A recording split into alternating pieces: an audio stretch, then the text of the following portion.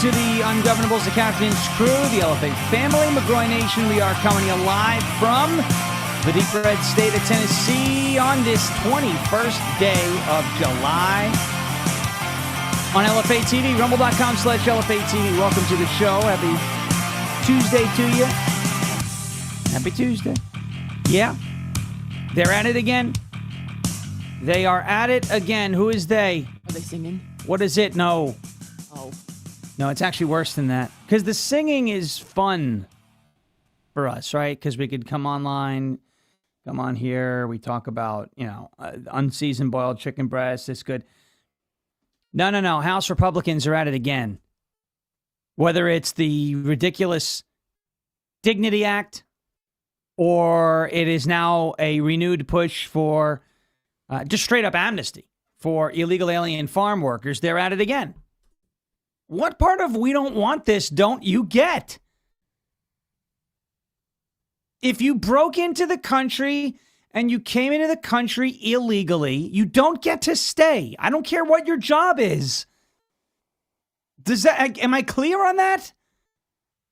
But Sean, they're picking the food. Yeah, now we have an explosive diarrhea outbreak in the country. So maybe that's part of the problem. Maybe it's not. I don't know. I don't care.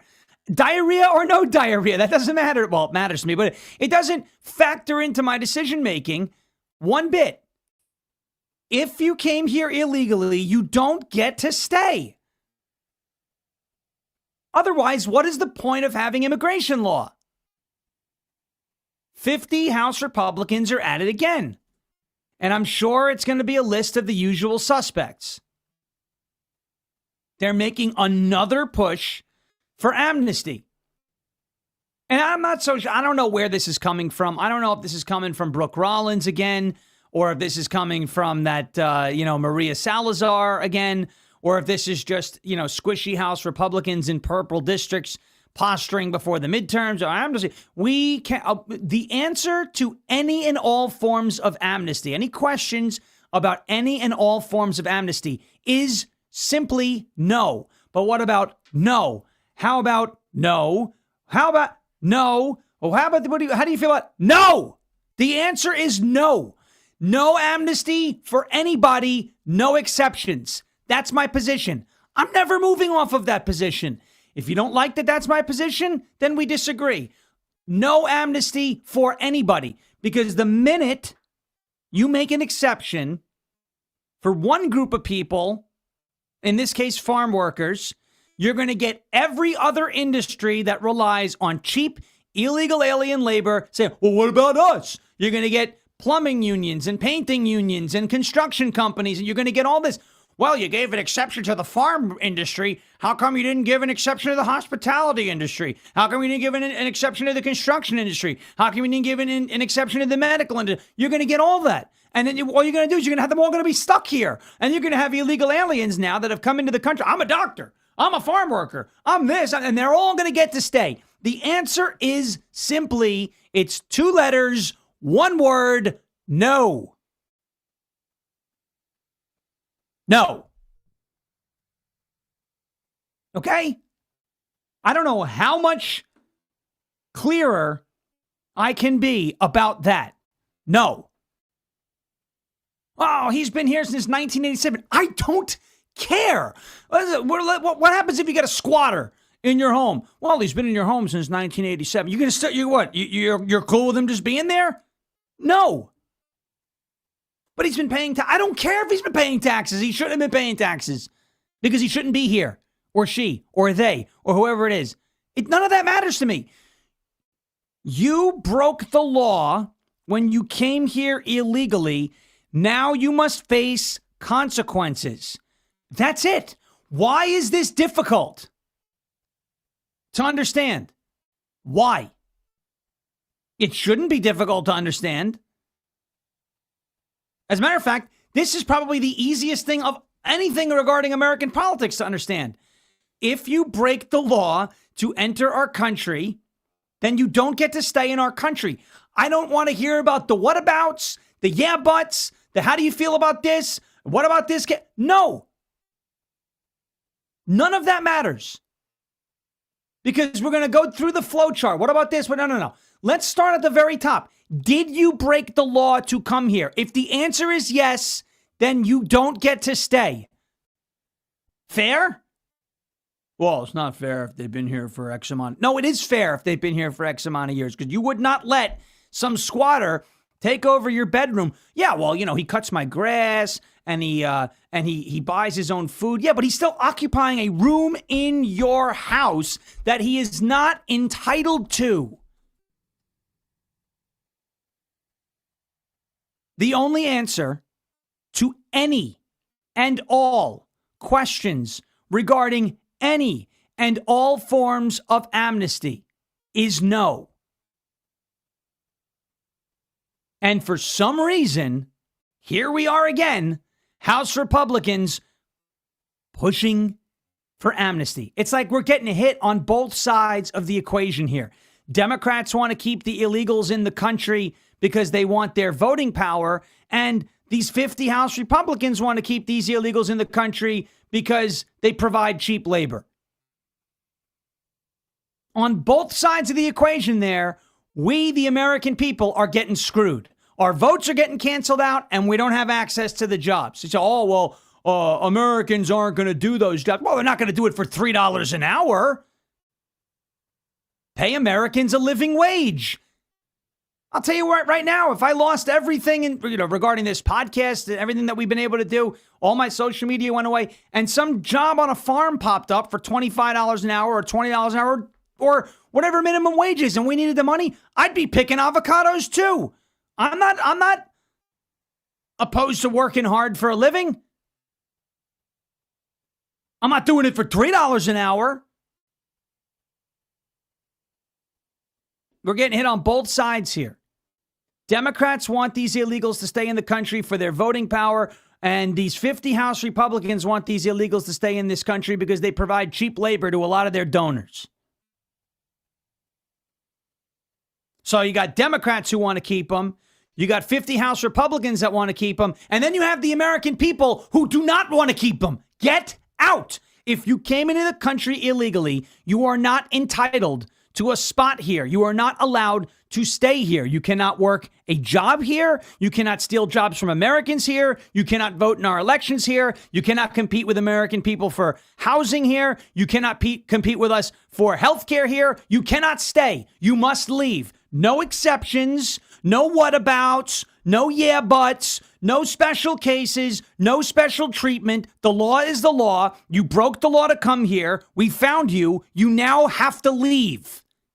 It's that simple. You would not let somebody, a squatter, whoever it is, break into your home, commandeer one of your bedrooms, steal your space for decades on end, or for weeks on end, or for days on end, or for hours on end, or for minutes on end. You would say, hey, you just broke into my house, and you're taking over one of my bedrooms, and you're competing for the same resources that my family is competing for in our house. You're not entitled to be here. Get out. And if they don't leave on their own accord, you're going to call law enforcement. You're going to have them hauled out of your home. Same deal. No amnesty. No exceptions. And when I say no exceptions, spare me the sob stories. Well, he's been here since the 80s and he's paying. I don't care. He came here illegally. She came here illegally. They came here illegally. I don't care how they came here. If it wasn't legal, they have to leave. It is the simplest thing to understand. So spare me the sob stories. Go cry for someone else with the illegal aliens, because I don't want him here. We don't want him here. We don't have room for him here. And they have to leave. When it comes to questions of amnesty, any and all forms of amnesty, whether it's farm workers, hospitality workers, construction workers, or just, dreamers or whoever it is that came here, the answer is a very loud but simple no. No. No exceptions. All right. We're going to talk about that. I mean, I don't know. There it is. See, RL5 trucker. What part of no and hell no Don't you understand, you stupid MFers? Yeah. Yeah. It's crazy. Democrats want to keep them. Republicans want to keep them. We don't want to keep them. But our wishes apparently come second when these idiots in Congress, oh, now the Senate getting ready for another nice month-long vacation. It must be nice. What is a vacation, by the way? I don't know what that is. Now, I'm not complaining. I'm just saying we're here every single day. Every day. The Senate is barely there every day, and when they are there, they're not doing anything. But yeah, I have a whole month off. Whole month. Well, they're going home to work, and they're not working in their districts. Maybe a few senators are, but most of them aren't. And you know that. Well, they deserve time to spend with their families too. Yeah, they have weekends, right? Like the rest of us.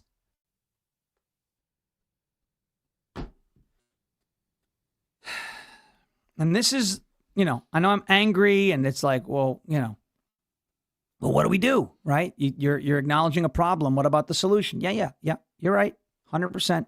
We do have to provide solutions. We can't just identify problems. Tires flat. Well, how do you want to fix it, right? I've been saying this, because it's been America 250 and all this. But it resonates. I think it resonates. I think a lot of people, it makes sense. Why do we have to get involved? What does it matter?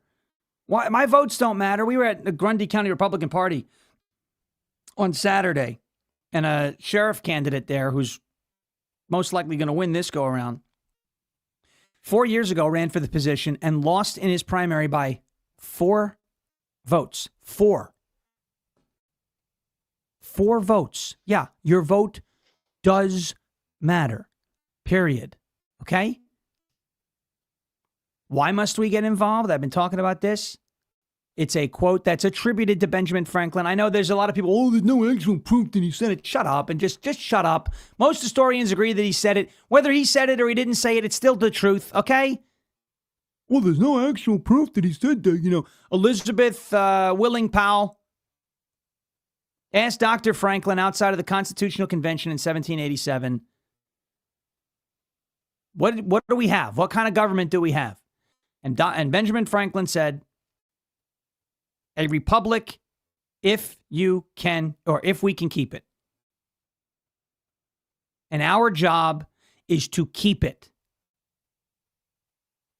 The minute we take our hands off the wheel, we stop keeping it, and we get to where we are today. Apathy, you can't keep the republic with apathy, with lukewarm enthusiasm. We've got to be hands-on. We've got to be locked in. We've got to be engaged. We've got to be involved 24/7, unfortunately, if we want to keep this republic. It does not mean you have to be awake 24/7. It means someone has got to be on watch, keeping the republic at all times. We can work in shifts. That's fine. But this is the type of garbage that happens when we get distracted. When we decide, I don't like politics. It's too toxic. It's too this. It's too that. Well, the reason why this system has become so toxic is to chase good people away so that it's run by corrupt and bad people and they can destroy this country. That's the truth. That's the truth. They want to make this whole thing unattractive to good people. Because the less good people that are involved holding the bad people accountable, the more the bad people can get away with. Hope you understand that. It's a republic if we can keep it. It is our job to keep it. So, why do I always say get involved, stay engaged? That's why. It all goes back to that 1787 quote. All right, let's take a quick break and get to a word from our friends at OFP Farms. It's OFPfarms.com, OFPfarms.com. It is the sale that you have been anticipating for a long time. Christmas in July has officially come to OFP Farms, and they are thrilled to present one of their favorite seasonal offers, one of my favorite seasonal offers too.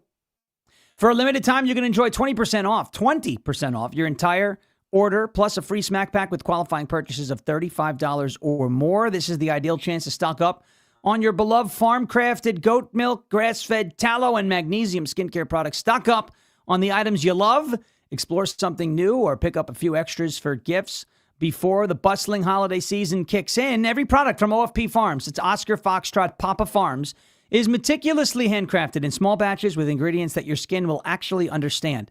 So, whether you're dealing with dry, fatigued skin, or you got the Grand Canyon on your lips like I do, like that old desert riverbed cracking because I can't stop licking my lips, or you're preparing for your soothing nighttime routine, this sale makes it easier to pamper yourself and your loved ones. Use the code Sean, it's SHAWN at checkout. Visit OFPfarms.com for 20% off of your entire order. That is OFP, Oscar Foxtrot Papa Farms.com.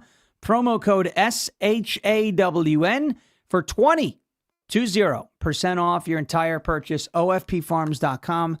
Promo code Sean, SHAWN, OFPfarms.com. Promo code SHAWN. Oh, we had a nice little afternoon yesterday. I'm not going to mention who it was with, but a friend here in the neighborhood who said, "Hey, you know, I'm getting ready to look into OFP Farms." So hopefully you do, because you will not be disappointed. You will not be disappointed. All right, as Cottonwood said, put chicken poop on your lips. You will stop licking them. Yeah. Well, I'd rather just use goat kisses than chicken poop, but I don't know. I mean, I could do that to kind of train myself to stop licking them. That's true. All right, let's get into this. 50 House Republicans are pushing a bill that grants de facto amnesty to illegal alien farm workers present in the United States as of May 31st, 2026. I don't understand. I mean, I do understand. It's like rhetorical. I'm kind of like, quote unquote, playing stupid. The reason why they're doing it is that they don't care about what we think. They're doing this to save face politically, and their donors are like, well, what am I going to do without the cheap labor? Well, you're going to hire actual Americans and put real Americans to work for a living wage. That might increase the cost of the goods and services that you provide. Yes, I understand that. But as wages increase and outpace the rise in costs, that's okay. If more Americans have more money in their pocket because they're working jobs that illegals previously occupied for crumbs, and those Americans are being paid a living wage, then we can afford more things.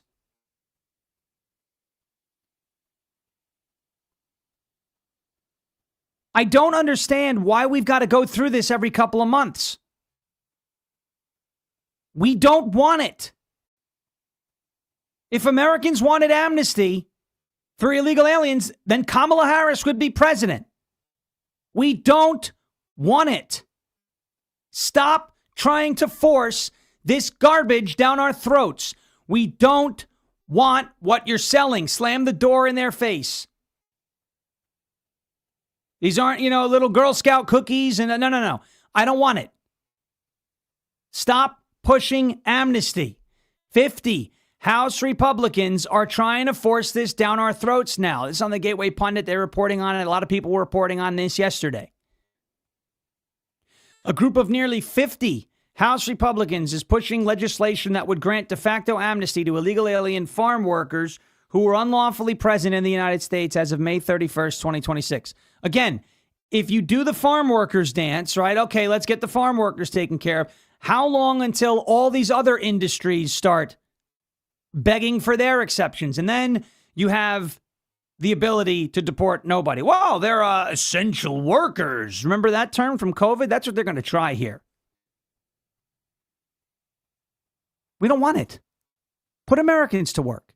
A de facto amnesty means people who broke the law are effectively allowed to stay or avoid punishment, even though the government has not officially declared amnesty. Glenn G.T. Thompson, Republican from Pennsylvania, chairman of the House Agriculture Committee, introduced House Resolution 9535, the Securing Agriculture's Workforce Act of 2026. Isn't that funny?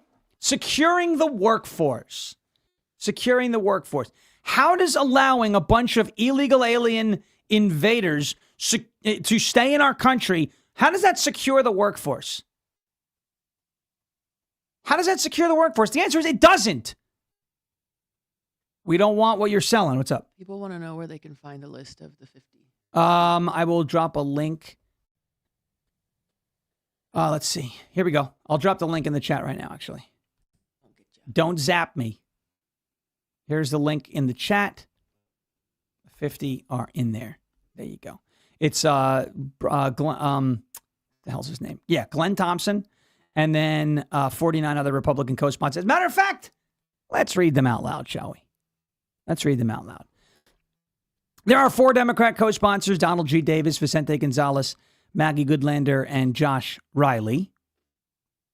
And 49 Republican co-sponsors, 50 Republicans in total, including Glenn Thompson from Pennsylvania. But here we go. Let's go through the list of 49, shall we? None of these names are going to surprise us. Rick W. Allen from Georgia, 12. Don Bacon from Nebraska, 2. James R. Baird from Indiana, 4. Cliff Bentz from Oregon, 2nd. Mike Bose from Illinois, 12. Monica De La Cruz from Texas, 15. Troy Downing from MT Montana, 2. Chuck Edwards from North Carolina, 11. Gabe Evans from Colorado, 8. Now, Gabe Evans, if you remember, Gabe Evans is in a swing district in Colorado, 8. Doesn't mean I like this decision, but you're seeing a lot of these guys are in swing districts. Julie Federchak, North Dakota at large. Randy Feenstra, Iowa. Iowa, 4. Brad Finstead, Minnesota, 1. Michelle Fishbach, Minnesota, 7. Charles J. Chuck Fleischman, Tennessee's 3rd congressional. Tennessee. Have to have a word with him. Mike Flood, Nebraska's 1st. Brett Guthrie, Kentucky, 2nd. Bill Huizenga, Michigan, 4. Brian Jack, Georgia, 3rd. Mike Kelly, Pennsylvania, 16. Trent Kelly, Mississippi, 1. David Kustoff, Tennessee, 8. Got to have a conversation with that guy. Darren LaHood, Illinois, 16. Nick Langworthy, New York, 23. That guy's a scumbag. Laurel M. Lee, I don't care if I get in trouble for saying that. Laurel M. Lee, Florida's 15th. Celeste Malloy, Utah, 2nd. Michael T. McCall, Texas, 10. Mark B. Messmer, Indiana, 8. Daniel Muser, Pennsylvania, 9. Marionette Miller Meeks, Iowa, 1. Marionette Miller Meeks, huh? I'm fairly certain that's the person that Jeremy's looking to replace in Iowa. Just saying. That would be an upgrade. John R. Moulinar, Michigan, 2nd. Tim Moore, North Carolina, 14. Dan Newhouse, Washington, 4. Mike Rogers, Alabama, 3. David Reuser, North Carolina, 7. Maria Elvira Salazar, Miss Dignity Act herself, Florida, 27. Austin Scott, Georgia, 8. Pete Sessions, Texas, 17. Michael Simpson, Idaho, 2. Lloyd Smucker, Pennsylvania, 11. David J. Taylor, Ohio, 2nd. Claudia Tenney, New York, 24. I have to have a word with Miss Tenney. I like Claudia. I don't know why she did that. David G. Valdeo, California, 22. Jeff Van Drew, New Jersey, 2nd. Derek Van Orden, Wisconsin, 3. Joe Wilson, South Carolina, 2nd. Robert J. Whitman, Virginia's 1st, and Ryan K. Zinke, Montana, 1. I'm surprised Mike Lawler wasn't on that list. Actually proud of him for not being on that list. I don't say good things about Mike Lawler often, but he's not on the list. The most controversial section would allow illegal aliens already living in the United States to obtain H-2A agricultural worker status by waiving multiple grounds of inadmissibility and deportability. So you came here illegally, and now we're going to give you an opportunity to fix it. Here, fix it. Get H-2A agricultural worker status.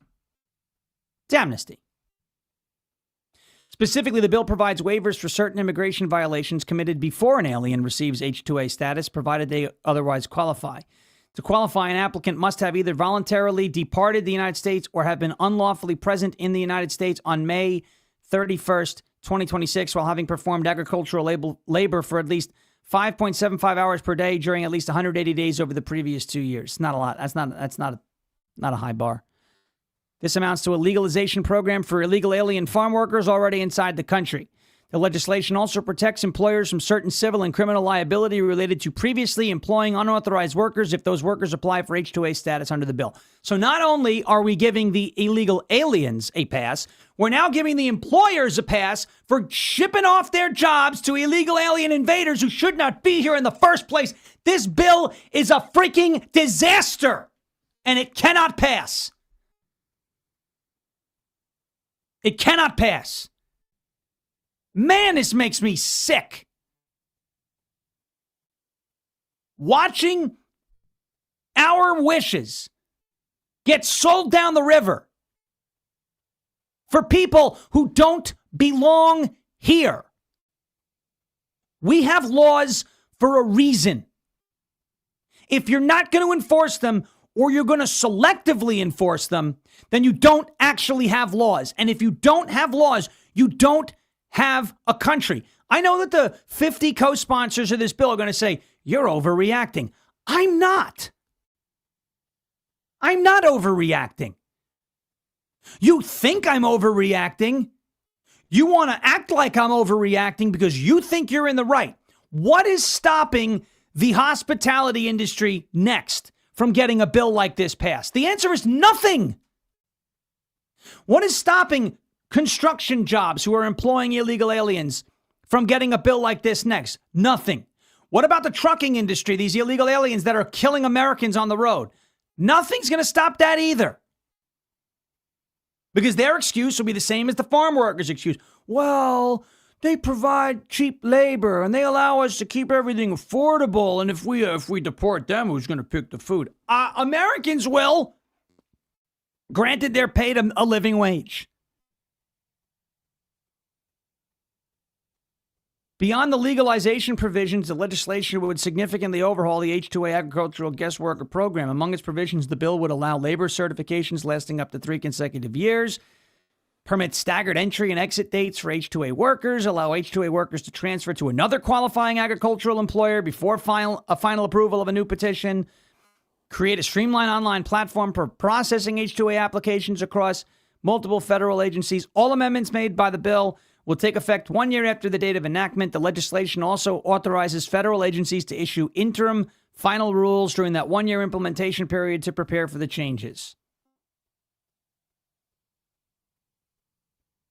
Folks, the answer to this is very simple.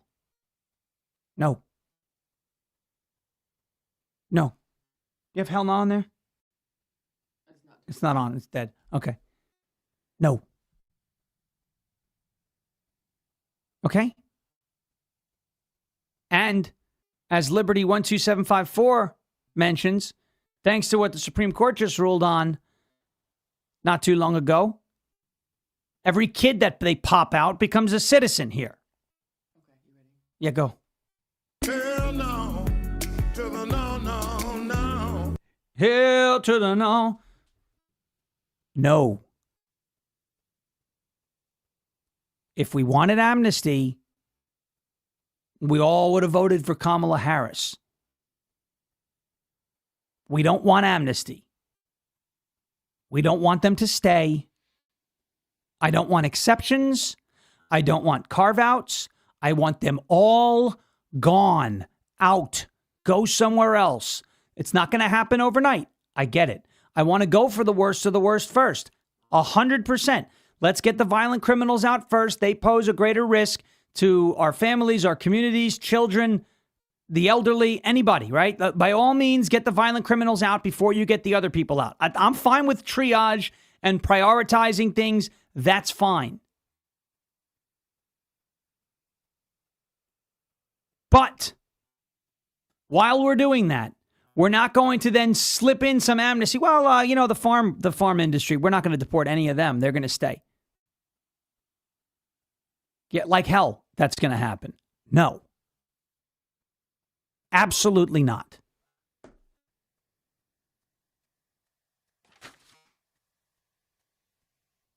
Let's do a quick live poll in the chat. All right? You support amnesty or no? Live chat sound off. You support amnesty or no? I'd love to see it. Let us know in the live chat. If maybe I'm wrong. Oh, you're misreading this. They should stay. They play a very important role. What, are you telling me that there's Americans that can't play a role? They can't get in the field and pick avocados and tomatoes and all that? Amnesty. No? Look at this. It's unanimous, ladies and gentlemen. It's unanimous. You guys paying attention to that? Hey, House Republicans, you paying attention to that? Thousands of people in this live chat saying no. There's not a single person who is like, well, maybe. Except the one that says only for big booty Latinas. But that person's joking. No effing way. Hell to the no. Hell, play it again, Brennan. Play it again. Hell no. Go ahead. Hell no. To the no, no, no. Hell to the no. Hell no. To the no, no, no. We'll creedify that one, right? Scott Stapp. Hell no. To the no, no, no. Right? He kind of sounds like that guy. He does. I like it. Hell no. To the no, no, no. Hell to the no. Yes. No.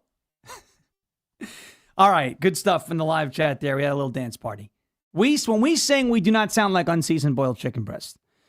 I would say we probably sound like overcooked chicken breast a little bit. Okay. We'll take a quick break. I got to get to a word from our friends over at Cove Pure. Then an update on actual deportation stats. Again, anyone who's expecting that, I saw someone go, there's 96 million. Why does the number of illegals keep going up? It was like 10 million. That's not the number. 20 million. That's closer. 30 to 40, I would say, is probably what we're looking at. Someone told me on X yesterday there's 96 million illegals. And I was like, you're telling me like almost a third of our population are illegal aliens? I'm not so sure about that. I think you might just want a little attention. So I didn't give you the attention. I said, okay, that's the end of that.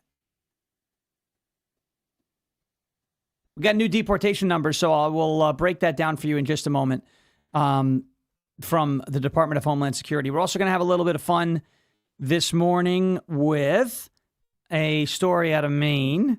And we got to go back down the road of Kamala Harris. We are not going to leave Mississippi behind, South Carolina behind, Alabama behind. Sister Presley said, we ain't going to do that, y'all. So I have the Kamala Harris. You better thank a union member for paid leave. You better thank a union member for vacation time. It's the same thing.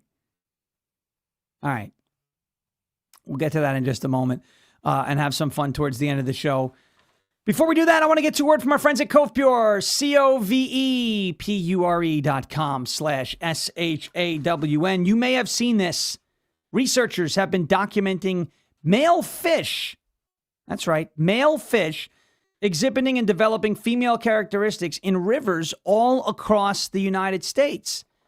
It comes from birth control pills, ladies and gentlemen, that wastewater treatment plants cannot fully filter out. And it is in the same water that runs into your home. No, thank you. That is why we use Cove Pure to purify all of our water. Here's how this actually works. When people take medication, their bodies don't absorb all of it.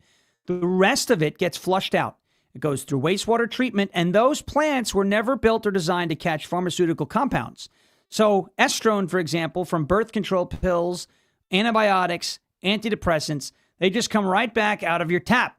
Your standard pitcher filter may help with the taste, but it's not going to do what you need it to do. These compounds, pharmaceutical compounds, are too small. They're too persistent. You need something that can filter things at a molecular level, and that is exactly what the CP16 from Cove Pure is. Their clear wave reverse osmosis technology is certified to remove up to 99.9% of contaminants, estrone, fluoride, PFAs, lead, arsenic, basically anything that is not water gets filtered out. Now, the setup is very simple. I loved how easy it was to set up. You plug it in, you fill up the tank, you install the filters by dropping them down and twisting it, and you are ready to go.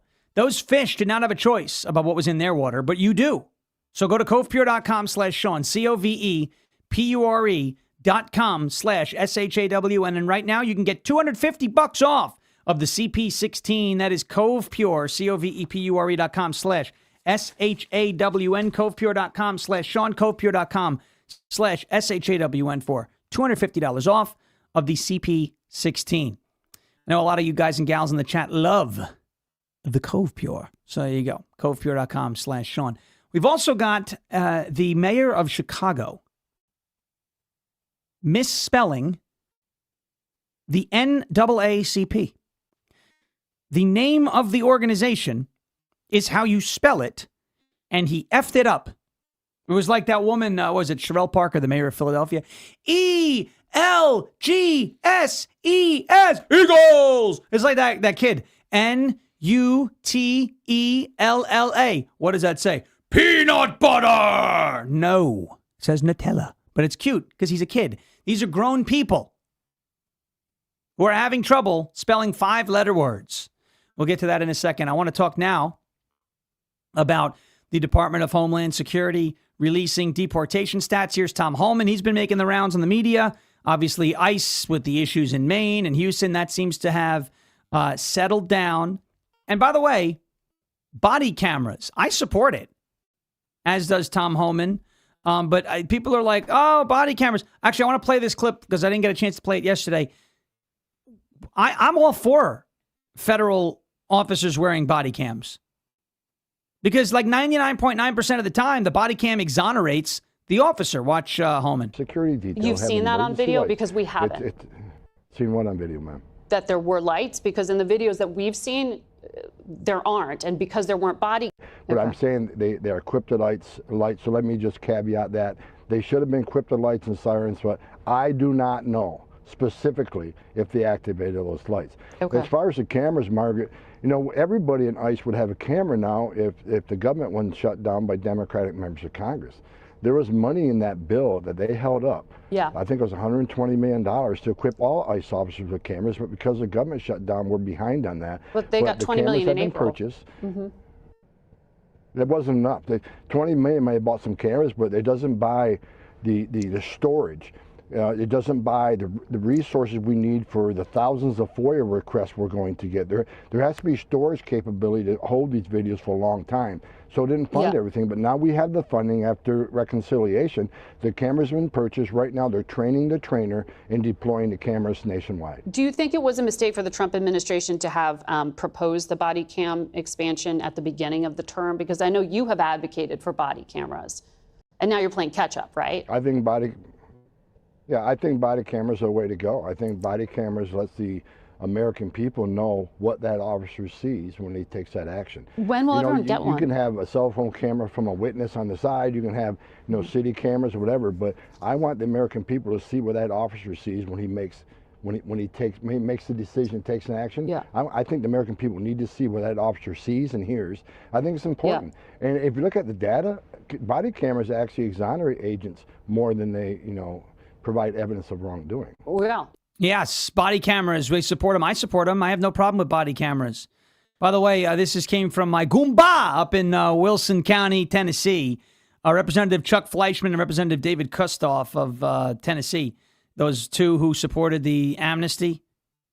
A 56% and 59% Liberty score. You could take that. There's different metrics, but 56% and 59% Liberty score, respectively. Maron. Oh, he'll like that. I know it. Body cameras. I'm all about the body cameras. Here is a thank you to my Goomba, Wilson County. Love him. Sent me that hand. No surprise here, he says. Yep, there you go. Maron. Here's Tom Homan talking about the mass deportations. They're still going on. People are like, there's no mass deportation. No, there are. Watch. With all the holdups that the Democrats give us in terms of everything on this president's agenda, including Save America Act, it feels like the one thing that we could possibly carry out beyond just closing down the border, which the president has done and you have done and has been fantastic, is the promise of these mass deportations. Now, there's been rumblings that perhaps now it's just targeted. Now it's just we're going to go after the worst of the worst, which I want them out to. But that perhaps this goal of mass deportations is not the mission anymore under this secretary. So I want to give you a chance to explain to the American people where we are in that process. Mass deportations is still the plan, but prioritization of the worst of the criminals doesn't mean we forget about everybody else. And let me give you a clear example of where we're at.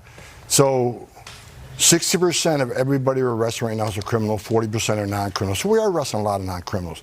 I think 60% criminal, 40% non-criminal is actually better than 40% non-criminal, 60% non-criminal. I just think it's better. But The numbers are what they are now. A few months ago, people were screaming and yelling. The numbers are down. Well, the government was shut down. DHS was shut down. But what happens when we got the reconciliation bill passed?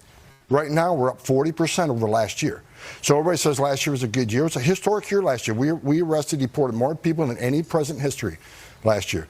Right now, we're on a track of beating that by 40% right now. In June, ICE arrested more illegal aliens in June than any month in history. I looked at the number this morning. July looks like it's tracking to beat June. So look, we're hitting on all cylinders right now. We're doing a great job. But when it comes to removals, we had record number of removals last year. But here's what people don't understand. They say, we want more, we want more, we want more. It's not a simple case of arresting, deporting. There's a process to find them, and there's a whole process between the arrests and deportations. What people don't understand, despite all the pushback we're getting right now, there's over 100 nationwide injunctions against us for arrests, detention, removals. Over 100. That's more nationwide injunctions than every president in the history of this nation combined. So it's an all-out assault on the Trump administration. So we got over 100 nationwide injunctions. The government was shut down for months. We have a record number of habeas cases filed by radical judges, where I was told yesterday the number is around 65,000 people that we arrested that we had to release because of habeas cases out of radical judges. So there's a lot we're fighting against, but more than any other president. But even though we have all those struggles with the courts and the open borders agenda, we're still breaking records. And we're There you go. You guys get clear on what Homan is saying? I've been saying this the last couple of times. I'm not thrilled that the numbers aren't where we want them to be. But there's a reason for that. It's not because they're not trying. You know what the judges are doing.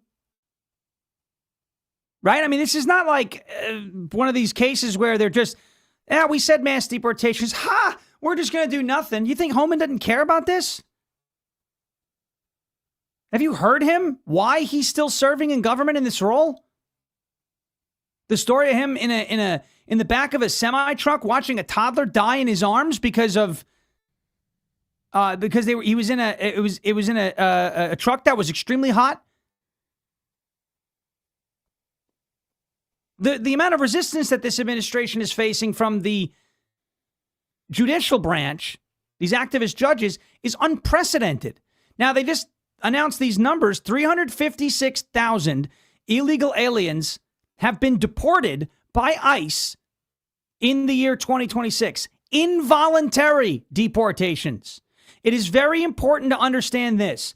I don't care how an illegal alien leaves the country. As a matter of fact, I would prefer that they leave on their own accord, because that can happen quicker than ICE going into the neighborhood, finding them, arresting them, putting them through the process of removal, getting through all the court hurdles, and finally being able to deport that guy or gal.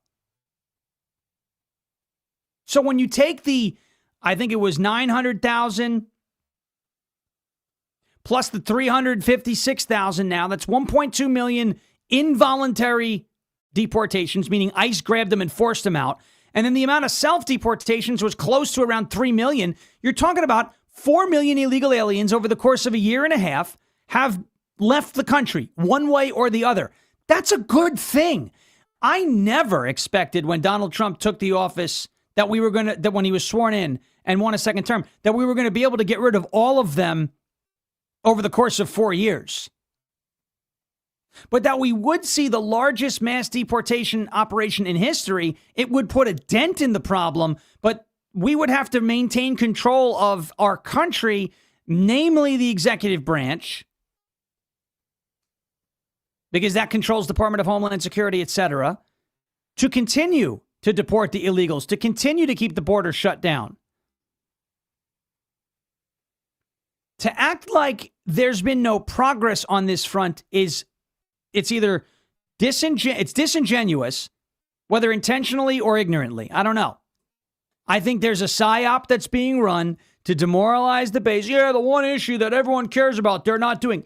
356,000 illegal aliens over the course of 6 months is pretty good. I mean, that's a lot of people.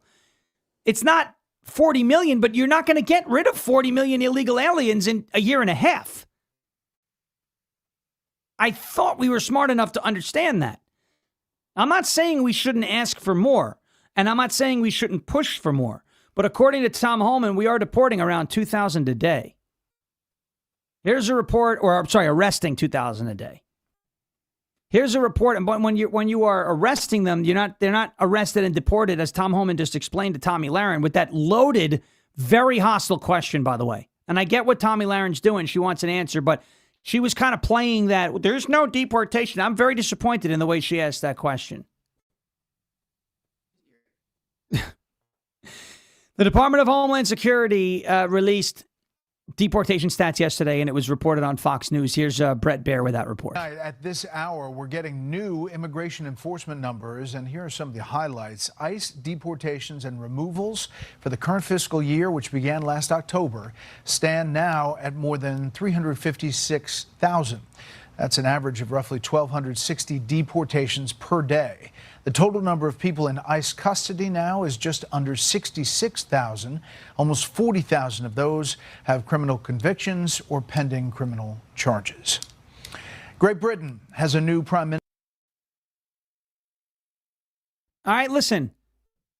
Do I want that to be a bigger number? Yes. As Homan pointed out, the government was shut down for a while. DHS was shut down for a while. So those numbers ground to a halt because the officers weren't being paid. A lot of them. Okay. So it's important to keep things in perspective here. Somebody said, Dave 357 Mag says, I'll take anything over the nothing we're used to. How much can people expect from one man? True. That's a good place to start. Right? That's a good place to start. We, the people, though, have the right to ask for more. But when we're asking for more, we can't say, I want more because nothing is happening, because that's also not true, right? Stuff's happening.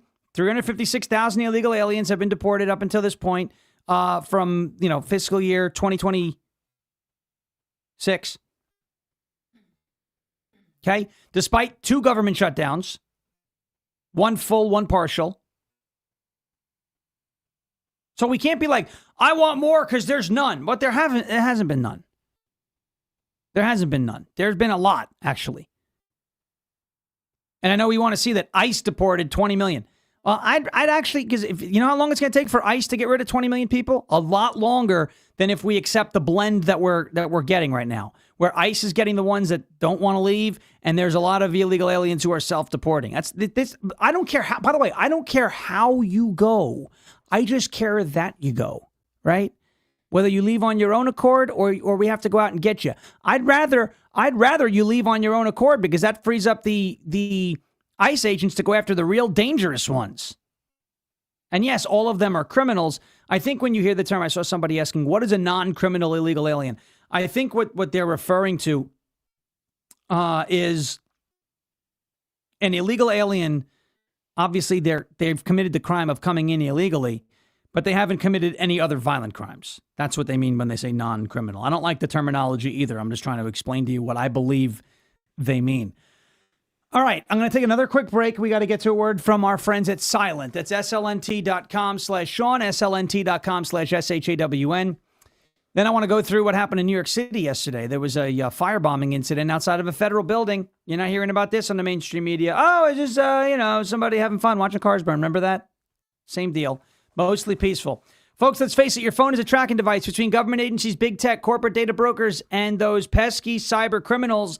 They are all fighting for a piece of your digital footprint. And the worst part about it is they're supposed to ask. They don't. They just go on and take it. That is why Silent exists. Silent makes Faraday gear that blocks all wireless signals, including cellular, Wi-Fi, Bluetooth, GPS, RFID, and near-field communications. No signal means no tracking, no remote access, and no breadcrumbs. It is the same technology that is trusted by special operations teams all around the world, used to block signals, avoid surveillance, and secure communications wherever the mission leads. And right now, it is available to you so you can protect your family, your freedom, and your digital footprint. All you've got to do is drop your phone in a Silent Faraday sleeve, and it's off the grid, completely silent and invisible to the outside world. From their backpacks to their sleeves to their crossbody, Silent's patented technology gives you total control of your privacy. Just visit slnt.com/Sean. Get 15% off and free shipping on qualifying orders. That is slnt.com/Sean. Protect your rights Secure your data and stay one step ahead. Silent.com, SLNT.com. Silence the chaos and go silent today. SLNT.com/SHAWN. All right, Jeremy Herrell is coming up in about 10 minutes or so, just under 10 minutes, with Live from America here on rumble.com/LFATV. Make sure you're hitting the thumbs up button. Make sure you're following the channel, rumble.com/LFATV. All right, here is this attacker yesterday. There's no audio on this, or there's maybe a little audio. I'm going to mute it just so people don't. Look at this. He's dumping gasoline, lights it on fire, and then he runs away. They arrest him.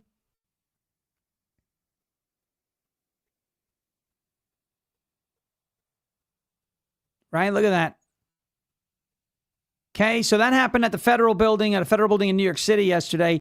Here's a press conference that several authority figures gave. Authority figures, what words am I making up? Officials gave regarding the incident. Mr. Arabaka came armed with bad intentions. I will say that 26 Federal Plaza has long been a target of extremists, of terrorists, and today the extremism was brought here. The building was attacked. Mr. Arabaka was looking to injure people and harm people. He had 2 axes, a hammer, a machete, and 3 knives, fixed blade knives. He had, as I said earlier, 6 incendiary devices or fireworks, and he had some other destructive items. You hear about this on the mainstream media? Of course not. Like, this is, it's no longer like, oh, it's a protest. That guy firebombed a federal building. That's terrorism. It's not funny. It's funny the way, and I say funny, it's sadly funny, right? The way mainstream media just wants to be like, whatever. It's just a crazy guy with a gas can. Stubbs. Tase him in the beehole. Okay. Yeah. Probably would enjoy it. Who knows? You know who's going to enjoy getting tased in the beehole? Andrew Tate. Abe Hamadeh in Arizona now is defending him, by the way. That is politically career-ending as far as I'm concerned. Oh, he should be getting due process. He's a dual U.S. citizen, Tate is. U.S.-UK. He fled to Romania to avoid charges in the UK. Came to the United States knowing the United States and the UK have an extradition treaty. But I'm supposed to believe this is what, weaponized? Yo, you've seen weaponized. He weaponized his power with that 15-year-old girl and many others. Abe Hamadeh, you better shape up, buddy. You're going to die on the hill of defending Andrew Tate? You're going to end your whole political career defending that guy? Okay. You do you, bro. I ain't the one acting like a moron. That's on you. All right. I promised you a little bit of fun, so we are going to have a little bit of fun. Here's Brandon Johnson of Chicago. I like to do like the last 10 or so minutes. We'll have some fun stuff, unless we really need a laugh break in the middle of the show. But here's Brandon Johnson of Chicago, not knowing how to spell NAACP, and it's even better is that it's written on his podium. And that is the legacy of the NAACP. And that the NAACP. What's the E stand for, Brandon? The NAACP. Oh, you're splitting hairs. Whatever. He just kind of stuttered. Okay, whatever. You want to give that guy a pass, as if he hasn't said dumb things in the past, and that he's not just saying another dumb thing now. Fine. Let's go to another moron. This is AOC. We will not leave Memphis behind. South Carolina behind. It's exactly the same as you better thank a union member for paid leave. You better thank a union member for vacation time. So here's AOC again. We cannot afford to leave Tennessee behind. We cannot afford to leave Kentucky behind, Alabama behind, Mississippi behind, Georgia behind, South Carolina behind. It's exactly the same thing as this. You better thank a union member for sick leave. You better thank a union member for paid leave. You better thank a union member for vacation time.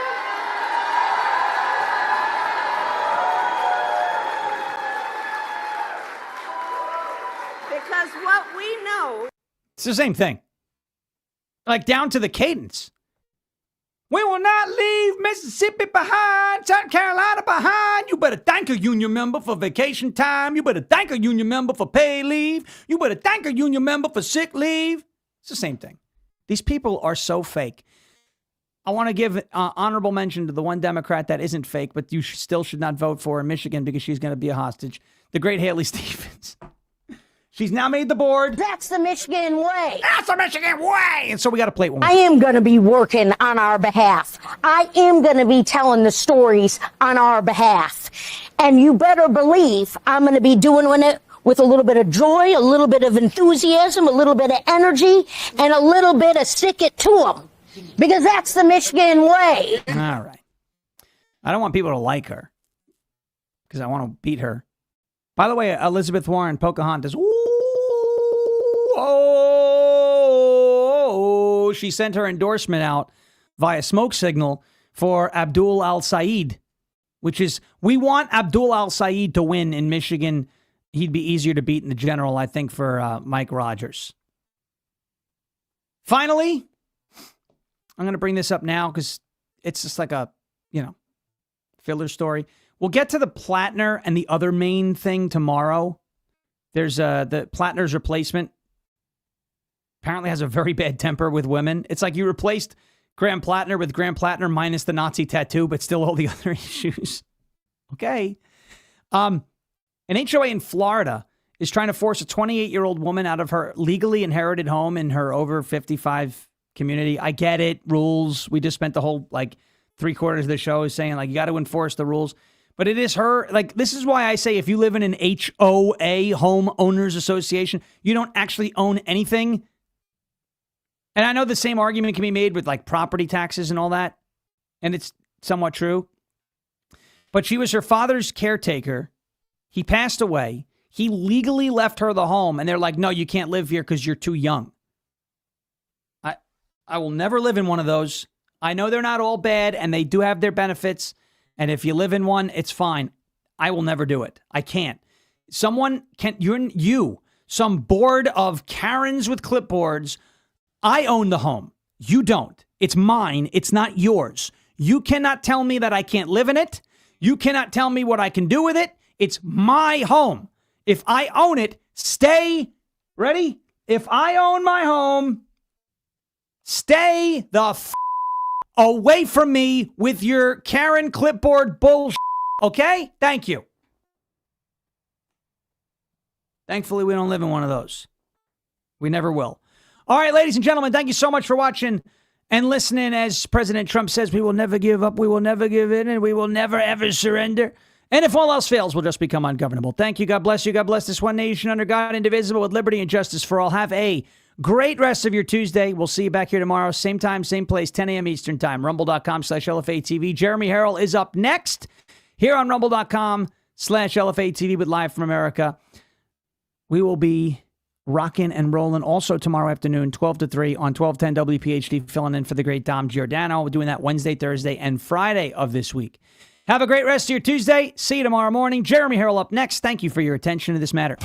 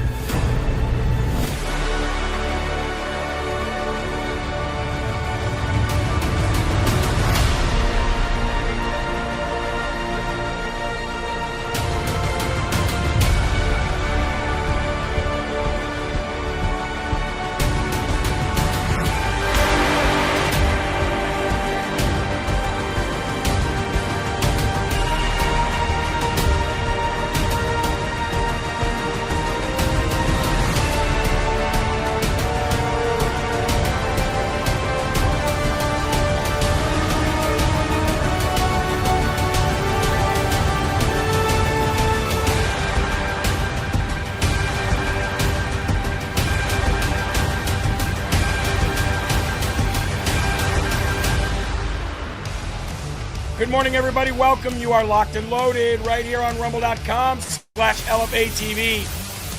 This is live from America, and I am your ever so humbled, God-fearing host of the show, Jeremy Herrell, the host of the show and the founder of LFATV. You can call me the Hip Hop Patriot. And we are live broadcasting, streaming from the great Hawkeye state of Iowa. Please let me introduce to you our producer. And since you see him every day, who is out there to claim that they are the most bass producer when he's there every day? Now being the most bass producer of all time, producer Eli. How are we doing? What's going on, LFA TV family and Patriots? Time to hit the rumble button, time to hit the share button. We got all kinds of news to get to, just like usual, so let's get cracking. I'll tell you what, Jay Deeds is ready to get cracking today. Mustache and Fun Mom are ready to get cracking today. Rockin' Robbins is here. AA Ron Broski, Cynthia, Kit Kat Mar, Blessed is in the building. Kara Moore. We've got Fire Boss, Big Mama Campbell. Eileen is here. Scotty is in the building. We've got Tina is in the building. Lori is here. Redneck is in the building. C. Michaels is ready for some LFA. RYW Eddie is also here. MJ Randall is here. Miguel Ortiz, Ryan's Hopes is in the building. Sean Maga, Jennifer is here. How you doing, Jennifer? Tammy. Purple Snowflake. Piglet is in the building. GR Messick. Door Slammin' McGrowan. I believe that's Arthur. How you doing, Arthur? Savvy Soul is live here today.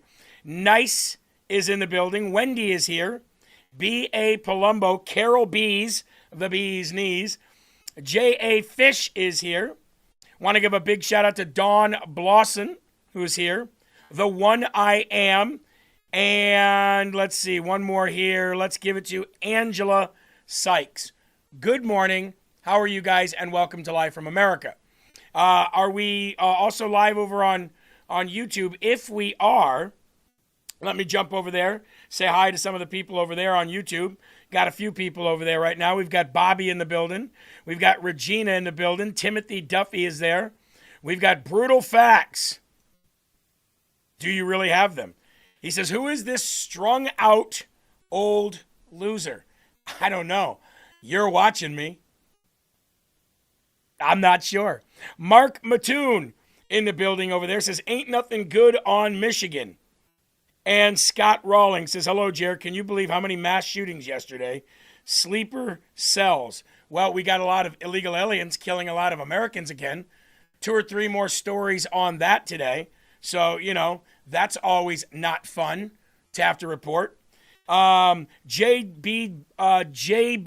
Boxes says, been on vacation, tried to listen every single day. Well, while we are approaching 3,000 live viewers over on Rumble, which will probably get over 4,000, just want to encourage you guys to share out to your social media platforms. If you've got Facebook, if you've got Getter, if you've got X, you can also share it to there as well. Some people still have Gab. If you've got Instagram, you can share it to your friends. Whatever you got to do. Get the word out there. And if you're watching on YouTube, stay a while. Listen, you might actually learn something. Or maybe not. I don't know. But we do facts here along with our opinions after the facts are produced. So we give receipts. You be the judge. All right. LFATV.us. That is the official website of Live from America TV. Again, that is LFATV.us. You guys can go there and you can become one-time donors, monthly donors. You can shop at our store, shop with our partners. You can watch current past shows. You can watch old clips. You can sign up for the newsletter. That is LFATV.us. Okay? We also, if you want to follow us on X, we'll pop that up for you here.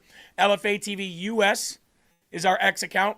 It is just X at LFATV.us. And right now we're just approaching about 80,000 followers. So if you can go push us up over the edge, that would be, or over the top, that would be nice. Here is the LFA TV Facebook page. We are definitely looking for more people to go and give us some positive reviews. So if you go over there, you like what you see, please give us a positive review and a follow. We would appreciate that. And of course, if you are an audio listener, you've got the Live from America with Jeremy Herrell audio podcast, which you can just search up on any, any audio podcast, whether it be Spotify, iTunes, Apple, whatever. Fake Reality and Rumble said, who's facts? Facts? Who's facts? Facts, facts. Facts, facts. You know, shit that happens. And we report it. Isn't that a weird concept? Eli, can you imagine if there was a news station out there that said, let's go report falsehoods for a living, just to see how long we could... Oh, that's right. All the mainstream media, including Fox. I was going to say, isn't that like... That already exists. That's CNN. It's mainstream news. That's right. It's CNN. It's ABC. It's CBS. It's Fox in a lot of cases. Now, not to say that there aren't some stories on those channels that do talk about the facts, because they can't be all lies. Then they're The View. So, welcome to my channel. Welcome to my show. Love to have you here. Like I said to the people on YouTube, stick around. You might learn something.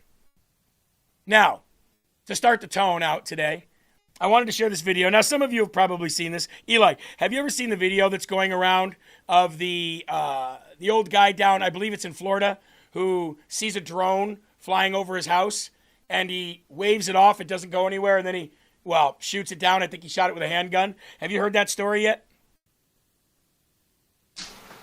I'm pretty sure that's probably happened a few times in Florida. Florida man is like one of the most popular headlines down in Florida's news.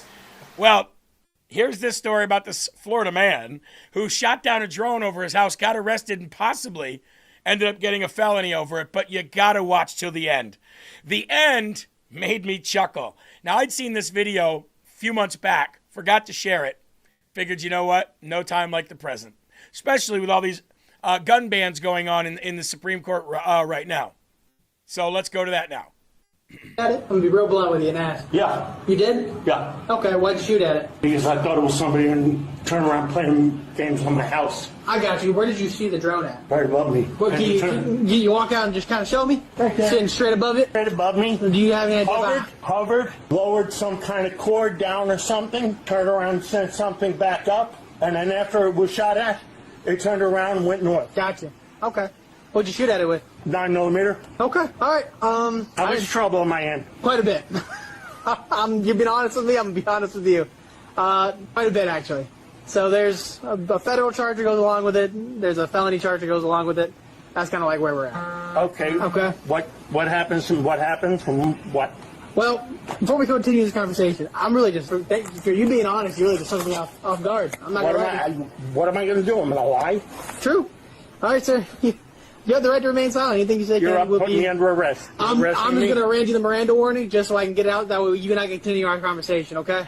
I understand the Miranda warning. I don't have to speak to you unless I want an attorney, okay? I got you. Let me just read you this real quick, and then we'll go from there, okay? You have the right to remain silent? Go ahead, sir. 26. I'm already talking to him. All right, sir. So you have the right to remain silent. Anything you say can and will be used against you in a court of law. You have the right to talk to a lawyer and have him or her present with you while you're being questioned. Now, afford to hire a lawyer, won't be appointed to represent you before any questioning if you wish. If you want to head out underneath it, get out the rain. You can decide at any time to exercise these rights and not answer any questions or make any statements. You understand each of these rights I have explained to you. Having these rights in mind, you wish to talk to us now. Yes, I understand my rights. Yeah, I got you. So, it was hovering above your house, it lowered something down. No, it just hovered above my house. You said something about the pulley system. A cord or something. It stayed there for about 10 minutes. Mm-hmm. And yes, I shot at it. Okay. I got you. And the cord went up. It turned because it was facing east. Okay. Because that's east, right? Yeah. Yeah. I was working on my pool equipment. Oh, you were outside when you noticed it? Oh, I was working on my pool equipment. Gotcha. Waved it off and everything. Never left. I went inside, went into the safe, got the weapon, came out, tried to shoot off again. It didn't move. I fired one round at it. Now, they say I hit it, so I must be a good shot, or else it's not that far away. So I'm under all sorts of, they say there's $10,000 worth of damage to the drone and all sorts of stuff. So I'm going to wind up having to find a real good defense lawyer. You want a coffee in the front? Here we go. Whatever's come, whatever you need to do by protocol. Well, no, we have. You've been fine. There's no issues. We're not, Yeah. So let me know if it's too tight, all right? I can't breathe. I can't breathe. I can't breathe. At some point today.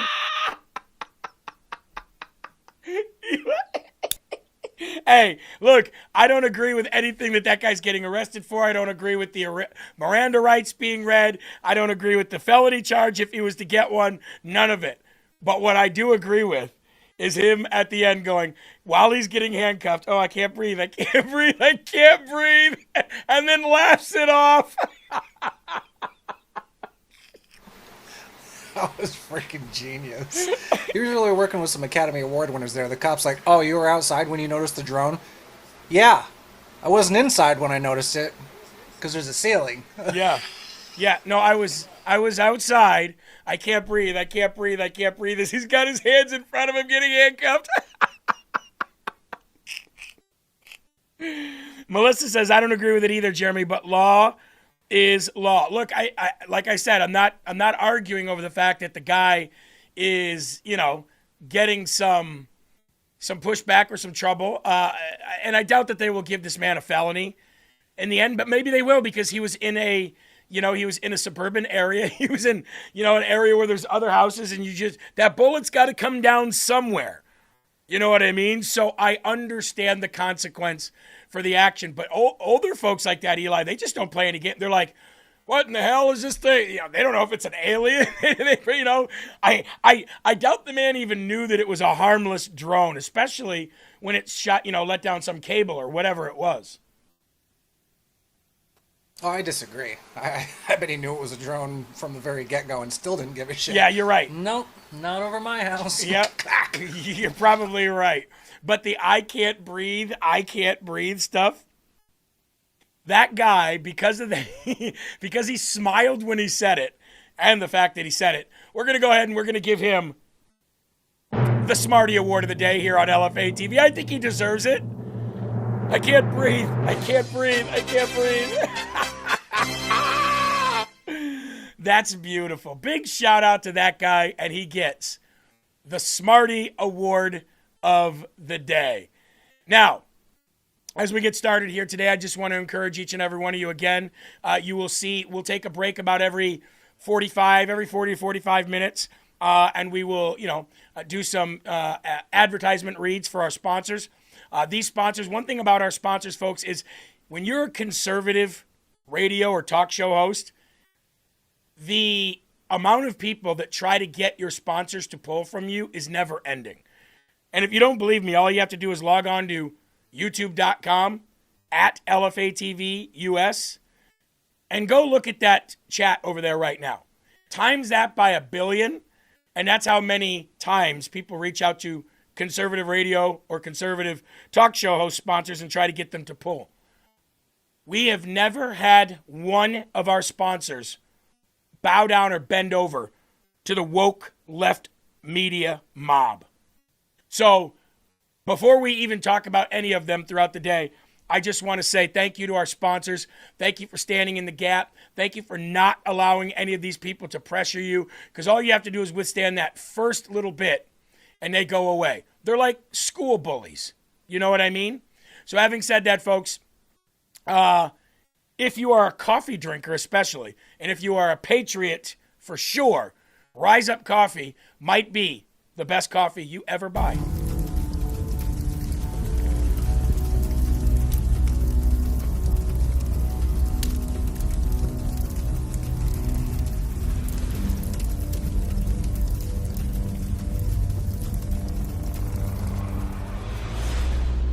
In the long history of the world, the struggle to survive has been a constant. The human spirit has been frequently tested. Every man has had his own struggle. Every man has made sacrifices. And every man has been pushed beyond their limits. Survival is crucial. The desire to be prepared has never wavered. Generations that came before us realize the importance of gaining every advantage. How you face adversity could change your life. Success depends on it. History is defined by it. Our spirit is fueled by it. Our strength comes in many forms. The strength to fight, the strength to overcome, the strength to believe, the strength to win, the strength to rise. Rise Up Coffee. Rise up to meet your challenge. As you can see there, you can order yours at jeremyherrell.com or lfatv.us. That's jeremyherrell.com or lfatv.us. And also, Eli, over in the Rumble chat, somebody said, why are all you bootlickers always fatties with beards? Well, there's two explanations for that. One, we eat well because we have good jobs. We're the ones that pay the taxes that subsidize your welfare and your food stamps and your way of life. So you're welcome. We work hard and we have wives that know what a woman is and they cook very well for us. Like we get steaks from Chicago Steak Company, right? Because Chicago Steak Company gives you the top-notch USDA prime cut, the stuff that costs, well, more than the people at YouTube could afford if they went out to eat somewhere for a nice dinner. But they offer it at a really, really good price because you're buying it from a company that has all of its grass-fed beef locally, cured and aged. Ladies and gentlemen, Chicago Steak Company. Oh, and the reason we have beards is because our wives want us to have beards. They don't want us to look like beta male 14-year-olds. They want us to look like men. See, alpha men eat steak, alpha men eat well, and alpha men have beards with hot wives who know what a woman is. Now, if you want to get one of these packages at Chicago Steak Company, you're either going to get the Ultimate Gift Assortment or the Chicago Best Seller. Now, both of these come with a ton of different cuts, different sizes, and a bunch of free stuff. I'm talking 16 6-ounce steak burgers, a bottle of signature steak seasoning, $25 account credit, and free shipping and handling. You're literally going to save 50% what you would normally spend on these high premium and USDA cut prime steaks. All you have to do, and we're going to pop this up on the screen for you. For the leftover on YouTube, you don't have to, well, I know you can't. I know you couldn't buy anything like this anyway. Chicago Steak Company at mychicagosteak.com/LFA. That is mychicagosteak.com/LFA. One more time, mychicagosteak.com/LFA. Okay? And that's for all the, meat-eating, able to grow a beard Americans out there. And for the rest of you, I don't know what to tell you. Keep eating only vegetables? I don't know. Either way, gonna have a little fun there, right? Gotta have a little fun every now and then. Let's go to the Lord in prayer, something else they hate over there. And then we'll ask him to bless our show today, and then we'll get busy. How about that? Join with me? Here we go. Our Father who art in heaven, hallowed be thy name. Thy kingdom come, thy will be done, on earth as it is in heaven. Give us this day our daily bread, and forgive us our trespasses, as we forgive those who trespass against us. And lead us not into temptation, but deliver us from evil. For thine is the kingdom, and the power, and the glory forever. In Jesus' name we pray, amen. Real men eat steak and grow beards. Beta males, don't know what a woman is and are vegan. That's why we look the way we look. All right, let's get to the first and foremost section today. Please lift up your cups and let's have our first slurp. Vicky says President Trump is the greatest president ever. I tend to agree, Vicky. I tend to agree. Okay, a lot of people have been asking, if we are producing so much oil and gas, and we have so much of our oil and gas reserves, and we've become the number one, output, a country that outputs gas and oil, natural gas and energy, then why is gas in America still high? And why isn't President Trump tapping in to the reserves, the petroleum reserves, the gas reserves, and releasing that into our, inner part of our country and lowering our gas prices? Well, I've said this for years.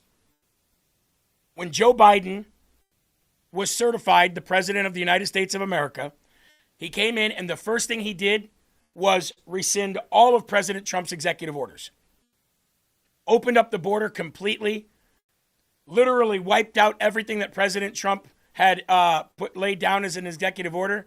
And part of that executive order was to kill the pipelines, to stop the production of oil, natural gas, coal, and move everything towards green energy. And when he did that, and anybody who's watching here on Rumble, Joe Biden sold off pennies on the dollar all of the reserves that President Trump had built up. President Trump in his first term had built up our reserves to full capacity. The minute Joe Biden came in and rescinded all the executive orders, he also sold all of the gas. And he sold it for pennies on the dollar compared to what we could have sold it for had we sold it with the right intention. But it's not supposed to be for sale. It's supposed to be for the United States of America. When Joe Biden came in, he sold it all. He depleted nearly 200 barrels worth in our stockpile.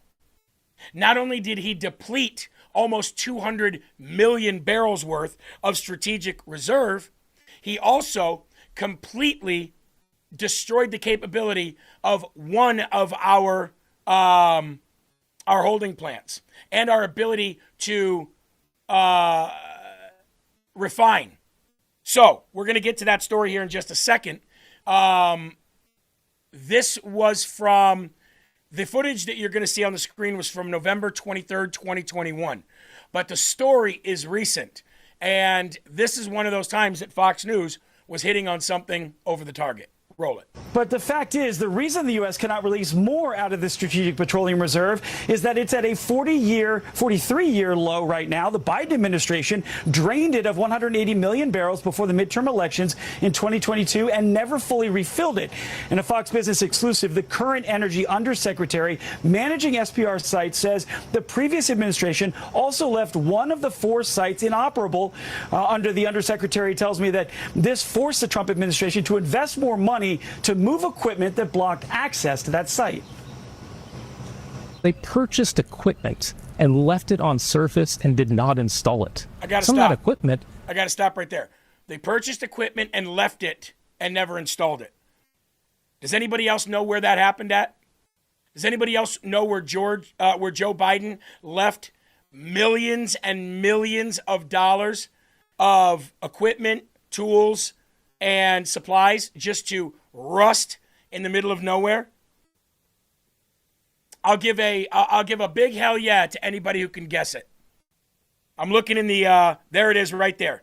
There it is right there. You guys got it. Just like the wall. T. Mitchell said the border. CQ said the border wall. Erica said the wall. That's exactly right. And we know this because Ben Berkwam and I were down there filming it. And then Ben continued to film it. Anthony Aguero continued to film it. Oscar Blue continued to film it when he was helping. There was Hernando Arce got down there and filmed it. We know that stuff was just sat there and laid in the desert and just rusted. He didn't even care. Then he ended up trying to sell it for pennies on the dollar. Donald Trump was able to recover a lot of that and continue to put some of that back in play. And of course, now that there's construction going back on, but he did the same thing there. Does anybody want to tell me what happened in Afghanistan with the botched withdrawal? Again, how much equipment was left behind by the Biden administration? All these lefties talk about, Iran, like they actually care. And Gaza, and Palestine, like they actually care. But let's talk about Afghanistan for a minute. That wasn't even a war. That was pulling out of an area, that was pulling out of a region, that was pulling out of a forever war. And what happened then? Just by pulling out, 13 service members dead just from the pullout, not even a military strategic operation that was on the advance or on the offense. It was literally running. 13 Americans died. Countless Afghanis died. And you left nearly $100 billion worth of active, usable, and still in current use military-grade equipment, including Apache helicopters, to the Taliban, of which, some reason, we still give $40 million a week. Why do we give the Taliban $40 million a week? Due to the weather it was exposed to, is no longer useful. So we've completely, wasted taxpayer dollars on that equipment that the last administration sat on surface and didn't install. They also failed to maintain some of the sites. He tells me that he believes the last administration had no long-term plan to maintenance and work on those strategic petroleum sites. The Trump administration is now trying to do it. And Harris, on that refilling, there's a swap program they're doing. So they are refilling the SPR after the release happens. But the fact is, so there you go. If you want to know the answer to why aren't we releasing strategic reserves? Well, A, they have not been refilled. Not to the capacity of which they were. And B, one of the sites was left completely inoperable. And all that money had to be spent. All that money had to be spent to get it back going. Now we have a refinery going up in Texas. We're going to have another refinery going up. I don't know if they've chosen the state. I've heard states like Arizona. I've heard states like New Mexico as well. But it's this third one over this fourth one right over here. This one right here, completely inoperable. That is what the last administration did.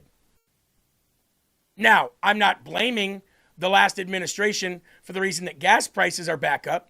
We know the reason that gas prices are back up. We know that since February 28th, that gas prices were going to go up and down and up and down. The issue that I have now is that we played this game with Iran too long. The game of diplomacy and trying to keep people from dying, trying to keep infrastructure there so it didn't have to be bombed and destroyed and depleted. And, like all of us could have probably guessed, you cannot negotiate with terrorists. You can't. Terrorists cannot be negotiated with because they only want terror. They don't care if they live in caves for 1,000 years. They've got women to rape, young boys to traffic, and goats to breed. They don't care. Wonder how that comment went over there on Lefty Tube. Chad says Trump gives the Taliban $40 million a week. Actually, you're wrong. Congress gives the Taliban $40 million a week. Taliban's been getting $40 million a week long before President Trump. All the way through the Biden administration. Congress does. Not Trump. Wrong again. Research and think before you speak. Don't be so stupid. It's not a good look. Not having just basic common sense is not a good look. Now, I want to, instead of lecturing the left on, economic failures of the last administration and what we're trying to do to not only get out of it, but also move on with our agenda, I've got to play this video for you.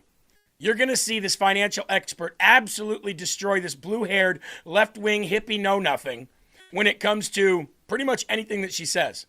A blue-haired socialist activist who goes by the name Doomsday, just got absolutely obliterated on camera by a financial content creator named Caleb Hammer. Now, Caleb Hammer actually has a degree in economics. He studies economics, but that's not the only thing that this guy's privy to.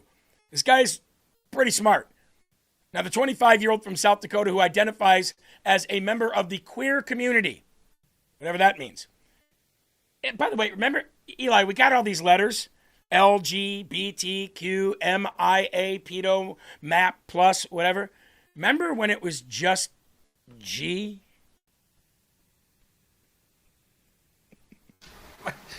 Yes, Jeremy, I seem to remember a day when it was just the G that stood for gay.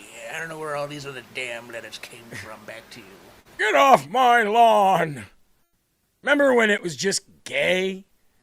You were a gay man or you were a gay woman. Nowadays, you're only gay. Gay is a man, lesbian is a woman, bi is both, queer is, I don't even know anymore. I remember playing Smear the Queer, Eli, when we were younger. Pick out somebody in the playground, you're the queer, and then you'd smear that queer.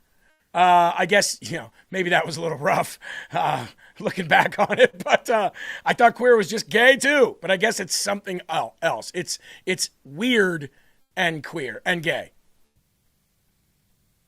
The thing that kind of confuses me the most is why they don't get rid of the B for bi, because bi stands for two. You're one or the other, one or two, and they like to say, "Oh, there's an endless amount of genders. I'm a mouse gender."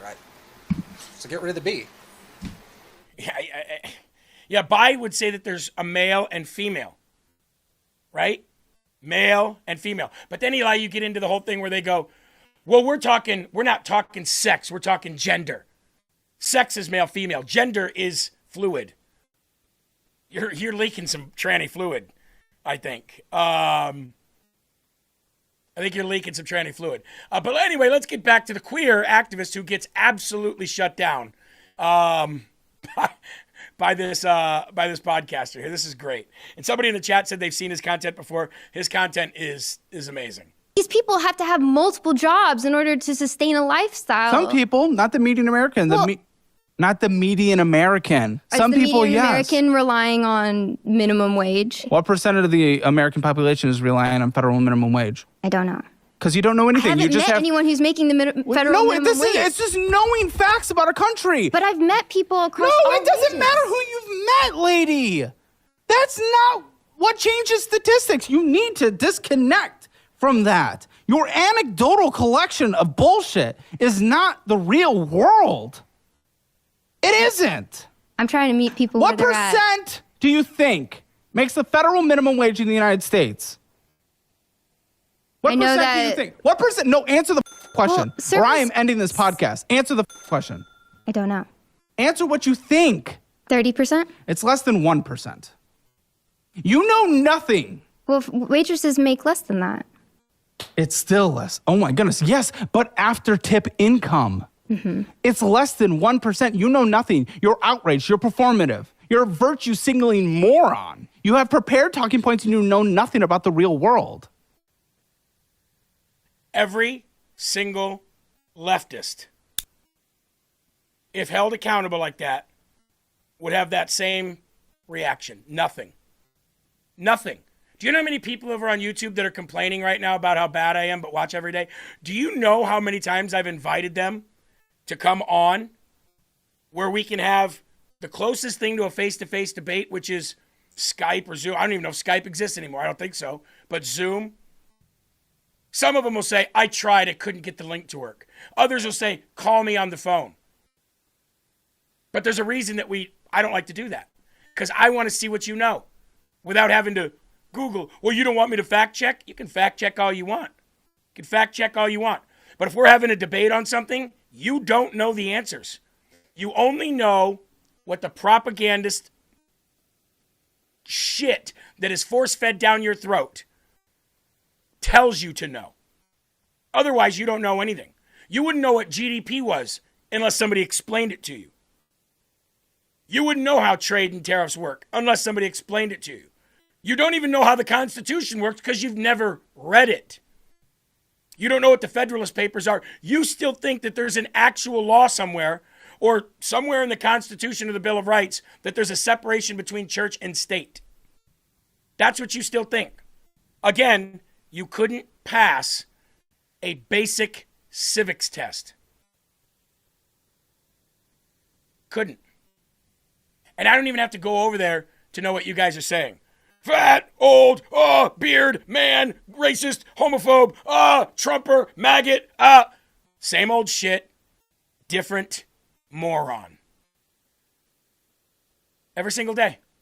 The mother of idiots is always pregnant, and she's registered Democrat. So, now, Eli, go ahead and give us a refresh.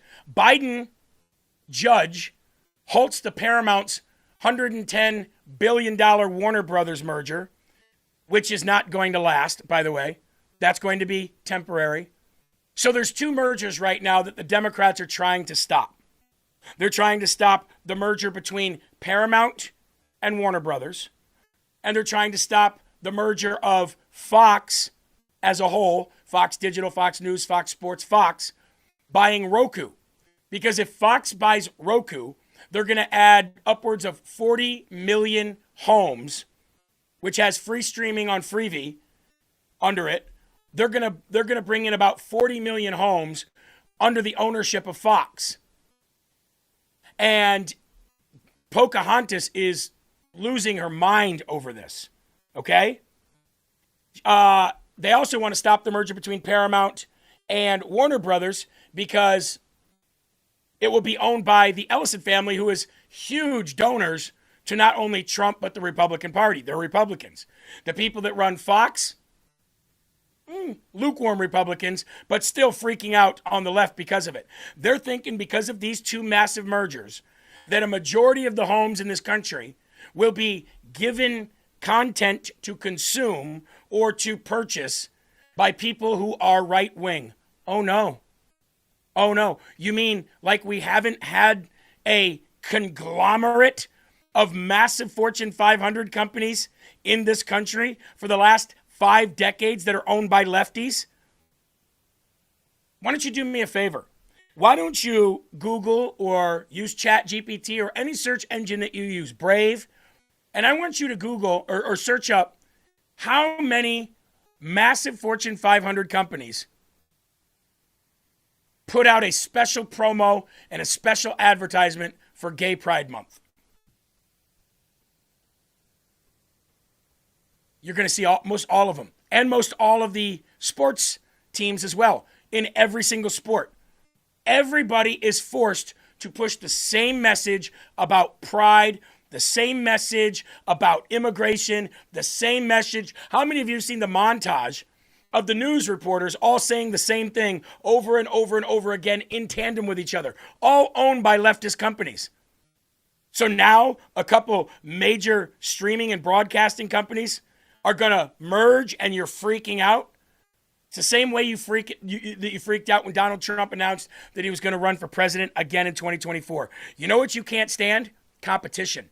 You can't stand the fact that you're losing your grip on everything. You can't stand the fact that your tentacles aren't wrapped around everything anymore. You can't stand the fact that women like Sydney Sweeney, who isn't nearly as gorgeous or as hot as everybody says she is, but she's way up here with stuff. Why? Because she's an American. And a majority of the people in this country love Donald Trump. That's why they voted for him. A majority of the people in this country love traditional Americana. They love old westerns and the cowboy tradition. They love the single, the one parent in the house only having to go to work while the other parent can stay home if she chooses and raise her kids. That's conservatism. That's traditional America. You can't stand that. You can't stand muscle cars in the 80s. You can't stand rock bands. You can't stand masculinity. I bet you that you leftists hate Top Gun, don't you? I bet you couldn't stand when they remade Maverick because they didn't wokeify that and put all that BS in there for you. You hate it. You hate traditional Americana. I bet you won't even drive Route 66 because it's so traditional Americana. But I can tell you this. With stuff like this, these mergers, we're taking it all back, and there's not a damn thing you can do about it. Just like you can't get me off YouTube right now. You couldn't report me enough to get me off YouTube right now. You can't do it. You've lost. You can't get us banned on Facebook anymore. The only social media that bends to your will is TikTok, and I wonder why.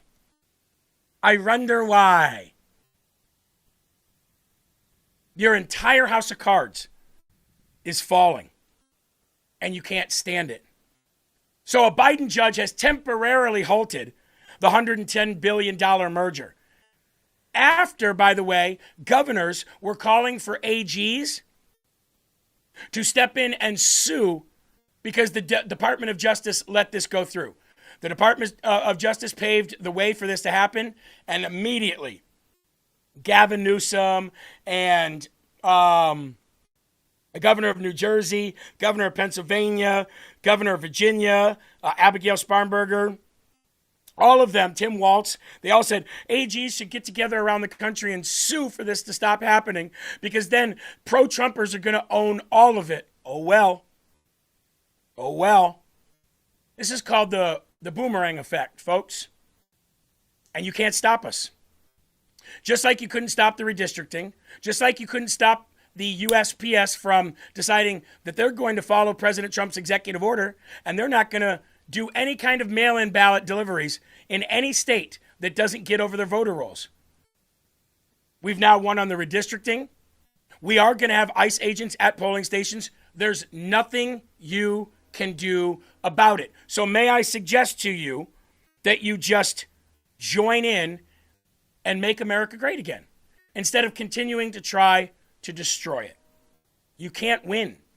We spent 4 years telling you we're coming for you. Now we're going to spend the next 6 years telling you you can't win. Once we got power, we were never going to give it back. And we're sure as hell not going to give back a fraudulent anything peacefully ever again. I told you not to let us back. I told you not to let down your guard, and you did. And now you watch us on YouTube, and you lose your mind. Like Jamie Raskin did at a socialism convention. We're the ones standing up for democracy and human rights all over the world. That's who we are. That's our assignment. And what are they doing? Winning. They're siding with the autocrats. Sure. The kleptocrats. Sure. The theocrats. Call it what you want. The plutocrats. We're winning. But we're the Democrats. Ooh. And we're standing up for democracy wherever it's under attack around the world. Remind me which house of the government you are in control of again. Not the White House. No, most Americans wanted Trump. Not the House of Representatives. Most Americans wanted Republicans. Not the Senate. Most Americans wanted Republicans. Remind me again who the Democrats are? And guess where it's under attack? Right here in the United States of America. Oh, no. Right here. Oh, no. Our whole Constitution is under attack. No. These people are constitutional illiterates. And they're savage destroyers of our Constitution. Constitutionally illiterate, says the guy who calls us a democracy every day and says that there's a separation between church and state. We're constitutionally illiterate. But he calls this country a democracy that has separation between church and state. We need to go out and give them a constitutional lesson. Oh, yeah, you do? In what? Did you tried to give us a constitutional lesson when we overturned Roe v. Wade? You think birthright citizenship is done, by the way? No, we're going to take that back to the Supreme Court, and we're going to force the fact that they rule by the Constitution. So you'll lose that one, too, in the end. You lost the redistricting one. You thought that was constitutionally protected. You lost there. The Supreme Court in Virginia said it wasn't constitutional what you were trying to do there. You lost there. It seems like when you actually go by the Constitution, you guys lose every single lawsuit against President Trump. You said it was against the Constitution that he was firing department heads. You lost there. You said it was unconstitutional the fact that he was doing tariffs. You lost there. He only had to switch the way he was doing tariffs. If he just switched it and did it under another act, he was fine, and we've been doing that ever since. You lost there. Every single thing that you say is unconstitutional, you lose. You lose. And you know what they'll tell you, Eli? Mom Donnie won in New York City. So you mean a shark won in shark-infested waters? Oh, no. Nobody gives a shit. As a matter of fact, Wall Street is looking at Texas as a possible move. And if Wall Street leaves New York City, you guys can just sit in your own squalor of piss, shit, and illegal immigration and knock off bags at every bodega on every corner of every street. If Wall Street leaves, New York City's done. The only thing keeping it propped up is New York City. So we'll see how you do during the midterms. But that's still not stopping them. They'll still say that the 2016 election was stolen. In the same sentence, they'll say you can't steal elections in the country because it's the most secure country to have elections. Then they'll say, we can't confirm Donald Trump's nominees because they worked for Donald Trump before. But then when they get nominated, they say they're all illegitimate. They say the Supreme Court is illegitimate, but they tell us that kind of rhetoric gets people hurt. You understand the hypocrisy that I'm laying out moment here? is that we stop the confirmation of Donald Trump's former personal defense attorney, Todd Blanche, as the next Attorney General of the United States. The notion of that is absurd. It's outrageous. This is somebody who's weaponized the Department of Justice at the direction of Donald Trump, a wannabe authoritarian. He's at the center of the cover-up of the Epstein files. When we spoke to Pam Bondi in her transcribed interview, she mentioned Todd Blanche over 30 times, saying that the Epstein files cover-up was entirely under his purview. We will continue to fight for justice for the survivors. If there's one thing I have learned from the many interviews we've taken part in thus far, from Kathy Rumler to all of the rest of them, is that this cover-up has been going on for a very, very long time. The corruption has been going on for a very long time. And rich and... Okay, stop. Thomas Massey and Marjorie Taylor Greene and Ro Khanna say that they know a lot of the names on this list. The same ones that have been standing on Capitol Hill on the steps with all the victims say that they know who those people are. And that someday they're going to release the names right before they leave office. Just release their names. I agree. Anybody that knows a name should release the name. Thomas Massey, Marjorie Taylor Greene, Ro Khanna. Those are three that I can name right off the top. Shouldn't you release the names? You claim to know them. Wonder why they're not mentioning those names. Wonder why they're not mentioning the names of the people that claim to already know this. Don't even have to release the any more files that they think exist. Just release the names. Just say them out loud. What are you scared of? Powerful people have protected one another and have let go these atrocious crimes. It is disgusting to hear Ms. Rumler talk about the fact that, in hindsight, the joke doesn't seem appropriate. And comparing 2026 to 2019, 2018, this is not long ago. This woman was joking about the fact that Jeffrey Epstein was convicted of soliciting sex from a minor. Hey, remind me, who was Jeffrey Epstein arrested and convicted? Who was the president at that time? Oh, it was Donald Trump. Who's the only president to order the release of any files about Epstein? Oh, it was Trump. So Trump is the only one to order any file release, regardless of how Pam Bondi did it, which I agree she did it wrong. But Trump is the only president to order those release of those files. Biden didn't. Not once. He was convicted under the same under the Trump administration. I didn't see Biden trying to do anything. I didn't see the left trying to get out any information until Pam Bondi botched the rollout. Even prior to the rollout, they weren't saying anything. It's only after the rollout did they capitalize, because they saw that we weren't happy with the rollout. So the left capitalized on that, turned the whole thing around and said, Trump is protecting the pedophiles. Meanwhile, that information has been out there for I don't know how long. Congress must have known. Members of Congress must have known. So I always say this, Eli. If you're going to say that the Trump administration is protecting pedophiles, then why is the Trump administration the only ones that's released anything? And why was he arrested and convicted under Trump? And why did Trump kick him out of Mar-a-Lago? All those things can't be same or can't be true if he's the pedophile protector. It's just common sense. Yeah. That's also, like I say all the time too, you're never going to get me to stop saying this. If he's guilty and he's in the files and there's proof, why didn't the Democrats release it when they were in control of the files for 4 straight years? There's no good answer you can give me to that. No. And there's only one thing that we know for sure about what the Democrats did with the files. Tried to put them in burn bags. Tried to get rid of the evidence. We do know that. That's a for sure thing. So, anyway, we'll move on because there's a lot more to get to. while the Democrats are busy constantly and only bashing Trump, I saw this video that Benny Johnson put out yesterday of this woman who was absolutely blown away that somebody wearing a red hat could be nice. Gas station, no biggie, right? So I just had my first interaction with a red hat, right? A red hat.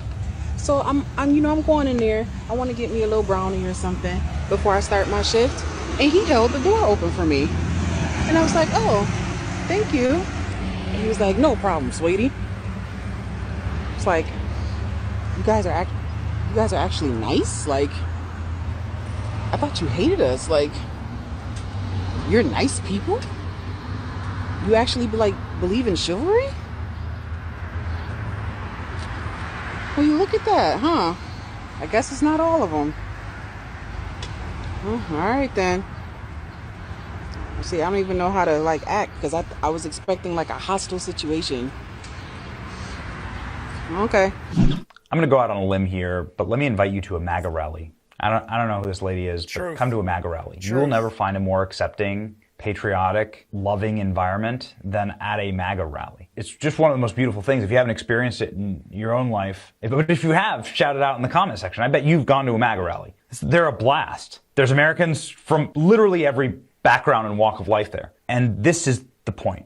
They want this. They want you, presumably you think that because we're white, maybe, and you're black, that seems to be the paradigm that you're talking about here, you're a Democrat and we're a red hat, that we hate you, that you're supposed to hate us, right? But that's actually a construct of the system. They want us to hate each other even though we're the same. We're middle class, we come from nothing, we're bootstrap Americans, we're just here to try and scratch out a living and make this whole thing work for all of us. We pay too much in taxes, gas prices too high, grocery prices too high. We all go to the grind every single day and try and work. That's the vast majority of Americans. Our ruling class wants us to think that it's left versus right, that it's you versus me, but it's actually us versus them. It's actually the 99% of us that are just here to try and get by and provide for our families versus the 1 or 2% of the oligarch class, the establishment, the deep state, whatever you want to call it, that have wrecked this nation. So I'll call it the ruling class and power to the people. I think that's what everybody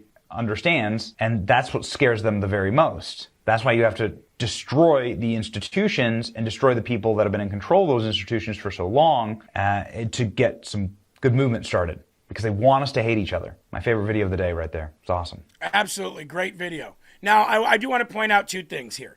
Number one, did you hear what she said? I guess they're not all the same. You see the irony there? Do I really have to dig deep into that? See, there's an old saying that when you point your finger at someone else, you have 3 fingers pointing back at you. So I just wanted to acknowledge that statement when she said, wow, look at that. I guess they're not all the same, are they?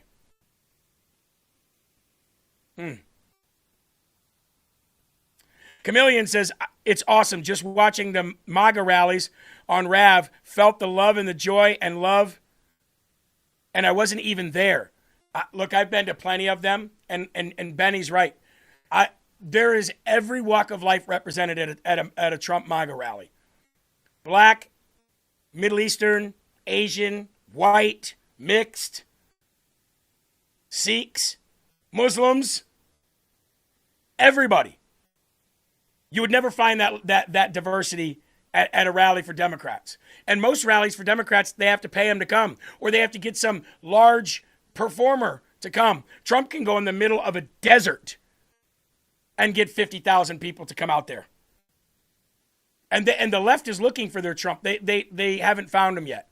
The other thing that I'll say, and I know that Eli can also agree with this, Eli, the only hate that I see from white people towards black people in today's world, all you have to do is wait for Will Johnson to come on after my show and go over to our YouTube page.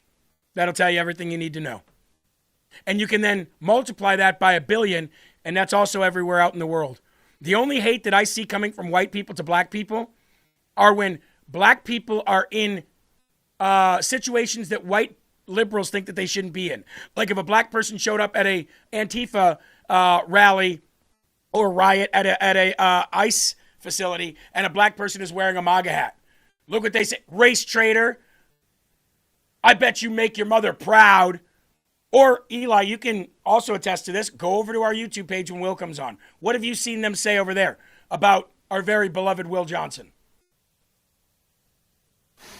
Oh, they've called him an Uncle Tom. They've called him a house N-word. Yep. I mean, they just whip out the dictionary of insults and go to town. But then they'll turn around and call us racists. Again, you point a finger at somebody else, you got three fingers pointing back at you. Now, Charlemagne, and I won't call him the God. Charlemagne on the Breakfast Club, he, once a week, or maybe every couple weeks, he takes calls. He took some live calls, and he wasn't expecting to hear this about President Trump, especially from a fellow black man. You could see I can't believe that you're saying this.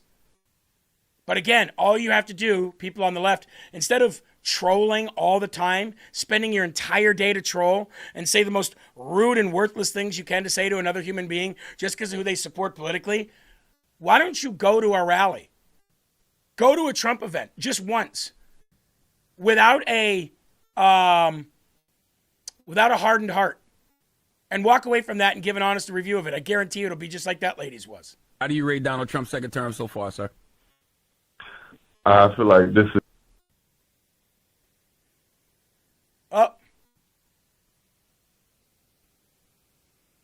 Don't tell me that video no longer. Yep, that video no longer exists. That video that I had pulled up no longer oh no, there it is. I got it back.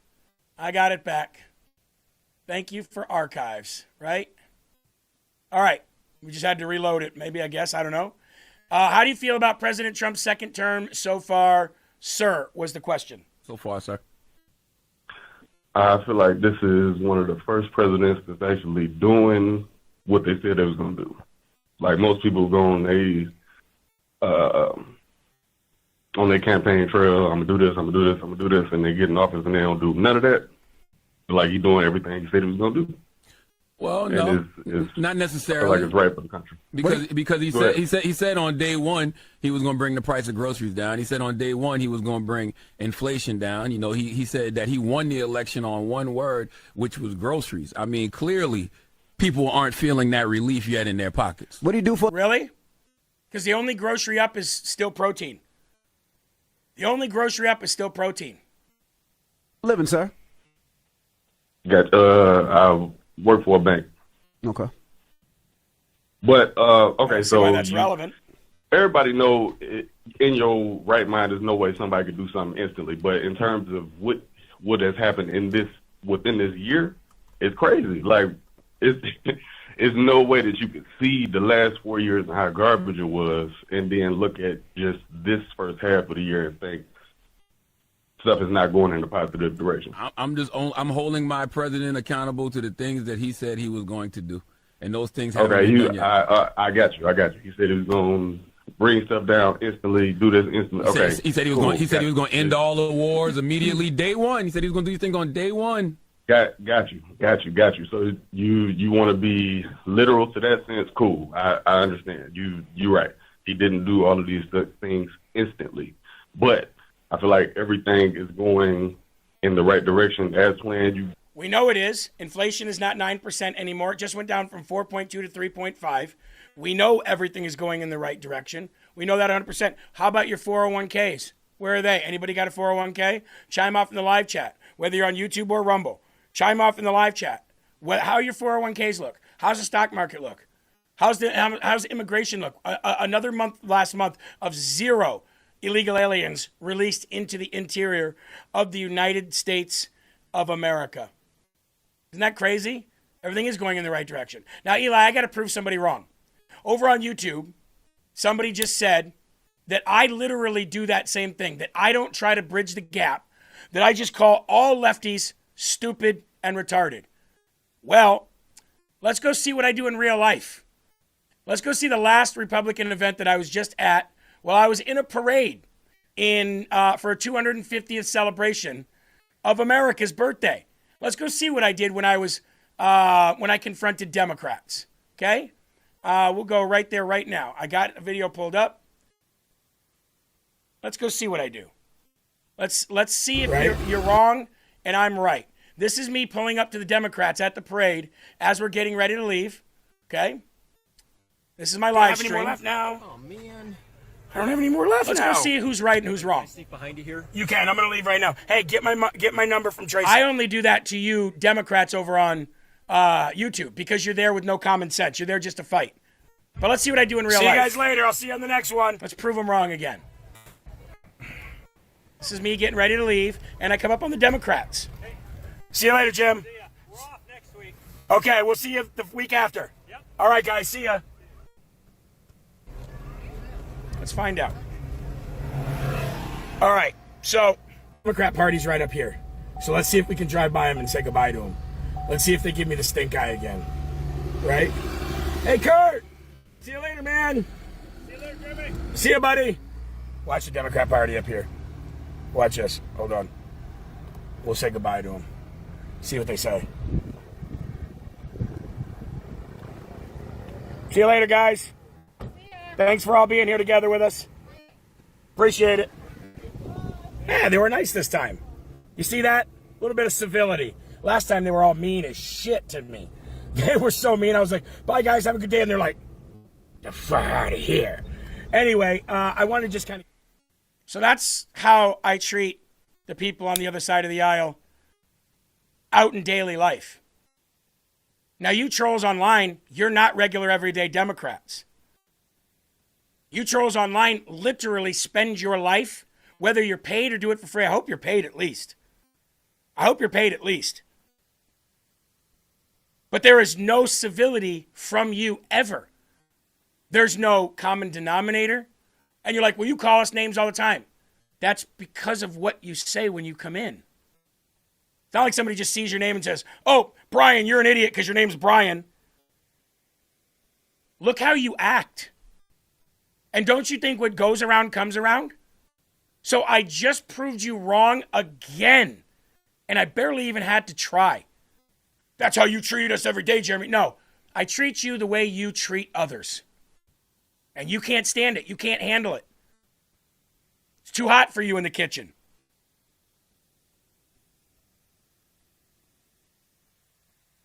$12GG said groceries went down for me, but gas is fighting the battle. Absolutely. Absolutely. But you can't, but a person can't logically sit there with a straight face and tell you things are more expensive now as they were for 3.5 years under Biden until that very last little bit when people knew Trump was coming in and the stock market started flying. That's the truth of it. Even the Spain players yesterday, Eli, the left was telling us that Spain, the soccer players snubbed Trump. They hated him, right? Explain this then. This is one of, I think, 5 different Spain players after they won wearing a Make Spain Great Again hat. And they're getting absolutely destroyed by the left today. You kiss Trump's ring just like the maggots do, blah, blah, blah. Maybe, just maybe, people actually love life in America under Trump.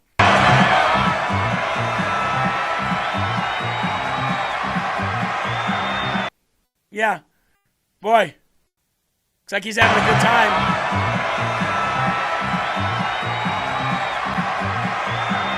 Make Spain great again. You want to know why he's wearing that hat? Because everybody that came here to watch the World Cup absolutely fell in love with this country. And they said, we don't believe the lies of the left. Not in your country and not in ours.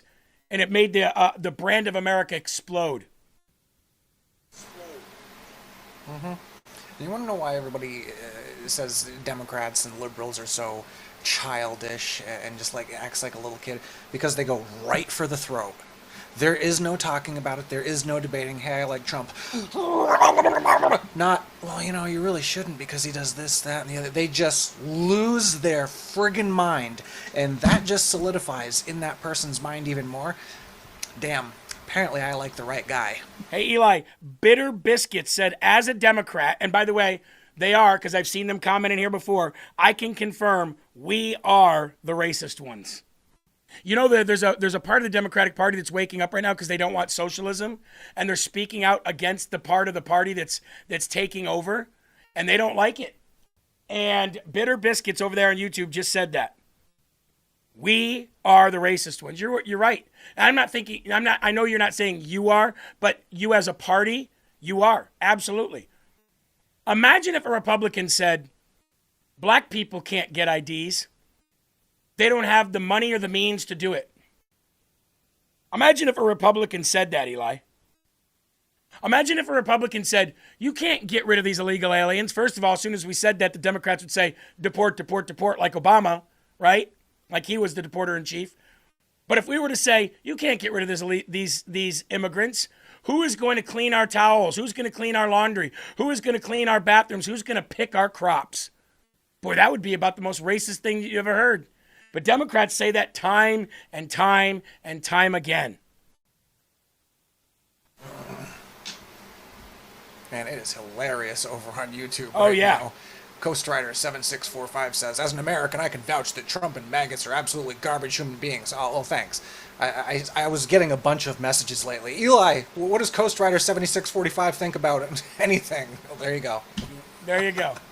There you go. And again, Eli, yesterday, it's not only the left either. Can I tell you guys this on Rumble? Yesterday, I had a back and forth with a black pillar, a guy who was basically swinging off the nether regions of Thomas Massey along with Ryan Matta. Eli, hold on. I'll stop the story. What'd you just see? And as if to prove that person's point of them saying that they were the racist ones, Coast Rider once again says, this is an M I'm saying it with, you maggers are literally cooked.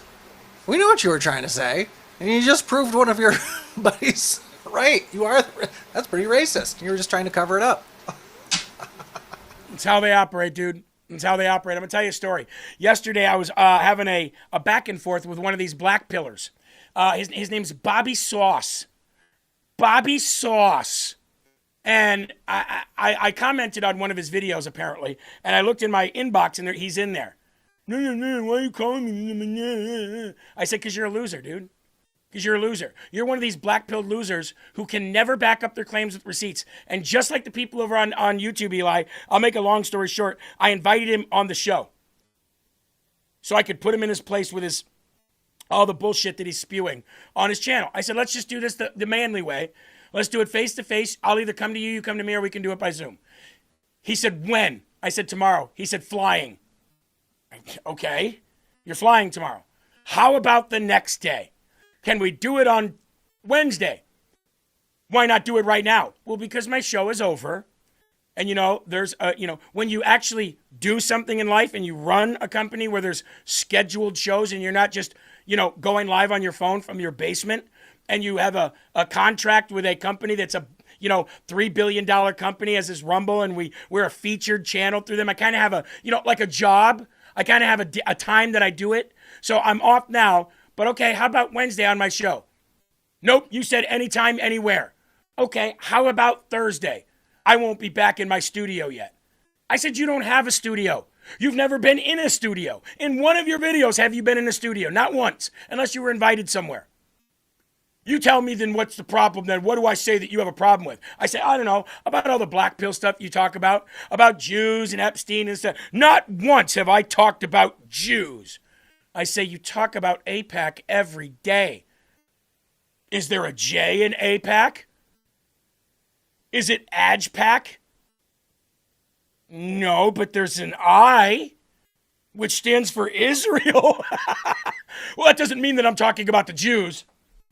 Okay, how about Friday? Friday, I won't be back in time. Okay, then I'm done talking to you. Eli, the black pillars and the left-wing part of the social media groups, they're the most cowardly lions that I've ever met in my life. Who grabbed my tail? Oh, that was me. Zhupak, sign up today for Shugana.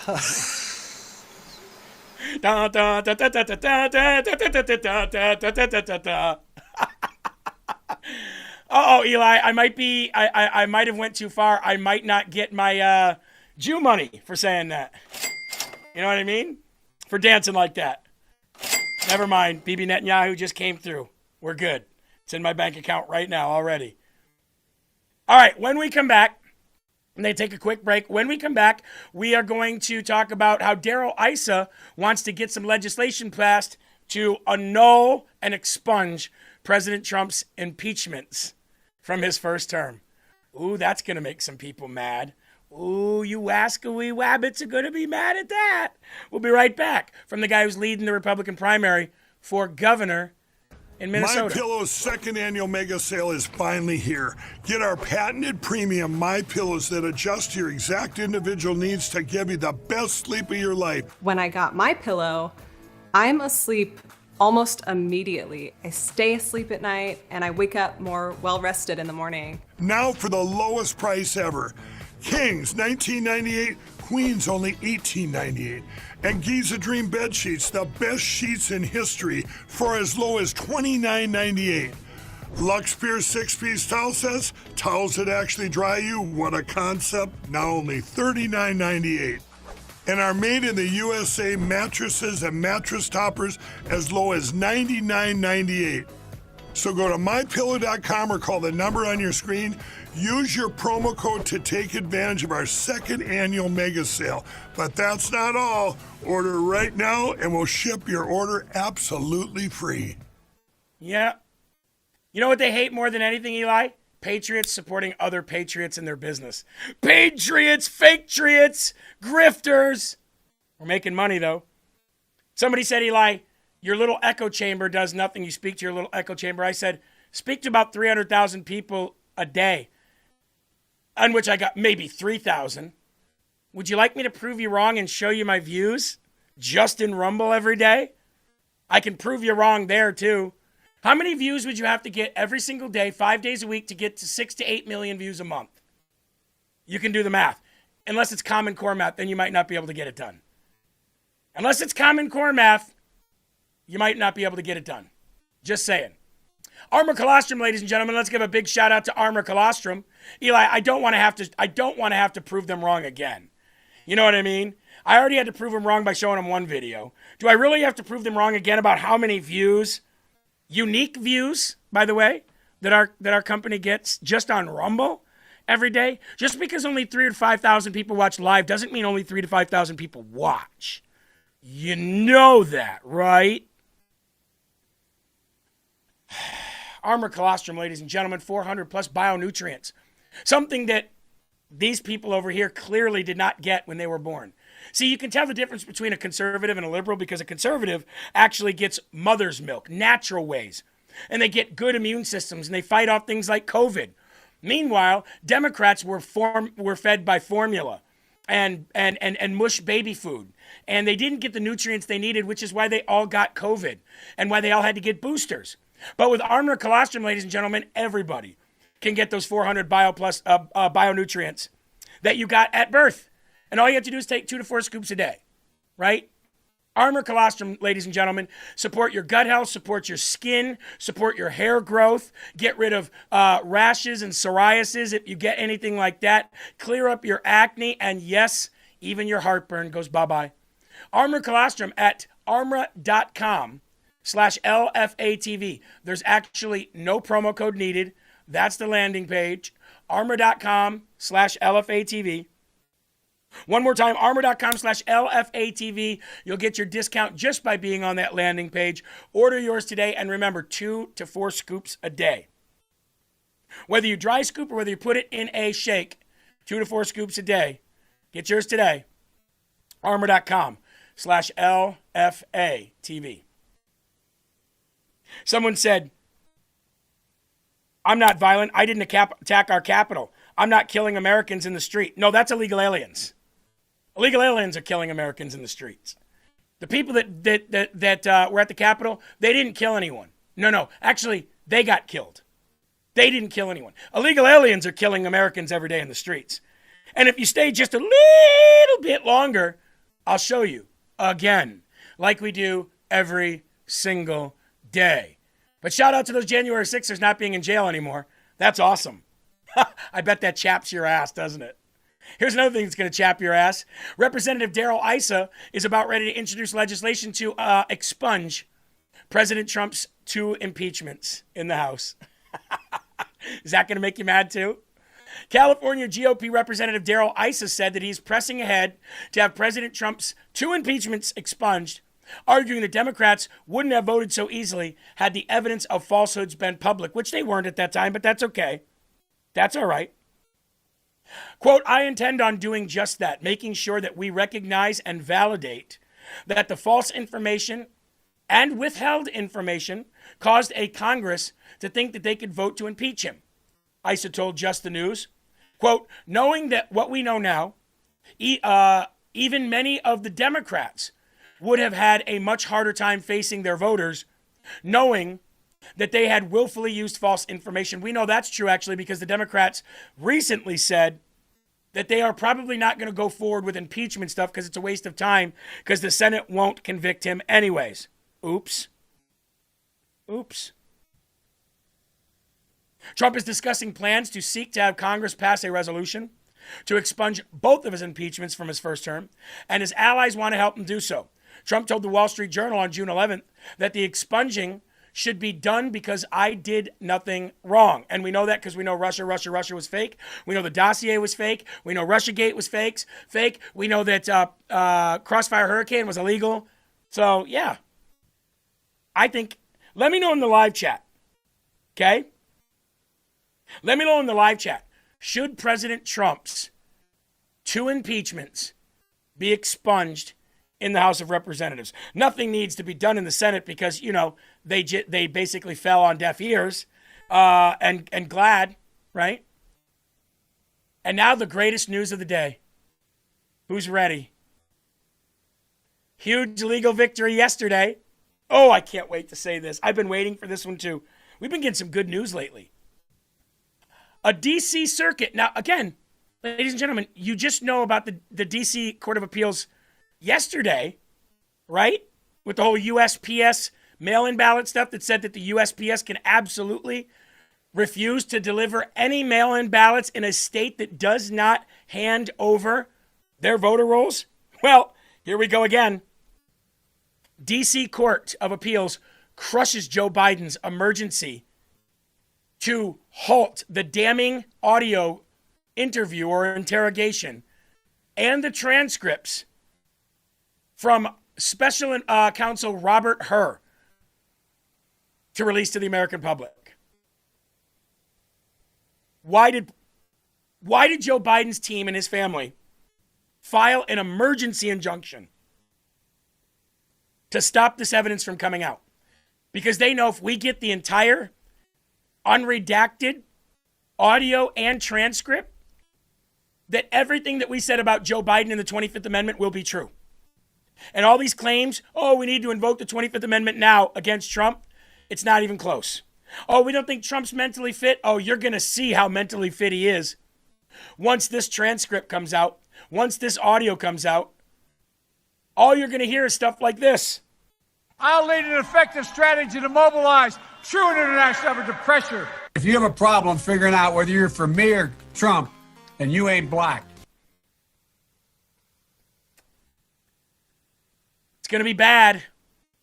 And it's not only going to be bad for the Democrat Party of the past, but it's going to be bad moving forward. Because guess who the biggest voting bloc is out there that we need to get in order to win elections? Independents. Democrats are going to vote Democrat. Republican are going to vote Republican. The independents, though, once they get to hear the entire tape and read the entire transcript, they're going to say, I'm pissed off that this was not dealt with. I'm pissed off that this was not handled. And some of the Democrats are going to go, no wonder why they took our vote away from him and just gave it at their own will to Kamala Harris, who had never won a primary ever. As a matter of fact, in that Democrat primary that she was in, that Joe Biden ended up getting the nomination for, she got 1% of the vote. 1%. That's why we used to call her Cackling Kamala Miss 1%. A 3-judge panel of the U.S. Court of Appeals for the D.C. Circuit yesterday denied Joe Biden's emergency motion for an injunction pending appeal that sought to block the Justice Department from releasing transcripts. Now, it will be slightly redacted, so it won't be fully redacted because obviously there's going to be things in there that the federal government thinks will put them at risk if get out, but we'll take what we can get. I want them all unredacted, though. And the audio recordings to accompany it of his private conversation with ghostwriter Mark Zwanitzer. The 2-to-1 order in the Heritage Foundation and Mike Howell versus the United States Justice Department was signed off by Chief Judge Sri Srinivasan, an Obama appointee, and Judge Gregory Katsas, a Trump appointee, and Judge Florence Pan, a Biden appointee, who also dissented. So the Trump appointee and the Obama appointee actually ruled that these have to come out, that they cannot stop this. This is great. The materials at issue are hours of recordings and transcripts from 2016 and 17 session, in which Biden spoke with Zwanitzer while preparing his memoir, Promise Me, Dad. Special counsel Robert Hur obtained the recordings during his investigation into Biden's unauthorized retention and disclosure of classified documents. Remember the ruling was he's just basically an old man who's forgetful and he doesn't know anything and he's got a poor memory. That's why he illegally had classified documents. Not like Trump. Trump was the president. He could have any classified documents he wanted. Before, during, and after he's in office. Joe Biden couldn't. He was the vice president when this was in question. So again, this is going to be great when this is released. Hur's team prepared transcripts and relied on both the audio and the transcripts in concluding that Biden willfully retained classified material. That should have banned him right there from being president. He should have gotten charges right then and there, and he should have went to prison right then and there after leaving as vice president, while ultimately declining to bring charges. Quote, Hur's report famously described Biden as well-meaning, elderly man with a poor memory. Well, let's go back in time, shall we? And there were documents related to the Penn Biden Center or the Biden or the cancer booster shot or your book. Where did you keep papers that related to those things that you were actively working on? Well, I don't know. This is what, 2017, 18 area? Yes, sir. Remember, in this time frame, my son is either been deployed or is dying.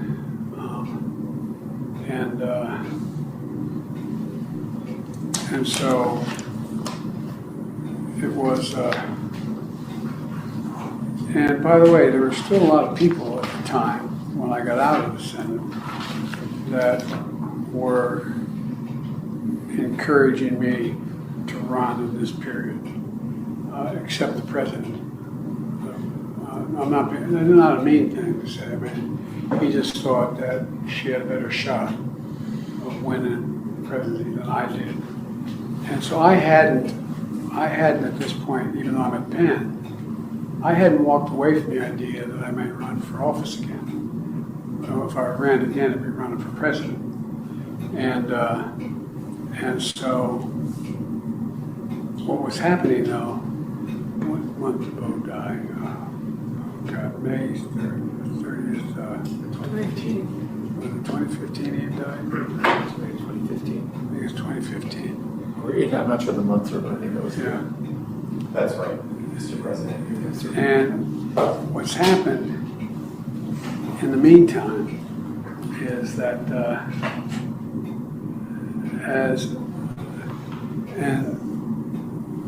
Trump gets elected in November of 2017? 2016. All right. So,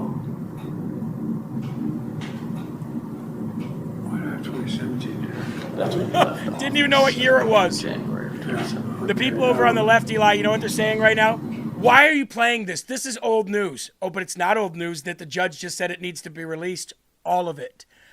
hours of it, which may lead to a prosecution of the old cancer-ridden man because of the whole, keeping classified documents willfully when he didn't have the clearance to do so. He wasn't charged under that Department of Justice. He may be charged under this one. Or at least the people that are puppeting that dementia-ridden old man. That's why we're playing it now. Plus, it bothers you. But that's when Trump gets sworn in. Right. January. Correct. Okay, yeah. Correct. And in 2017, Bo had passed, and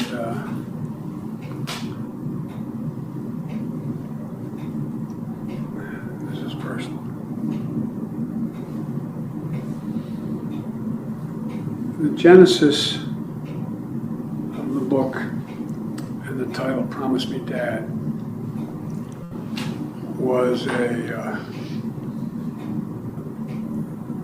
know you're all close with your sons and daughters, but Bo was like my right arm, and that was my left. What? These guys were a year and a day apart, and they could finish each other's sentences. And Bo, I used to go home on the train. 81 million votes. The period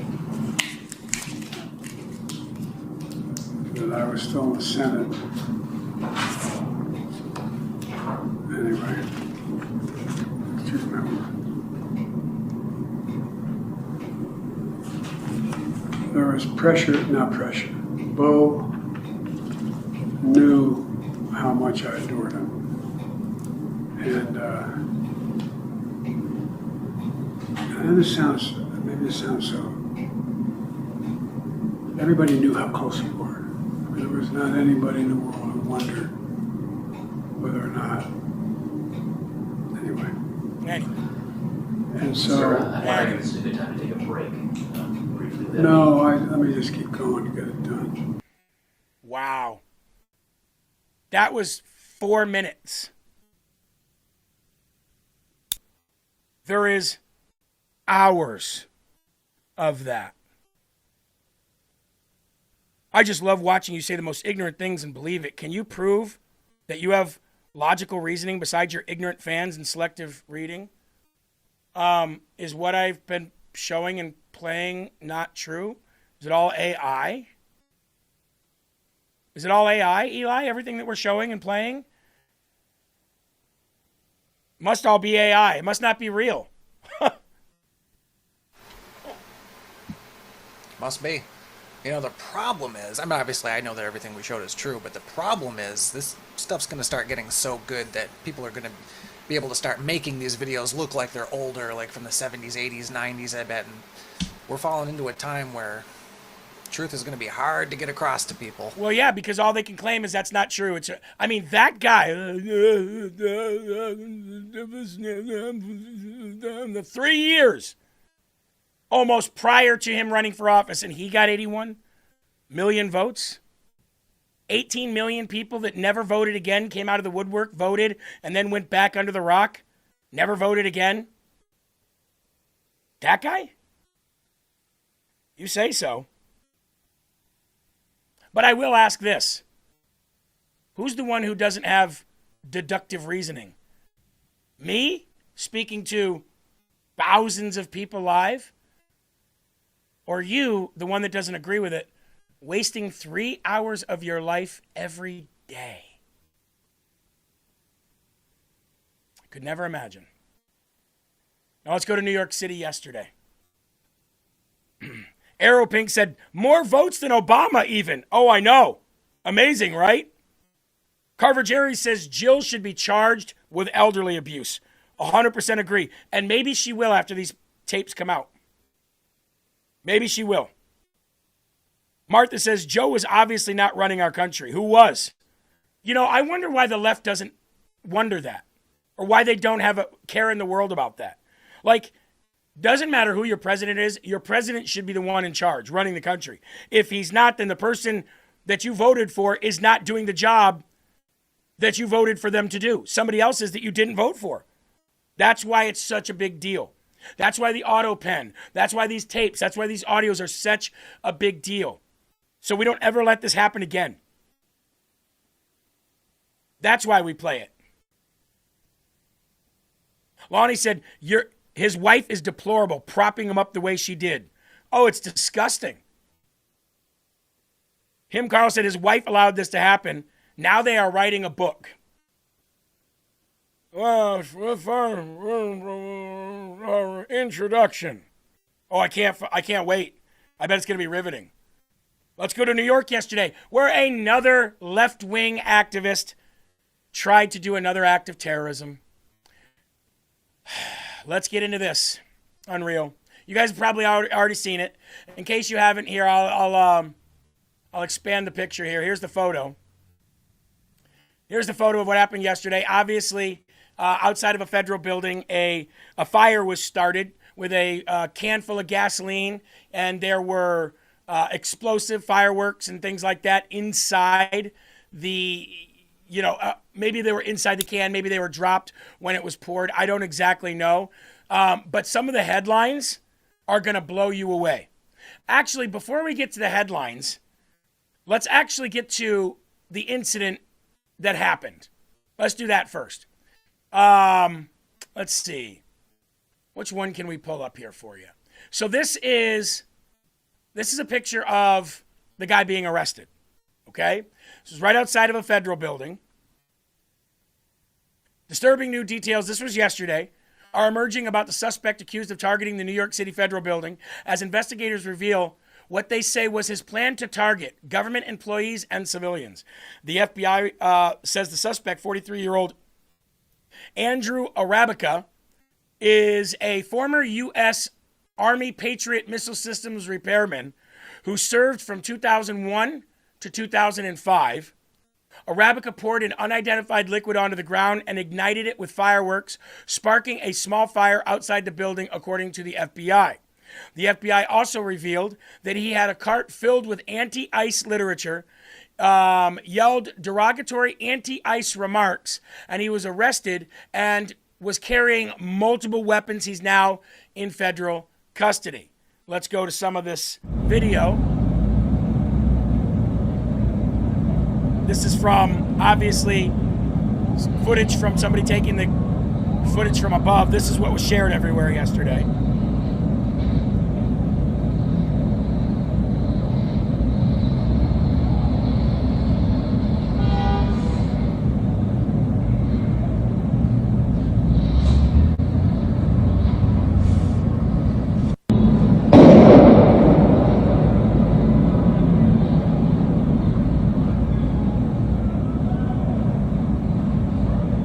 Got him pretty quickly. But let me ask, who's anti-ICE and who's screaming anti-American derogatory propaganda? Democrats or Republicans? Here's another video. Check this out, homies. What's your thoughts? Puros papas, fireworks and shooting? Oh man, what is he thinking? What is he on? Just ran up, poured it out.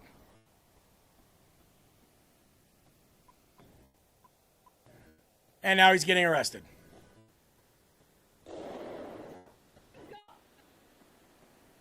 But again, I ask, who is doing this stuff?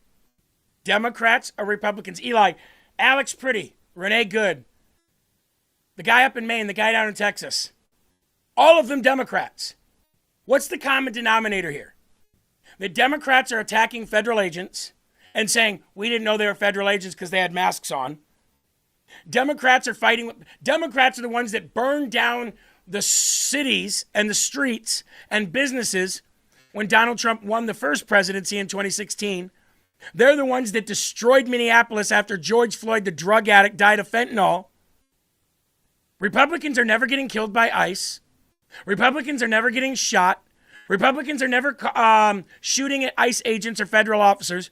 Republicans are never, at least nowadays, I'm not saying never in the past, but in the last collective 5 to 7 years, it's always the radical left. Always. We're busy working. They're busy planning attacks and arguing with people online, which leads me to believe, Eli, they either have no job or they're not working at their job. Because they're literally making time to come in and be basically terrorists with their fingers. It's all they do. They want to terrorize. I feel like this kind of backfired on them. It seems to me like, because he was carrying the anti-Antifa type stuff, they were trying to make it seem like it might have been a conservative, but conservatives don't dress like retarded midget skateboarders, and so to me, something Smollett's fishy. No, he had anti-ICE propaganda.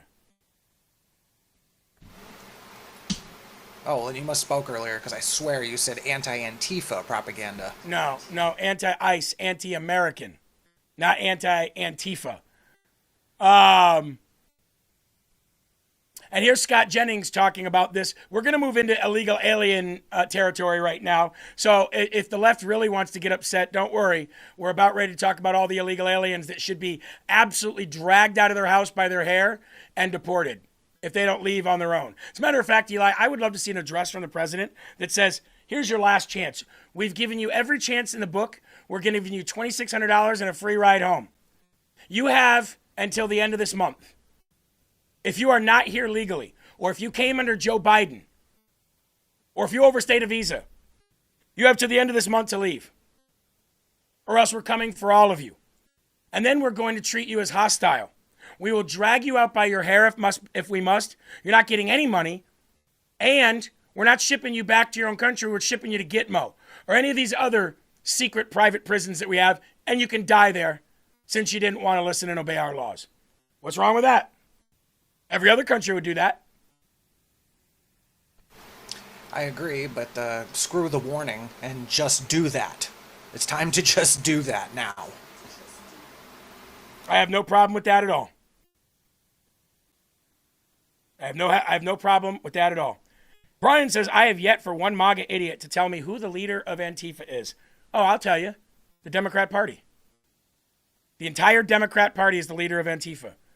And George Soros, who funds them. Pretty simple. So if you want one person, I'd say George Soros.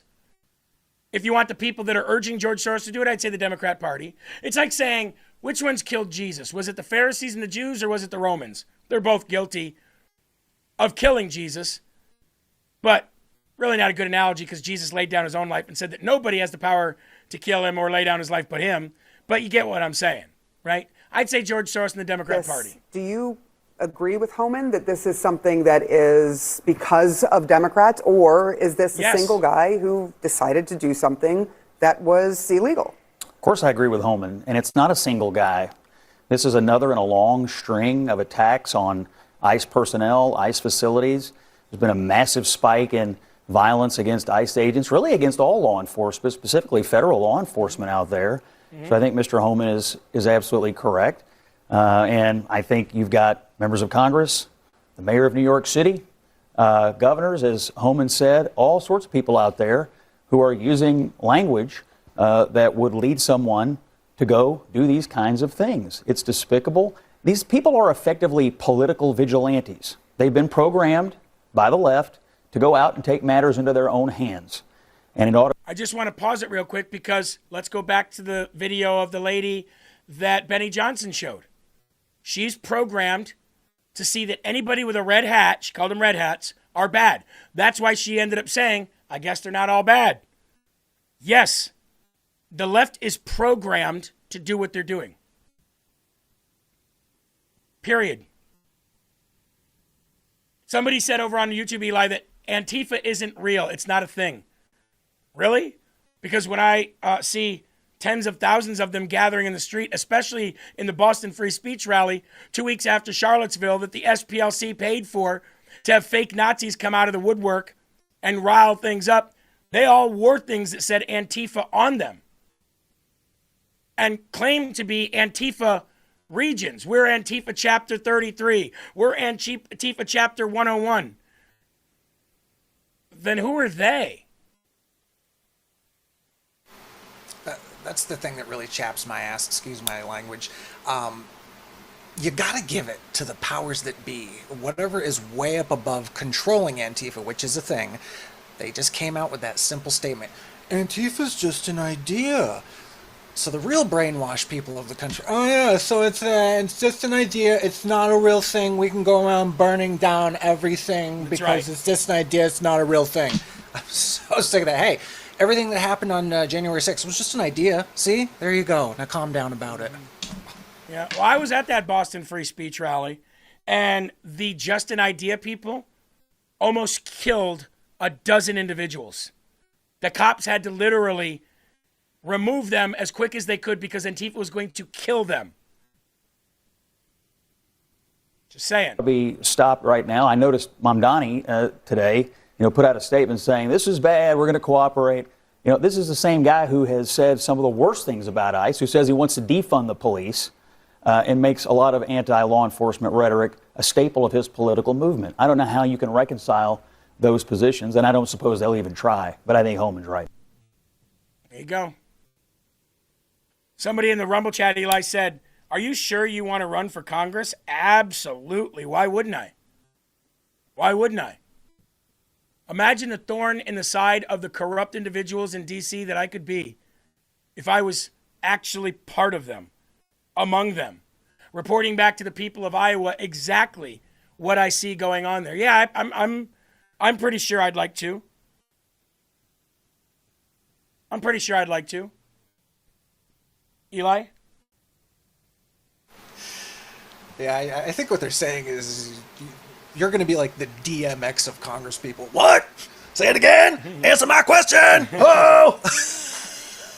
Yeah, they're not going to like me there, but that's okay. I'm not going there to make friends. But that's a long ways away. That's 2 years away. So we'll see what happens. Now we're going to move into New York City now. New York residents. I wonder, we were talking about New York earlier and about stock market possibly leaving New York City. And if it does, New York City is cooked. New York City residents collected a stunning $2.6 billion in welfare payments last year. A 71% increase since 2022. So the people that going, Mamdani won in New York. Won what? The people of America's hearts? New York City residents collected $2.6 billion in welfare payments in 2025.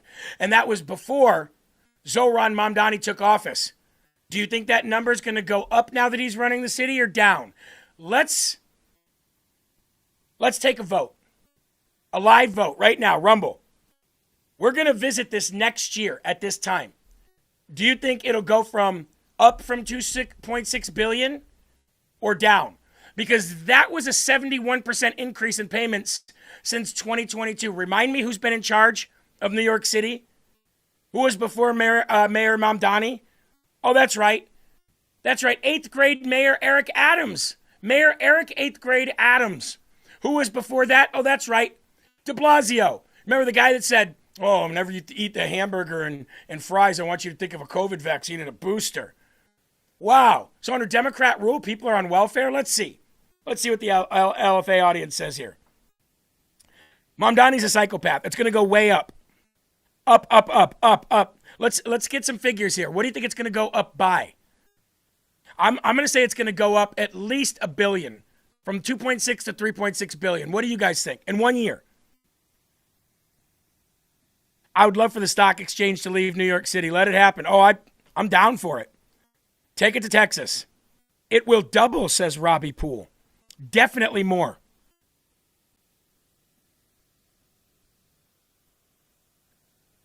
New York City went to shit the day that Giuliani left. Oh, I agree. Robbie says, Antifa's an idea, silly. Lonnie says, up, up, up, up, up. Absolutely. Absolutely. Jeremy, what do you think of Iowa Representative Meeks and Feenstra voting to give amnesty to illegals? Well, she is going to be who I would go against in a 2028 primary. So we'll leave it at that. Somebody said it'll triple. The director 2020 says it'll triple. So you mean to tell me that you think in a year it's going to go from 2.6 to 8.2? Boy, that would be huge. I don't think it'll triple, but I do think it'll go up at least a billion. At least a billion. What do you think the people over at YouTube think? Why are all of MAGA so stupid? Well, there's a good answer. The country is against Trump. Well, there's another good answer. Everyone in New York City loves Mamdani, except for the mouthpieces of billionaires like Jeremy. Well, there you go. There you go. So much confession in projection going on right now. Well, yeah, okay. We're talking about a record 77% increase in welfare in a Democrat-run city. So I don't know how much projection is going on there. Trump is a fraud. Trump 2028. Ooh, I like that. I'm anything but MAGA is what I am.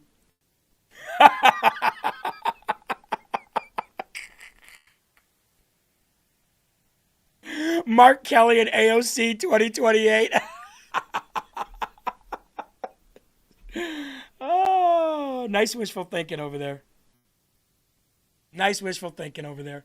2.6 billion, 77% increase under Democrats. I rest my case.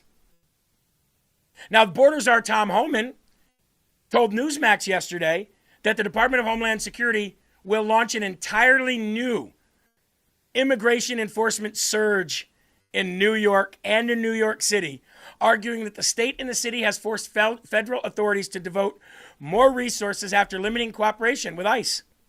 Homan's comments were told to Rob Schmidt last night, came hours after authorities said that a man allegedly set fire outside 26 Federal Plaza in Lower Manhattan, which houses ICE offices and other federal agencies. Investigators said that the suspect allegedly poured what to believed to be gasoline on the building steps, ignited the blaze with fireworks, and was taken into custody. And now, New York is going to see a surge in ICE officers.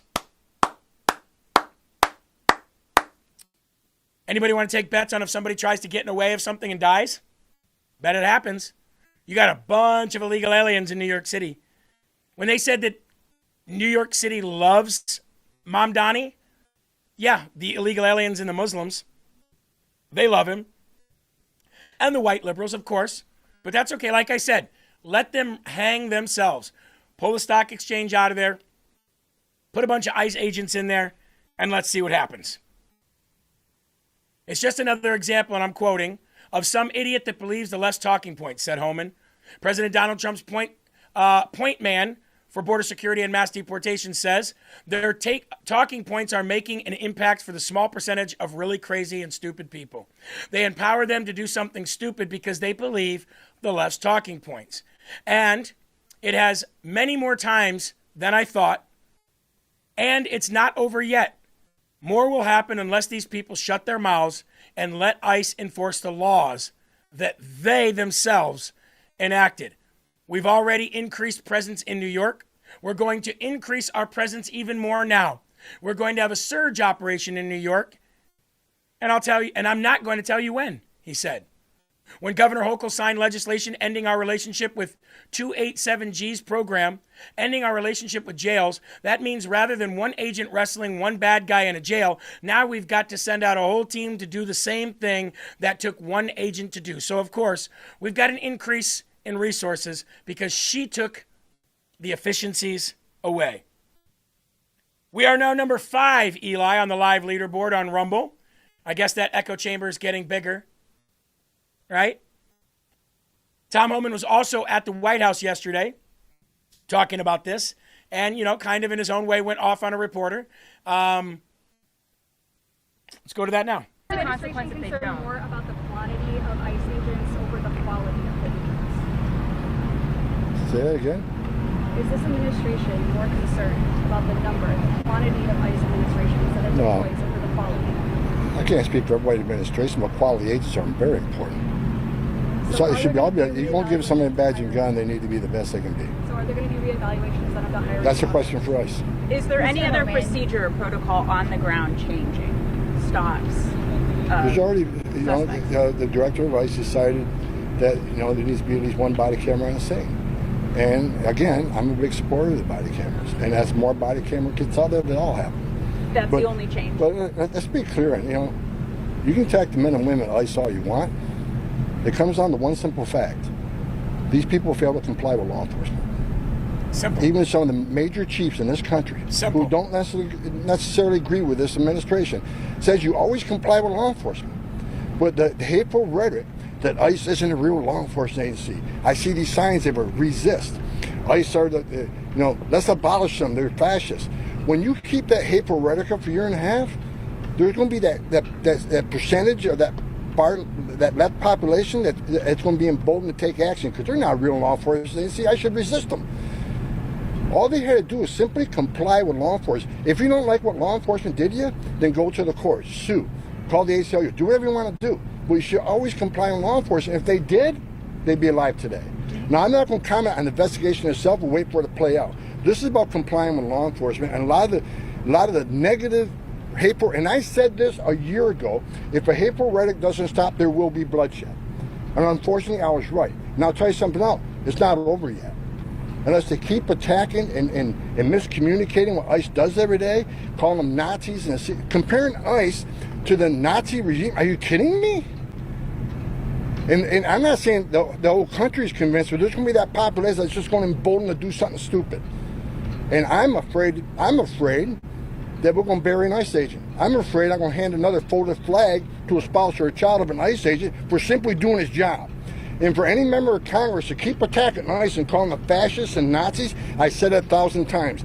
If they're a Nazi for enforcing the law, what's that make them? They wrote the law. We're not making this up. We're enforcing laws they wrote, and that they appropriate us money to enforce. Now, I'll say it once again. If ICE agents act inappropriately or illegal, they'll be held accountable, just like they were held accountable in Minnesota. Yeah. Everybody, guys. You know what he just said there? You know what he just said there? He said if you want to continue to do and fight against ICE, then you'll die too. Love it. Love it. Accountability, instant accountability. No courts, no rogue judges, no need for taxpayers to foot the bill for a trial or incarceration, no jury duties, no arguments. You get in the way, you don't comply, or you try to hit an ICE officer with your vehicle, you will die. Eli, that seems pretty straightforward, right? That's a pretty straightforward warning. You do this, you will die. So if one dies again, whose fault is it? They've had ample warning. Yeah. Yeah, it really doesn't get any more straightforward than that. It's a simple thing. If there's a huge 2-ton vehicle in front of someone and they're armed and the vehicle's coming at them, I would expect someone to pull their gun and try to stop that from happening. I wouldn't want a 2-ton vehicle rolling over me. Yeah, I mean, remind me again where those last bullets were? Oh, in the front windshield. Ah, yeah. Renee Good had a couple in the front windshield and the side as she drove away. She's dead now, too. Now, do I want people to die? Absolutely not. I don't care if you're a Republican or a Democrat. Do I want criminals held accountable in any way, that shape or form that is necessary? Absolutely. Now we don't have to have them here any longer terrorizing our cities, terrorizing our communities. We no longer have to worry about them hurting an ICE officer, hurting a police officer. We no longer have to worry about them possibly burning something down, Eli. The pyromaniacs that they are. They are no longer a worry. And that I like, getting rid of criminals. Yeah. Yeah. Yeah, absolutely. Damn Skippy. And I'm sorry to say, but these are the same two-faced scumbags who, if the officer did get run over, they'd be cheering, yeah, for Renee Good. Yeah, for Alex Pretty. Take those scumbags out. Just like you scumbags laughed and cheered on Charlie Kirk's killing. Yeah. You're sick. You're disgusting. You're two-faced. And you want to know something, too? I don't even want to hear you're advocating for the killing of Americans now. No, I'm advocating for the killing of criminals. Whether they're Americans or not, I don't know, and I don't care. But if Trump died today, every one of you would be on tomorrow talking about throwing parties, just like you did when Charlie Kirk died. So yes, I'm advocating for the accountability in whichever form that comes for criminals getting in the way of ICE raids. You get in the way of an ICE raid and you try to stop that from happening, you might get a broken bone, you might have loss of life. But either way, you're held accountable instantly. And the ICE agent is not. The ICE agent is not going to be held accountable for something that he did under the law that he was absolutely lawful in doing. So, yeah. Vet for Democracy, Eli just said, yes, I'd be cheering if Trump died. That's my point. That is my point. Thank you. Thank you. Now, would you like to get into the radical Democrat and illegal aliens killing Americans portion of the show? Because we got a lot of that too. But before we do, let's take a quick break, shall we? Let's talk about Golden Crest metals. Where are we at with gold and silver today? Let's find out. Gold price today, $4,074. Silver price today, $59.13. Well, that's come up quite a bit. Went down to 52 or 51. Golden Crest metals, folks, for all of your palladium, platinum, gold, and silver needs. If you have a portfolio, I imagine the people on the over there do not, but you guys do. You guys have portfolios. You guys have savings. You guys don't want all your money in the government's hands. You don't want to rely only on Social Security. A lot of people's savings are their 401k or their equity in their home. Well, you can add to that by also getting yourself some silver and gold, and especially silver right now. Silver is the buying time for silver. And gold too if you've got that kind of capital. But if you don't have that kind of capital and you want to just do a less riskier and a little bit less of an investment, then go into silver or palladium or platinum as well. GoldenCrestMetals.com/LFA. That's GoldenCrestMetals.com/LFA. Reach out to them today. I'm sure that everybody over there at Golden Crest Metals would be absolutely delighted to hear from you today. Also, OFP Farms, family owned and operated, grass-fed goat milk and tallow skincare products, including soaps, deodorants, lotions, beard oils, bath bombs, and more. And even the Smack Pack chapstick. They call it Christmas in July. Why? Because they've got a sale on everything, and you're going to get free stuff with it. Now, this deal is not going to go on for long, and usually they do about a month on, a month off. So if you want to stock up today and you want to get this skincare product from OFP Farms, the beautiful packaging, the love that it takes to go into this, the goats are the family of this farm. Natural ingredients, farm crafted, made with tallow and made with goat milk. Go to OFPfarms.com and use promo code LFA to get 20% off and a free Smack Pack today. And yes, they'll even take that from the people on YouTube. Order today, OFPfarms.com. Promo code LFA. Okay. Who are the violent ones here? Who are the violent ones here? How about the illegal alien who's convicted of killing Ruby Garcia? How about him? You talked about Americans dying in the field every day or in the streets every day. More illegal aliens are killing more Americans than anyone else by percentage today than anyone else. That means gangs. That means drive-bys. That means crazy people that live in remote areas where there's trafficking going on. Illegal aliens, by percentage, are killing more Americans than any other group in the country. And this sick son of a bitch in the middle of your screen is suing President Trump after being convicted of killing Ruby Garcia. Now, we covered the killing of Ruby Garcia when it happened. Another American dying at the hand of another illegal alien. Brandon Ortiz Vite, currently serving a 39 to 102-year sentence for the cold-blooded murder of 25-year-old Ruby Garcia, has filed a handwritten federal lawsuit against President Trump and the White House Principal Deputy Secretary Stephen Chung.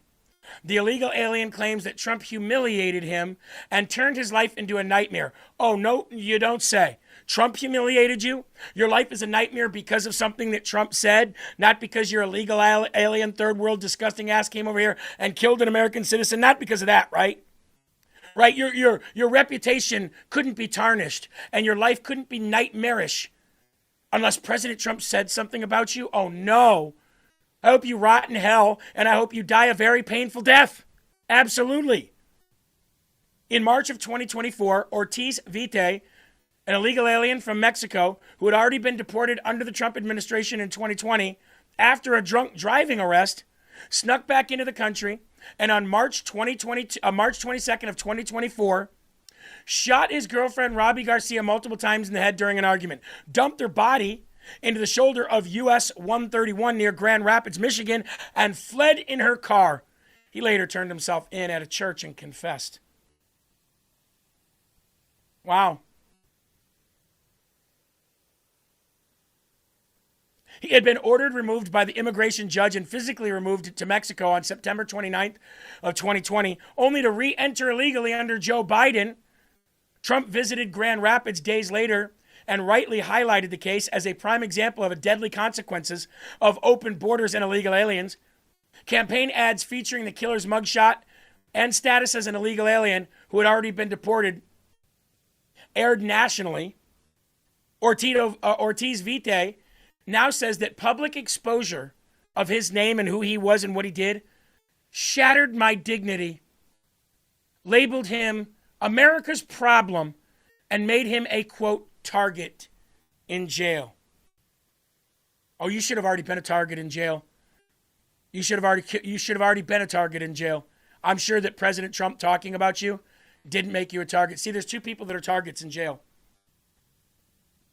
Pedophiles and rapists. And I would say that an illegal alien who shot an American citizen, a young woman of Mexican, Latino descent, I would say that's on a target list as well. Yeah. Eli, remember, go off on a weave here. Remember when Ben Affleck played Batman? The reason why they played that movie Batman versus Superman, the reason why Henry Cavill's Superman, went to stop him is because he was branding all of these people. All these people who are rapists and child traffickers and murderers and rapists, he would brand them before they went to jail. And there's somehow something wrong with that. I think that should be the case. I think when you get convicted of rape or pedophilia or child trafficking or killing young women, I think you should be branded and I think you should get jail justice. Damn, Skippy, I 100% agree. I will say our prison system is a joke. Nobody gets reformed, nobody gets help, but they just form other gangs when they go in. But that being said, I do appreciate you guys doing the justice that we should be doing out here in there. It's just they do not put up with that crap. As soon as you go in and they found out that you diddled some kid, you're done. Yep. So, thanks, guys. Yep. And I can tell you, as somebody who's seen the inside of a prison, you learn more about the criminal life in prison than you learn about a reformed life in prison. You come out knowing how to get away with far more, if you choose to do so, than you knew going in. And I think prison justice is just what a lot of these people need. Don't you? I think without prison justice, do we ever get justice? I don't know. How about this one? Poor little grandma, green card holder. She's just a grandmother. She's just a grandmother. Arrested by ICE, revealed to be a convicted meth trafficker. There you go.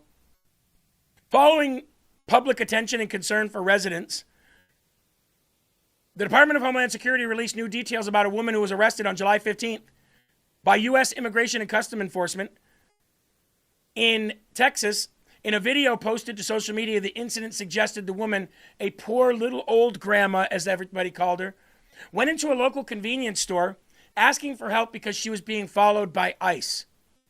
Agents arrived at the location and were seen speaking with the woman before being arrested. The woman was identified by DHS as Martha Cias, a Mexican national and a green card holder. Cias on Wednesday, July 15th, during what the agency described as a targeted immigration enforcement operation, according to a statement from DHS anyway, she is a convicted methamphetamine trafficker.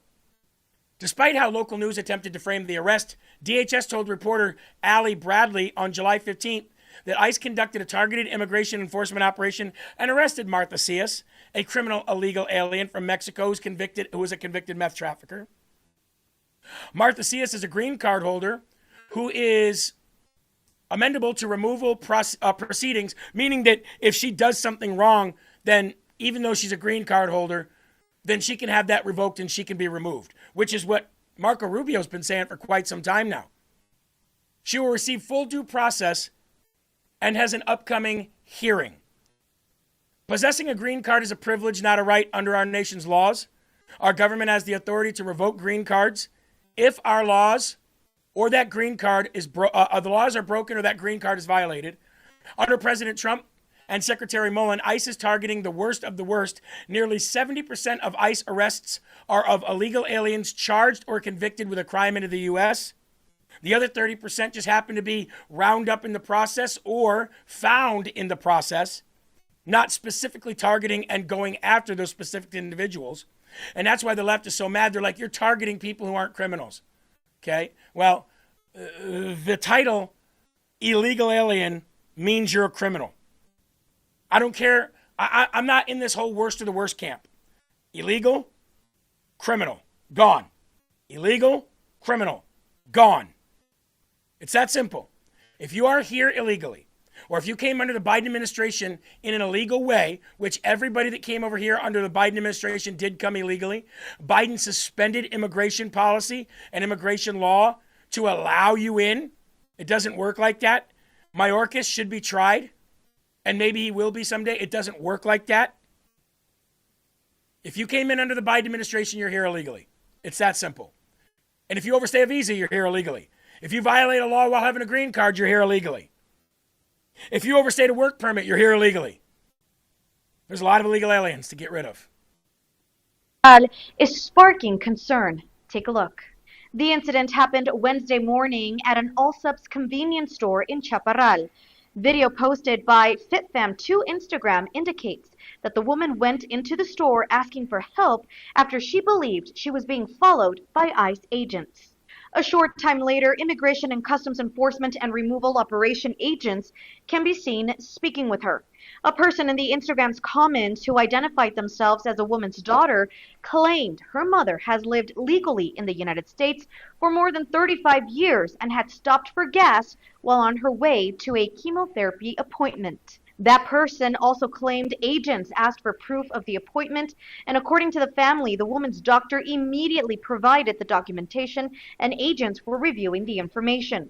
KTSM has not independently verified these claims. This incident comes as ICE's use of vehicle stops continues to draw national attention. Earlier this week, reports said the agency had temporarily paused most vehicle stops following 2 fatal officer-involved shootings.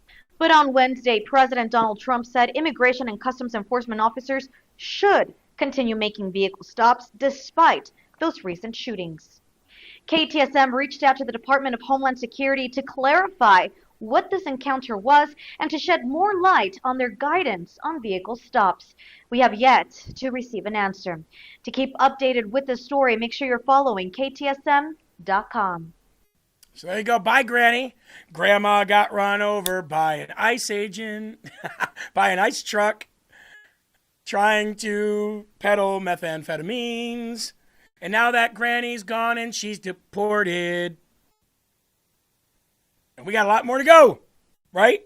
Hey, Eli, just so you know, I looked over at the YouTube chat real quick and somebody said something about getting rid of Iran. And Vet for Democracy or whatever his name is over there said, you want the entire people of Iran gone? That's not American. And I said, but wanting Trump dead is?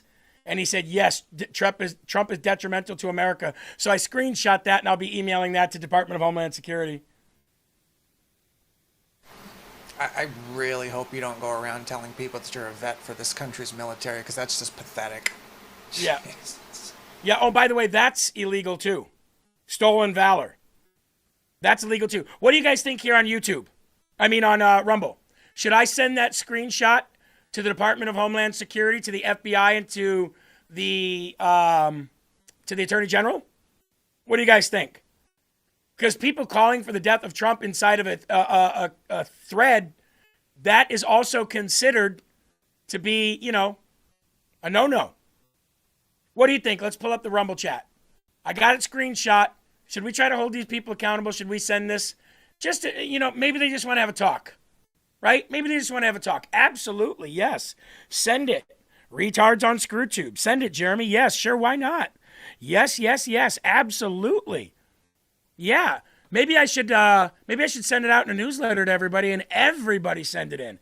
And then just along with it say, this guy is calling for the death of our president in live chats.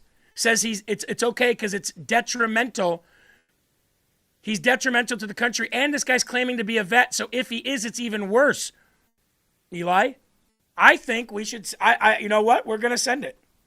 It's good that they freely talk as much. I think it's good that we let them talk as much as we do on YouTube, because I've got about, 10 to 15 screenshots from those people over there and what they say. And I'm going to use them all when I run for office to show exactly how the Democrats think and what they say online. Keeping them all. Ammo, baby. He also says, you're both pathetic, Y-O-U-R. Y-O-U-R, apostrophe R-E, big guy. Yeah. Can't even spell. I almost feel bad picking on him, Eli, because of the mental illness. The lack of academics, lack of understanding, lack of just pure plain grammar. Lack of military service. Lack of military service. Yeah, you can't claim to be part of the military if you never were. But if you were and you're calling for the president to be dead because he's detrimental to the country, that's even worse. That means you might have any pension or retirement yanked. Oops.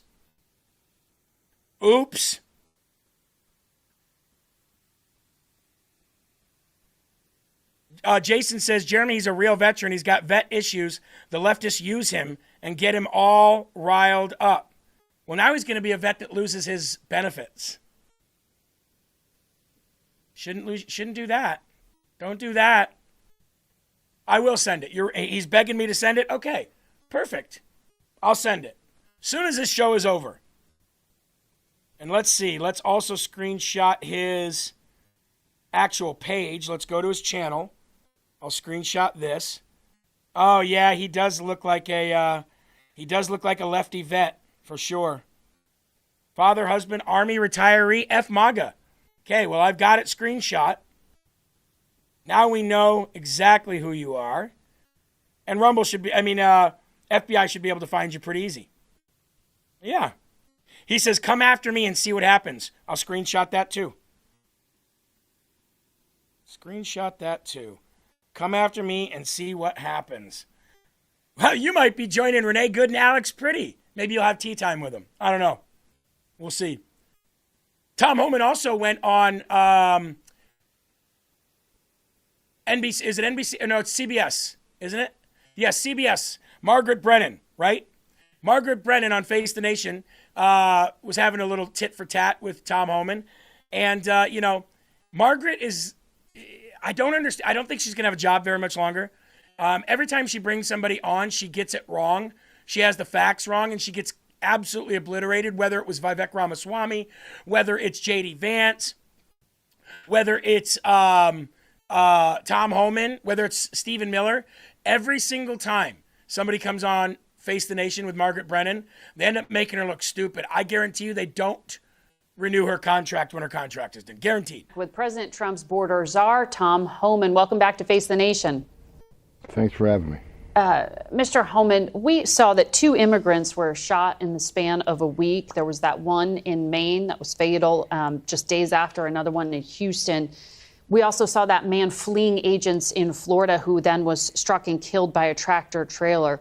I know you've been trying to keep the department out of the headlines ever since that streak in Minnesota that was deadly. How do you respond to those who say what's happening now looks like very little has changed?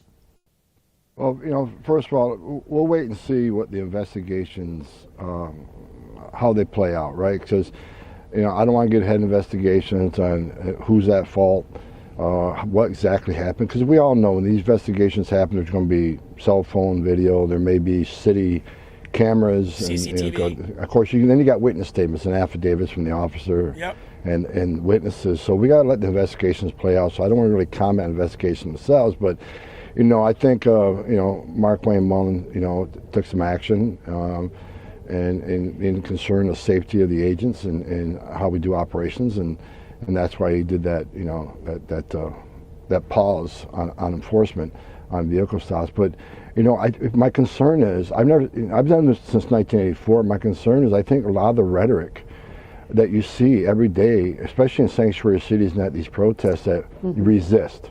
Members of Congress saying ICE isn't a real law enforcement agency. I actually think that emboldens some people to say, I'm not going to comply with ICE. And I think no matter what people think of ICE, no matter what you think of immigration law, you should always comply with law enforcement. Yes, but in the shootings in both Houston and Maine, the people who were killed were not the intended targets. Have you caught the people you were actually looking for? One of them, I believe we did, but that happens in law enforcement all the time. I mean, we're working, we get leads on individuals, and you say, okay, well, this subject lives at this house, he drives this car. And when that subject leaves that house, 6 o'clock in the morning, and someone gets in that car from that house, they assume, okay, this is our guy, and they'll do a vehicle stop. And depending on when they make that stop and that person complies, either they're going to be arrested or released. That's the way it's supposed to be. So, law enforcement deals with misidentity every day across the country, not just ICE. Every law enforcement agency. I was a cop. I know that happens. Yeah, but these were fatal shootings, of course, in Houston and in Maine. And in Houston, it was an unmarked car. So when you're saying don't resist, these individuals who were chasing and we played this part yesterday, the man who died, they didn't have markings on that vehicle that would allow for him to know that they were ICE. And now that gets into what just looked like we talked about yesterday. First of all, the vehicles do have lights on them, inside of them. Second of all, even if they're not on, the insignia tells you everything you need to know. Right? The insignia tells you everything you need to know.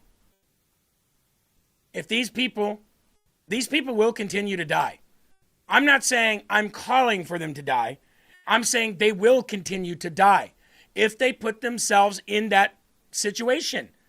What kind of idiot doesn't think that they're going to get shot or killed if they try to stop a law enforcement raid or arrest from happening? What kind of idiot thinks that? Rosebud asked a good question, Eli. How many people were in here were raised to understand that you don't interfere or touch or assault cops? Everybody knows that.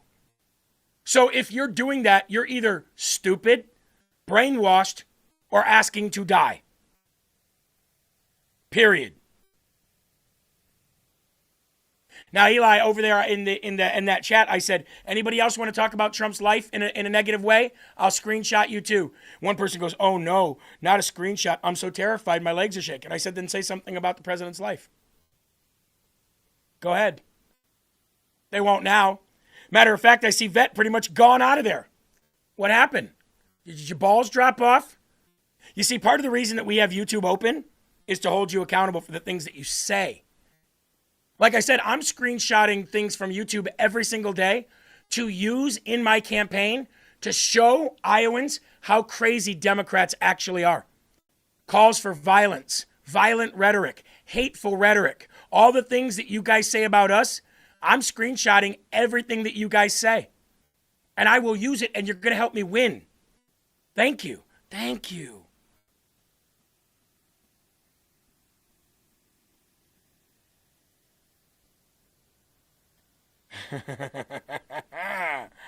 Eli, you keep an eye on that, okay? Now, here's the threat from the left of what they're going to do to ICE agents if they ever take back power, which they won't. Spend the next 2 years building cases against you guys. Every federal agent, every federal agency has a personnel department. They do payroll. They have records on every single one of you guys and what you're doing and where and when. It's not going to be hard to build that database. Nope. But I do really, really want you guys to understand that it's going to be states and county DAs that are going to be coming for you guys. And Trump can't protect you from that. And you guys will start to realize that as we get through the next 2 years and we're watching these hearings and you guys start getting subpoenas to appear before Congress, testify about things. And you either won't show up at all or you'll show up in a congressional hearing room without your mask, without your weapons, and you'll be sitting there at a table with your little mustache, and you'll have an index card in front of you. And on that index card is going to be one thing, and that's the only thing that you're going to say during that hearing. On advice of counsel, I invoke my rights under my Fifth Amendment privilege and decline to answer. And you're going to say that over and over and over You mean and like over you again. guys say? And that'll be televised nationwide. That's all you They're guys going to say. spend the next 2 years building cases against you guys. Every federal agent, every federal agency has a personnel department. They do payroll. They have records on every single one of you guys and what you're doing and where and when. It's not going to be hard to build that database. But I do really, really want you guys to understand that it's going to be states and county DAs that are going to be coming for you guys. Come after And Trump us. can't protect you from that. And you guys will start to realize that as we get through the next 2 years and we're watching these hearings and you guys start getting subpoenas to appear before Congress. Yeah, okay. First of all, you have to win power. And let me be very clear when I say this to everybody watching on any platform right now. You ready? We're not going to give it back to you. You think Trump is going to do all of this and then just leave everybody in the belly of the beast? No. Let me say this another way. Even if you were to win on paper, this time it's going to be very different. Because this time we are going to make sure that we do not count those slate of electors from fraudulent states, meaning that if you have not given us your voter rolls, your electoral count will not count. You understand this, right?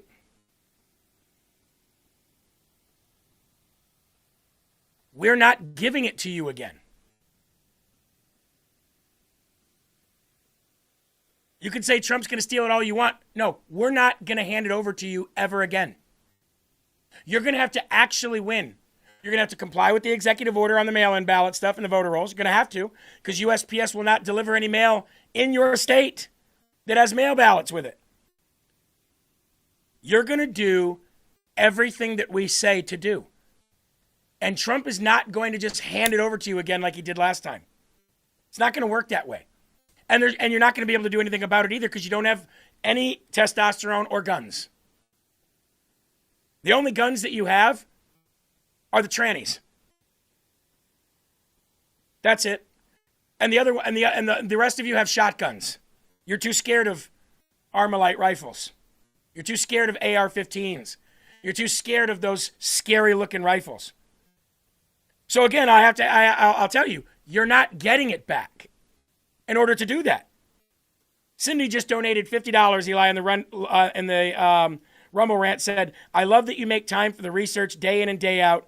Thank you so much." You're so welcome, Cindy. And thank you so much, too. Thank you. Every time you donate, a Democrat loses his will. Look, Dad, every time you donate, a Democrat loses his mind. That's right. Absolutely. So I have to look over there and see your response to that. Let's see. Already making plans to scam people. Sure, call it whatever you want. Don't give a shit. We don't care. We really don't care. You been here about a week? No, a little longer than that. I was just gone for a week.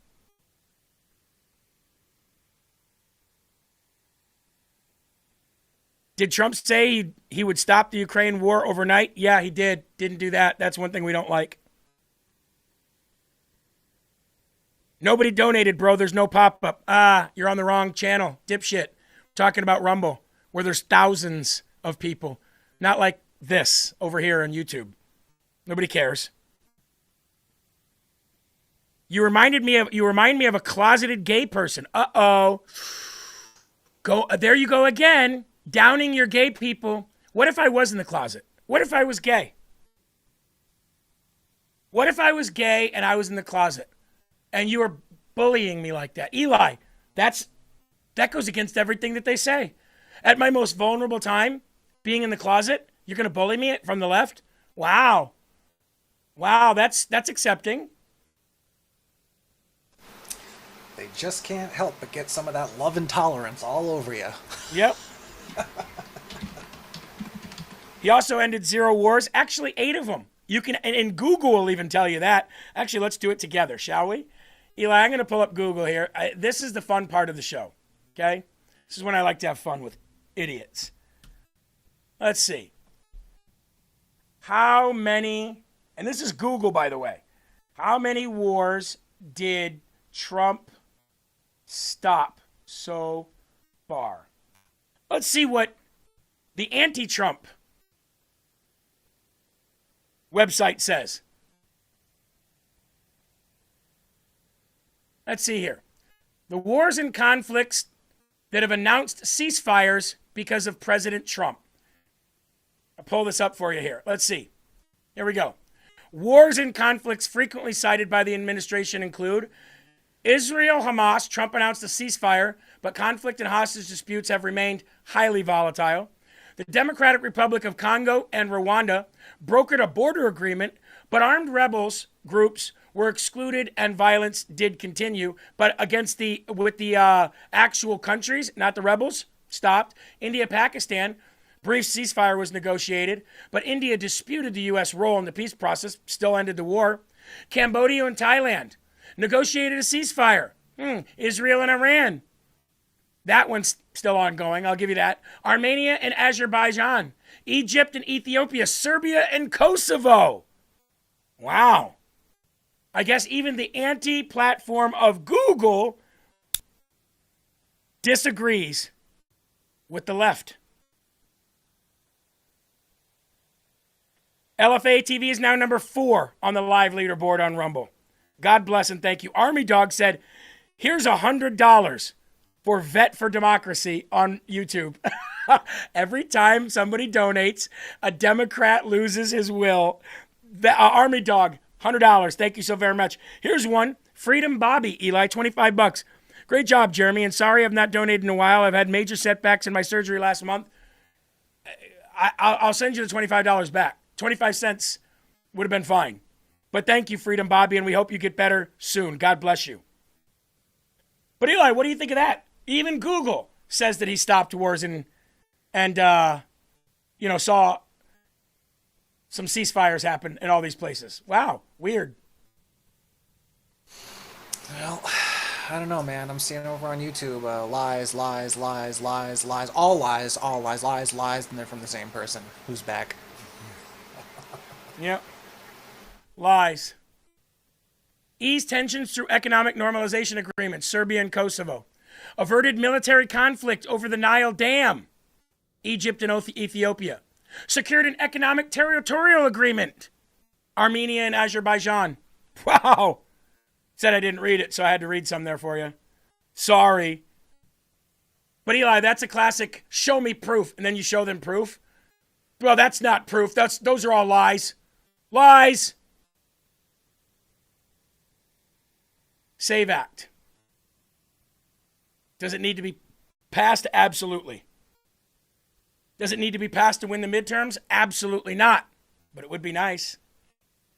This is 100% intentional. It's intentional to keep the American people from hearing directly from their president on an issue as pressing as this. And this puts more pressure on the Senate to pass the SAVE Act. We have passed this 3 times. And what Mark Mullen said in his press conference today was hundreds of thousands of illegals that are on voter registrations in states across our country. And Democratic states like California and New York refuse to give him information on their voter rolls. They're refusing to give that to the administration. I wonder why. Probably because there's millions of people that are not legally in our country all across this country, especially in Democratic states that don't have voter ID, that are voting in our elections. This is 100% intentional. It's intentional to keep the American people from hearing directly from their president on an issue as pressing as this. And this puts more pressure on the Senate to pass the SAVE Act. We have passed this 3 times. And what Mark Mullin said in his press conference today was hundreds of thousands of illegals that are on voter registrations in states across our country. And Democratic states like California and New York refuse to give him information on their voter rolls. They're refusing to give that to the administration. I wonder why. Probably because there's millions of people that are not legally in our country all across this country, especially in Democratic states that don't have voter ID, that are voting in our elections. This is 100%. So let me ask you this, okay? Rumble, here's a question for you. Do the states end up giving their voter rolls, or do they forego getting mail-in ballots mailed to residents in their state for the November midterms? What do you think they're going to do? Cat 352 Eli, another $50 said, I reported Vet again on YouTube because he said he has many guns and is waiting for you to come visit him. It took the comment down, or he did. He probably did, but thank you, Cat 352. And also, want to give a big shout out to Raz and Me for a $20 donation. Here's to another Democrat losing his will. Absolutely. So, do they give the voter rolls and get the mail-in ballots? Or do they forego the mail-in ballots? And do they keep the voter rolls? I'm going to say they keep the voter rolls because the voter rolls show massive illegal aliens, dead people, people who shouldn't be voting. Probably in the tune of 20 to 40% of their voter roll is not active or shouldn't be active. I'm going to say they withhold the voting roll, fight the mail-in ballot thing in court all the way up to the Supreme Court, and hope and pray that the Supreme Court rules in their favor. What say you on Rumble? Here, I'll pull up the chat. What say you on Rumble? What do you think they'll do? I don't think that they'll give the voting rolls. I don't think they can afford to do that. I really don't. A.A. Ron Broski says they will be forced. They will eventually turn over the voting rolls, says N.L. Goldley. Well, eventually they'll be forced to. Yes, I agree. But voluntarily here. Voluntarily here. Brave Matt says, how do I get on YouTube so I can troll these pathetic trolls? Just go to LFA TV US on YouTube. LFA TV US. I think they will bypass the mail system. I don't know how they could do that and win. Washington State won't turn over the voting rolls. Well, then the USPS will not allow any votes, any ballots to be sent to any house in that state. They will not carry them. And Donald Trump also said with a barcode, a special barcode on them, to make sure that they can be audited and validated. A.A. Ron says they're effed either way.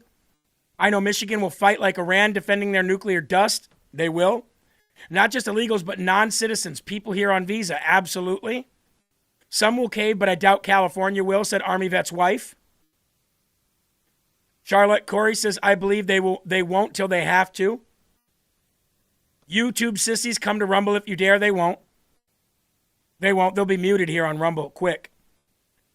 Just watch the cities and the states that sue. Exactly. That's a good point. Watch the cities and the states that sue. It'll be all blue. It'll be all blue. They won't do anything unless forced to, then they probably still won't. Dawn says, screenshot all those threats. Oh, we do. We do. Absolutely. This is the fun part. If you troll them that are trolling you enough, they just can't help themselves. A lefty will always hang themselves with the very rope that they are trying to put out for you. Here is Senator Mike Lee on the advancement of the Save America Act. Your shock. If, while on your way to the theater, let's say, I don't know, maybe you're going to the opera. You're planning to pick up your tickets at will call. You arrive at will call at the appointed moment, and you say, yeah, I'm Senator Pete Ricketts. I'm here to pick up my opera tickets. They gave them to somebody else. If you found out that the theater was handing out tickets at will call without any form of ID, it would probably be a little disappointing to you or to any other American, any other human in that circumstance, realizing that it's important to find out whether you are who you claim to be before you're given something. something where your identity matters. The same could be said of a whole bunch of other human transactions, ordinary human interactions involving day-to-day transactions that any of us can be expected to engage in multiple times every single week. One day, maybe it's theater or opera tickets. Maybe the next day, it's withdrawing money from a bank. You show up and the money's gone from your account because your bank stopped requiring people to show ID. They can come along and claim to be someone they're not and take someone's money that is not theirs. The mere fact that we have a lot of people who are allowed to vote doesn't diminish the seriousness of not requiring people to prove that they are, in fact, who they claim to be when they show up to exercise that important right. Some people, when denying that there is any need for us to act here, will throw out things and say, well, that's fine for the bank or for theater tickets or for the pharmacy, but this is an important constitutional right. It is a fundamental right. My response to that is, yes, exactly. And that's exactly why we need it. The fact that it involves a protected, fundamental constitutional right is a reason why we need to make it easy to vote and hard to cheat. That, Mr. President, is exactly what the Save America Act does. It's exactly what it would do. When I set out about 3 years ago to write this bill, along with my partner in the House, Congressman Chip Roy from Texas, that was our mantra. Let's make it easy to vote and hard to cheat. Never at the time could we have predicted how much attention this would get, and never at the time could we have predicted the absurdity of the arguments that would be raised against this. Because, Mr. President, if you're careful, if you listen carefully, what you will find is that there is not a legitimate argument against the Senate passing the Save America Act. No, not even one. The arguments that you will hear against it over and over and over again are based entirely on contrivance, on pretext, on false statements and false assumptions.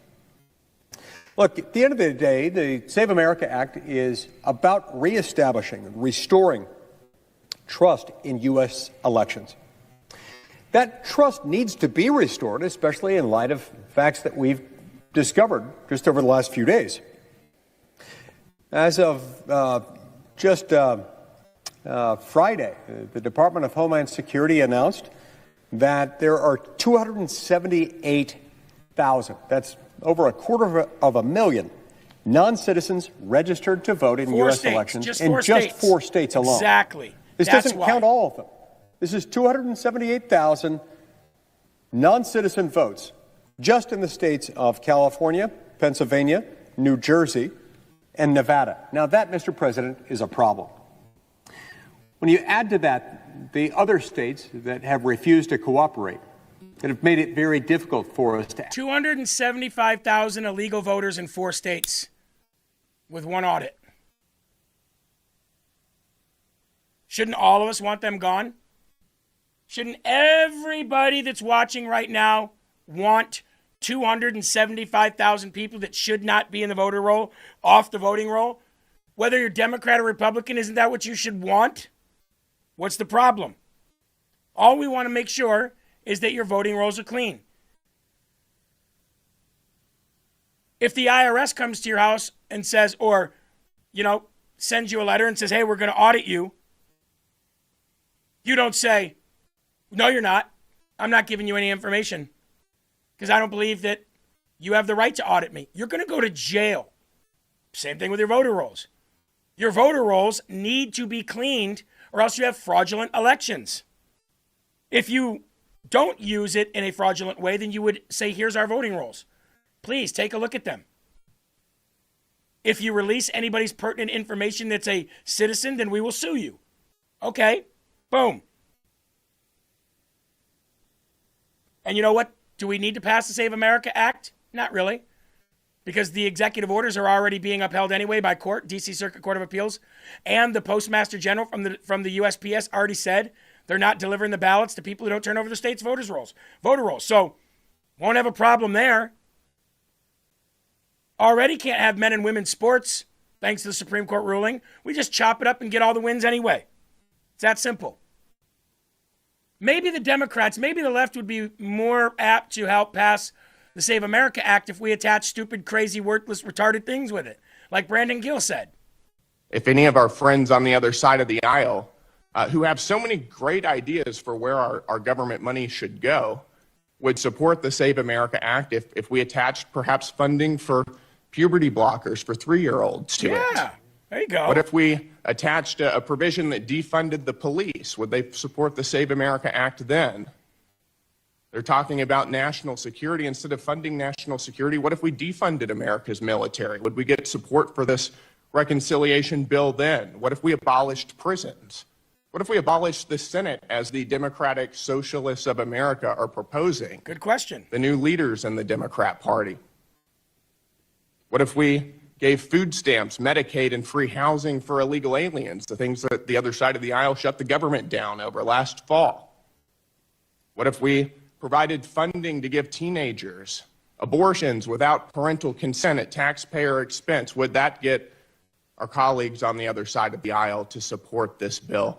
I don't know, but I think that this amendment is not serious. It's not germane to what we're discussing, and I would like to ensure that illegal aliens are not voting in our elections, that our military is funded properly, and that we can bring sanity back to our country. If illegal aliens aren't voting in elections, then everybody would want to pass the Save America Act. It's funny that the people on the left are just parroting CNN because their own party wants the Save America Act passed. Their own party wants citizen voting, voter ID, and citizens voting and voter ID. Their own party wants that. 71% of Americans want it.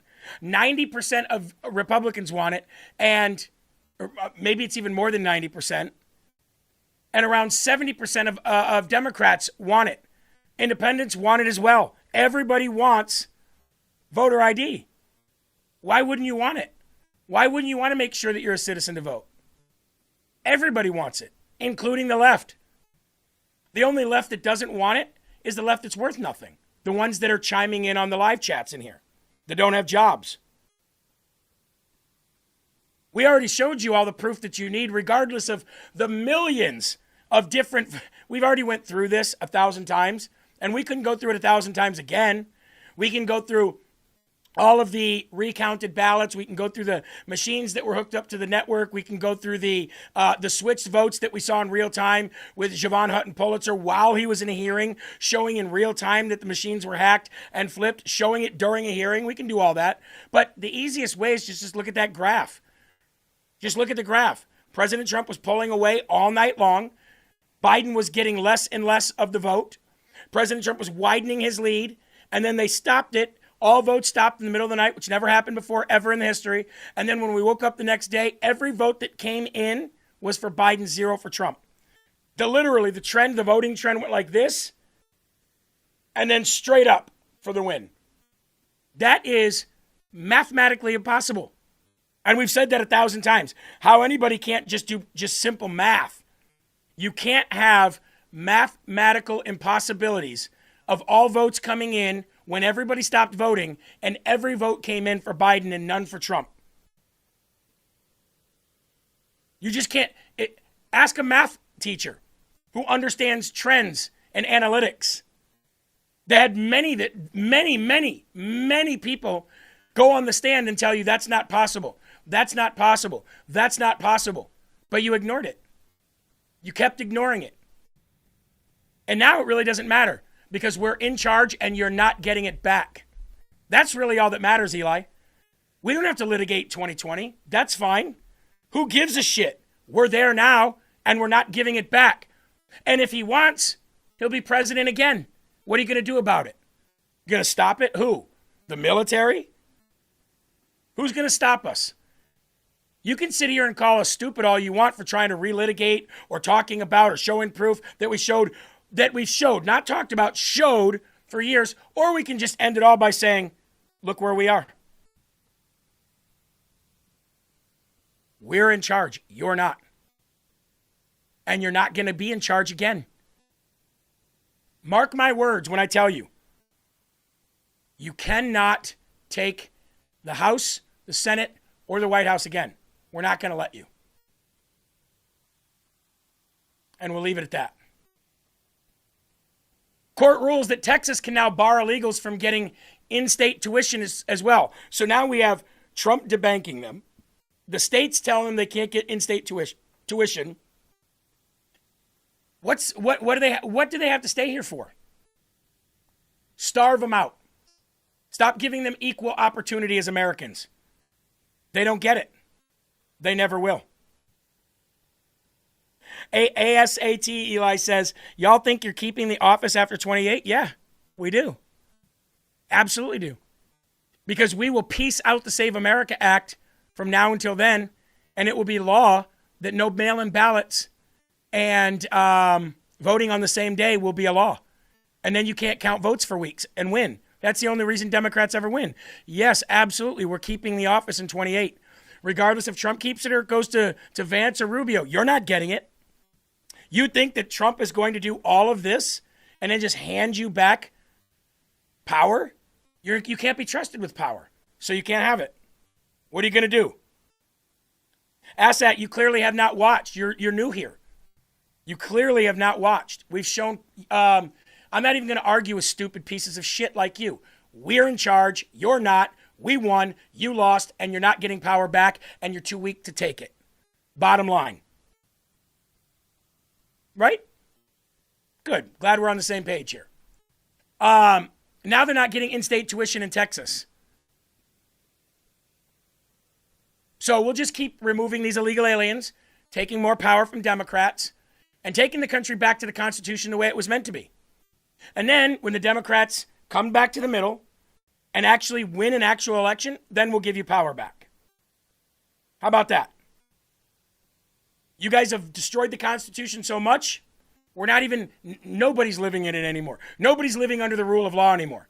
If that was the case, then guess what? All the people that lied to the FISA court would be in prison right now. Mayorkas would be in prison right now. James Comey wouldn't be getting due process. They would just be stuck in gulags somewhere. Guess we'll see what happens. King Trump. How do you like that? Eli, that's a nice ring to it, right? His Majesty Donald J. Trump. I think we'll go with that. Mm-hmm. Yep, sounds good. You know, I'm curious to know what all the liberals over on YouTube would have to say about what Kevin pointed out. I'm sure you've probably pointed it out too, but it's hard for me to pay attention to everything altogether. But on his show, I heard the other day that ICE is using Medicaid files to track down illegals. But we were told they're not on Medicaid. Can you guys explain that one? Yeah. It must hurt to be wrong so much. It must hurt to be proved wrong with your assumptions. It must hurt to be proved wrong with receipts. It must hurt to be proved wrong with facts. And it must hurt that you can't stop me with my opinions because you're on my channel. Man, it feels good to be in charge. And you know what, Eli? It feels good to mentally dominate people to keep them watching you. How about this? A male passenger invokes Sharia law in America to refuse sitting next to a woman and then attacks the female flight attendant. Think about that. Sharia law is not a thing. I do not want to sit next to this woman. I do not want to sit next to her. I am claiming Sharia law, and I am not talking to you either because you are also a woman. What happened to Queers for Palestine and Queers for Iran? They didn't even let the gay crews dock in their Muslim country.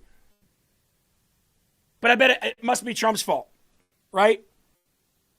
It just must be Trump's fault. Trump did it, right? Did you guys see the video coming out of Home Depot in Dearborn? Eli, did you see the Home Depot video? With everything, with all the you know when you walk into Home Depot and the aisles are labeled, you know, paint, kitchen, lumber, moving, and you can go down whatever aisle to get those specific items that you're there to get? Well, this is what an invasion of your country looks like, folks. Here's Home Depot, Dearborn. What's wrong with this picture? Read underneath the English writing. I'm at Home Depot in Michigan.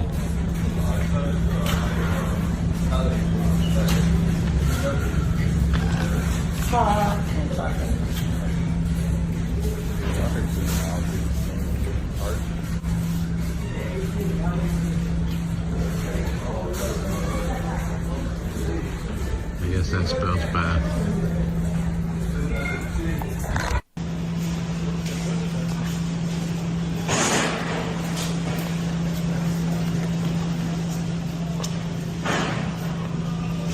For anyone who doubts that this is actually Arabic on those Home Depot signs, it is absolutely Arabic, and I put it in here just to show you. So here's the translations. But what might shock you is it's not just Home Depot. If you go down here and check what other major retailers in Dearborn, Michigan have added Arabic to their signs, here's a list.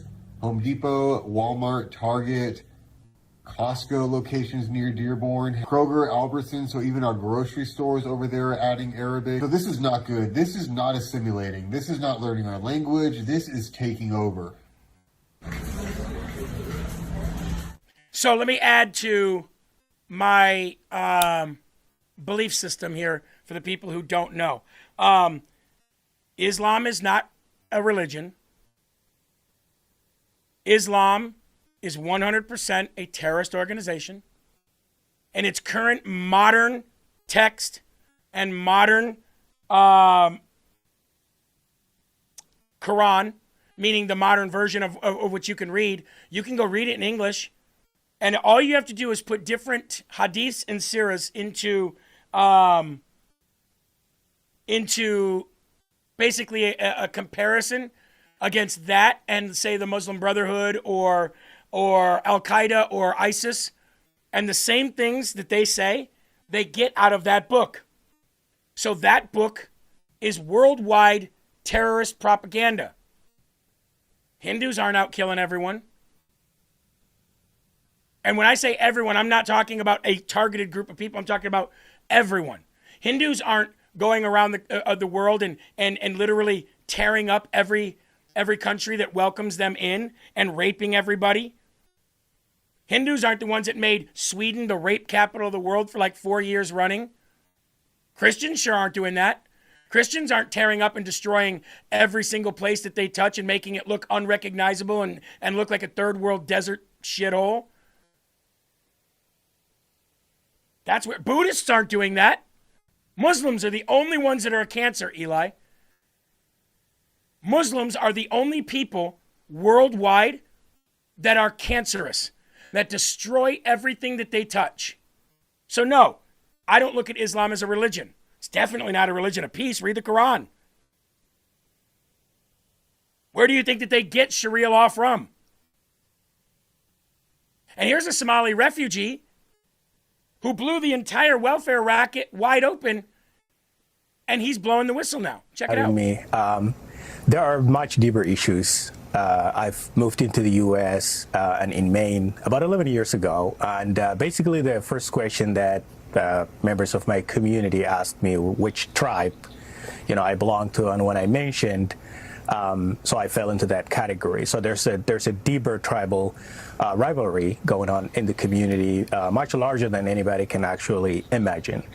And then interestingly enough, even though I spoke very good English, one of the things that I was told to do is go find a discounted housing Section 8, which I didn't know what actually it was, and sign up for all the other community benefits within the government or the state. And my response was, I'm actually here to work and build, basic and become part of the American fabric, which is pretty much what I've been working on for a while. I'm incredibly fascinated by what you're having to say, so much so that I'm sorry to interrupt, but I just want to clarify. So when you felt that pressure and you were told to go join, public welfare programs once you moved here, where was that pressure coming from? Are you saying it's like cultural, like neighborhood, like neighbors telling you this is what you should do? How were you pushed in that direction? Well, it was coming from the community that actually thought that that was just a way of life, right? Instead of being asked about what kind of school I want to go to, what subjects I would love to study, and those interesting conversations weren't there at all. And my response was, can we do better things? Can we as a community actually integrate? And let's listen to that word, interestingly, because that had got me a huge backlash. This is many, many years ago that many people thought, no, let's not talk about integration. And I wasn't ready for that. I wasn't ready for a pushback against this idea of sort of melting into America, becoming part of America. And Right. let's just be very clear that I haven't arrived here as a young man. I mean, I came here at age 29, so I was well informed about my culture and my community growing up in the civil war in Somalia. Incredibly, you're telling me you not only were discouraged from integrating into America, but you were also encouraged to stick to your tribal allegiances from back in Somalia. And those tribal allegiances and divisions remain here in America. That stat I showed, I'm curious, Abdi, about the percentage of the Somali population on some form of welfare, 80%, and stays that way over a 10-year period. Does that surprise you? In some ways, it does not. So he was encouraged not to assimilate. He was encouraged to stay tribal, and he was encouraged to continue to fraud. Sounds Somalian to me. And before we leave, Eli, we've got to show this. I've been waiting to show this for days. Sunny Hostin trying to use her name and her label to try to get her son out of cuffs. Normally it's a misdemeanor charge. We're dumbing it down to a violation, okay? I know you're upset. We just do it as a deterrence because, again, like I explained to you on the phone, besides being illegal, which is far from the subject, it's dangerous. My mom's a lawyer, by the way. That's okay. What's your name? What's your name, sir? I'm Brian. Brian, is that your badge number 2814? Yes. So the reason we're stopping you, this is trespassing right here. Oh, I'm sorry. It was open over there. I was just walking on a run here. Where are you coming from? All the way over there? Yeah. Okay. So I saw it just looked open for me, so I just walked in. So this is considered trespassing. It's criminal trespass. Reason why it's such a big deal, people get hit by a train all the time. We want to prevent it, obviously. By the way, can you please... you want me to hold it for you? Yeah, my mom, the phone's at 2%, FYI. Here you go. So this is considered trespassing. It's a big deal. We don't want people to get hit by a train, which is why we came running over, okay? Do you have any ID on you? Yes. Okay, where is it? It's in my phone if you take off the case. Tell them your mother is a federal prosecutor. Yes. Okay. Hey, Mom, how are you? This is Officer Gomez. Your son's fine. Officer Gomez, how are you? This is Yes. federal prosecutor. Okay, fair That's enough. my son. Yep. He's a Harvard graduate. Yep. He's not a criminal. He has no criminal record, no criminal history. Yes. That's my son. I'm a federal prosecutor, and he's a Harvard graduate. But Eli, I thought nobody was above the law, and I thought white privilege was exactly what she's doing right there. I have been discriminated against, and now I have to tell my children that they have less civil rights than I did when I was born. That's true. That is disgusting, despicable, and I am devastated. My mother's family, they are Puerto Rican. They actually originate from Spain. And the reason that they moved to Puerto Rico is because the slave trade had been sort of canceled in Spain and then Curacao, and then they moved all of their slaves to Puerto Rico. And so the family business, I had been told that they were printers and journalists, but they were in fact enslavers. I have been discriminated against. I'm a federal prosecutor, and my son graduated from Harvard. Eli, that's weird. Do you have any friends or family that were, I don't know, privileged enough to go to Harvard? I thought we lived in a racist society that doesn't allow people to succeed, to do something great. Sounds like she did. I don't know anybody privileged enough to go to Harvard. No, sir, Mr. Jeremy. I also couldn't afford to go to Harvard. Yeah. And you know what? EBT doesn't pay for Harvard, so it sounds like to me she made quite a lot of money as a federal prosecutor. Talk about elite privilege. Wonder what the lefties have to say over there. Hey, guys, don't worry. Will Johnson's coming up next. I'm sure you'll have plenty to say about him and his color of his skin. Culture Wars. Will Johnson up next here on LFA TV. Hey, there are right ways. There are wrong ways. There's only one Yahweh. So stand up tall. Keep your shoulders back. Keep your chest out. Keep your head up high. Because you are a child of God. No weapon formed against you will ever prosper. Not even propaganda. Keep your family and your friends and your pets close, especially if you're in Springfield, Ohio. Never stop fighting for this beautiful republic. And ladies and gentlemen, never, ever stop spreading that gospel. And fighting criminals. See you later.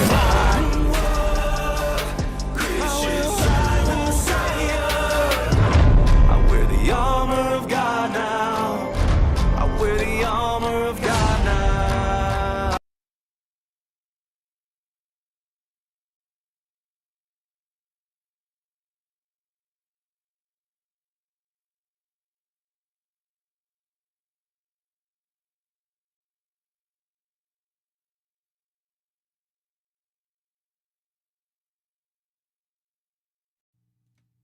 What's going on, everybody? The crazy liberals out there.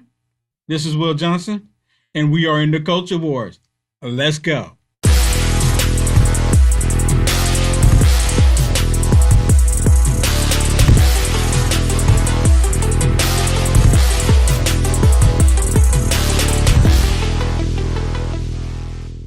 I am tired of a set of people on the very far left in the Democratic Party.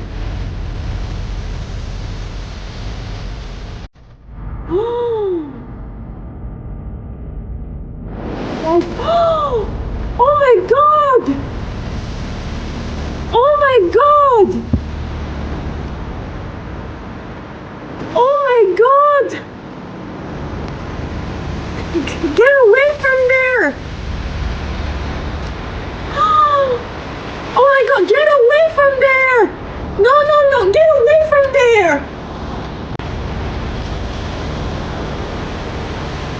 Oh my God!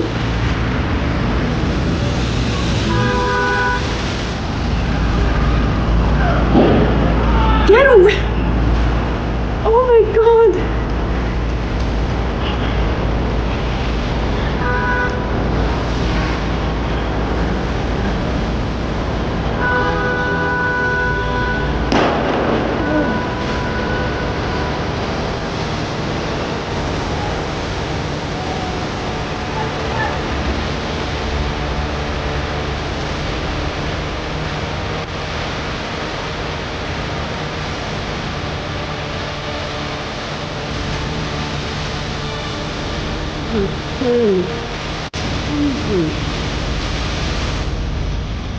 And we have a unique responsibility to act from the heart of empire, the belly of the beast. The most important thing that we can do is take that empire down from within.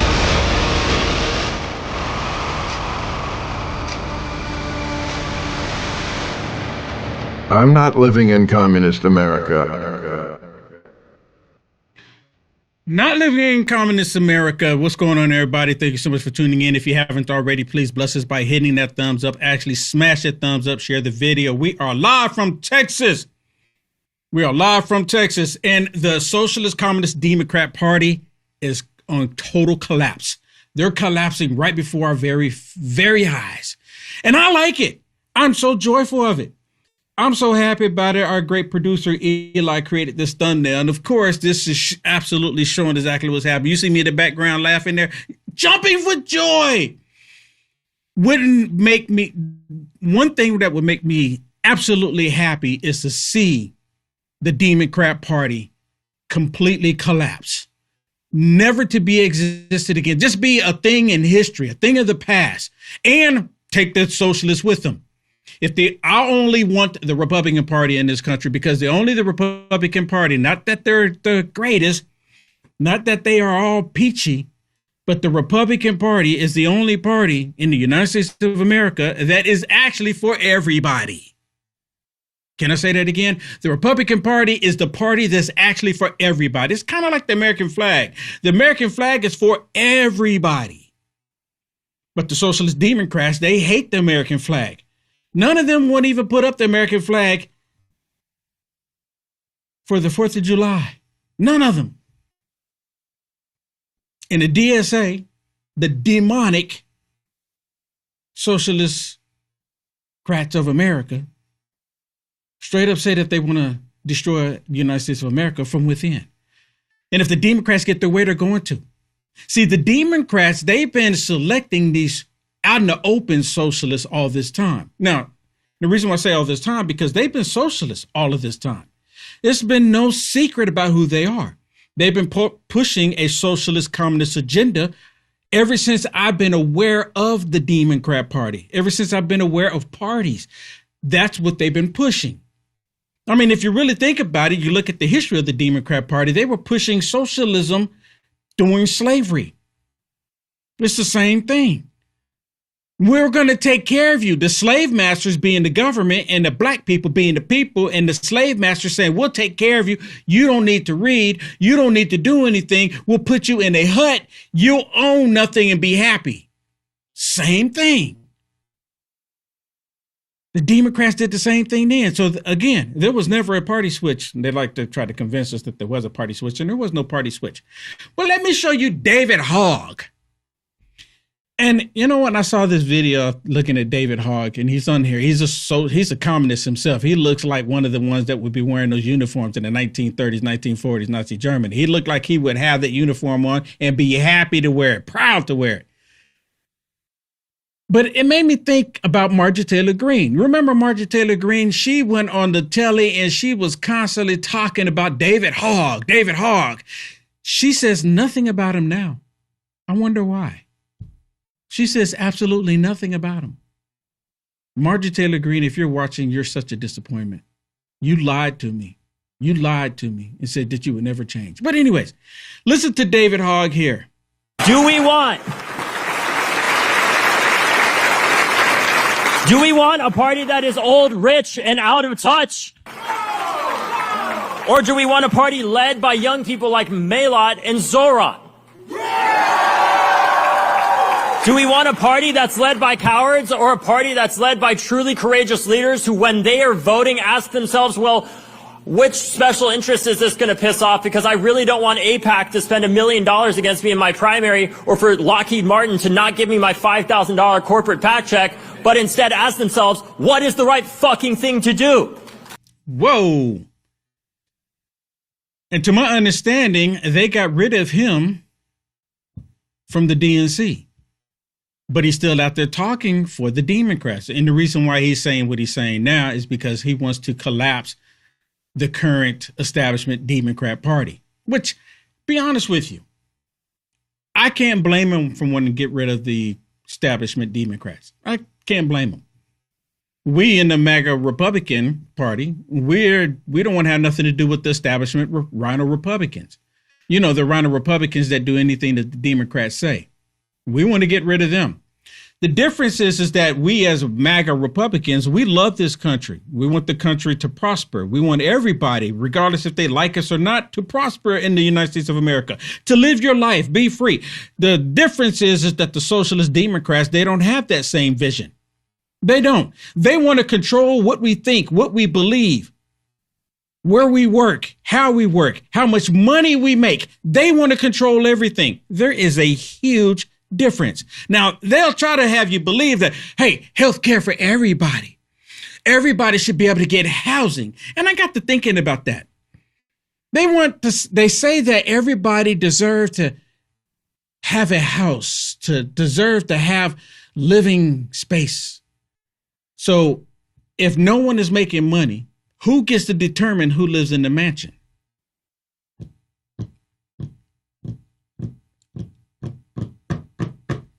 Hello? Who gets to determine that? Well, you get to live in the mansion, but you have to live in this apartment that happened to be rat infested with cockroaches as well. Who gets to determine that? They will. If you have this elitist, liberal, utopia way of thinking, you get to live in the mansion with the gas stove, mind you. But the rest of us, you get electric stoves. And if you act up and we don't like something that you said on social media, we'll turn off your electricity. They even want to control your cell phones. They want to see what text messages that you're sending. We as MAGA Republicans don't want to do that. We believe that you should be able to say and believe what you want to believe. That's the difference here. But they want us to believe that they're just trying to look out for the best interests for all of us. Here's another example of a communist socialist Democrat. And this one, she's talking about getting rid of Hakeem Jeffries. Excuse me. Hakeem Jeffries. So she's asked a question about Hakeem Jeffries being the speaker, remaining as the speaker. And she doesn't come right out and just say, no, he has to go. He gotta go. He gotta go. She doesn't just say that. But Hakeem Jeffries, he's crying right now, along with Chuck Schumer and Van Jones even. They're crying. I asked you when you were here for the mini debate if Hakeem Jeffries should be speaker, and you said it was too early because you were focused on the race. The race is over. Should he be speaker? You know, I'm still working to build out, the structures of co-governance that I'm so excited to model for others across the country. The simple answer is yes or no. Should he remain a speaker? I'm with Jeremy. The way the Democrats are going right now, they're so stupid that they're going to hand the election over to the Republicans. I mean, they're going to hand it over to them.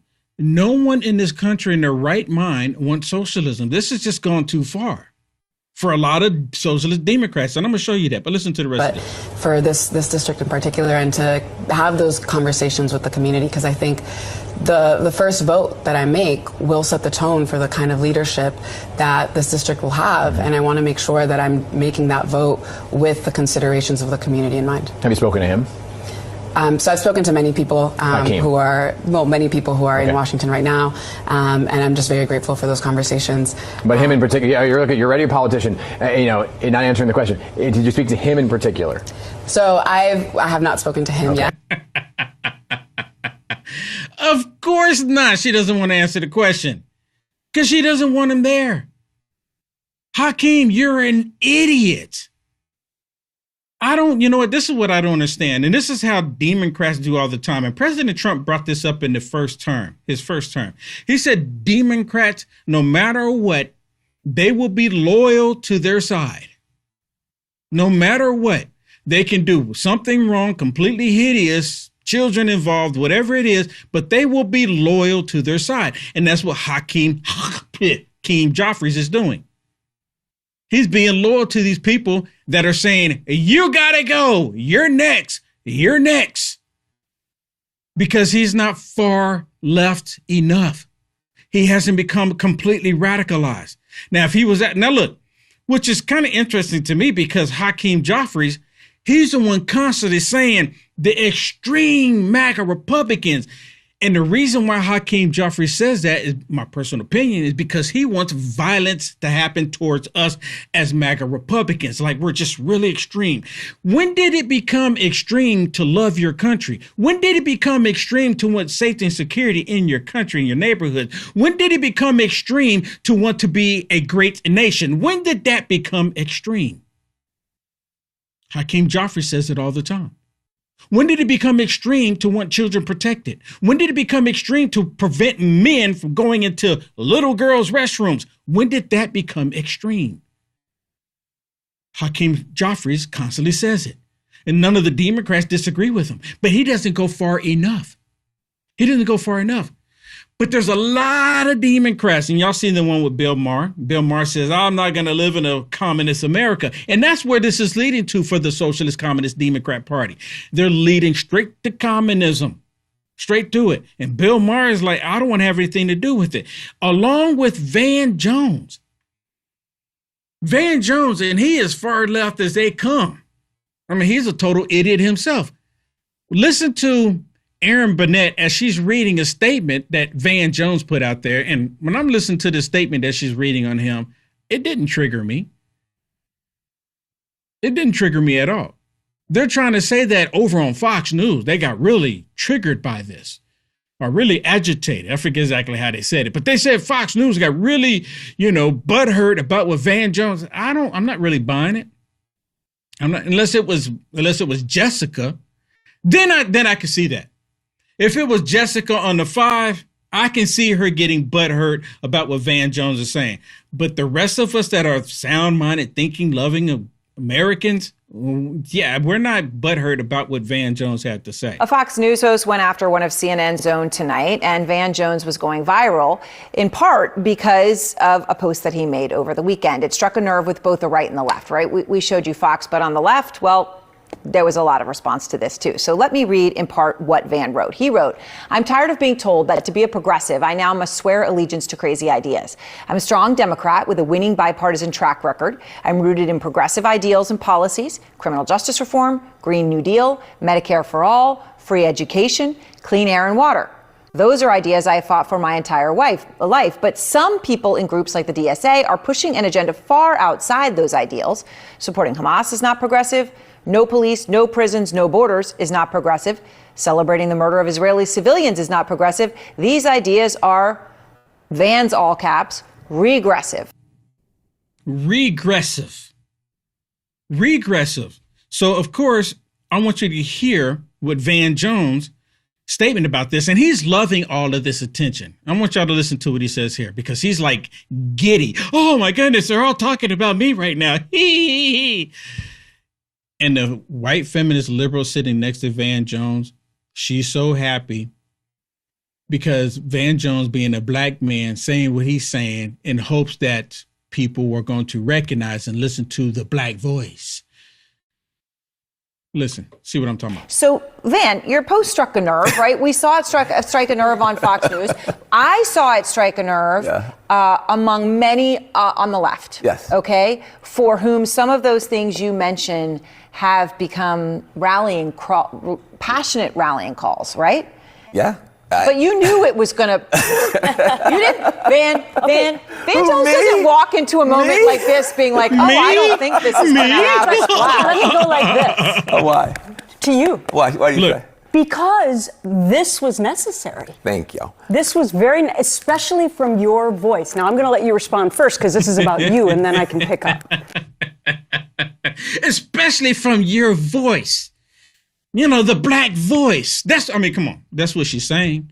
I mean, if he was white, would she be saying that? Especially from your voice. Oh, my goodness, from your voice. You know, this is one of my pet peeves. And I've had white conservatives say it to me, and it shouldn't be a thing.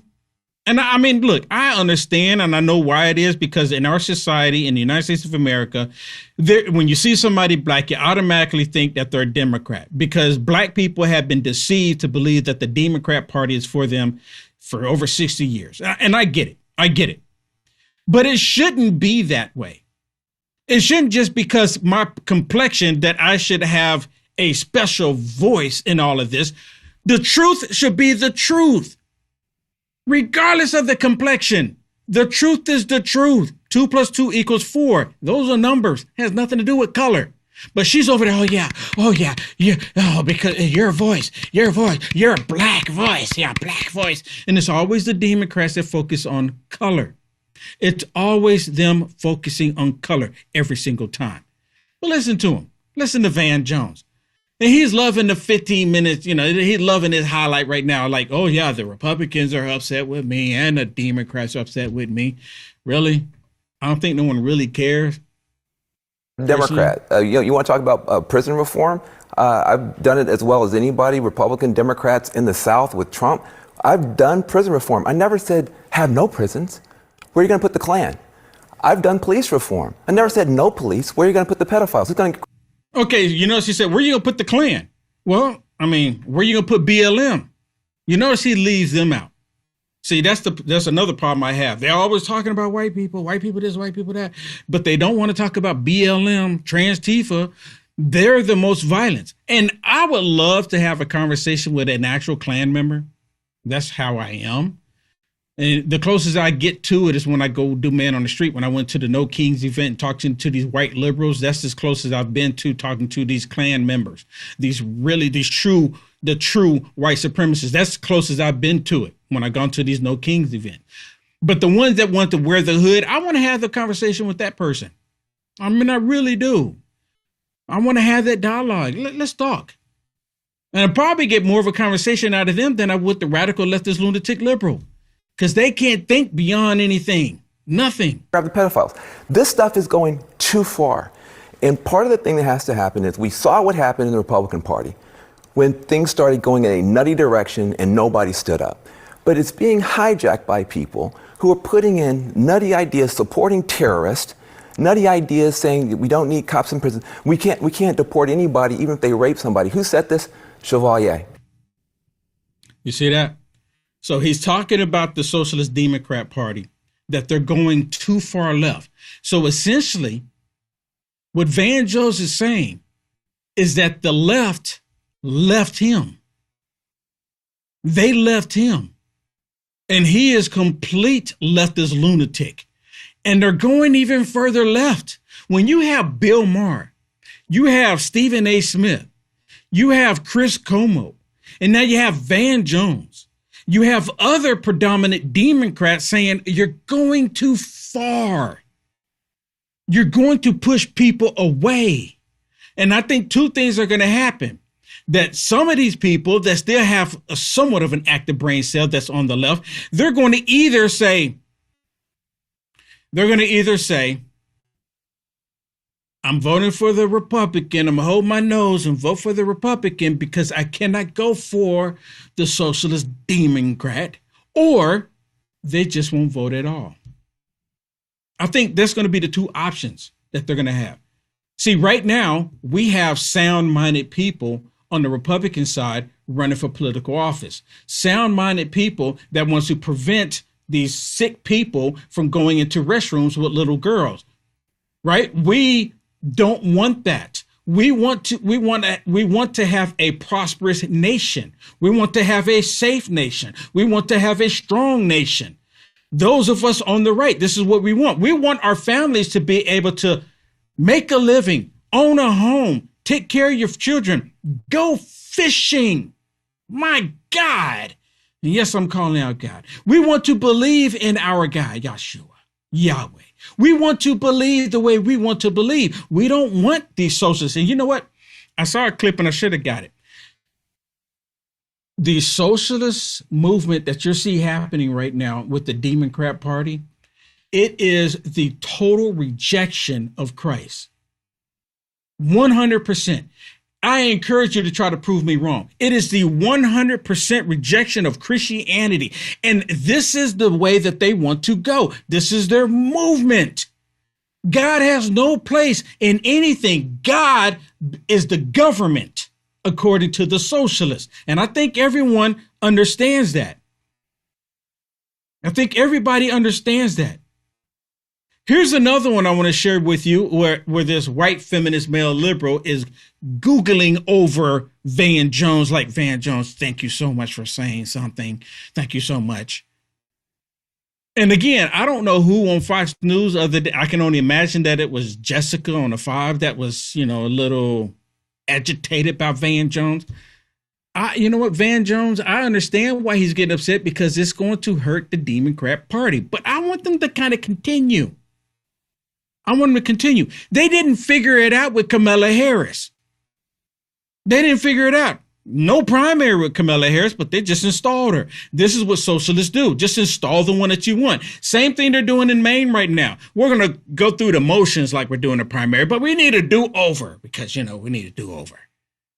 They selected the one, then they don't want to take the consequences for the one they selected, but nonetheless, here we go. And it's not just in New York. We're talking about Michigan now. We're talking about Colorado. We're talking about a bunch of other states where this movement is going on. And I think it was so important that Van Jones said this because, quite honestly, you were thought of as way over on the left. I am. I know. I know. I'm just not crazy. And so it's very important for him, in my mind, to point out that this is a very dangerous, slippery slope. And from an independent point of view, where the majority of Americans are sitting, they're scared to death of this movement. They're not going to vote for it. And by the way, I've talked to a lot of Democrats over the last couple of weeks. They are begging people to get out in the primaries for the regular Democrat to vote. They're begging. Vote for the establishment. Of course, she says regular Democrat, but it's the establishment. Can we be real?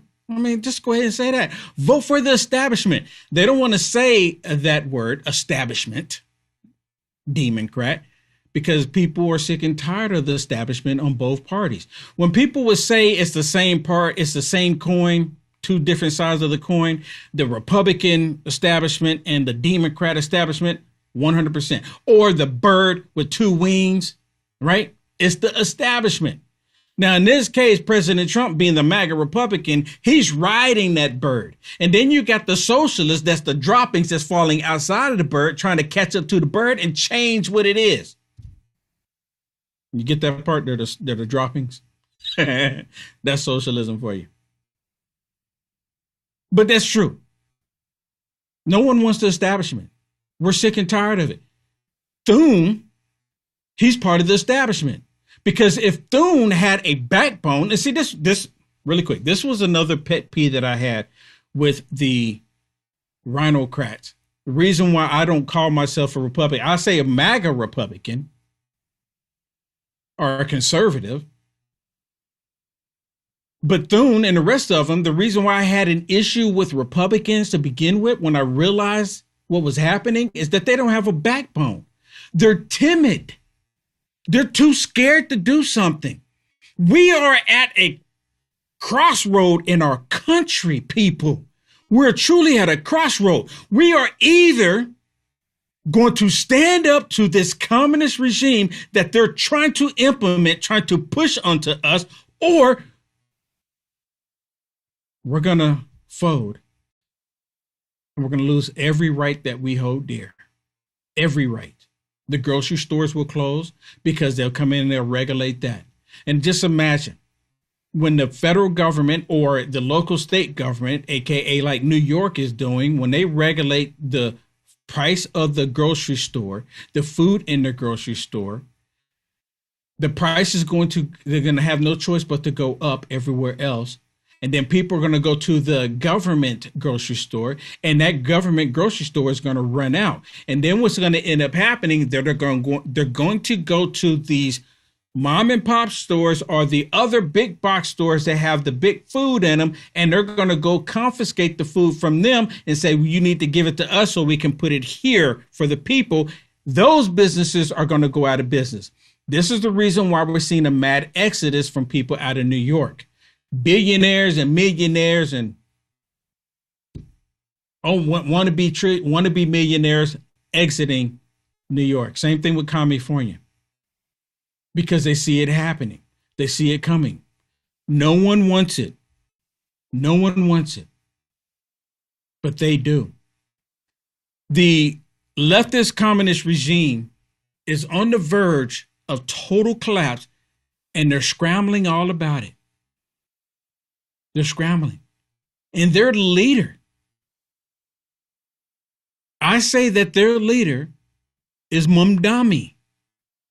Mamdani out of New York is their leader.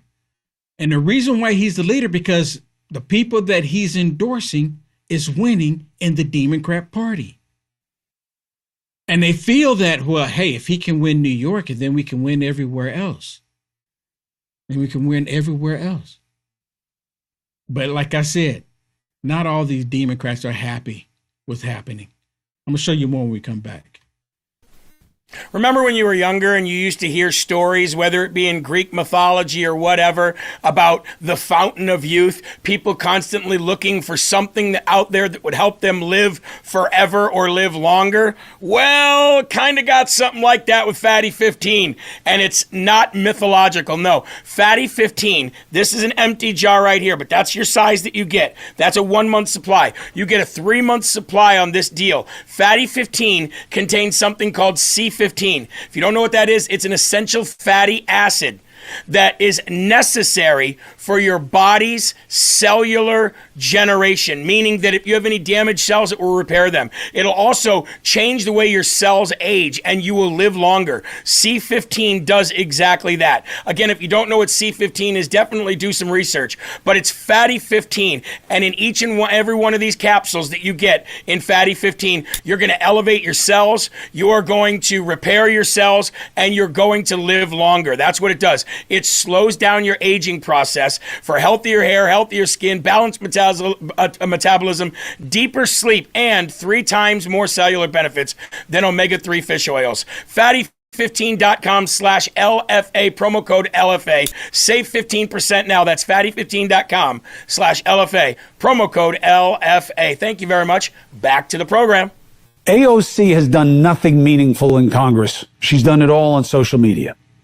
And she's one of your leading names in who's going to be president. Do you not get this concept of 80-20? She's an 80-20 loser all day long. Oh. Why? She is clearly catering to a minority. She's her own version of MAGA. She's looking for an outraged enclave. She's not about the majority. She's not about consensus. She's not about solutions. She wants government to give you everything. She's a socialist in a capitalist society. What are you thinking? What are you thinking? Oh, my goodness. Way to go, Chris Como. Way to go. What did I tell y'all? I mean, I'm jumping for joy. Can you tell? I'm like jumping up and down right now. I'm loving this so much. I'm loving this so much right now. And the main reason why I'm loving it so much is because this is absolutely crippling the Democrat Party. I mean, it really is. And the thing is, they're doing it to themselves. That's the big thing about this. Now, of course, we have to give President Trump some credit. Okay? We have to give President Trump some credit. Because of President Trump, he actually shook up the total political world. He completely shook it all up.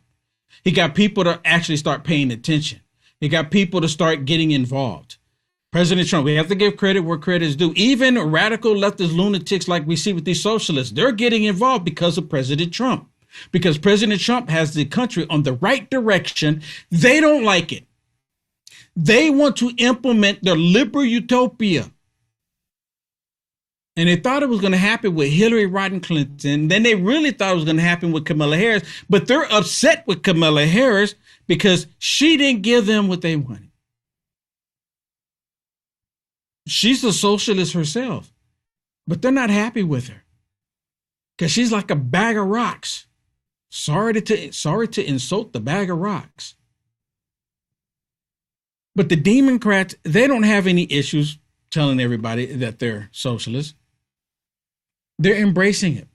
And as I mentioned to you before, multiple times, that these Democrats actually believe that Social Security, the streets, the first responders, street lights, they believe that is socialism. And this is the reason why they're so dumbed down. This is the reason why many of these people on the left are going to go along with it, because they don't know any better. You've heard me constantly talk about the socialism and the social programs not being the same thing, but they want people to believe that I'm a Democrat, socialist Democrat, so yeah. You are? Social. Yeah. First time I hear that from you. Yeah. Is that a change?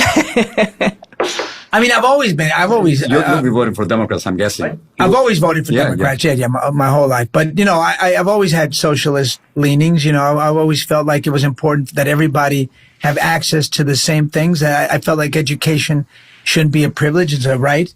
Medicine is not a privilege. So it's a right. So now you're openly a socialist. Yeah, I'm a democratic socialist. Yeah. Socialist programs are important, like the post office, like the police department, like the fire department, like your social security, like public education. These are socialist programs. And that, ladies and gentlemen, is exactly what I'm talking about. The post office, a socialist program. No, it's not. Oh, my goodness. That's how they're going to keep people dumbed down in this country. And this is how they're going to convince a lot of people to go along with the socialist agenda. Here in the next few months, you're going to see the radical left, even the Communist News Network, MSDNC, put the play out there that socialism is what we've always been doing. Remember, before they was constantly say, our democracy, knowing good and well that we're a constitutional republic. But they even labeled themselves democratic. And there's nothing democratic about the Democrat Party. Nothing. They label themselves that because they're all about democracy, mob rule. They don't want the constitutional republic because the constitutional republic comes into play when the electoral college comes into play. the votes all at the state level, which is a democracy, okay? The Constitution says that the states get to designate how they want to do their electoral process. Democracy, everybody in the state voted for XYZ. All of the votes go to that electoral vote. That's how it works. Then it goes up to the federal. Then they tally up all the electoral votes. California should be split up, my personal opinion, along with New York. Should be split up. Because there's a lot of conservatives there, taxation without representation. Same thing in New York. But they're trying to convince people that all these programs that we see, all the programs that we have, they're all stem from socialism. And that's not it at all. Is there anybody watching that actually believes that? Anybody? Now, I know a lot of times there's a lot of socialists that end up going on YouTube and making their statements and saying all the crazy and the nonsense stuff all the time on YouTube. And for some reason, they like YouTube. They like YouTube, right? And if it was their choice, we wouldn't even be on YouTube, right?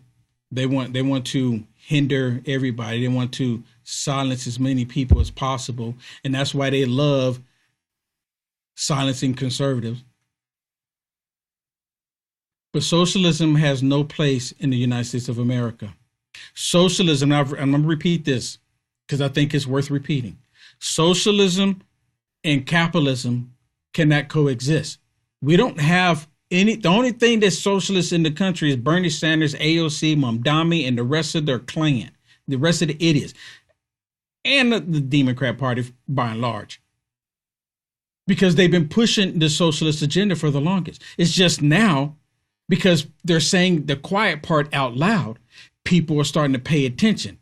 I remember when COVID hit and then students were at home and then parents started paying attention to the lectures that they were getting from the teachers coming through the Zoom meeting or however they were doing it. And then the parents are listening into the teacher saying, what does that got to do with the curriculum? I mean, you're pushing this woke stuff. Oh, no. And a lot of parents became aware. Same thing with this. A lot of people are becoming aware of the true motives of the Democrat Party. Now, I know it's like growing pains for a lot of people. I struggled with it when I realized that I was supporting a party that actually enslaved people that look like me, that talk like me, that think like me. They were enslaving people like me. And in the year 2026, about to be 2027, they want to do the same thing over again. The Democrat left loves slave labor. That's how they're doing it. Well, they're getting paid a little bit of something.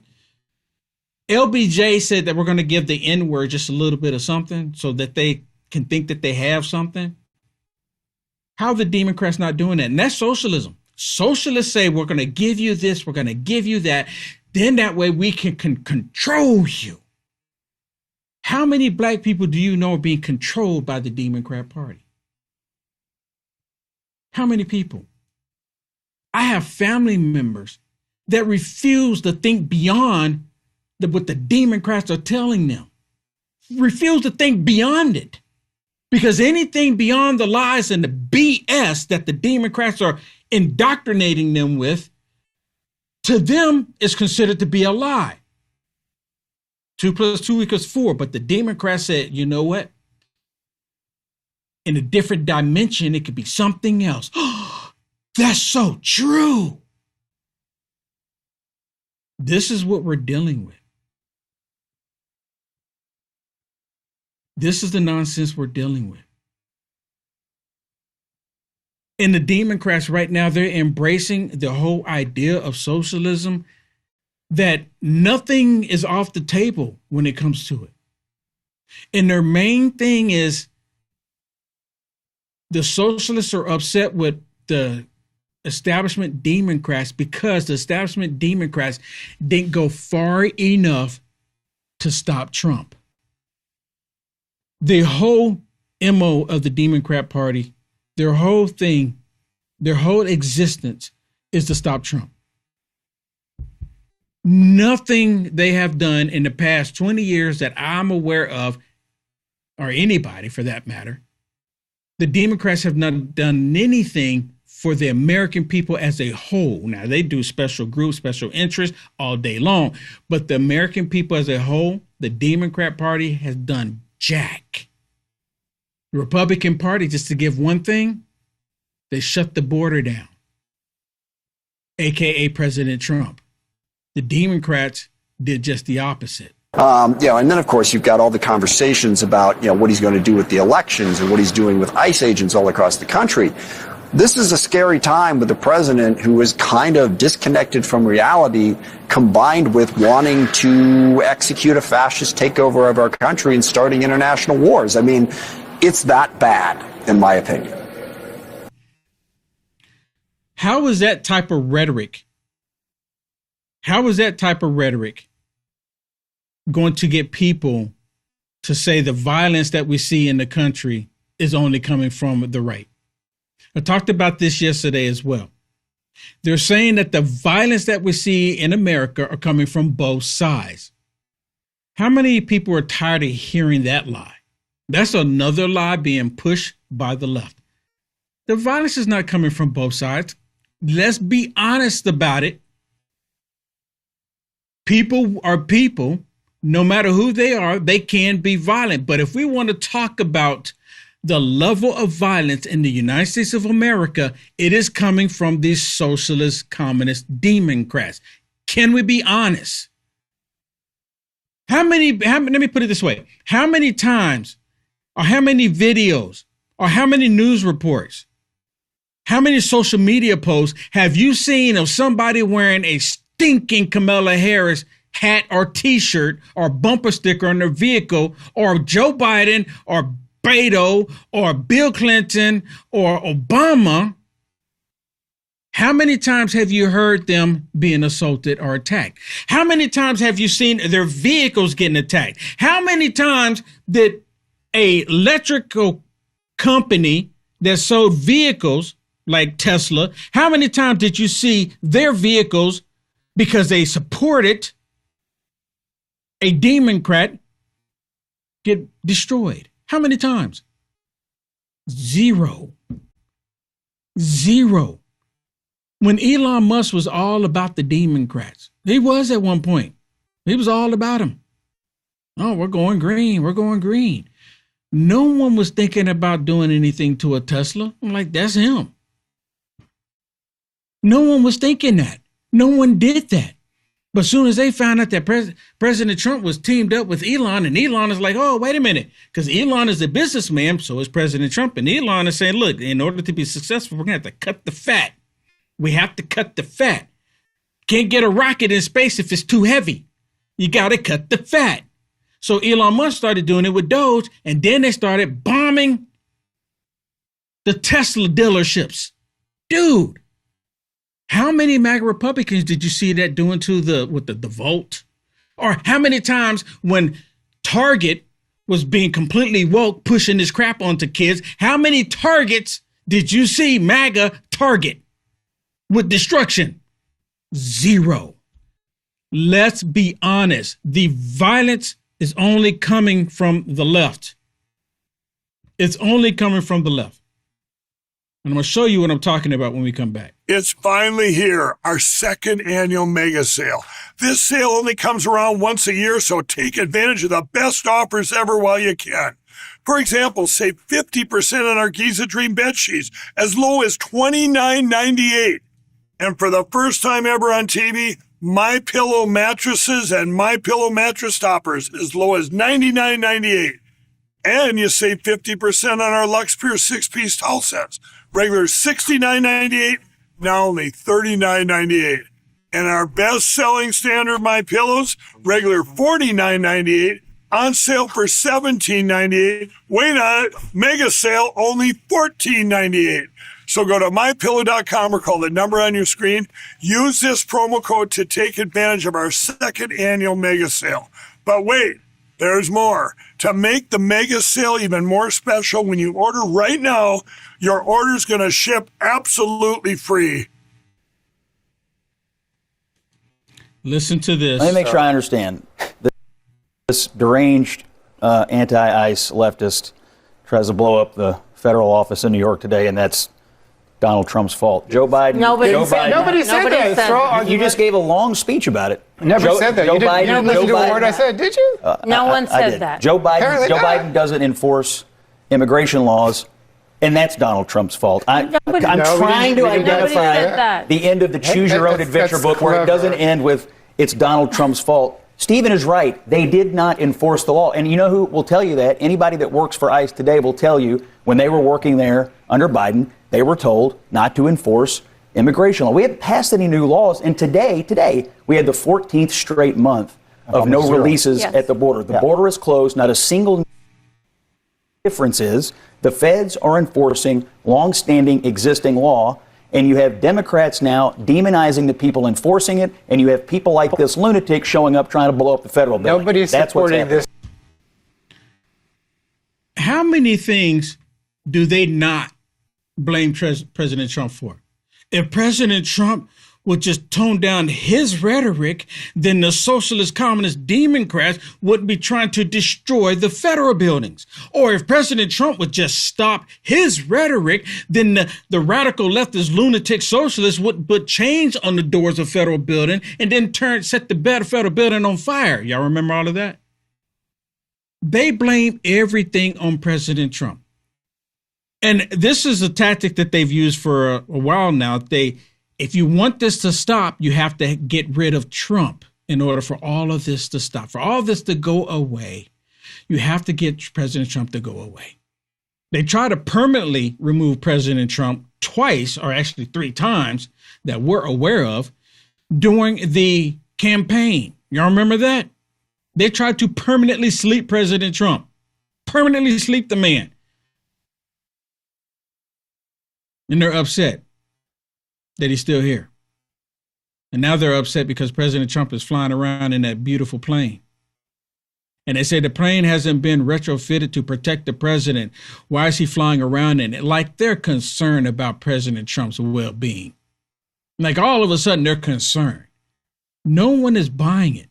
You know what it makes me think about? It makes me think about these are little children that became adults, but they still have a stupid mentality.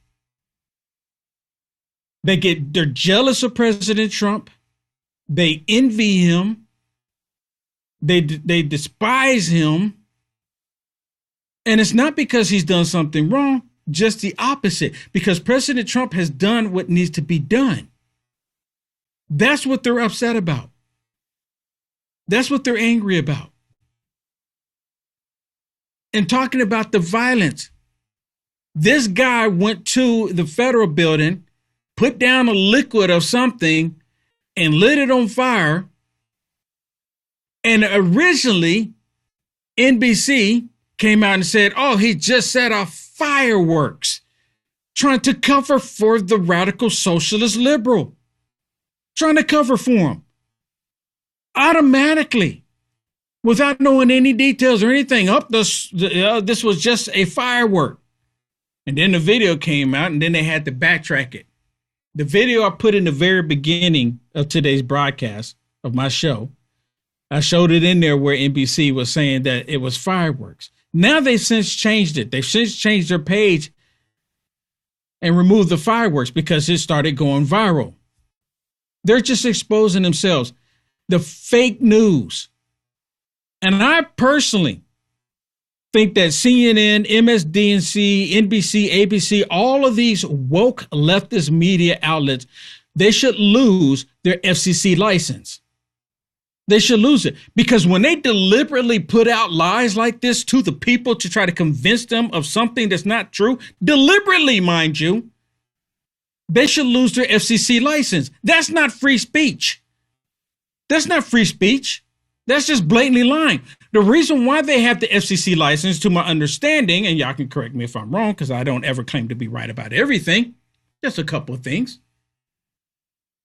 But to my understanding, they have the FCC license because they're actually going to put out the news, report the news, just the news. They're not going to be on there pushing propaganda. But Obama allowed that to happen. And that's the reason why they're doing it. And I don't know why Trump's administration hasn't overturned that yet. Because to my understanding, wasn't it just an executive order? I could be wrong. Y'all help me out.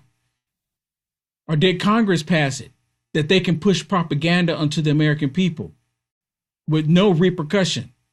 And there should be repercussions from that. They shouldn't be allowed to do it. But nonetheless, they do it. And the reason why this guy went to the federal building to try to have a barbecue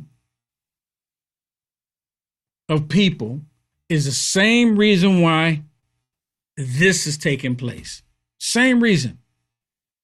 You got these socialists out there trying to disrupt ICE agents from doing their jobs. At what point are we going to hear the liberal media put out the MO, get out of the way of law enforcement, allow them to do their jobs so we can stop talking about this story? But they don't want to stop talking about it. If the story of these leftist lunatics go away, they have nothing to run on. But see, they love this. And I love it too. I love what happens to the liberal here. Let me show you what I'm talking about.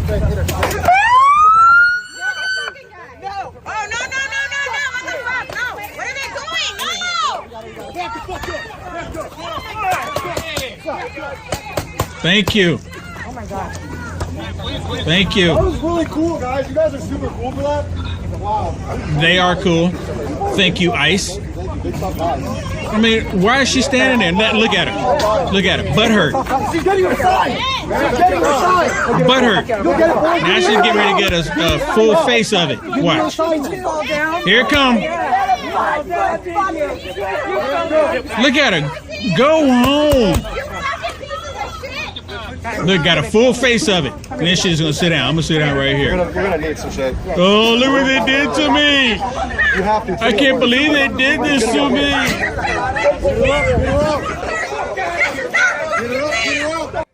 I can't believe they did this to me. This is so bad. This is so terrible. All I was doing was standing there. Give them all a dose of what they're there for. And then, of course, the liberal media, they love this. They run with it saying, oh, my goodness, these are just innocent bystanders. They're just standing on the side watching, knowing good and well they're not standing on the side watching. They're all out there. Why are they there? Why are they constantly interjecting themselves into law enforcement? And again, look at her. Look at her. I'm peaceful. I'm being peaceful. Look at this. And again, let me bring something to your attention. Look here. The protesters, how many of them are black? I'm just saying. See, black people, they already know that if they're going to get in conflict with law and order, they're probably going to get bounced. Oh my goodness, I'm not going to get in, these cops, these cops, these racist cops, they'll shoot us. They'll shoot us. So they don't do nothing. But white liberals, they've taken it upon themselves because they're the saviors. They're the saviors of people of color. They're the saviors of illegals. They're the saviors of everybody. And that's the reason why. Now, if you're white, can you please explain it to me? For those of you that don't know, Shannon, she's my producer when she can't be here. She's white. And I've asked her the same question. I didn't ask her. I've asked Shannon the same question. Shannon, you're white. Can you please tell me, enlighten me? Because I don't know. I'm trying to figure it out here so I can at least have, an informable, conversation about it, say something that's meaningful about it. Because as of right now, I don't have nothing. I don't know what to tell you. So is there somebody watching that can tell me why are they constantly doing this? Why is it always the white liberals? Alex Pretty, Renee Good. Why is it always the white liberals? Somebody please explain it to me. I mean, I'm looking at the comments right here. I'm looking at the comments. Somebody gotta know. Why do they have this savior complex? Like they're the ones that's going to save us, right? Man, they're going to save us from ourselves, because how dare you believe in God, or how dare you want to follow the law? What's the name? Saul Alinsky? Saul Alinsky. Have y'all heard of this Marxist? Have y'all heard of him? The Democrat Party is doing exactly what Saul Alinsky is all about. And most people don't even know it. Most people won't even grasp it until it's too late.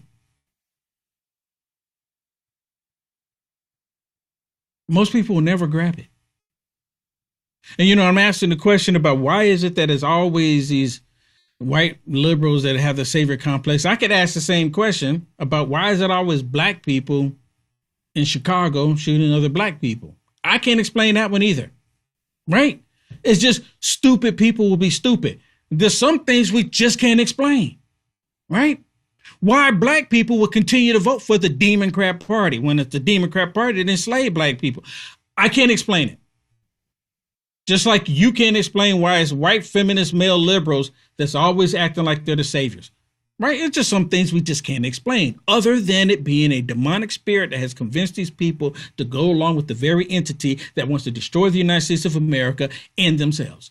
That's the only explanation I can come up with. And that includes everybody. Color has nothing to do with it. Nothing to do with it. The Democrat Party is crushing themselves, and I'm loving every minute of it. This is great. So I'm encouraging any socialists that are watching right now. I'm going to encourage you, continue down this path. Continue to expose how much you hate this country. Continue how much you want to destroy the country from within. Keep talking. Keep talking.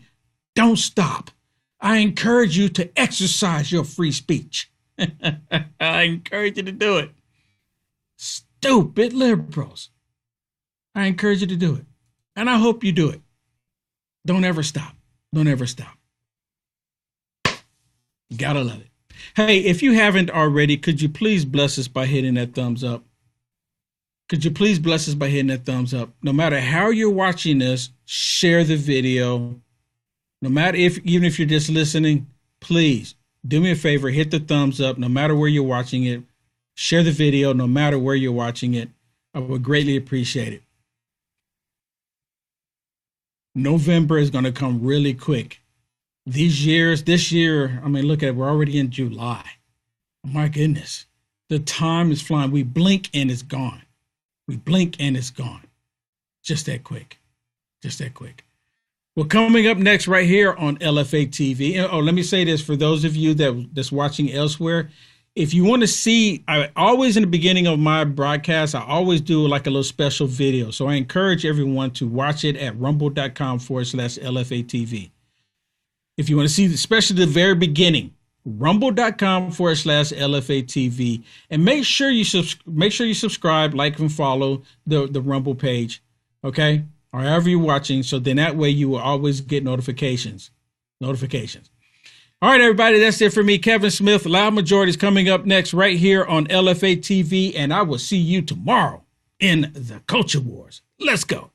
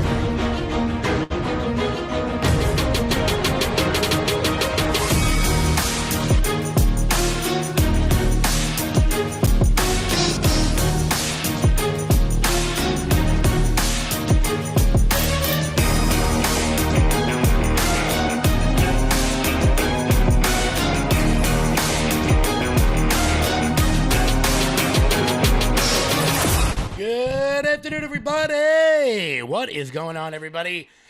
Tuesday, July 21st, 2026. My name is Kevin Smith. Thank you all so much for tuning into Loud Majority Live. We got a jam-packed show for you guys today. These midterms are going to be absolute madness. Nobody can seem to figure out which way is up. Democrats historically unpopular. Trump seems to be losing some momentum with the Republican base based on polling. It's just things are incredibly wild. We're going to break down all of it today because, as I've been saying, Democrats are preparing for a landslide. Republicans were supposed to have a Senate landslide. We will see what all happens because the civil wars that are going on between the two parties right now are, quite frankly, they're unavoidable. If you want to pretend they don't exist, you're just not living in reality. So we'll break all of that down today. Apparently, I didn't know this. If you were cheering for Argentina in the World Cup, it's because you're a racist, according to Jasmine Crockett. It could be that you're a fan of the greatest player of all time in Lionel Messi. It could be that, or it could be that you're just, I don't know, cheering for the colonizers. It's baffling. It's quite baffling. Brandon Gill has a boatload of fun with the head of the Smithsonian Institute, who said that being polite is racist, that Mickey Mouse comes from the vestiges of white supremacy, whatever that means. I don't know how we're not blowing these people out. Oh, yeah. And Harry Sisson challenges members of the Trump administration to a fight. Harry, I accept. And I'll tell one of your friends when I debate him in the next couple of days. Before we get started, guys, do me a favor and hit that thumbs up button. Share the video out all over the place. We are rocking. We are rolling here at the 3 p.m. hour, rumble.com/LFATV. Oh, yeah, one more thing. Famed idiot and racist on ESPN, Ryan Clark, was fired in the middle of a segment. Do you know how hard you have? Do you know how bad you have to be to not even be allowed to finish out the show when you're on it? So, good day, Ryan Clark. Now you can start your podcast with Jamil Hill, where you yell about white people all day long. So, congratulations, buddy. Very good for you. Before we get started, though, do me a favor and head on over to loudmajorityusa.com. That's loudmajorityusa.com. Sign up for the newsletter. Check out our shop. That is the best way to support this show and everything we've got going on over here. Giddy up. You know what, actually? I think maybe I'll play the Harry Sisson clip right off the bat. I think I'll play that one right off the bat because I wanted to get to it yesterday, but I didn't get a chance to. We ran out of time. So, I'll make sure we get to that. Yes, machine. You know what? We are going to play that clip. We're going to play that clip first because I wanted to get to it yesterday. And quite frankly, it's just really funny. It's genuinely, it's glorious. It's glorious. Guys, hit the thumbs up button. Share the video out before we rock and before we roll today. So you know what? Yeah, let's play that clip first. So, for those of you who don't know, Harry Sisson is probably the most famous of the little Gen Z TikTok influencers, kind of, half a pansy out there. He's kind of dainty, if I'm being totally honest with you.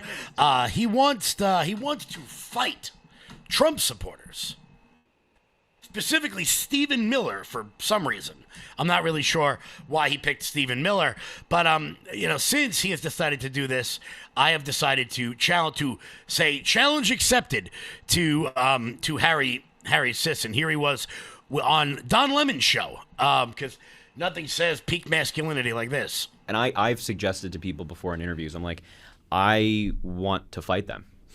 I think fight them? Yeah. Like if Stephen Miller would agree, or one of the Trump children, or like anybody in the administration, I want to fight them. God, you know what? That I would go pay to see on the White House lawn. That's what I'm saying. In a UFC. Why are we ring. doing the UFC event? Why don't we just settle some political beef? I'll take anybody in the White. I boxed for 4 years, and if they want to, I'd get back into training camp, get in the best shape of my life, and go fight one of them. I would do it too. Yeah, that's what I feel like. There's so many people that would do it. Oh, you boxed for 4 years? Really? What was your record? Or did you just box against the heavy bag? I don't know if you know this or not, Harold, but the heavy bag doesn't punch back.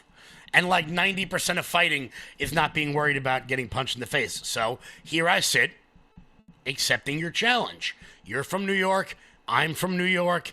Pick a time, pick a place. Let's set it up. I will say, though, that Harry in all of his wisdom,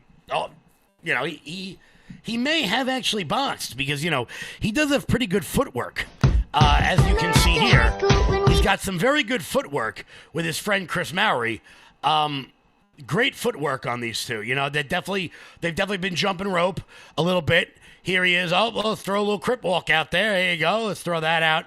This is the guy who wants to fight Trump supporters. Yeah.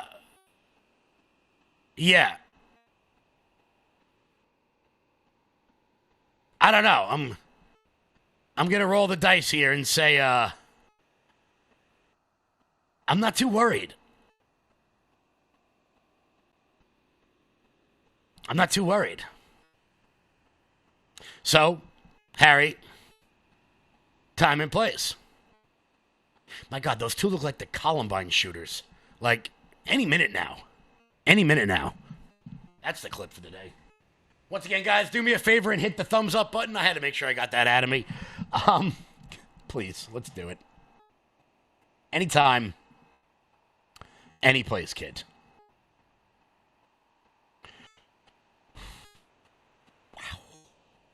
That was actually difficult to show you. But I felt as though it was necessary. What do you guys think?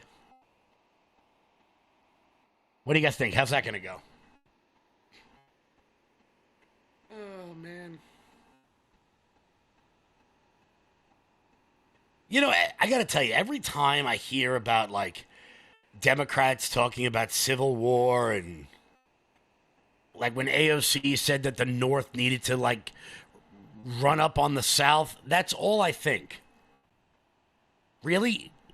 You guys, are you kidding me? This is what you got? I don't know. I think they really do. They look like the Columbine shooters. Beyond lots of aides. Yes, they will need they will need several aides. We'll make sure we oh boy, what do we got here? Anti-war protesters in the Senate. Very good stuff. Good. Get that clip over with, says Nancy. Yes, so let's dive into the midterms because, it's funny. I'm going to show you guys the way the media tends to operate here. Nobody has any idea what the hell is going on with polling, with data, with the midterms. I'm going to give you a quick example of this. Here is one outlet. Here is an outlet called Mediaite saying that CNN, and we're going to play you this clip because I actually find the end of it interesting. CNN data guru flags warning sign for Democrats in the midterms. Now, that article came out yesterday by a guy named David Glamour. Today, David Glamour wrote the very same article, except saying data guru warns Iran war could doom GOP in the midterms. So my question is, David Glamour over at Mediaite, which one is it? Because only one of these articles could be true.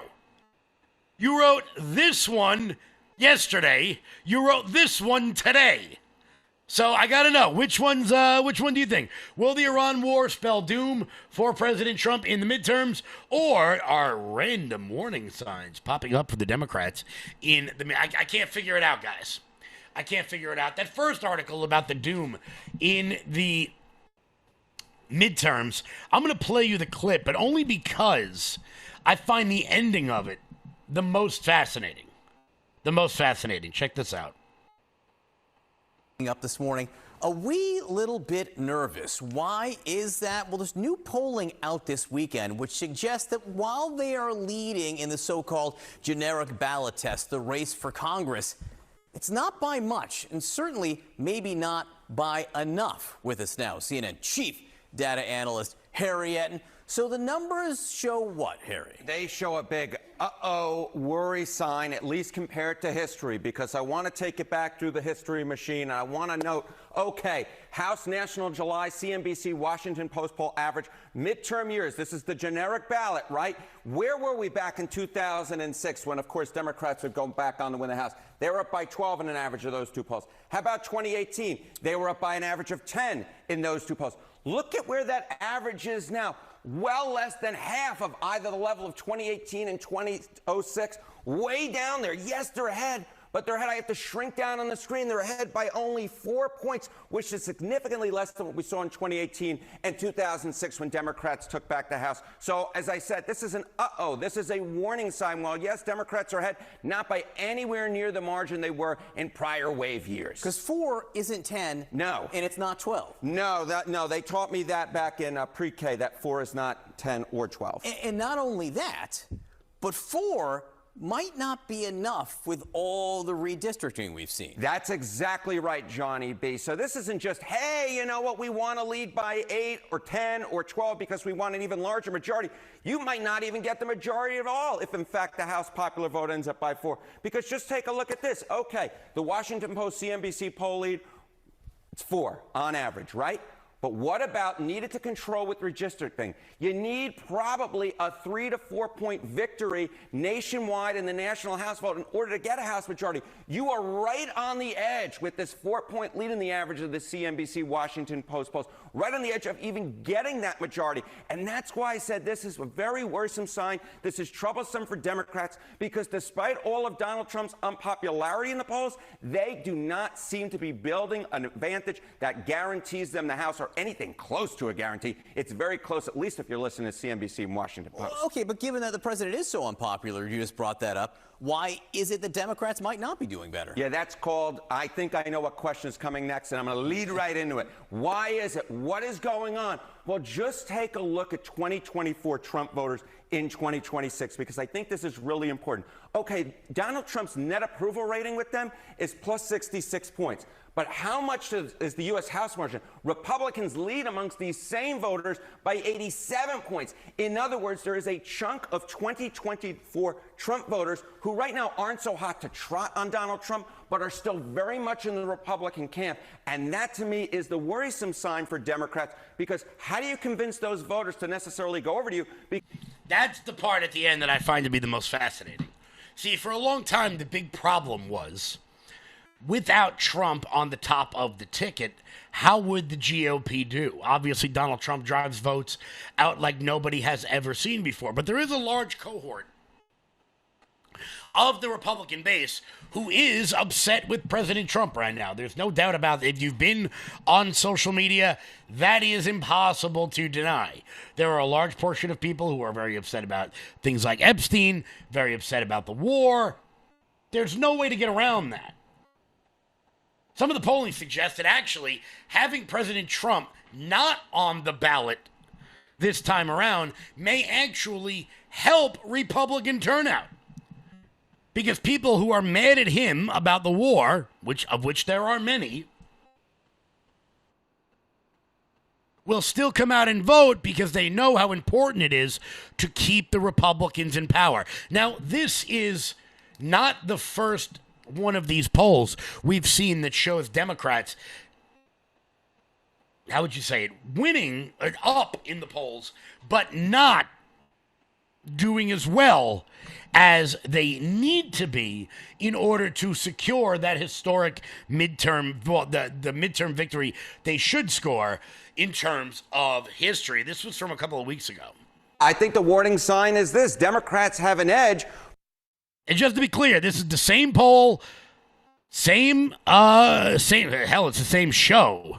But compared to what we see historically, it's really not that big of a lead. I mean, just take a look here. Okay, this is Congress National June polls, Dem leads, and this is NBC News, midterm years with the GOP press. Look at this. They're up by 5 points, but that's half the lead they had back in 2018 when it was 10 points, and less than half the lead they had back in 2006 with 11 points when Democrats took back the House in both of those years. And now the Democratic lead is on a single hand. 1, 2, 3, 4, 5 points. And it's this type of lead where you say, you know what, Democrats are ahead, but don't count your chickens just quite yet. And Harry, we've been talking about this. As time goes on, you and I have kept on looking at these numbers saying it just doesn't look like the numbers we've seen when there have been waves for Democrats in the past. What are the trends in the other polls? Yeah, okay, so this is not just one poll in which we are seeing this. There is this group of pollsters that are out there that are just not showing the wave you might expect given where the president's approval rating is.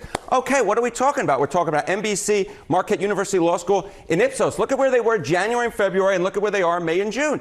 NBC, down a point. MU Law, down 3 points. Ipsos, basically staying the same. So the Democrats hold these leads, but again, you have this group of pollsters that are out there where this lead, simply put, is not matching what you might expect if you're expecting a Democratic wave. So despite the fact that President Trump his poll numbers aren't great at the moment, Democrats don't seem to be doing anything to make up for that.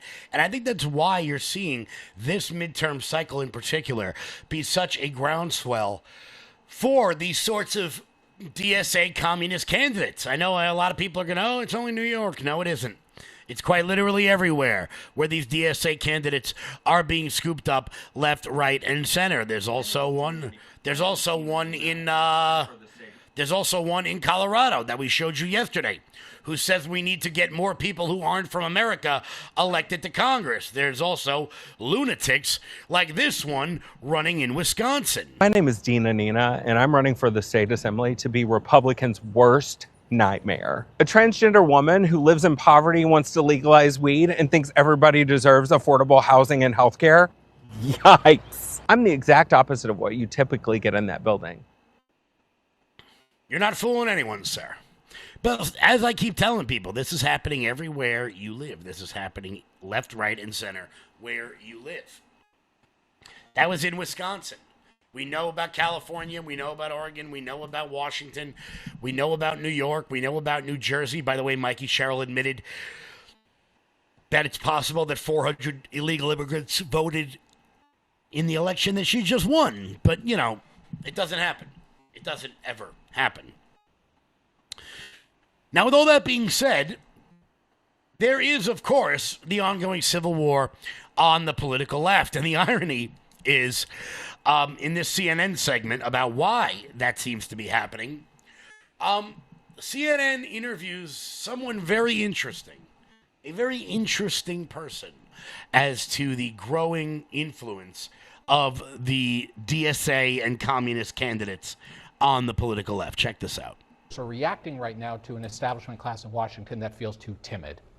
But there's a difference between saying you're going to fight and having a track record that shows you fought. And I feel like there are so many echoes in what's happening right now in the Democratic Party and something that happened in the Republican Party a decade and a half ago, which is you had folks who had been in office, they were incumbents, and they had records of putting some points on the board here and there for the conservative side, and very often they got taken out in primaries by folks on the outside who said, you have not put nearly enough points on the board for the average guy or for conservatism or whatever it is, so put me in. Now, what voters find when they put those outsiders in is sometimes those outsiders can talk a good talk, but they can't walk a good walk. And Republicans went through that. That ultimately, I think, is part of what led to Donald Trump coming in and saying, okay, you're sick of all these people saying, I'm going to fight for you, and then they don't actually do it. You know who does stuff? I do stuff. And so to what extent does this lead to the Democratic version of Trump? I don't know. I'll leave that to the Democrats to figure out. But I think there is a difference between somebody who says with bold words, I'm going to be a fighter, but does not have a track record of doing as much, and somebody who's actually put points on the board. And moreover, they get to Washington and realize that in order to function in Washington, part of what they have to do is make the deals and work with others in the way that turned off those kind of activists. The swamp gets to them. The swamp gets to everybody in the end. Congressman, did I hear you trying to get in there? Now, none of you know who this man is. None of you know who this is. But we're going to tell you after the segment because it's incredibly interesting that they asked this guy what his take is. No, I'm just thinking though that every election is about change, right? If you can't establish yourself as a change candidate, you're not going to win the election. So every time that, what I would describe as the social democrats, when they've come to the foray, they present themselves as the change candidates. Much of their ideas are old ideas, but they're new people saying them. And I think that's what they have to do in order to kind of create the opportunity for them to be to win. Let's keep in mind that in 2024, we had an election in Michigan where the Democrat Slotnick won by less than 20,000. Now, what he says after that is totally irrelevant, but do you know why it's interesting? That they asked that guy his take on the rise of the far left in America. That man's name is Joe Crowley. That's the guy that AOC beat. Thanks, bro. Thanks, Joe. Thanks for never showing up for your district. Thanks for everyone in Astoria and the South Bronx having no idea where you are, leading to someone who is legitimately a presidential frontrunner in 2028, despite being one of the stupidest people in America. Despite genuinely being one of the dumbest people in America. I mean, let's not forget, AOC thinks that the world is going to end in like 4 years. It's going to end very soon. Matter of fact, it's going to end right around the time she's going to run for president. She also, very recently, blamed an accounting firm for poisoning a river. I'm not really sure how a group of accountants working out your standard deduction or your itemized deduction poisoned a river, but you know what the hell? I mean, AOC being proof that if you just say it confidently, it really doesn't matter whether or not it's true. So thank you, Joe Crowley, considering you were the test case. You were the proof that if DSA candidates find a weakness, they will just find a way to win in their particular area. Thanks, dickhead. That was all you, buddy. That was all you. But now what does the outlook look like? Where are we focusing? Obviously, the Senate races we're all talking about. Michigan, Maine, North Carolina, Alaska, Texas. Those are the big ones. Those are the big ones. But where are the House races that we are looking at? We'll pick that up in 1 second as Fox News has put out their midterm power rankings. Where are things really going to be the toughest? We'll get to that in 1 second. Before we do that, Mike Lindell. I'm excited to announce that we're having our first ever mega sale on overstock clearance and brand new products. For example, save over 50% on this season's flannel sheets. Queen size only $59.98. Kings only $69.98. They sell out fast every year, so order now. Save 20% on our brand new My Crosses. They're designed in the likeness of the one I've worn every day for over 20 years. They come in men's and women's, and they're made right here in the USA. Get our 2025 six-piece My Towel sets for only $29.98. Our initial quantities are extremely low, so get them now before they go. And our best-selling standard My Pillows, just $14.98. So go to MyPillow.com or call the number on your screen. Use this promo code to take advantage of our first ever mega sale. But wait, remember that $75 free shipping rule? Well, that ship is sailed because right now, every order ships absolutely free. Guys, head on over to MyPillow.com and use promo code LOUD. That is MyPillow.com. Use promo code LOUD for up to 80% off everything on the website. That's MyPillow.com. Promo code LOUD. So Fox News, they released their power rankings and the seats that they're looking at moving into 2026. You may see some areas where you live, where you can get involved. If it annoys you that I continue to push the idea of getting involved in local elections, well, get used to it, because that's what we do on this show. We are bigger activists than we are commentators. That I can tell you for sure. Here was Fox News. Away from the midterms, and today we reveal our first edition of the Fox News Power Rankings for 2026. And here we go, starting with the Senate. Here's what you need to think about. 4 in the middle, right? Okay. 4 toss-ups here in yellow. We think 48 Democrat, 48 Republican tend to be somewhat solid, but there's a little bit of fuzzy math on the map that we'll reveal in a moment here. But really, the toss-ups are our focus for the moment here. A Democratic good night today would bring in the 52 senators.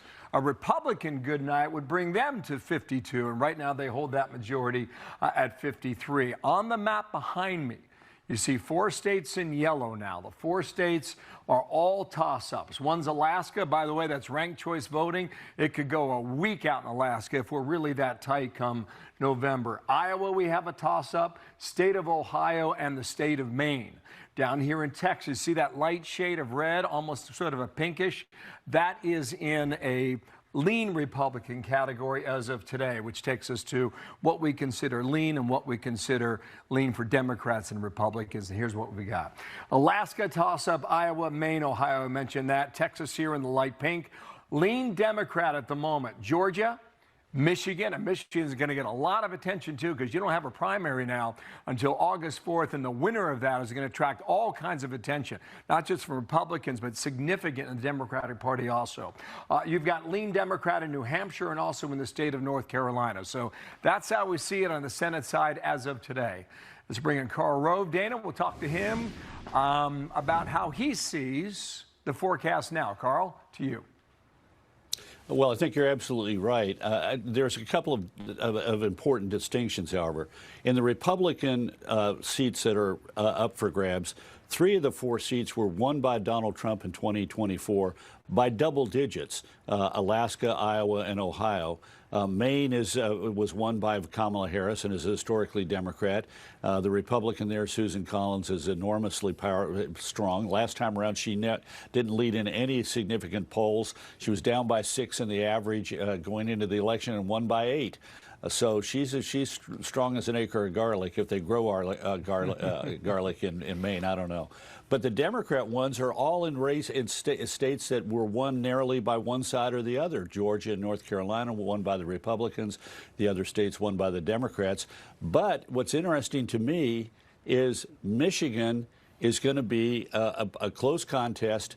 But the Democrats have a big decision to make in their primary. Are they going to go with the more traditional Democrat, or are they going to go with a Democratic socialist in the form of Abdul al-Sayed? And if he is the nominee, then Mike Rogers, who came within 0.2% of winning the seat 2 years ago, might pick up this seat. El-Sayed spoke on Sunday, and he always seems to figure out a way to bring it. That's going to be a big one. I think this Senate race could come down to New Hampshire and Michigan. Which candidate ends up picking it up in that? I think if al-Sayed gets up there, I think he ends up losing. Democrats have not yet. And look, I know that I've been blustering for quite some time about the DSA takeover in America. And that is, there's no question that that's happening. However, it has been hyper-local. New York City, congressional races, state Senate races. They have not yet won a sort of statewide election where suburban independents will be the deciding vote. Now, the question is going to remain, what are things like on Election Day? In many of these states, New Hampshire is a weird-ass state. It just is. Nobody knows if they're Republican. Nobody knows if they're Democrat. Chris Sununu is running for the Senate there. He's a longtime governor. He's incredibly popular there. I believe at one time he was the most popular governor by polling data in America, sort of a old-school moderate Republican. And then you got Mike Rogers in Michigan, a longtime mainstay out there. What ends up happening in that race? Because I will tell you this. The Michigan race in particular is one that I'm watching for. Because, as I said, the DSA and the communist candidates have not yet won on a statewide level. You know, they won in Seattle and they won in LA and San Francisco. Small, deep blue congressional pockets like AOC, like Omar, like Tlaib, like Presley.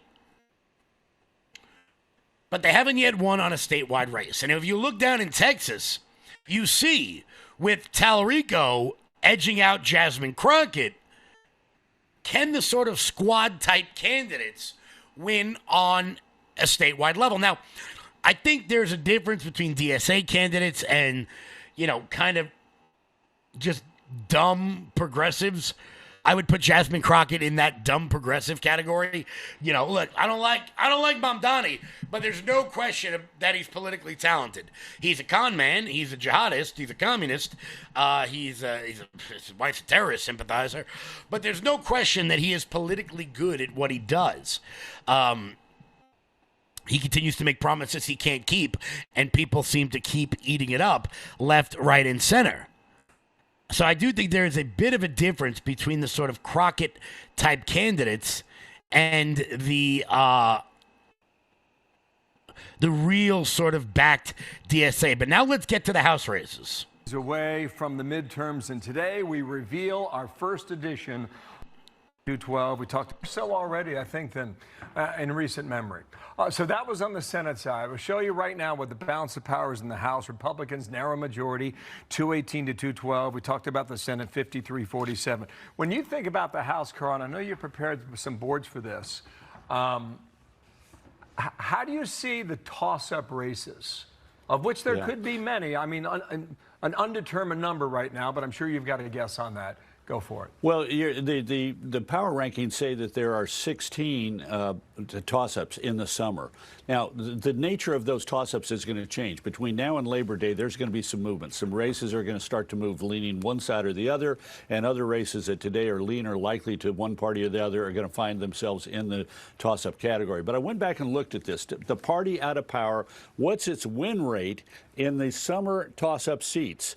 So what we're looking at here in 2022, the Democrats were in the majority. The Republicans picked up 79% of the House races, 75% in 2018 by the Democrats, 62% by Republicans in 2014, 90% by Republicans in 2010, 57 and 73, or 57% by Democrats in 2006. I'll finish that off since Karl Rove can't get through a sentence. We're going to go over to the Cook Political Report because they do a pretty good breakdown of where each and every congressional seat may land and how exactly it gets broken down. So you may be in some of these sort of toss-up areas we're seeing there. Arizona 1, Arizona 6, California 22, Colorado 8, Florida 25, Iowa 1, Iowa 3, Michigan 7, New Jersey 7, New York 17. Why do I got to go help him? Ohio 8, Pennsylvania 7, 8, and 10, Texas 34, Virginia 2, Washington 3, and Wisconsin 3. Now, if you look at all of the toss-ups here, this is the one thing that kind of worries me. Let me move this over a little bit. This is the one thing that kind of worries me. All of the toss-ups are seats that Republicans currently hold. I mean, out of, what do we got here?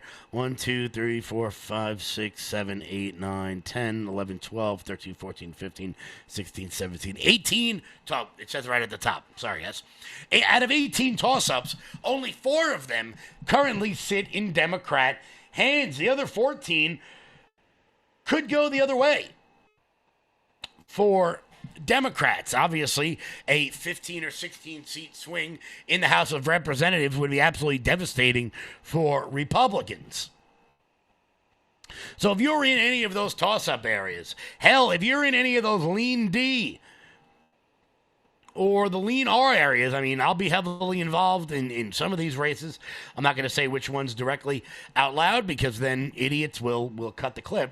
But I'll be involved in some of these out here in New York. And if you are in any of those lean red, lean D, or toss-up type areas, it is up to you to get involved in those races, to volunteer your time, to make phone calls, stuff envelopes, do whatever the hell it is they need to do. I'm not sure how you guys campaign where you live. I know how things operate over here. But we are going to be heavily involved in as many of those as we can all over the country because, look, we should be sweeping this time around. And it's going to come down to each and every one of us to get the job done. We'll see.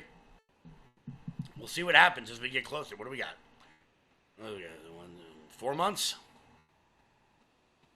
4 months, what's that, 16 weeks? minus a little 14 weeks. What are you willing to do? What are you willing to do? Guys, in just a second, we're going to have ourselves a wee bit of fun. Brandon Gill, look, I'm heavy on Brandon Gill right now, moving up in professional politics. And I think today was a great example of it. We'll get to that in 1 second. Before we do that, here's Jeremy. Hey, everybody, if you're not familiar with, then let me introduce to you Armor Colostrum. Now, I didn't know what colostrum was up until a few years ago. I'd never even really heard of it. And then my wife turned me on to Armor Colostrum.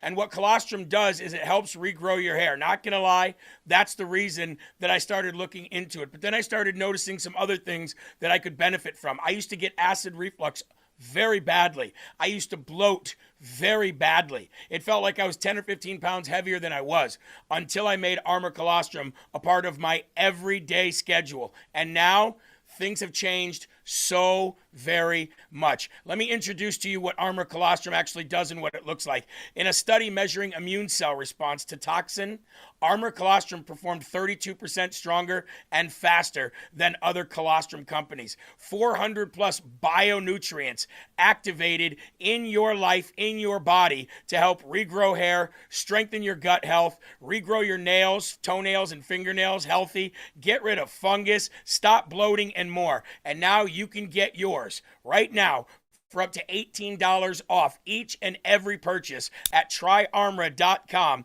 Promo code LFATV. Click the apply button once you've entered the code and watch your discount fall off. That is tryarmra.com/LFATV. Order now.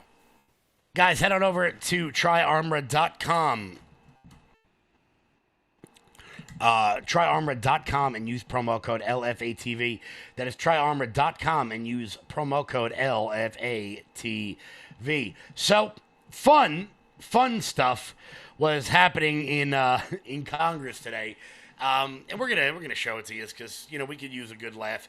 And it comes from Brandon Gill. He was questioning one of the heads of the Smithsonian Institute, probably the most boring place on planet Earth. But nevertheless, for the last couple of years, they've been putting out a whiteness and white culture handbook in the United States, where they label such things as whiteness, things like rugged individualism, things like self-reliance, like the nuclear family.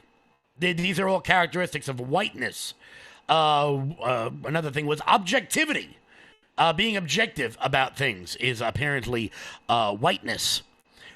Christianity is whiteness. Somebody might want to let all of Africa know that. Well, most of Africa.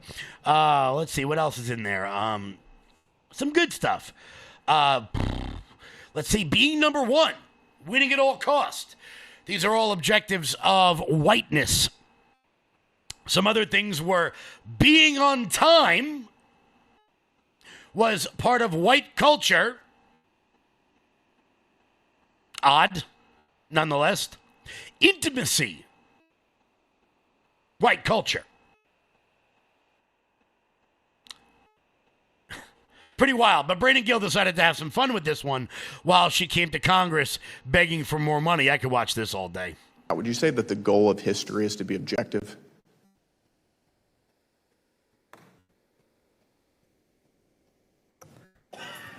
Thank you, sir, for the question. I think that there are many goals of history, and certainly as you collect, as we do, examine evidence, create scholarship. Is objectivity one of the goals of history? We strive to be objective and nonpartisan and not based on any ideology. So it's one of the goals.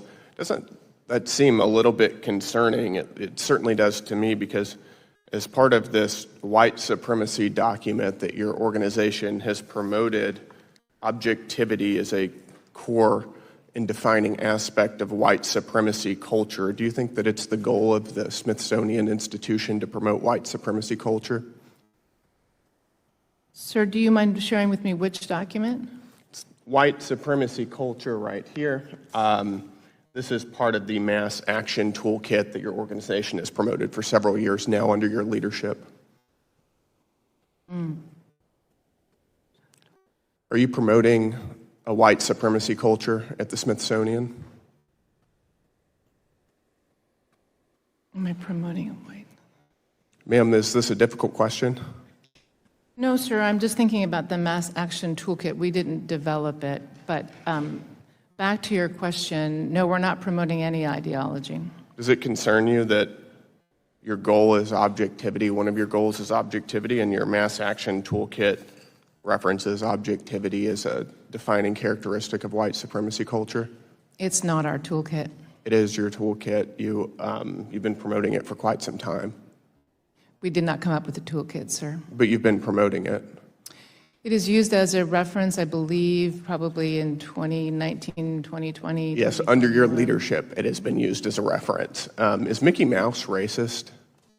Mickey Mouse is not racist. It's not racist. According to the Smithsonian Institution, one of your exhibits referenced Mickey Mouse as representing, quote, vestiges of longstanding traditions of blackface minstrelsy.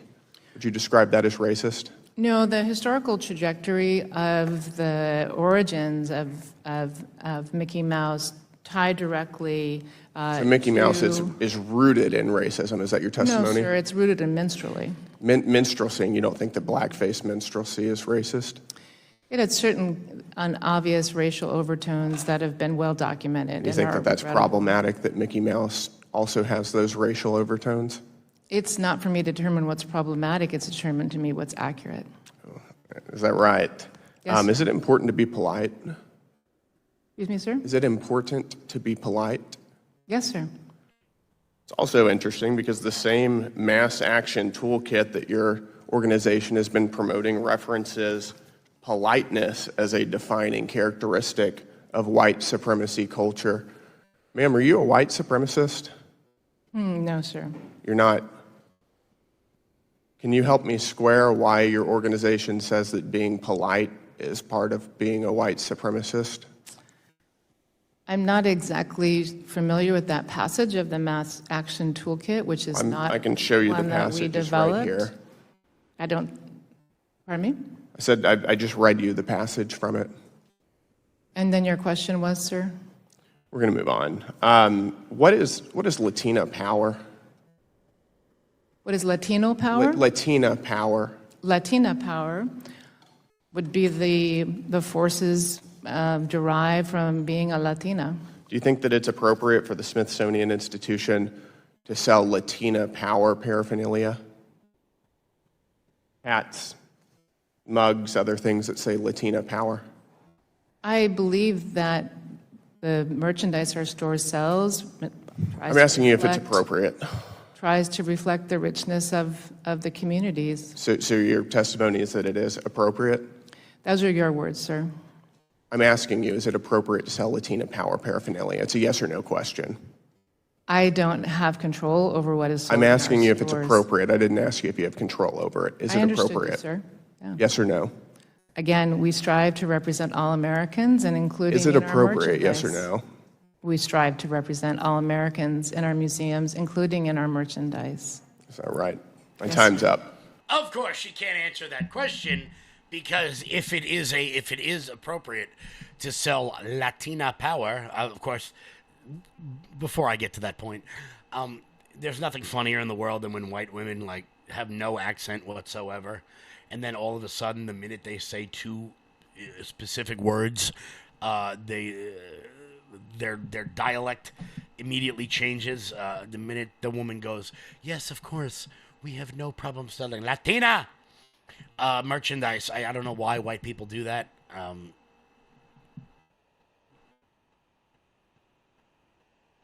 don't know why people do that at all. Whatever. Of course, she can't answer the final question, that is it okay to sell Latina power merchandise? Because then the obvious follow-up question is, would it be okay to sell white power merchandise? Which, of course, it would not be. Just something to consider.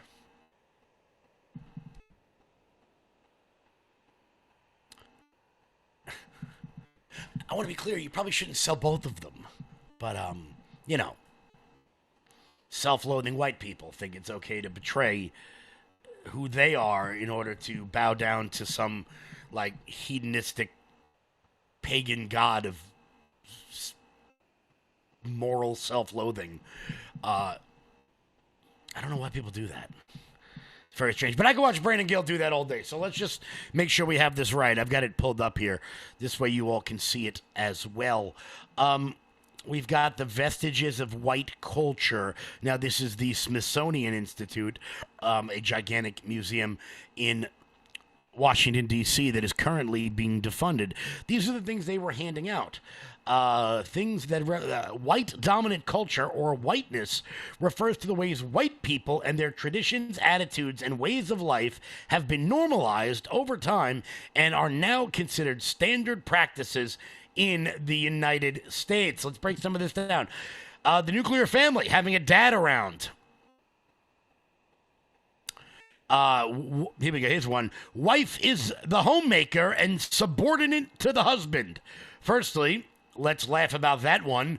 I'm sure all the husbands will laugh their asses off about that one every time the damn Amazon guy shows up. But let's continue here. Objectivity and rational linear thinking are vestiges of white people. The concept of cause and effect, that would be rationality. Let's see, here we go. A Protestant work ethic. Hard work is the key to success, and that work before play is a key to white culture. I don't know, this sounds pretty racist to me. It sounds pretty racist to me. Here we go. Following rigid time schedules. So being on time is a vestige of white culture, according to the Smithsonian. I don't think we're tapping into too many stereotypes here. Let's just keep on reading here, because this is getting fun. English common law. You mean the very thing our nation is founded on? Yes. Yes. Okay, here we go. This is bananas. Here we go.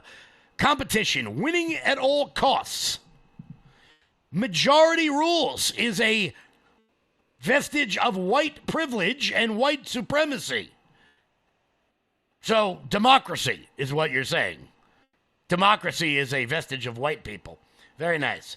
Very nice. This is good. And of course, the very good one down there, being polite under communication. Being polite.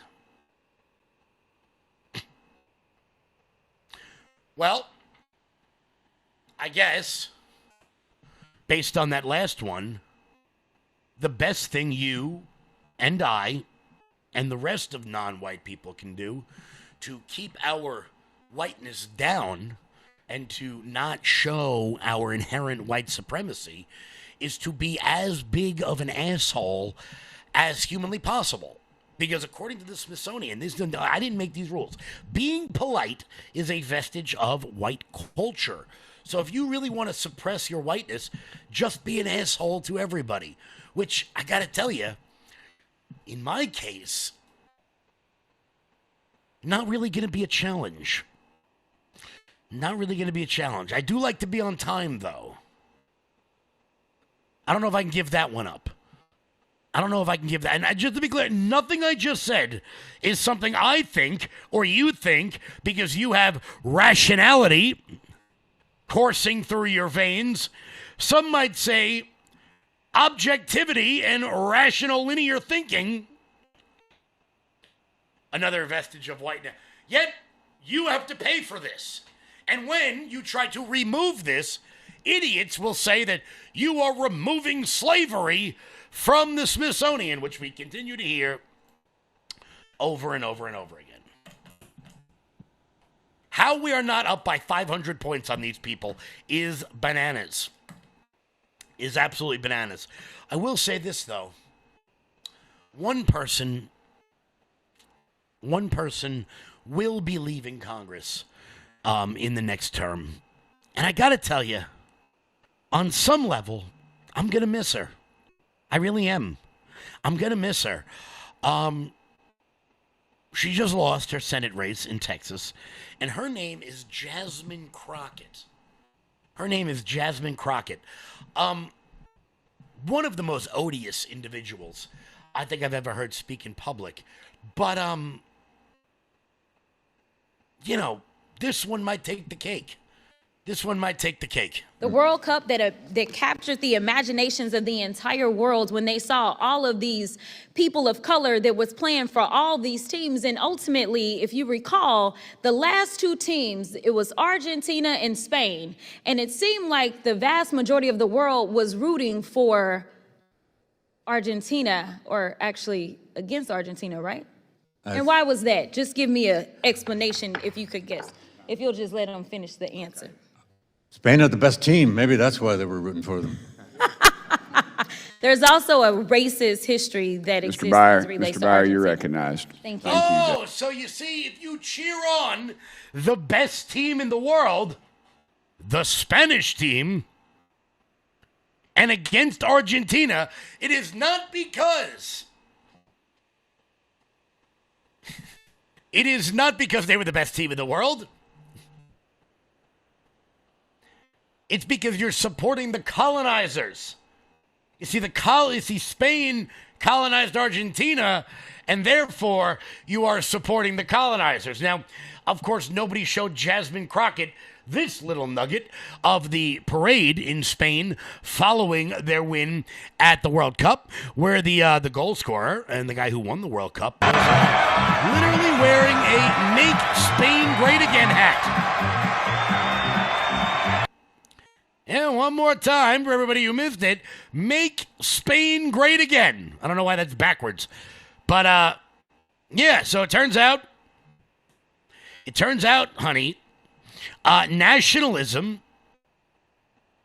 being proud of where you are from, being proud of your culture, not wanting to see it overtaken by hordes of third world migrants is okay.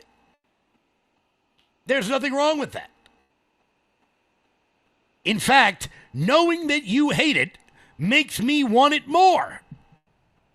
Once again, congratulations to Spain. I was cheering for Argentina, so I guess that makes me a good person. I don't know.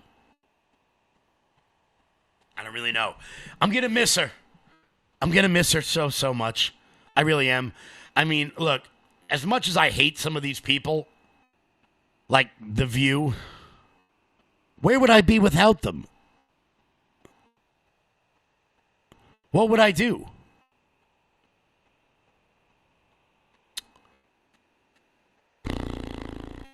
What would I do? Funny stuff. But we've got some deportation stuff, and then we got a thing that I want to talk about that I hate, but I'm going to watch anyway, just out of morbid curiosity. We'll get to that in 1 second. Before we do that, guys, once again, hit the thumbs up button. Share the video out.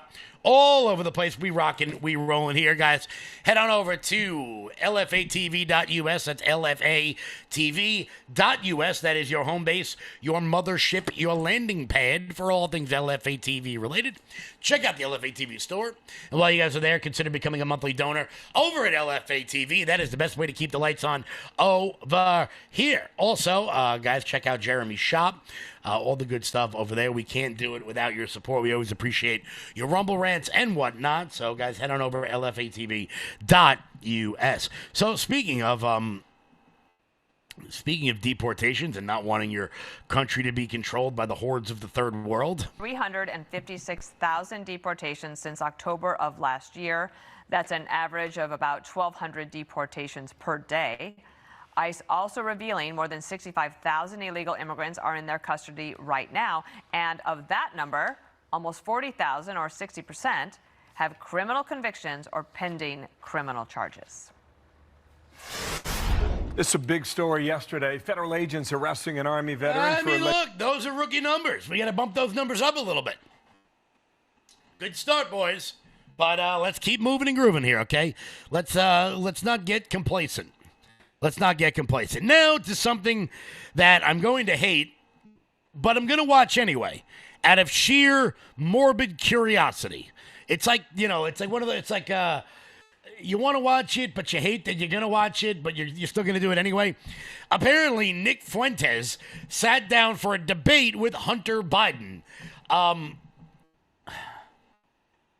going to watch it when it comes out. Apparently they get into a fist fight at one point in this thing. It's pretty wild. And you want to ask me, why are you a Nazi? Inclusion has been our greatest strength. Diversity has been our greatest strength. White people do feel like we are being boxed out. A 26-year-old white kid doesn't feel like he has access because he's been canceled, and the problem is black people. I didn't say the problem's black people. Well, you just did, Nick. You just I said the problem is crime, and we know who's doing the crime in Chicago. Do you get what I'm saying? Yes. About the Holocaust thing?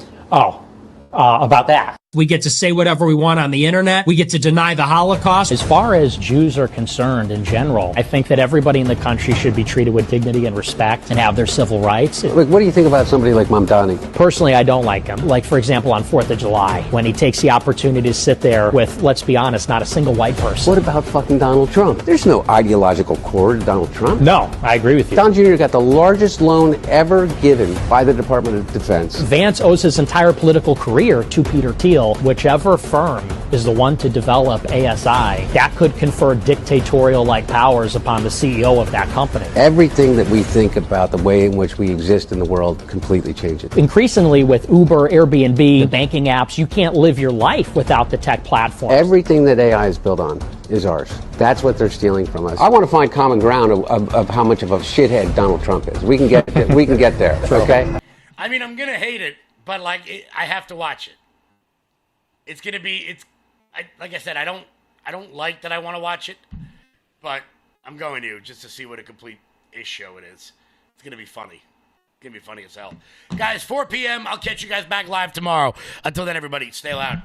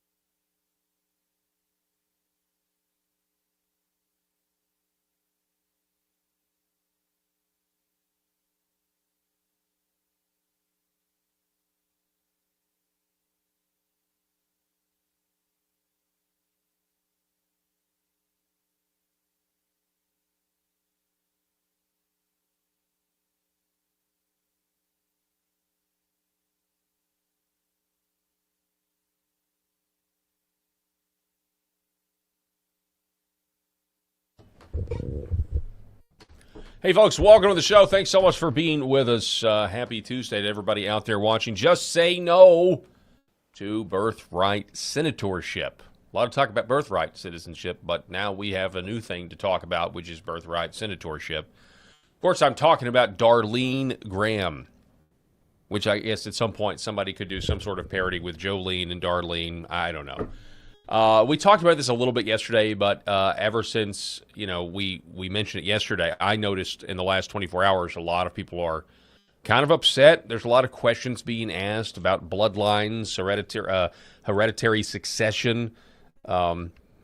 Is America a monarchy? Here's the deal. It's not unprecedented what's going on right now. Obviously, we've had a history. America does have a history of powerful political families. But I don't think anybody is out there suggesting that powerful political families are a good thing.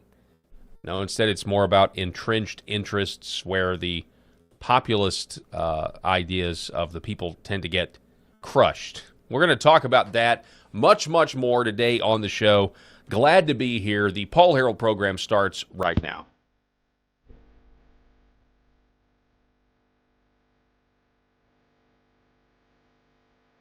The Paul Herrell program. That's all right. Welcome to the show. Thanks so much for being with us. I want to remind everybody out there, the Paul Herrell program is powered by Healing Veterans Project. The Healing Veterans Project, you can go to healingveterans.us. That's healingveterans.us and become a part of the movement today where we're helping veterans get life healing red light therapy panels. The panels that the VA will not give them. The VA doesn't want them to have it. They would love them to have they'd love for them to have I don't know, Vicodin, opioids, that sort of thing. We'll tell you more about Healing Veterans Project a little later in the program. We're broadcasting live from the great state of Arkansas here on LFA TV. We're also over at the Paul Herrell Program YouTube page. Wherever you're watching, please subscribe, please share. Specifically, if you're watching on YouTube and Rumble, we want you to like the video, we want you to share the video, we want you to subscribe, do all of the things, help us get the message out. Really excited to do this. So, yeah, this thing with Darlene Graham. By the way, I think she's dropped her married name now. She's going now with her maiden name because, I mean, it very much is, instead of Nordone, which is she's Darlene Graham Nordone, she's now just Darlene Graham because this is, somehow they're trying to piggyback off of Lindsey Graham's popularity, I guess.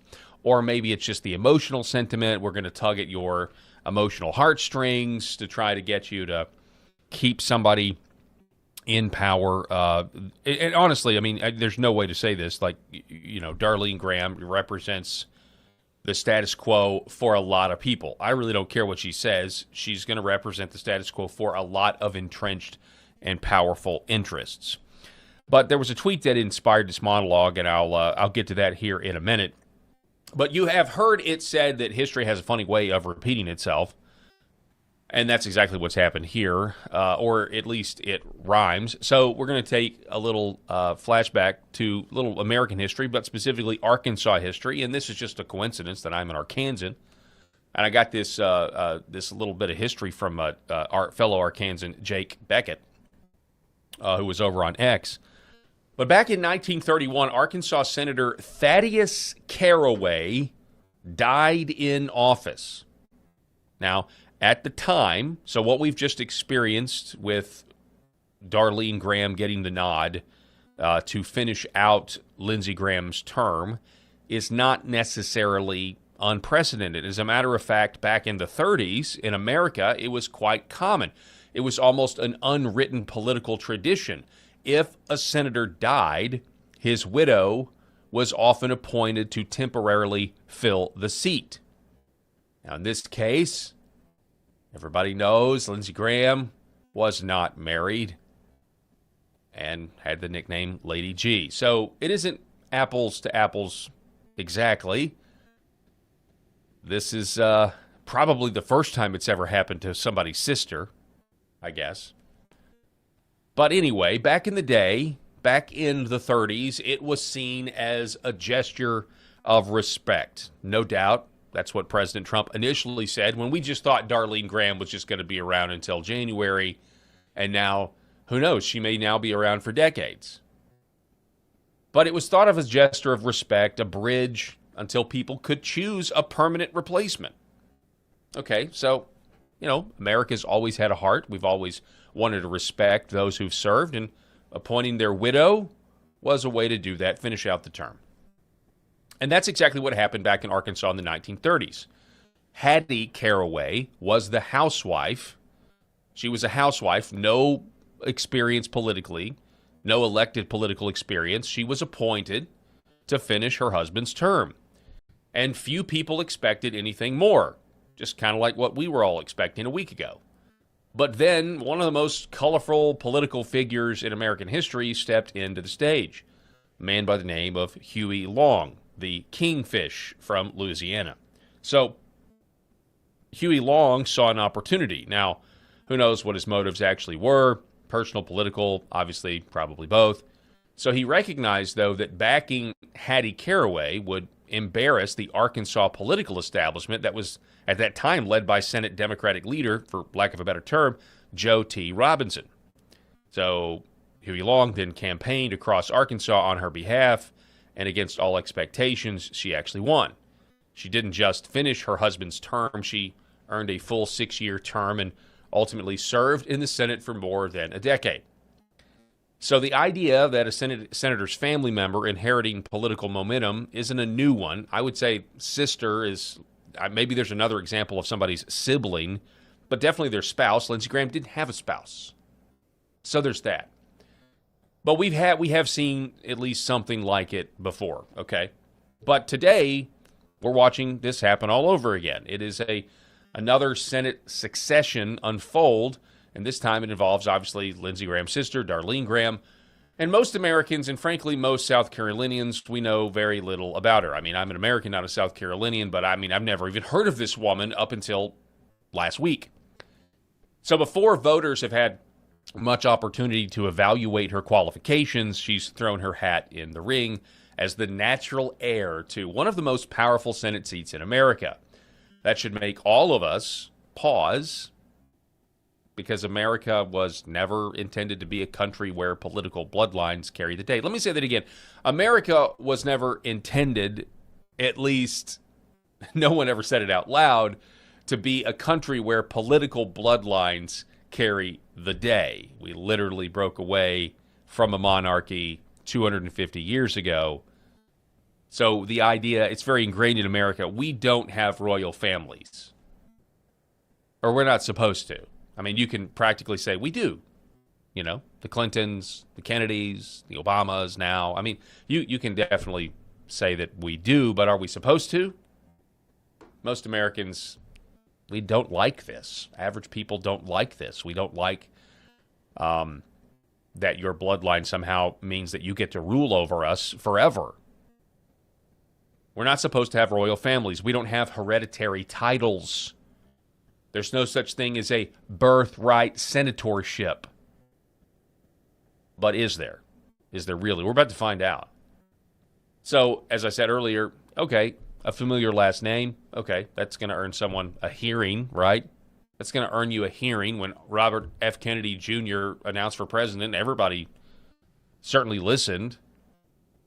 It may even reflect years spent around public service, as that was the RFK deal. But a surname alone should never become a substitute for earning the trust of voters through ideas, accomplishments, and leadership. I mean, this is what we don't have with her. I don't even know who this woman is. Again, the uncomfortable feeling, and this is what I was trying to describe yesterday on the show. It is an uncomfortable feeling. It just makes you just, I don't know. It's just cringe. It's such a cringeful feeling that many people have right now. And it's because of Darlene Graham. And it may not be about Darlene Graham personally, because we don't know who she is personally. It's about the system, isn't it? It feels in some ways like Lindsey Graham is still dictating events from the grave with the help of President Trump, who has told South Carolinians Darlene is his pick, just like he backed warmonger Lindsey Graham. Perception matters with things like this. Americans instinctively recoil from the idea that a Senate seat can simply pass from one family member to another as though it were an inheritance. Did Lindsey put this in his will? That was my question this morning. Do you think he maybe this was in his will somewhere? You know, if at all possible, give the seat to my sister and encourage her to run. She'd be great at it. And there's another question that surrounds all of this. It deserves to be asked, at least, is who benefits from continuity. And make no mistake, that's what this is. This is obviously a bloodline succession, an attempt at one anyway. And so there's going to be a certain level of continuity from Senator Lindsey Graham to Senator Darlene Graham. I mean, the last name alone is continuous. If Darlene Graham ultimately becomes the senator from South Carolina, would she chart her own course? Now, she's telling everybody right now that she will. She's not going to be a big war hawk. She's going to focus on things domestically. And you know what? That's music to the people of South Carolina's ears. I don't know if it'll happen, but it's certainly music to their ears, I'm sure. As Lindsey Graham, you know, is just known for neglecting his base and neglecting his voters and wanting J6ers to be shot in the head. Would she chart her own course? She's obviously telling people right now that she would, but do you believe that? Or do you believe what your gut tells you, and that's that Darlene Graham would largely preserve the existing political network built over decades by her brother? Would the lobbyists, consultants, staff, donors, and long-established relationships simply continue uninterrupted under a different name? Why, yes. Why, yes, Virginia. Of course they would. And that's the point of this entire royal retro monarchy shenanigan. It's reasonable to assume that many people who have worked with Senator Graham over the years would naturally prefer continuity rather than uncertainty. That's true in politics generally. Established relationships often survive transitions because they're valuable to people involved. A lot of money at stake here, folks. A lot of money to be spent to save the status quo, to preserve it. Lindsey's deep state staff want to keep their jobs. That's understandable. Anybody would want to keep their job if they could. And all of the lobbyists, all of the special interests, they concur. They work with said staff, and they're now circling the wagons, trying to preserve their own power by propping up Darlene Graham. Populist movements have always argued that political institutions tend to protect themselves. Incumbent networks often favor familiar names and established insiders over newcomers with different ideas. Maybe different by today's standards, but old by 18th century standards. Candidates like Mark Lynch, who is an unapologetic Christian businessman who would no doubt actually represent the interests of most average South Carolinians. Mark Lynch represents the opposite model. They don't come with decades of institutional support. He doesn't come with some sort of inheritance that the political machinery is going to christen him with. They have to convince voters one conversation at a time, which is exactly what Mark Lynch is trying to do in South Carolina. That's what our republic on paper, at least, is supposed to look like, but the machine always seems to win, doesn't it? So this isn't about, again, attacking Darlene Graham on specifics, because, again, we don't know anything about her. We don't really have any specifics. I mean, maybe they're out there at this point. I did see one tweet, I think. Maybe we do have some specifics, but we'll get to that here in a minute. But I think it's just, this is the reason for this whole segment. It is safe to say that no one should receive an assumption of legitimacy simply because of their last name. And that's exactly what is being forced on the people of South Carolina. America doesn't need political dynasties, but boy, do we have them. Boy, do we have them. It desperately needs outsiders. We, the people, need outsiders who will fight corruption and challenge entrenched power. And we also got to have voters, not political networks, not family connections, not inherited influence, to decide who deserves to represent them in the United States Senate and then specifically in South Carolina. And so you also hope and pray for a fair election with all of this. Tell me what you think in the comments. Tell me what you think, chat. Are you down with this? I know we had several people. We already asked this question yesterday, and I know we had several people that expressed their displeasure with it all. But again, I mean, this is just one of those things where you say, look, I mean, I get it. I know President Trump, for some inexplicable reason, supported Lindsey Graham, and so now he's supporting the sister. But I don't see how you can argue with my point about what she represents. She represents the status quo and represents the far right in South Carolina, not basically a roadblock trying to get unapologetic Christians like Mark Lynch into office. So we've got Rebby Doe, Darlene Graham Nordone family. What we know about husband Larry Nordone. Well, what do we know? Let me know. Educate me in the comments. I don't know anything about her husband. Rebby Doe says, I think we should stop calling her Darlene Graham and call her by her name, Darlene Nordone. You're probably right there. But on X, I mean, her account now just says Darlene Graham. I mean, she's dropped it all together, I think, because she knows that, her biggest chance is to actually play off on this political dynasty idea, the political dynasty concept. Low 23, where is Rob and Eric at? Okay, they are... Eric is out of town on business. Rob is out of town on business. And I don't exactly know for sure what his schedule is going to be throughout the rest of the week. Rob may be in seat number 2 tomorrow. I know Eric is out for the rest of the week, but bear with me here. I'm sorry to fly solo. I'm sorry to disappoint. I don't like to disappoint. I know the show is so much better when we have Rob and Eric here, but we're gonna, they'll be here soon. They'll be here before you know it. Once again, who knows? We're actually on Thursday though. I'm gonna have military Army veteran Brian Norris, former Arkansas Secretary of State, Republican candidate for Secretary of State, former Brian Norris. He's going to be here on Thursday, and so that's going to be a lot of fun to have him sit in. We're going to go over the headlines and actually kind of, maybe revisit some of what he learned when he ran his race in Arkansas earlier this year. So, Logan 23 says, Paul, I love it when you're solo. Well, thank you. I appreciate that, Logan. I do. I appreciate that very much. Let's see here. What else do we have? Any other comments about this? About Darlene? Darlene.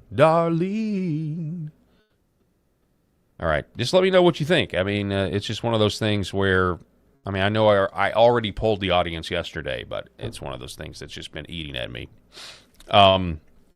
Here we go.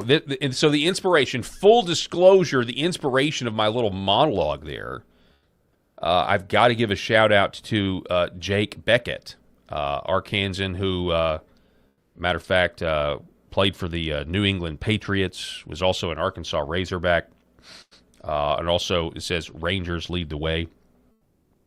So he also is a former Ranger.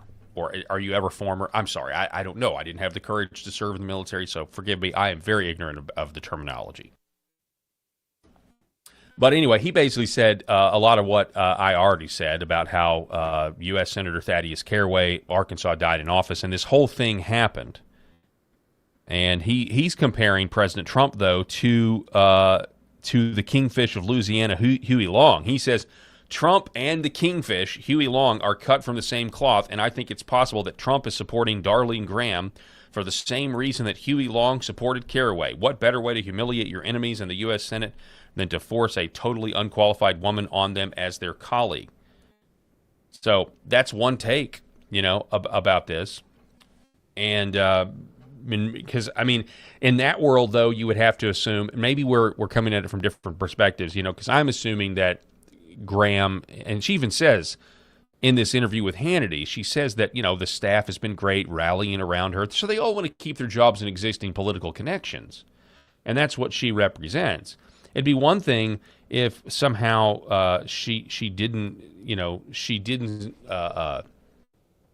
represent that establishment entrenched status quo. And, President Trump is throwing his hat in the ring and working again. I just don't see how you can say that Darlene Graham doesn't represent the establishment, I guess. That would be my point. Definitely, it still could be a way to humiliate your enemies, but who are the enemies in this instance? Are they the people on the right in that instance who really didn't like Lindsey Graham, didn't want to reward him with another 6-year term? The same Lindsey Graham that said he was done with Trump and blamed him for January 6th and wanted to shoot January 6th protesters in the head and thought it, and bought into the fake narrative that we all had to beat back and fight back during the Biden administration while J6ers were rotting in Washington, D.C. gulags? I hope not. I hope not. But anyway, it was certainly interesting, interesting historical perspective. And anytime I see something like that, I've got to bring it to the forefront because it's good. And it was also an interesting Arkansas connection. So here's some of the comments. James Clyburn. You guys know James Clyburn, right? U.S. Congressman representing South Carolina's 6th Congressional District. You guys know James Clyburn, right? Congratulations to Senator Darlene Graham Nordone on this historic achievement. Her appointment marks a significant milestone for our state. A 2009 graduate of South Carolina State University, Senator Graham Nordone becomes the first woman and the first HBCU graduate to represent South Carolina in the U.S. Senate. This is a testament to the progress our nation continues to make in expanding opportunities for women to serve at the highest levels of public office. I feel certain her historic accomplishment will inspire generations of South Carolinians to believe that no barrier is beyond reach and wish her Godspeed. That's right, little girls. You too could have a brother that has no kids and no wife and dies suddenly, and you get appointed senator for no reason other than it's your brother. Go out there and be somebody. Yeah, you can. Oh, my goodness. At some point, we're going to have a serious discussion about, and look, I know this is going to step on a lot of toes, but I don't care. At some point, you do wonder just how many times we have to go through this trope that really contributed to all of the cultural Marxism, racial Marxism world, which also, it all started with women. You know, it all started with women in the workplace, in the HR departments that, you know, make everything less efficient because men and women, you know, are different. They speak different and they talk different, and now it's like, okay, well, in order to prove we're not sexist, we got to make sure we put women in there. Like, that's why Amy Coney Barrett got in. Like, Ruth Bader Ginsburg dies, and there was no chance in the world that they were going to replace her, Republicans were going to place her with a man. No, because it had to be a woman. We lost a woman, now we got to replace her with a woman. We play these stupid games when, let's be honest, folks, the men out there that are just as qualified for the job would do a better job at it. And so at some point we have to have a serious conversation about the feminization of our culture. Everything is feminized. Everything is geared towards women for the most part in a lot of aspects of our society. And, you know, the right has adopted these presuppositions that they may not come out and say, we're fighting the patriarchy, but by their actions, they really are fighting the patriarchy. And so at some point, maybe it'd be good to have like a conversation about, I don't know, the Bible verse that talks about one of the mechanisms of judgment of a nation is to give them women rulers, to give them female rulers. And I know I'm probably in the minority on that, but that's just kind of the way I feel. And I know there's women in the chat that have that agree with me on this. I know there's plenty of women. I once knew. I still know. I know a woman who is in the political sphere, in the political realm, who says that I'm not going to mention her name, but she says that she would gladly give up her right to vote if it meant all other women couldn't vote, because she just knows that the country would have completely different laws and outcomes and elections and everything else. Now that's what I call sacrificial and submissive is that. But anyway, I know I'm stepping. Let me check the comments real quick while I just said that and see what you guys have to say. Okay, so let's see. That's a little harsh to tell little girls. Sorry about that. Dave 357 Mag. Amy Coney Barrett needs to resign. Saw the interview. She admits she's scared and family under threat. Yeah, we did a show about this last week when Rob and Eric were here. He goes on, I feel for her, but if you can't make proper decisions, resign. Right on. Amy was another bad choice. Women are too easily swayed. This is from Rebby Doe. I'm assuming, Rebby, you are female. Amy was another bad choice. Women are too easily swayed, and I'm a 63-year-old woman. There you go. There you go.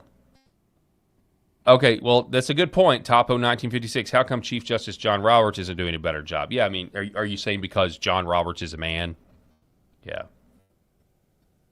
I get it, right? I mean, look, you can make the argument that all of the feminization of our country is because we had wicked men that made wicked choices, made unrighteous choices that govern from a spirit of selfishness or greed or fear, cowardice, whatever it may be.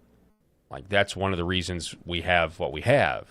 Is, you know, when men govern poorly, people start to say, well, maybe we should try the opposite sex.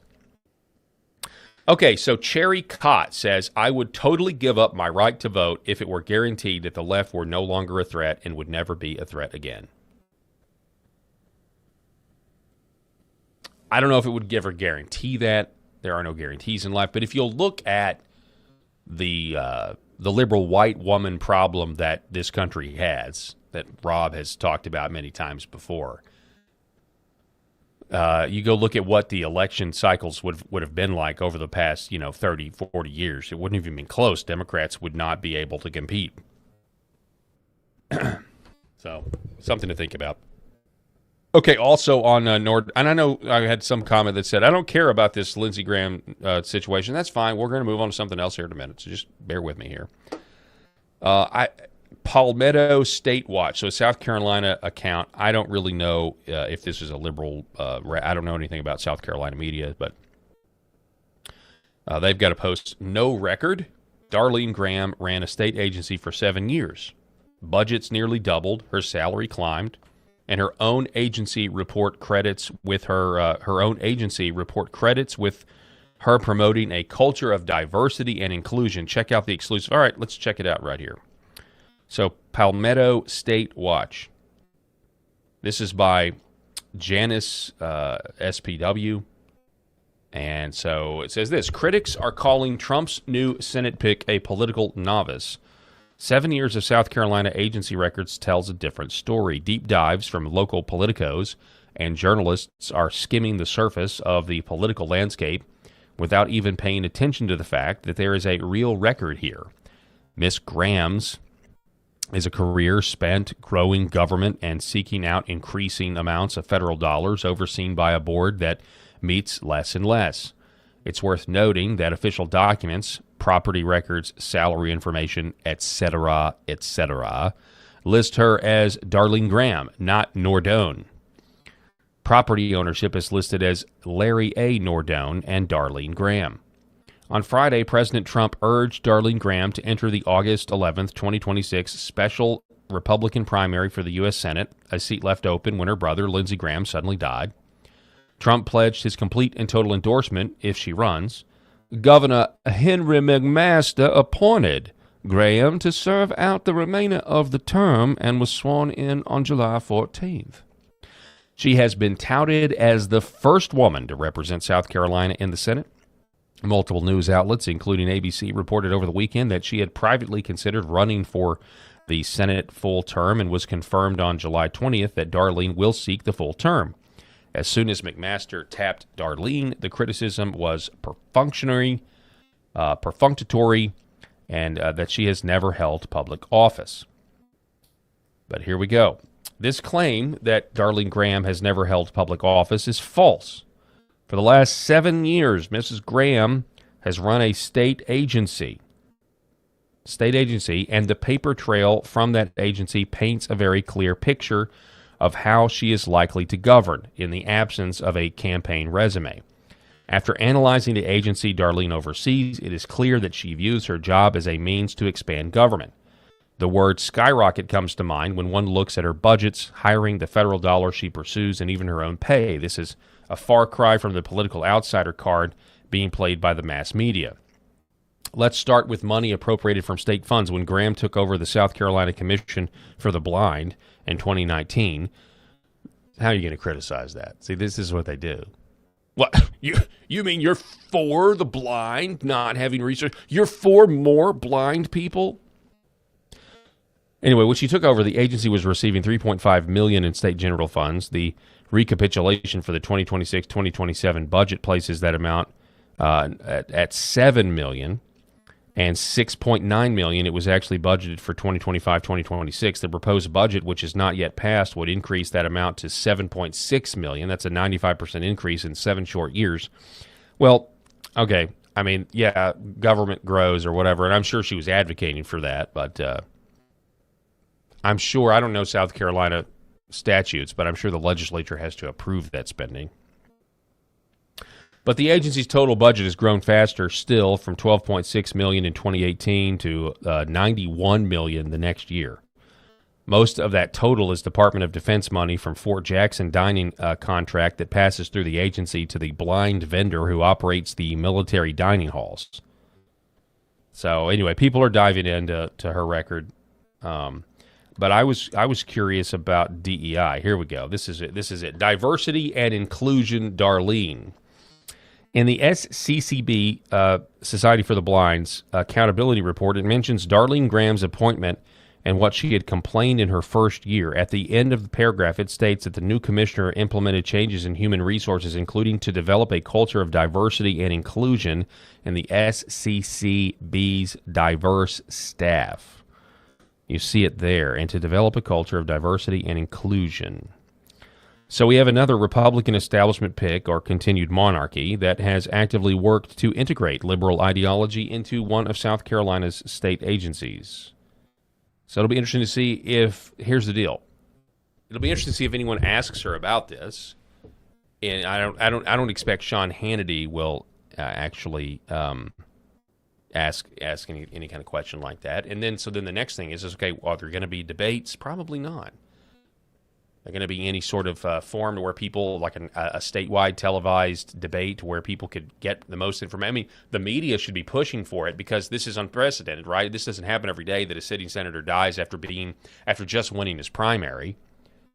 And now everybody's like, well, what do we do? Well, what's the best for South Carolina right now? More information is better. More information is better, right? So there needs to be some sort of statewide debate between now and August. What is it? What did they say it was? It's August. Hang on one second here. August 11th. That's just in a couple of weeks, folks. They're going to be deciding this. So you would think something like that would happen.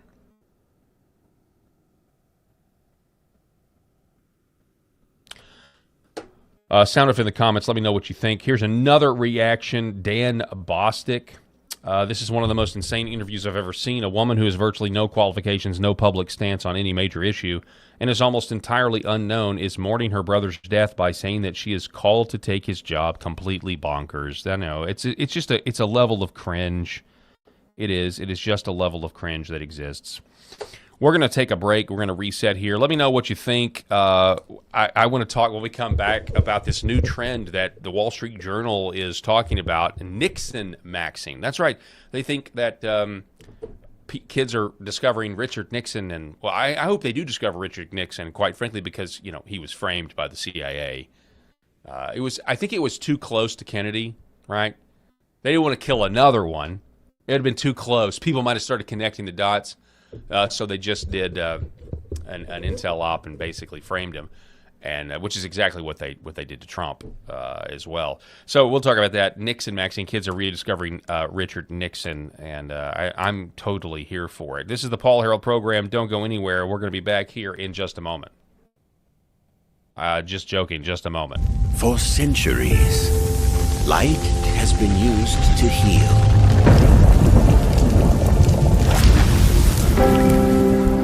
Awaken the body with Red 5.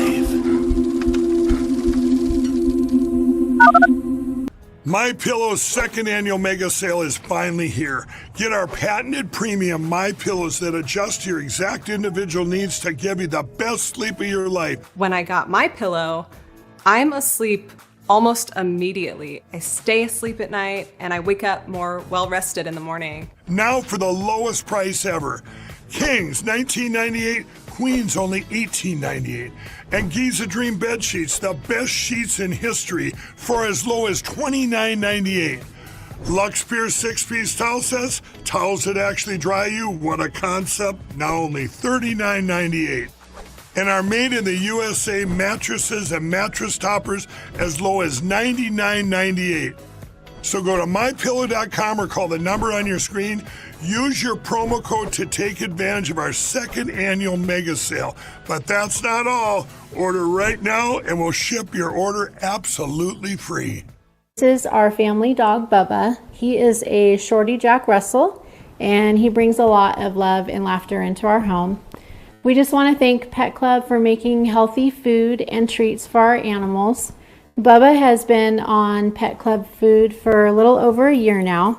He really likes the Sequoia dry food, and then I put a scoop of the Sequoia wet dog food in there with some hot water and stir it up, and he absolutely loves it. And he likes the mush puppies, but his ultimate favorite is the antlers. Those keep him busy for a really long time, and he really likes them. It makes us feel really good that the food and treats that we give him have healthy ingredients in them because we want him to be around for a really long time. Our previous dog was a lab, and his name was Titus, and we fed him in bulk, and we would just get his food from the big box grocery stores. And unfortunately, that food wasn't very healthy for him, and he ended up getting cancer and passing away. So we didn't want to make that mistake with Bubba, so we were really fortunate to find Pet Club and find some really healthy food for him to eat. So we would just like to thank Pet Club, and we just really appreciate the healthy food that they make so we can keep this guy around as long as we can. The other things that we're seeing, more and more use for is even vascular issues. So one of the mechanisms that red light, near-infrared light, or red Vive works is stimulation of the mitochondria and stimulation of nitric oxide production. So when nitric oxide is released in cells, it vasodilates cells. It reduces inflammation. It moves blood. It brings blood flow to areas. So folks that have issues with ulcers or burns or wounds, it can help stimulate increased blood supply, and you need blood to heal. So that can open up different avenues for peripheral artery disease, for neuropathic pain syndromes. And so that's one of the other areas for nerve injury or nerve pain that we can leverage this type of medicine.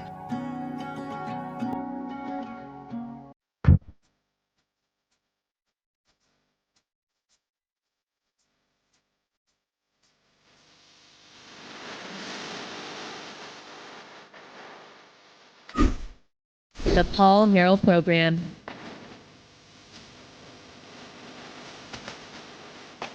All right, welcome back, ladies and gentlemen. Thank you so much for being with us. I want to remind everybody that the Paul Herrell Program is powered by the Healing Veterans Project, lighting the path to wellness. And if you want to help a veteran we're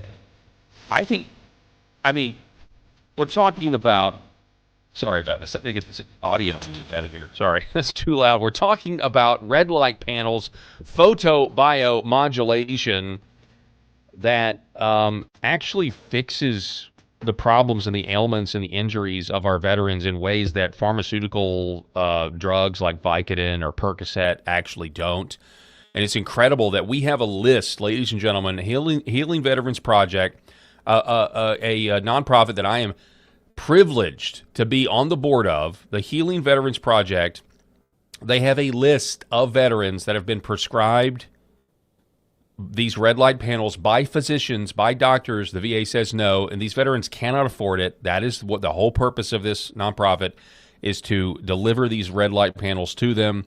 And so this is only a week old. It's been a long time coming, but they can take donations. And so all you got to do is go to healingveteransproject.us. That's healingveteransproject.us. And you can get on board and do a monthly contribution. Or you can just do a one-time contribution, but it's obviously tax deductible. And I am told that if you sign up for a monthly contribution, that you will be receiving swag, you will be receiving merch eventually, hat or T-shirt or what have you. So you definitely want to make sure that you go to healingveteransproject.us and check it out today. All right, so Nixon maxing. Have you heard about this? The Wall Street Journal has noticed a trend that kids are now Nixon maxing. Here's the headline from the Wall Street Journal. Young conservatives have an unlikely new icon, Richard Nixon. Nixon maxing swag and TikTok videos have helped trigger a rethinking of the former president's legacy among some conservatives. Yeah, you know, this all started when we all realized that Roger Stone, first of all, well, let me finish my thought. It's all started when we all realized that Roger Stone had a fixation with Richard Nixon because he has a Richard Nixon tattooed in the middle of his back, which I always thought was very, very odd. After President Trump won the first time, there was a Netflix documentary that heavily featured Roger Stone and Alex Jones called Get Me Roger Stone. And I remember thinking to myself, when that documentary hit Netflix, I watched it, couldn't believe it. I thought it was such an interesting documentary, but I said, they're going to go after Roger Stone and they're going to go after Alex Jones, and they did both. I knew it. I was like, this is Netflix. This is the big media basically telling these are the guys. Go after these guys. They're the reason we have to deal with President Trump and his supporters and that sort of thing. But if you look into Richard Nixon, I mean, it's very obvious to me now. If you look into the plumbers and you look into the DNC and everything that Watergate was, and Bob Woodward, even Bill Murray, actor, comedian Bill Murray, from Ghostbusters, from Caddyshack, and there he was, the Dalai Lama. Sorry, I make myself laugh. I crack myself up. Anyway, even Bill Murray said that Bob Woodward, who is essentially now, in hindsight, Bob Woodward is just a CIA mouthpiece, and was back then, is what people are coming to the conclusion of. But Bill Murray went on the Joe Rogan podcast, and he said, Bob Woodward apparently wrote a book about his friend John Belushi, the late, great John Belushi. And Bill Murray says that the book was just not true, that they basically were talking to second and third hand. They were talking to people that didn't know John Belushi, and Bill Murray's like, but I knew him really well. And he said, so I read this book by Bob Woodward, and I immediately came to the conclusion that they framed Nixon. He was like, his journalism was so bad that I assumed that Richard Nixon was framed. That's what he said on the Joe Rogan Experience or whatever. So I think kids are Nixon maxing, really, because they're figuring out what actually happened to Nixon. Here's a guy who won 49 states, was at least billed as a self-made man, and he was going to govern as a populist. There's a rumor, there's reports out there that he thought the CIA had actually killed Kennedy or had a role in killing Kennedy. And so what do they do to Nixon? I mean, they basically the intelligence agencies took Kennedy out. The intelligence agencies couldn't do Nixon because it was just too close. People would have figured it out. So this time they decided to make him the only president to resign. And so he says, I'm out. And that's all she wrote about that. So, but he's coming back in a big way. People are revisiting this conspiracy, and there's plenty of reporting out there now that suggests that this was an intelligence operation to set President Nixon up to get him out. Definitely a deep state uniparty intel oligarchy back then, for sure. And they rallied around the troops. They rallied around their entrenched power interests to take Nixon out. Christopher Rufo says about this Wall Street Journal piece, he says, they nail it. The right's rediscovery of Richard Nixon is not about particular policies, some good, some bad, but about the aesthetic, the attitude. and the narrative of the self-made man who won 49 states on behalf of the silent majority and was taken down in a deep state coup. Yes, let history reflect this.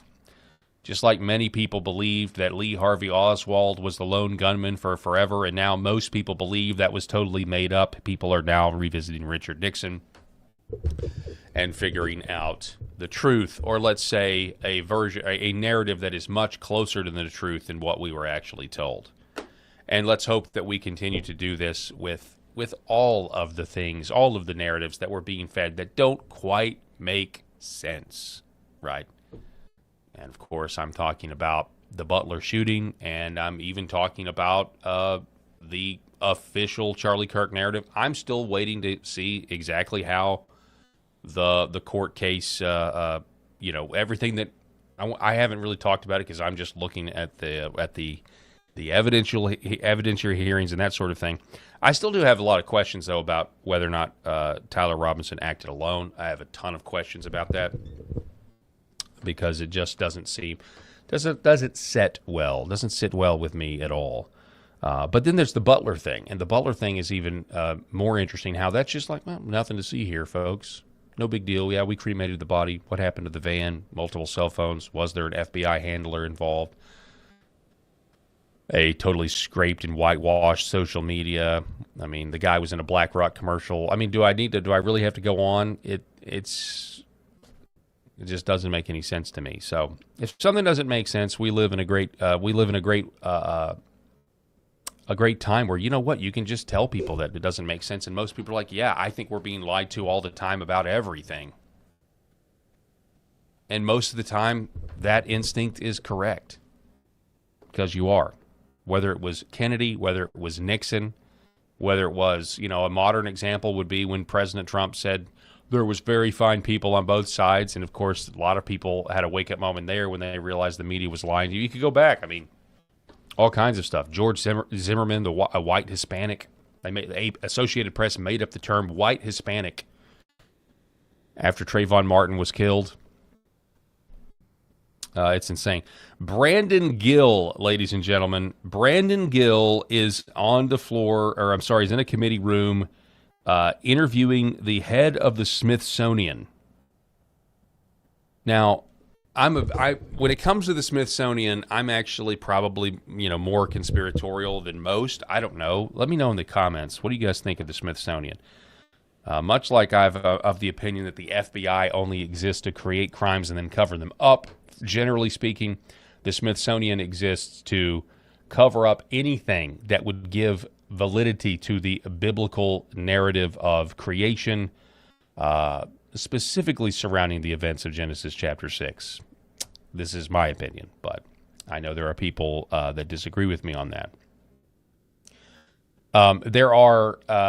There are many accounts of archaeological finds, discovering of giant skeletons throughout America back in the 1800s, early 1900s, where the Smithsonian shows up and basically steals everything to cover it up. So, yeah, so we have a few people in the comments. Nere89 says, I think the Smithsonian hides stuff all the time. Yeah, exactly. You can catch them, though. Sometimes you can catch them in obvious contradictions. Because the Smithsonian there are all these museums. They've got the Chicago Museum, whatever the actual name is of the museum up there in Chicago.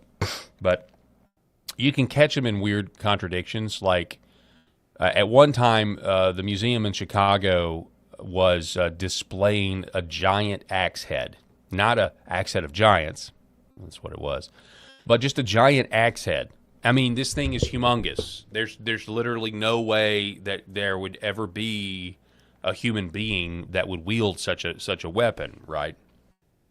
And so, but yet it was on display, and it was a Native American axe head, just an axe, and just the head of the axe, and in the plaque beneath it, it says ceremonial Native American axe head. And you're like, in what world does a bunch of nomads, with limited resources and technology, especially when it comes to like something like a stone that big, are going to spend the time and resources to create a ceremonial axe head. They would never do that, but they have to call it ceremonial, because if they don't call it ceremonial, people would say, what was the practical use of this? Oh yeah, in order for the person that would be able to wield an axe head like this would have to be a minimum of 12 feet tall, and have femur bones as tall as I am, right? And so they don't. So you can catch them. You just have to think critically. You can catch these museum people a lot of times.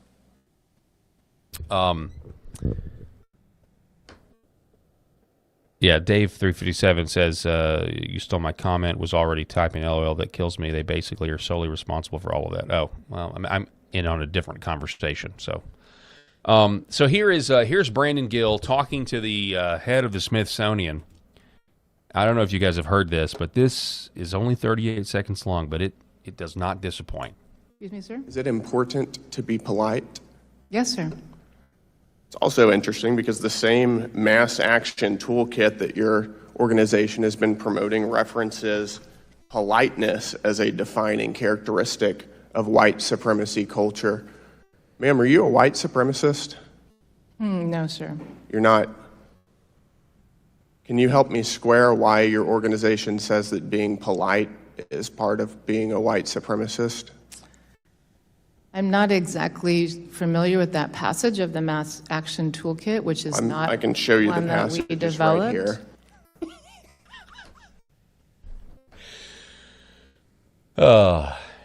If there's anybody out there that's wondering why there has over the last, let's say, I would just say 10 years, over the last 10 years, if there's anybody out there wondering why there are all of a sudden people on the right that talk about white culture as an actual distinct thing and are comfortable doing it. Because let's be honest. The paradigm for forever was we could reference black culture, you could reference Hispanic culture, you could reference gay culture.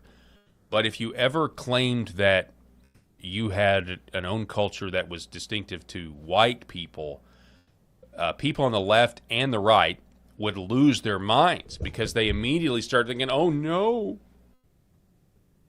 that sounds like you're ready to commit violence. It sounds like, that's going to send the wrong message. But everybody else can say that they have their own culture, but white people aren't allowed to because, I don't know. I don't know why, but it's clearly discriminatory, right? And it's also, it's not even really like a victimhood status. It's just like you're denying, like we can say black culture and Hispanic culture and all this other stuff. We can't say white culture. So we're having to lie. You're just asking us to lie and deny the reality that we all see every single day. I know what kind of culture I'd walk into if I go over to Memphis and start strolling down Lamar Avenue. Pretty sure I know what kind of culture to expect there, right?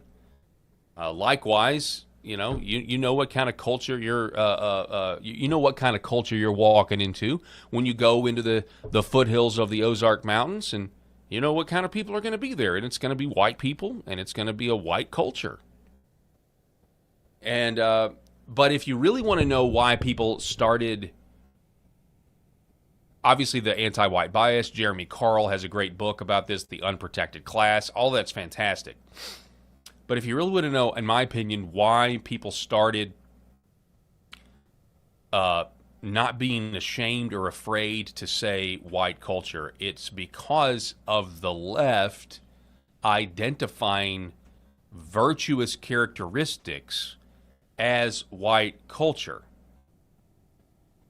And so this Smithsonian director, Hardig, doesn't even know what leftist social justice warrior, purple-haired lesbian has written down in some sort of policy, who's a lifer in some sort of bureaucratic eternity or whatever. Like, she doesn't know this person wrote down in there that politeness. I mean, maybe she does, but she looks like she has no idea what's going on. That there's people that work for her organization that think being polite which is another way of saying being respectful of other person, of like being polite. You can certainly lump in with Jesus's commandment of love your neighbor as yourself, the second of the greatest commandments.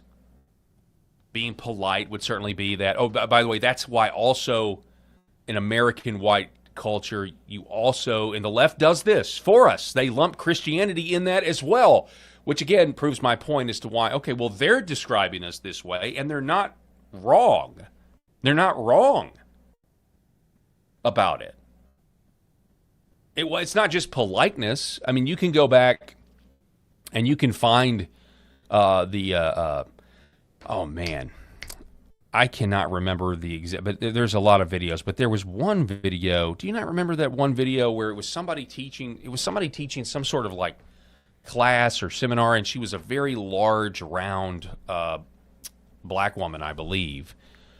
And I don't know, it was for some leftist organization, but they got it on camera. It might have been James O'Keefe that got it. I don't know who got it, but that they said that showing up to work on time was, part of white culture, and it was a part of systemic race. So if back then, they were really out in the open. Like, if it's a part of white culture, if we identify it as a part of white culture, then we can also identify it as systemic racism, right? So the system. So expecting somebody to be to work on time, well, that's a white thing.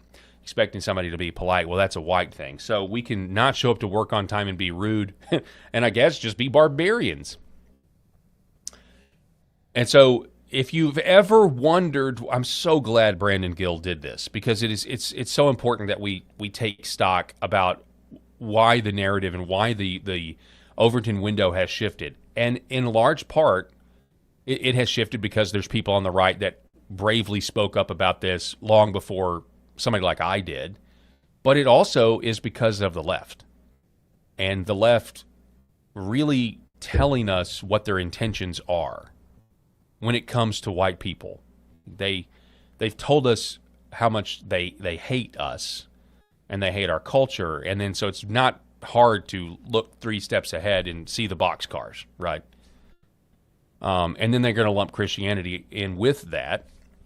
Obviously, it's not exclusive. Christianity is not exclusive to white culture, but it certainly is a part. And in many cases, we have a lot of people that there are a lot of white Americans that are just as lost as anybody else, just as lost as maybe not just as lost as the Sisters of Perpetual Indulgence, but certainly lost. If you're lost, you're lost, right?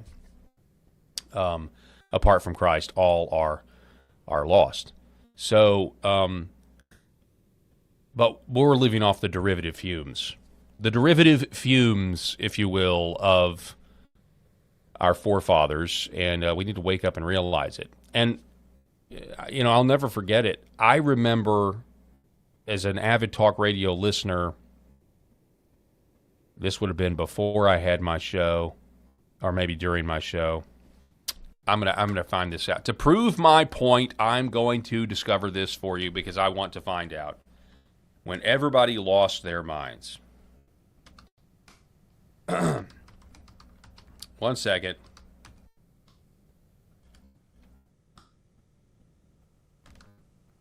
Bear with me. Let's see what Google AI says. So I did not have my show. I was months away from starting my radio show in 2009. July 28th of 2009. Glenn Beck made the controversial comment on July 28, 2009 during an appearance on Fox and Friends. Okay, I thought it was during Katie Couric. While discussing President Barack Obama's criticism of the police regarding the arrest of Harvard professor Henry Louis Gates Jr., Beck stated that Obama had exposed himself as a guy with a deep-seated hatred for white people or the white culture, and added he believed that the president was racist. Okay, so he said on Fox and Friends, but I know he did a CBS News interview and was asked about that question. I mean, just look at this. Here's the NBC News coverage of this statement by Glenn Beck back in 2009. Fox News channel commentator Glenn Beck said he believes President Barack Obama is a racist. His remarks came during discussion of Obama's reaction to the arrest of Harvard University. An Obama spokesman, William Burton, said the White House had no comment. This guy, I believe, is racist. I'm not saying he doesn't like white people. He has a problem. This guy is, I believe, a racist. But it was the I'm telling you, it was the Katie Couric interview. That's what it was. It was the Katie Couric interview where he got asked about white culture. What is white culture?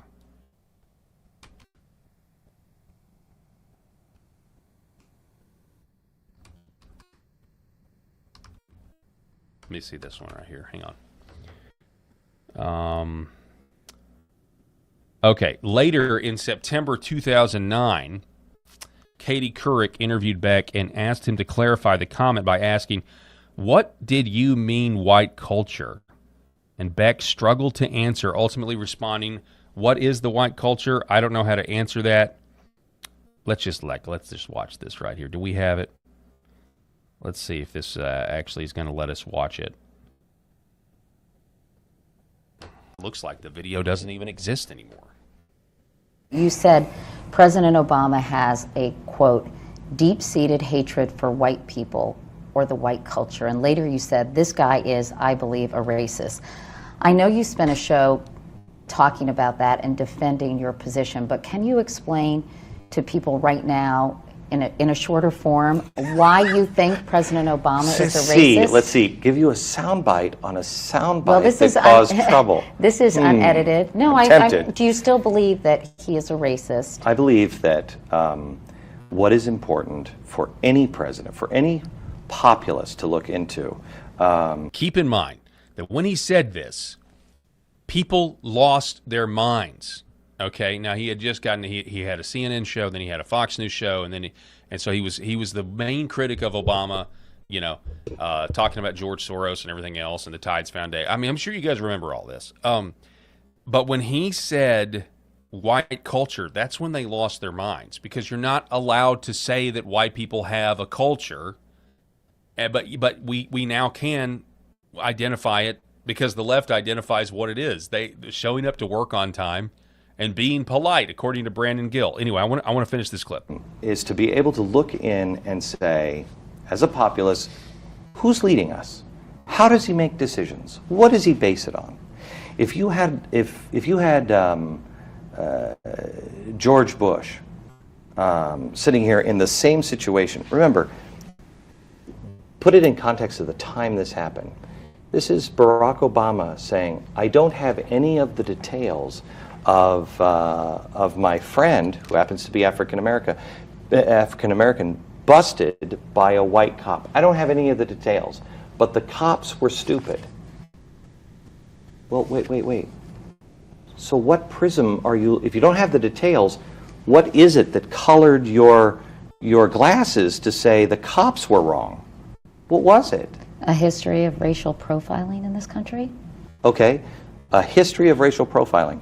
So if then that's good. Then that's the prism you're looking through. Isn't that important to know? Isn't that important to know that the president comes at it with the cops are wrong because of my history tells me. A statement he refuted later. And also, I mean, is that the same as saying he's a racist? I mean, that's a pretty... yes, everyone's colored by their own experiences. Sure. Everybody sees things from their own particular prism. But saying that this happens in this country, is that really the same as being a racist, Glenn? I think what we have to do, Katie, is... Are you sorry you said that at all? I'm sorry the way it was phrased, because I think everybody has to... living in a soundbite world, really a nasty place to live. And it is a serious question that I think needs serious discussion. That's why the next day I talked about it for 30 minutes and laid out the case on why I think it's a serious question and something to seriously look at. Again, if George Bush would have sat, and let me ask you this question, if he would have sat in a pew for 20 years where he had a preacher saying black people are wrong and bad, black people are poisoning white people, would you not question if he immediately made a snap judgment on something and said the black cop was wrong? So you're bringing it back to Reverend Wright. That's one example. Let me ask, can I I've got 30 minutes, and we could go longer on that than we did it. That's you not go to gonna even glennbeck.com have the and portion I'm looking look at for. all of them. It doesn't even have the portion I was looking for. He gets asked about what is white culture. I have to find it now, folks.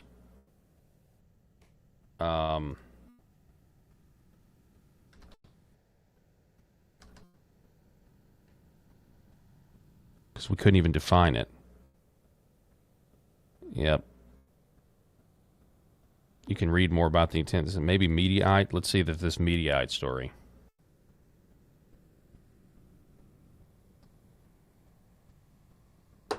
But when he was asked to explain white culture, in which was part of his comments about President Trump, he began to avoid the question. In subsequent minutes, Beck explained how his answer, no matter what it was, will be taken out of context. And he was, no, absolutely. I mean, he's right about that. Of course it would be taken out of context. I'm sorry to go through this long, drawn-out thing. That was in 2009. It's now 2026, and now it is perfectly acceptable now to say that white culture does exist, and the left defines it as being polite and showing up to work on time. The left defines it as being polite and showing up to work on time. Excuse me, sir? Is it important to be polite? Yes, sir. It's also interesting because the same mass action toolkit that your organization has been promoting references politeness as a defining characteristic of white supremacy culture. Ma'am, are you a white supremacist? No, sir. You're not. Can you help me square why your organization says that being polite is part of being a white supremacist? I'm not exactly familiar with that passage of the Mass Action Toolkit, which is not I can show you the one that we passage is developed. right here. Excuse me, sir? Is it important to be polite? Yes, sir. It's also interesting because the same mass action toolkit that your organization has been promoting references politeness as a defining characteristic of white supremacy culture. Ma'am, are you a white supremacist? No, sir. You're not. Can you help me square why your organization says that being polite is part of being a white supremacist? I'm not exactly familiar with that passage. Yeah, that's hilarious. And now they've ramped it up. Okay, notice the phrasing. Because white culture or systemic racism, years ago, again, they would say showing up to work on time. Left has said this, showing up to work on time is a part of white supremacy, or they would say white culture, or they would say not white supremacy, they would say systemic racism or whatever. But now it's not just white culture, it's white supremacy, which means that they think that white culture is white supremacy by default. That means that if you're white, then you're just naturally a supremacist, which is why these other supremacist races, I mean, that's where they're coming at it from. It's literally setting things up for, I mean, you know what their intentions are, right? You know what their intentions are. You don't get a fair trial because of the color of your skin. This is literally what is coming down the pike. If the left gets back in power and we have to live under their rule, it's pretty crazy. Let me see what the comments say before we take another quick break here. Let's see. Carl Benji, Obama should have never been allowed to be president. Yeah. And then the whole, that's the whole thing. I mean, the first real incursion of President Trump or of Trump into politics was the whole birth certificate thing. We remember this.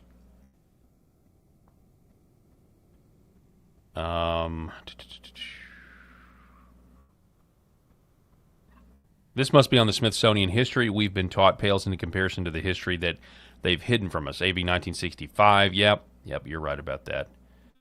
So, I don't know. I just find it interesting as somebody who was in the game or about to be in terms of covering the news on a daily basis and kind of being a news hound, I just find it so interesting to have that institutional memory of people losing their minds when somebody essentially, they made it about calling Obama racist, but they also, I'm telling you, it was him saying a deep hatred of white culture. What is white culture to you? A term that nobody wants to define, but now the left has defined it. Or maybe there's a lot of people that want to define it, but now it's really nice when the left defines it for you, isn't it? Being polite.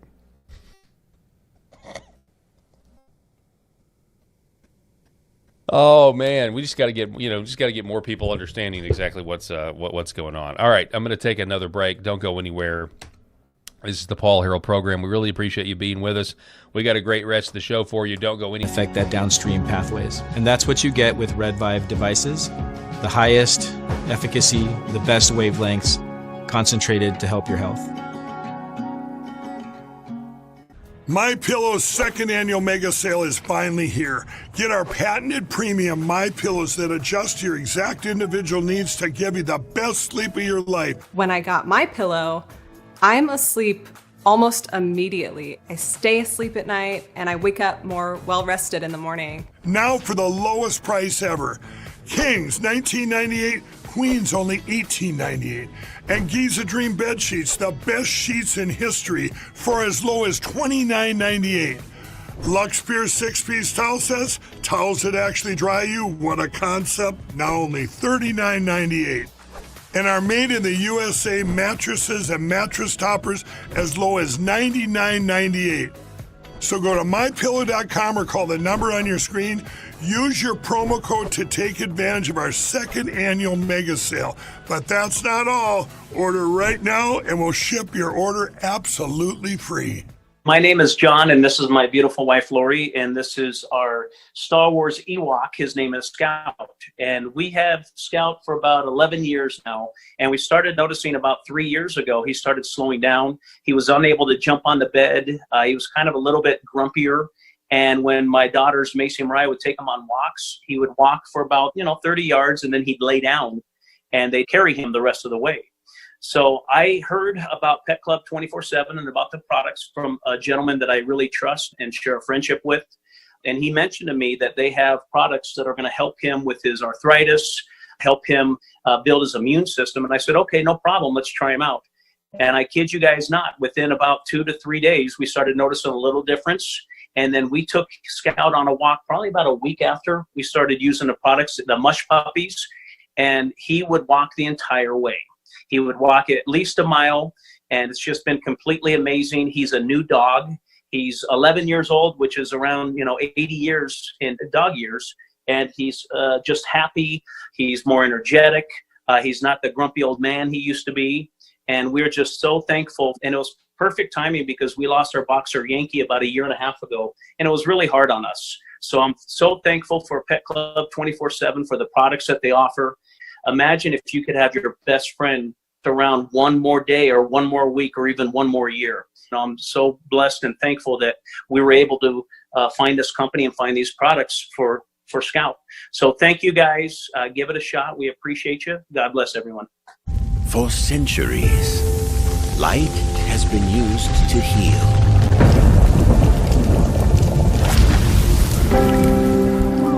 Awaken the body with Red Vive.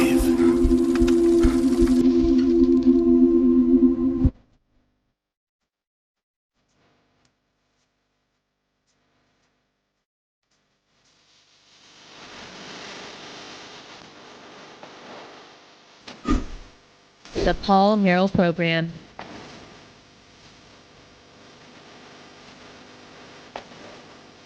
Yeah, so I'm just For centuries, light has been used. sorry about that, folks. So I've just seen this come across my desk here, and it was like 4 hours ago. But Eric Daugherty is saying that in a stunning admission, New Jersey Governor Mike Sherrill says the state registered thousands of non-citizens to vote because of a glitch. And hundreds of non-citizens are confirmed to have voted that they're aware of. 6,600 non-registered, non-citizens registered. Save America Act Now. I think, though, we've got to brace ourselves for the fact that this is not going to happen. I don't believe that the Save America Act is going to happen. I don't believe that we're seeing any of the type of hardball that needs to be played with somebody like John Thune from the administration. He needs to be, President Trump needs to be attacking John Thune every single day. He needs to be attacking all of the senators every single day with the same type of ferocity that you saw him attack Thomas Massie with, in my opinion. And I think we've got, I mean, if you want it to get passed. Now, we've talked about on this show that even if it does pass, there's serious questions about implementation. Because at this point, you're going to have a court challenge regardless. If President Trump does the executive order route with the evidence that he's got from Tulsi Gabbard, and now, by extension, Bill Pulte, it's going to be challenged in court. And if they were to somehow pass the SAVE Act via reconciliation, by essentially what I'm told is that in order to pass it for reconciliation, you're going to end up bribing all of these senators to vote for it.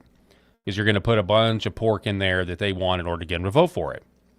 And even if it does pass, after that, after we give away the farm, the law will still be challenged in court. And so I don't even see how you implement it at this point. I think it is it's one of those things where what do you do? Now, I mean, I'm not a strategist. I'm just somebody that reads the news. So, I mean, I could be totally wrong here. You guys know that, and I'd love to admit that I'm wrong, but I really don't know what happens from here when it comes to the midterms. And I know there's different polls out there that show you different things. But we're now, we're getting more news about what's going on in Iran and another foreign conflict and the escalation that just doesn't seem like it's ever going to end. It seems like it's getting worse and worse, and you've got people whispering, out there about boots on the ground, and that's not going to be popular with people back here at home when you're looming midterms. When the midterms are looming, it's just not. So.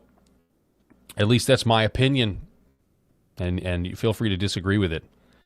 But in the meantime, here domestically, we have huge problems that we're facing, huge problems that we need that need to be taken care of here. And one of those is John Thune, in my opinion. We also have this. So the director for the Center of Baptist Leadership, William Wolf, has gotten into a spat with Representative Don Bacon. And it goes something like this. So let me go all the way up here. So House of Representatives is, people are putting out there that they're voting for the Farm Bill, which is basically going to support amnesty. Steve Ferguson writes, a new agricultural bill just dropped in the House of Representatives, and it features granting amnesty to illegal aliens present in the United States as of May 31st, 2026, who meet minimal agricultural work history requirements. Representative Don Bacon says this is what most of our farmers are requesting.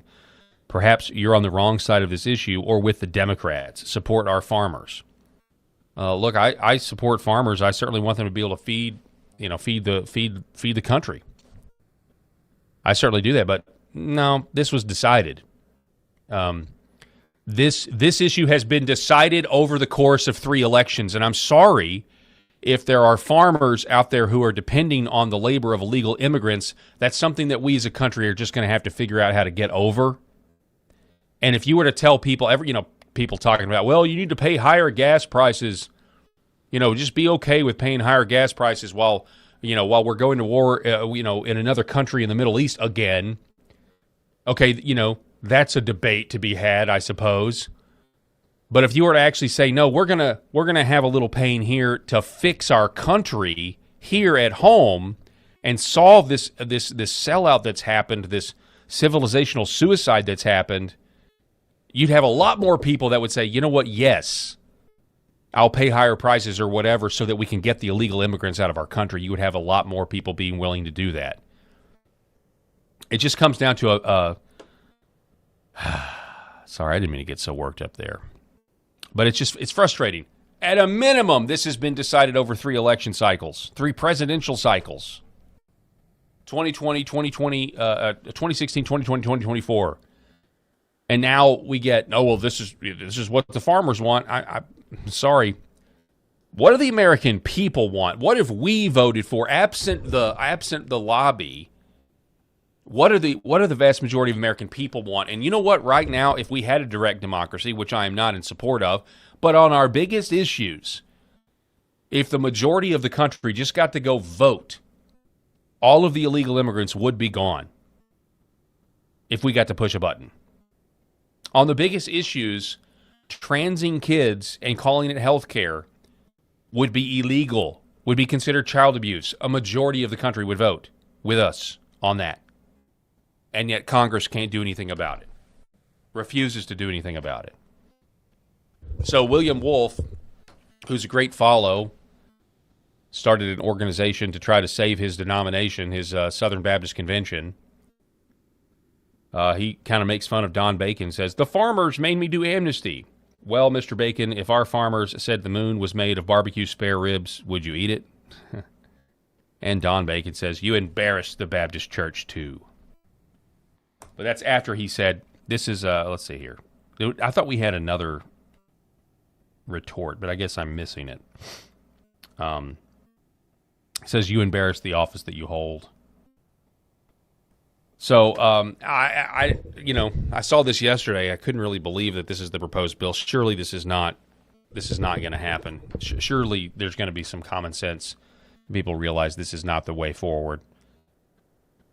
But it just kind of shows you that campaigns are one thing, but actually implementing the policies that are wildly popular is a whole other thing. It's a very, very difficult thing to get secured for the people. In other news, the FBI has confirmed that the anti-ICE terrorist Andrew Arabica poured gasoline at the employee entrance to the Federal Plaza in New York City and ignited it with a lighter and incendiary device. I'm told that they actually tried to say this was fireworks. He had 2 axes, a hammer, a machete, 3 knives, a pellet gun, and a partridge in a pear tree. This is a little soundbite here from the press conference. Today, just before 9 a.m., a man by the name of Andrew Arabica, A-R-R-A-B-A-C-A, arrived at 26 Federal Plaza, just behind us on Worth Street, at the employee entrance to the building, where he ignited gasoline. He poured gasoline onto the ground and ignited it with a lighter and an incendiary device. That device was a firework, a large firework in a canister. That proceeded to catch on fire, pretty big flame as you've seen on the internet. So it was fireworks. He then pulled out an airsoft rifle and fired 5 to 7 pellets, if you will, in the direction of 26 Federal Plaza. At that time, Federal Protective Services, 2 officers, a gray suit, a contractor with Allied that is employed to guard this building, and those 3 people and the 2 officers standing behind me in the blue shirts are the officers that intervened and took Mr. Arabica into custody. Well, he had him on the ground. An FBI agent jumped in and they put handcuffs on him and took him in the building. He is currently in custody, and he has been interviewed. Arabica is a former United States Army soldier. He was enlisted for approximately 4 years, serving from 2001 to 2005. He was a repairman or a mechanic on Patriot missile systems. He is 43 years old. There were injuries in this. 3 people were injured, minor injuries, 1 civilian and 2 government employees.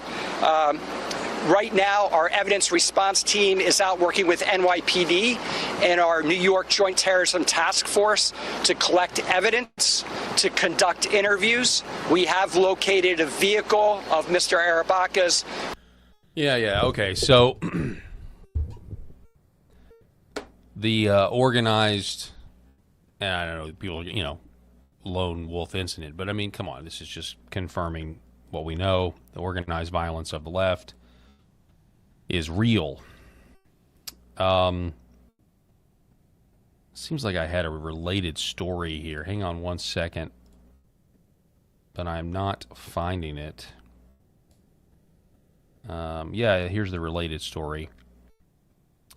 This kind of goes back with what we covered at the beginning of the segment with the governor of New Jersey.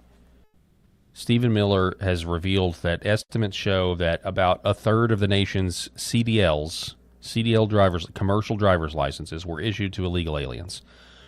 1/3. This is obviously coming from states, not just California and New York, but it's also coming from Florida. It's coming from places it's coming from even Texas. You can see the American Truckers Association or the American Truckers. I can't remember the exact name of that organization we covered a few weeks ago. They're definitely saying that this has got to stop because this is a form of terrorism. This is a form of terrorism, and wars throughout human history have been fought over less. But if you have states, or companies rather, in states, California is a big offender though, that are licensing illegals. Many of them can't even read road signs. They're making all Americans less safe. They're driving down the road, the wrong side of the road. They're having these accidents. And so if we know this, and this is what R.N. McIntyre says, then we have to arrest and deport them. Okay, if that's true, like, get their names, get their addresses. Presumably you can get that, and go and arrest these people. And deport them. Immediately deport them. Something to think about. Okay, so the Odyssey is in the news. We covered it. I still have not seen it. I am still awaiting Rob Spencer to give me his review of it. From what I've heard, the Odyssey is not the worst movie ever made. But the fundamentals of it are, first of all, it's not the Odyssey, okay, because they're deconstructing Western archetypes, heroic Western archetypes that are kind of the bedrock of our civilization. And of course that's what they're going to do. I talked yesterday about how, from what I've heard, the female characters in the Odyssey, the ones that are villainous, like Calypso or these other, they try to make them the victim.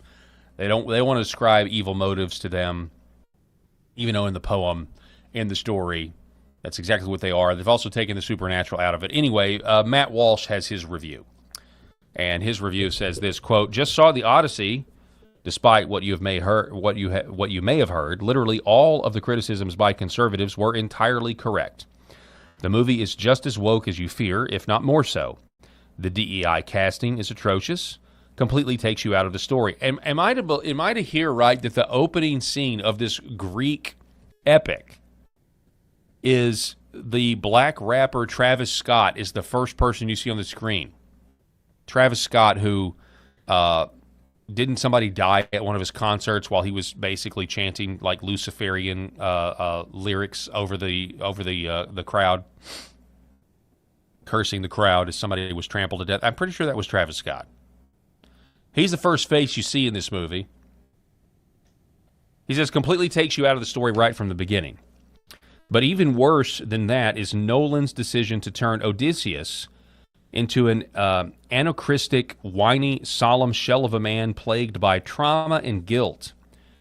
He says it's impossible to overlook these flaws because the film itself is not terribly entertaining or well constructed. For the most part, it is disjointed, dull, self-serious, disenchanted, somehow feeling both verbose and overly rushed at the same time. The dialogue is some of the worst I've ever heard in a critically acclaimed film. On the nose and clunky are descriptions that can't even begin to describe the script. And at no point in the story does Nolan ever transport the audience to the ancient world. By the way, I've also heard the critique that ancient Greece was not ancient at the time of the Odyssey. Obviously, I know it's a fictional story, although I've got my conspiracies about that as well. But, all of these myths and stuff were considered world history up until about 1,000 years ago, just FYI. And Troy, when I was growing up, Troy was a myth, and then we found the city. So just take that with a grain of salt. But I did hear that a lot of the ruins, a lot of the Greek sets were in ruins. And it's like, they wouldn't have been in ruins. Again, I haven't seen the movie yet. And I don't want to see it after this because I feel like even going, especially paying money to see it at this point, I feel like is supporting something that is just so subversive and against the civilization that I want to preserve, not deconstruct. He says, at no point does Nolan ever transport the audience to the ancient world. You never feel like you're 3,000 years in the past. You feel like you're watching modern Americans put on a pageant, because you are. Nobody would be calling this thing a masterpiece if it was made by a director not named Christopher Nolan. Yeah, he's the big ticket item, right? He's like the last Hollywood guy that can put bodies in the seats. That's kind of who Christopher Nolan is. Aaron McIntyre, I don't know all the issues with Nolan's Odyssey because I saw a Black Helen of Troy and a Tiny Troon playing a war hero, and I didn't give him my money because the movie was obviously made to destroy my civilization. Is this so hard? Matt Walsh, again, kind of in a follow-up, says, in Apocalypto, do you guys remember Mel Gibson's Apocalypto? It's a fantastic piece. He says, in Apocalypto, Mel Gibson transports you into the mind of a Mayan 500 years ago. In The Northman, Robert Eggers transports you into the mind of a Viking 1,000 years ago. By the way, I hated The Northman. I know so many people loved that. I felt so gross and dirty after watching that movie. And so if that's what being a Viking was 1,000 years ago, and maybe it was, I mean, I don't deny that it didn't transport you into. I mean, I definitely did feel like I was in a very desolate place that was not modern in any sense, like not at all. So, but I was not a fan of The Northman. I felt so gross after watching that movie. But anyway, he says The Northman, Robert Eggers transports you into the mind of a Viking 1,000 years ago. In The Odyssey, Christopher Nolan transports you into the mind of a liberal woman in 2017. Now, granted, all this is meant to entertain you, and so it's also they're trying to entertain you as well. But it's the Hollywood loves to do this, is make semi-entertaining movies and then slip in the subversiveness so you won't notice. Here's Steve Dace. Steve Dace, he has a review, and it's pretty good. Hey, Steve Dace here, and I just got out of The Odyssey, and let me not bury the lead. Christopher Nolan ought to be ashamed of himself. First of all, I have no idea why anyone thinks this is a great film. I mean, I truly don't. It's laborious. I yawned several times. I've heard that I dozed off once. From Tyrone There's a couple of Magnus. very nice set pieces. It needed an editor badly, or at least a different one than it had. And then the sound mixing, again, it's just like with Tenet. I picked up like every third or fourth word. And again, I saw this in my state's largest and nicest IMAX theater. So the way it was intended to be seen, and I struggled to hear too much of the dialogue of the film. And then there's the parts that I did hear. And as mediocre as the film itself is, it's very clear that this story was constructed specifically to subvert Western civilization. Anyone who is telling you that Ellen Page's character is a minor footnote and just kind of shows up and is gone, entirely untrue. She's in the very opening of the film. She's the rosebud of the film. She's her character is what drives the plot of the film. Now, she looks ridiculous out there in her slight feminine frame, prancing around in the middle of the Trojan War. But her character is the conscience of the film. In fact, at the end of the movie, and yes, spoiler alert, I'm giving away all kinds of spoilers because I want to save you from seeing it, all right? At the end of the film, it undoes the ending of Homer's poem. At the ending of the poem, Odysseus returns home. It's very similar to Gladiator, a Greco-Roman story of, redemptive revenge. And that's what happens at the end of the poem is that Odysseus resumes his throne, takes the kingship. In this film, he gives it up. He abdicates it. And he does so because his conscience is so impacted by all the... That's really funny that he says that he abdicates the throne because, when I first read The Odyssey in junior high school, when I was in junior high school, the movie that came out in the 90s, so we got to watch the movie after we studied the piece of literature. And there was clearly a longing for home. I mean, the whole point was Odysseus is trying to get home. He loves his family. He loves his country. He wants his throne. And when he gets back, he kills everybody because, Antinous is abusing the queen or, wants to usurp. And so the fact, spoiler, that he gives up, he abdicates his throne, it reminds me of should I give this? Yeah, I'll tell this story. So this is like a new thing that is a reoccurring theme. It's a reoccurring theme of the left and what they're doing. So I give you a little backstory. I met my wife in a stage play of Rodgers and Hammerstein's Cinderella. And I was cast as Prince Charming, and she was cast as Cinderella. And we have a great story for our grandkids, right? How we met. And so Rodgers and Hammerstein's Cinderella, obviously, we did that show together. We're very familiar with the play. And so a couple of years ago, some theater, I don't even know where, was putting on this play. So we're like, hey, let's go see this. Let's go reminisce about the circumstances of how we fell in love in this play. And so we went, and it had been updated, which is not uncommon. A lot of times people will update an older show for Broadway. They might add a few numbers here and there, maybe expand on some different parts and that sort of thing. And boy, did they ever in the updated versions of Rodgers and Hammerstein's Cinderella. And what they did was they had a communistic revolutionary in the village, and they created a whole new love interest between this communist revolutionary who likes to read a lot of books and is trying to stand up for the people's rights. They created a love interest between that guy and one of the stepsisters in Cinderella. One of the evil stepsisters? No, now one of them is good. One of them is good. Okay. And so the whole time you've got the traditional Cinderella Prince Charming arc going on. And then at the very end, after Cinderella and Prince Charming, do their thing, we found a glass slipper, everything's good. Okay, we're in love. Well, now here comes the communist revolutionary who has somehow made good with the prince, who, says that these are the people's grievances. And the prince is so touched and overwhelmed, not by the newfound love that he has, but by the concerns of the communist revolutionary. So the prince, at the end of the updated version of Rodgers and Hammerstein's Cinderella, abdicates his throne and calls for elections. He calls for elections, and the show ends. And I was sitting there like, what is wrong with people?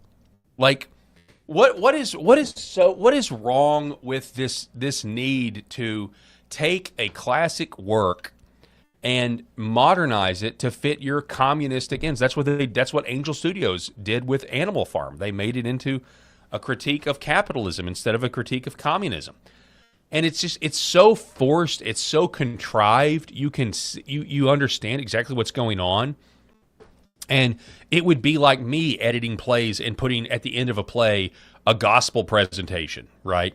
Like that's the equivalent. Because it is a religion to these people. It would be the equivalent of like me editing Rodgers and Hammerstein and the Cinderella play, and then at the end of the show, he finds Cinderella. They're going to get married, and then he looks at Cinderella and looks at the rest of the village and says, "Now let me tell you about the gospel of Jesus Christ and his ability to save sinners." You would say, "Well, that doesn't make it. That's out of nowhere. That doesn't make any sense at all." Like, we wouldn't do that because, and maybe we should, but it would be patently obvious what we're doing, and it has no place in the artistic work that we're portraying right here. And that's exactly what the left has done with all of these franchises, whether it's Star Wars or Indiana Jones or Lord of the Rings with the Rings of Power, all of that stuff, and now the Odyssey. And the Odyssey may be more subtle, but I don't know how you get more subtle. I don't think it's pretty overt when you take Odysseus, who's supposed to reassume the throne and render swift, bloody judgment against the suitors of his wife and kill them, to the point where he gets home and then abdicates his throne. That is absolutely subversive. Terrible stuff he has seen in war, all the terrible stuff he has done, not the least of which is what he did to Ellen Page's character by setting her up to be part of the diversion that fooled Troy, or fooled Sparta, into accepting the Trojan horse. And when they visit the land of the dead, Ellen Page's character comes back from hell essentially to lecture Odysseus for this subterfuge that he did that cost her her life. In other words, if you're looking at the symbolism here, Christopher Nolan wrote a film where the lead character was just so despondent over what he did to the troon that he had to exile himself to reconsider all of his entire life choices. And I'm not making any of that up. Anne Hathaway has some kind of feminist diatribe about why the men won't let her assume the throne, given all the wisdom she's accumulated as queen.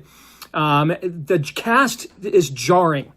John Leguizamo, I thought, did a great job, but if that's Helen of Troy, I'm Aunt Jemima.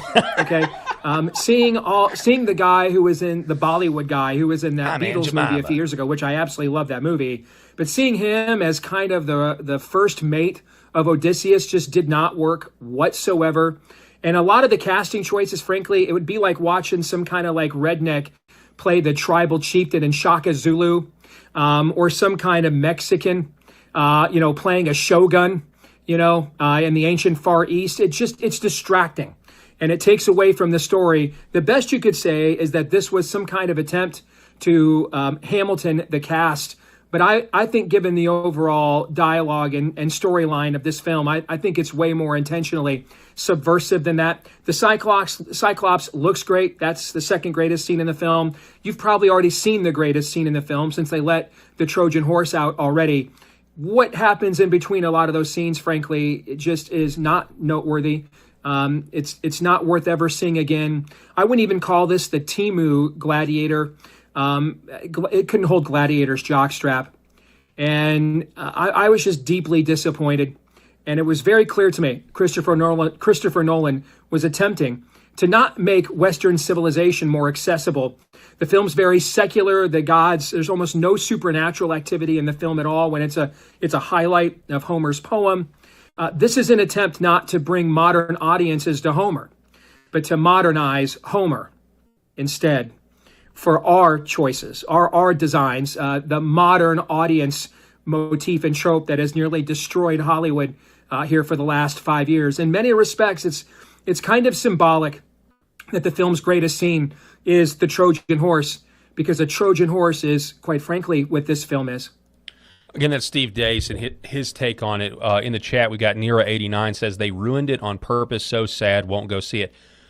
Yeah, I kind of am conflicted on like motivations. I think some people ruin it on purpose, but then I do think there is, at some point,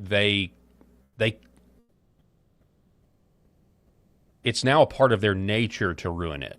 So it's not on purpose as much as it's who they are. They're incapable of doing their jobs as artists the way even liberal Hollywood used to be able to do their jobs as artists. And they could take a source material and put it to screen. This is who they are. Incapable, some of them. A lot of it is intentional, yes, but some of them, they're incapable of not. This is who they are. This is their instinct now. They have to put their religion to subvert works that are, part of our history, part of who we are. I mean, if they remade the Ten Commandments with Charlton Heston today, obviously absent Charlton Heston, they would rewrite the Ten Commandments. Thou shalt not judge members of the LGBTQ. Is what they would literally just rewrite the commandments. Is what they would do. And then we have, let's see, I have a follow-up on that. So Emily Wilson, whose translation of the Odyssey was one of the basics, I think, for Christopher Nolan's adaptation, where you just heard Steve Dace talk about they emphasized not Odysseus' cunning wit or his verbose attitude. Maybe you would call him a little bit arrogant. Instead, they emphasized his shame over his heroic glory. I want you to listen to this interview with Emily Wilson. What did you think about the film in terms of this notion of the Odyssey as an anti-war text? Mm-hmm. I mean, I thought I want to, not spoil anything about the film because I know the majority of people haven't seen the film. The film has these flashbacks to the Trojan War.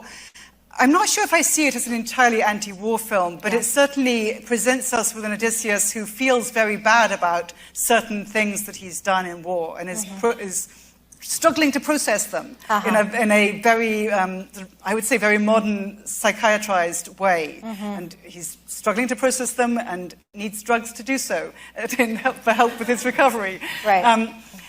And he seems to feel bad about being a warrior, and we never actually get to see him doing much warrioring, which I thought in a way was a bit of a shame. I mean, we do get to see the boat, which is lovely, but I think in some ways, I was realizing, thinking about the film, there's a tolerance for ambiguity in the world of the Odyssey, which I don't think there exactly is in the world of Hollywood blockbuster action films. Right. And I think that's one of the big challenges for Nolan, right? Yeah. Is that he has to make the protagonist a likable all-American hero, right? Which is a real challenge if you're basing this on a poem where the hero is not necessarily motivated by romantic love or being a nice suburban parent, but actually by... You can just hear their disdain for the world as it is.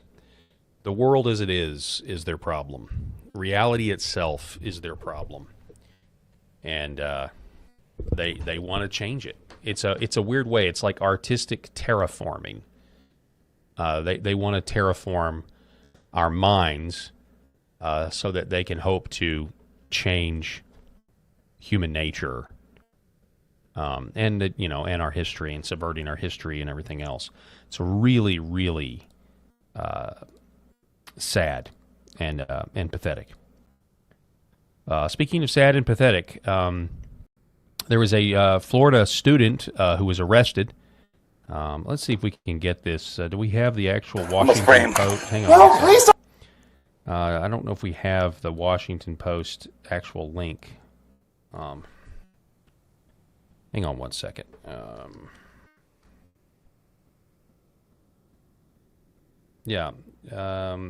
One day ago, let's see, Florida, this is the Australian. Never heard of this place. They have the video. It's just the video. I was wanting to write up on it. Stop misgendering me.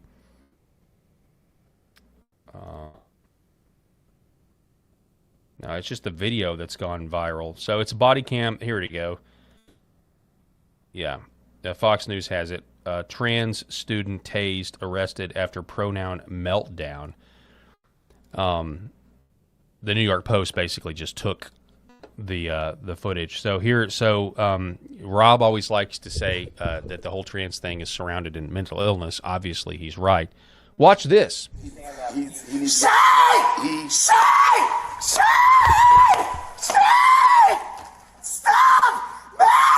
misgendering me! What's the problem? Why do you let those kids get away with this? They are not supposed to be here! If you don't lower your voice, I am going to put handcuffs on you, and I'm going to take you to a Baker Act facility. You lower your voice. Try it. Are you threatening me? Can we get another unit to deal with Jay Lee here? He is having a breakdown. Say! Just say the right pronoun! What'd you say? 7351. Get down on the ground right now. No! I mean, it just, honestly, it almost seems fake that somebody would be this unhinged and conform to the stereotype so perfectly. He gets called he, and are you threatening me? Can we get another unit to deal with Jay Lee here, he is having a breakdown. Say! Just say the right pronoun! What do you say? 7351. Get down on the ground right now. No! No! You're about to get sprayed. No! Get down on the ground right now. Leave me alone! I can come in there. Leave me alone, please! Okay, are you going to calm down? I want to be away from him. It's too late now. It's too late now. He's going to be taken away. Say! Bailey, you need to stop. It's taken.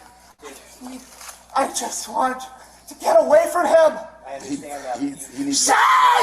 Say! Stop misgendering me! Just say she! Alpha 73. Whatever you do, officer, do not say she. Please step in. Watch your head. Do not push me.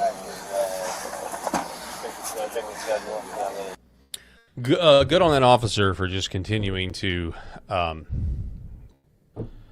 affirm basic reality and not give into the delusion. So this is a moment where you say this person. I mean, we could sit here and we could make fun, or and obviously, that's low hanging fruit. This is a person that needs mental help. And I would say spiritually, obviously, like that's the base. This person needs spiritual help, right? He is very confused and is crazy and has such a delusion that he's thinks it's perfectly reasonable to behave in that manner, all because the officer will not affirm his lifestyle. And so these people are everywhere in varying degrees. Obviously, maybe not all like that, but it is a wake up call that this is a serious problem. And honestly, with the detransitioners and the lawsuits coming down and the hospitals and doctors that are going to end up having to pay so much money for what they've done, and yet we have a Republican Senate and a Republican House that still has not passed a simple standalone bill that says that the genital mutilation of children, that transing kids and calling it healthcare is illegal, and it's child abuse. And if you do it, you're going to go to you're going to fall under the child abuse statutes, whatever that would entail. Good grief. I mean, B-Hop, steal his lunch money for a few months. RL5 Trucker says kid needed a big hug, blame his parents. Carl Benji, picking up on my spiritual comment. Demon got that person. We've got NJV3657 says he thinks words are violence. That's what he's been told. Let's see, what else do we have? So Dave 357 Mag says the left created that person and all other violent, entitled lunatics thinking it's okay to behave this way. Shelly 11067 says, I'm waiting for these kids to start suing their parents. Now that would be an interesting exercise in jurisprudence to see if that could even happen. You raise a good point. You become an adult, 18, and you realize that your parents clapped like seals and encouraged you to take the hormones or, God forbid, get the surgery. You may have a point.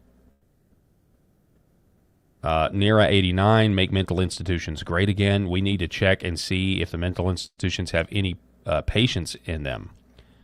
Then we'll know why this is happening. And then Alexander 18, parents who force their children to wear masks for 8 hours a day need mental health as well. When you hide your child's smile, disguise their identity, and silence their voices, there is going to be issues. At the height when the airlines, matter of fact, I know exactly what you mean. I never put a mask on my child because I thought it was so dehumanizing, and I just refused to do it because I just didn't conform, to the point where we had a family trip, and some people flew, and I said, you know what? I'm driving because I'm just not putting a mask on her. They still had the mask mandates while you were on board the airplane. And I said, we're going to drive because I refused. I refused to put my daughter in a situation where she's going to have to wear a mask, and we have to have that conversation and explain all that to her, all for a political symbol, all to get from point A to point B. No thanks. No thanks. Anyway, folks, that's all the time that we have for this edition of the Paul Herrell program. And I will see you, I'll see you tomorrow. We'll be here with bells on. Going to have a great time. Really do appreciate you being with us. I want to give a shout out to our sponsors, Red Vive Health, New Horizon Real Estate, Gateway Sight and Sound, Pet Club 24/7, and Sherrod Chiropractic. And also want to remind you that the Paul Herrell program is powered by the Healing Veterans Project, lighting the path to wellness. Go make your donation today at healingveteransproject.us. That's healingveteransproject.us. And we will get them their red light panels that are doctor prescribed, that the VA just won't give them. That's all the time we have. We'll see you tomorrow.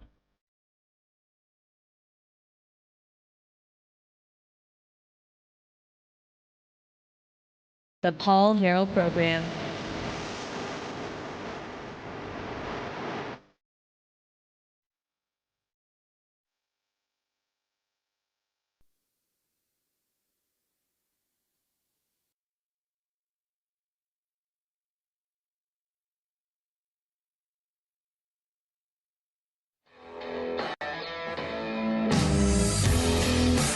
Welcome to Flyover Conservative Podcast with David and Stacy Whited, where we break down current events and examine culture through the lens of conservative Christian values.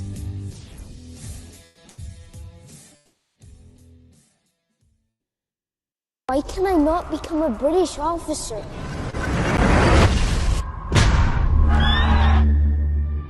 Because you are not British, George.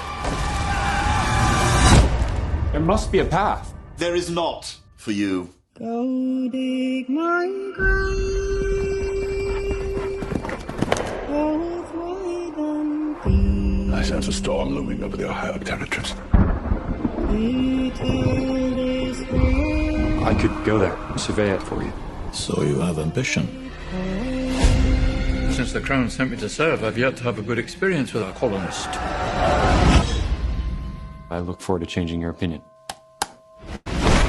Much of that territory is unexplored.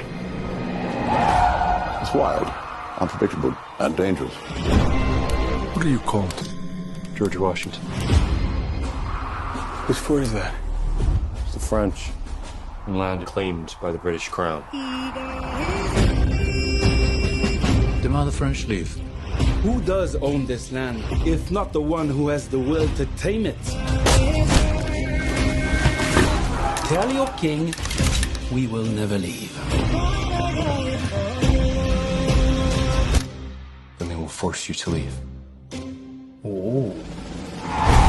These are not the open battlefields to which you're accustomed. I have fought in a great many battlefields. Not in the New World, sir. If you fail, I'll have a colonial to blame. This is a direct order, and we will obey it! Fire! It's not your fault, George. Major Washington. You lost. You started a war! George, there's no fairness here. That is not the way the world works. Then someone should remake it. Choose your path. Make it yours. Forward!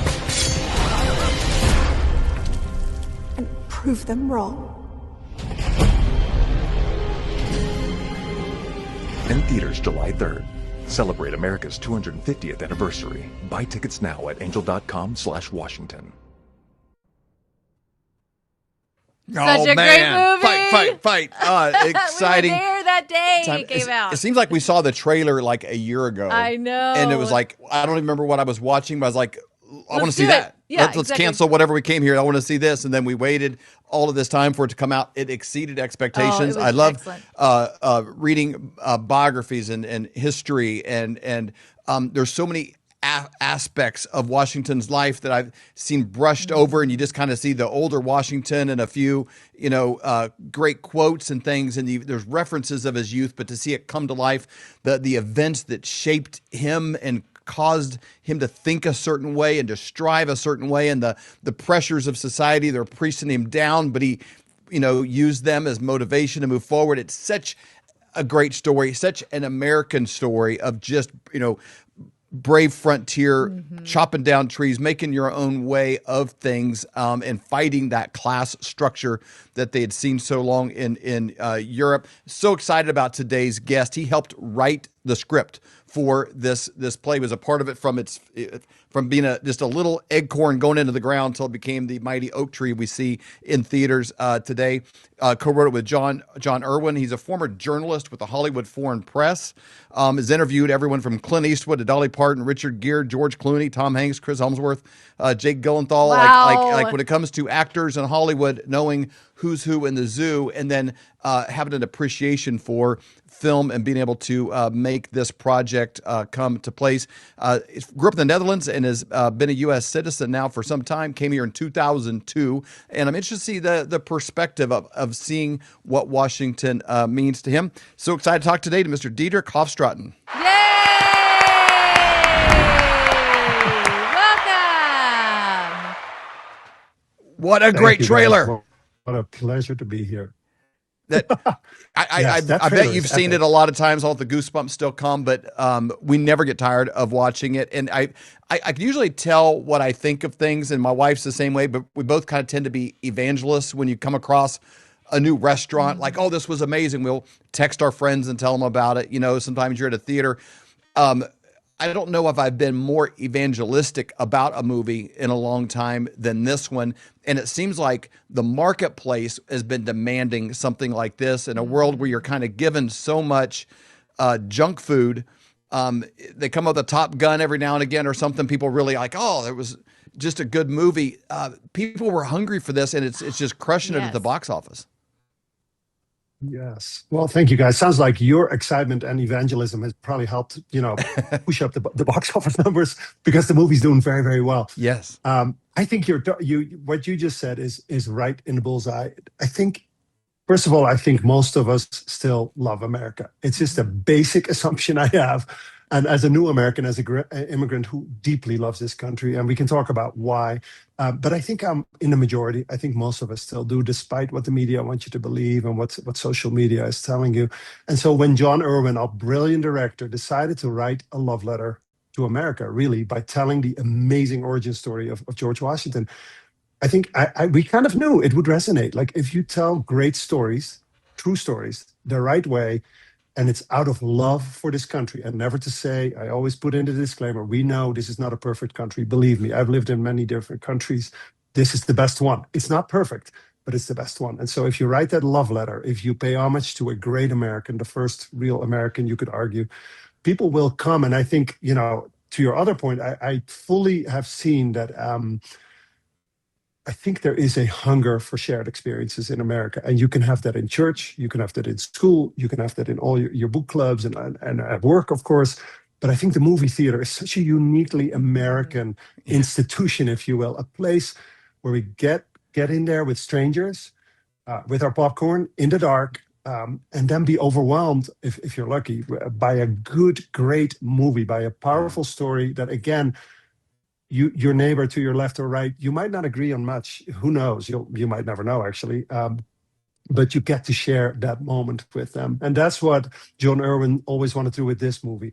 A movie for everyone, regardless of your politics, your background, your identity, to be experienced on the big screen with big sound, big popcorn, with people you don't know. And we're so grateful, so incredibly grateful, people like yourselves and everybody who showed up to make this movie one of the biggest surprises, I guess, to Hollywood at least, of the summer so far.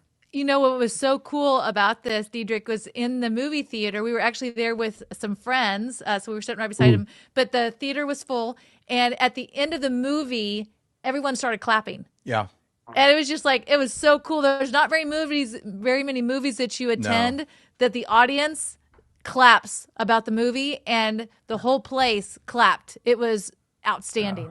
In fact, I was sad when it was over. Yeah. I was like, no, it can't be over yet. I wanted it to be like a next episode. Yeah. To see the next one immediately. It was Thanks so for good. sharing that. Yeah. It is so grand. The costumes and the filming and the footage and the beauty of it just stands alone. And then the script. It's so efficient in how so much is said to keep the story moving so smoothly, and you immediately feel like you understand the characters and the family dynamics that are creating the people around them, and the political dynamics that are imposing their will on the characters and their decision making, and kind of a new understanding of Washington. How hard was it to make a script? I heard, I think it was John Irwin. He was on a podcast I watched with a bunch of historians. I think one of them contributed, and the rest were kind of critiquing what they thought of it, basically, you know. Yeah. And so he was an interesting hot seat for him to be in. And he used this phrase, and I thought it was so beautiful. He said, "This is not a photograph; it's a painting." You know, and that's kind of what you can do. What was it like creating the script that told enough to people understand, but not, you know, bog it down in details, where it moved as smoothly as it did? Yeah. Well, John Irwin, I very often call him our brilliant filmmaker, and that's it's sort of in a general sense that's true. If you've watched House of David that he made on Amazon, and Wonder Project on Amazon, or Jesus Revolution, or any of his other films, he clearly is a visionary filmmaker who, by the way, is one of the very few filmmakers who makes a lot of money for the studios he works for, because he understands the audience. But a specific example of his brilliance is that this movie, and like most of his movie, he sees in his mind what it's going to be. When he engaged me and my fellow writer, Tom Provost, he told us in detail what he wanted to happen. And that's literally the movie that you guys have seen on the screen. And so there's not, I think, a lot of storytellers or artists generally who have that ability. What we did is Tom and I sat with John Irwin for days a few years back. We took notes and sort of downloaded the story from his brain into our computers, if you will. And then we went away to write the screenplay for this movie that you've seen. John always knew we were going to start it with a deeply traumatic moment for any kid, the death of his father. I'm not giving anything away. It's the beginning of the movie. 11 years old, he loses his father.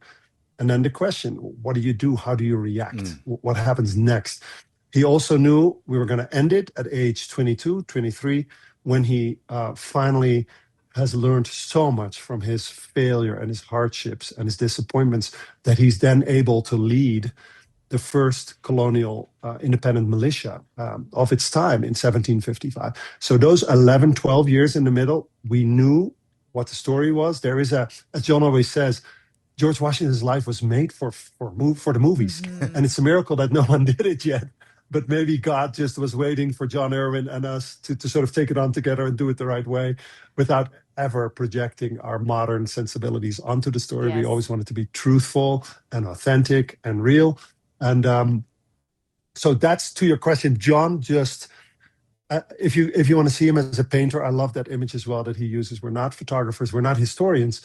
We are painters given an impression, impressionist painters give an impression of the reality as we imagine it. And he knew what he wanted to paint from day one.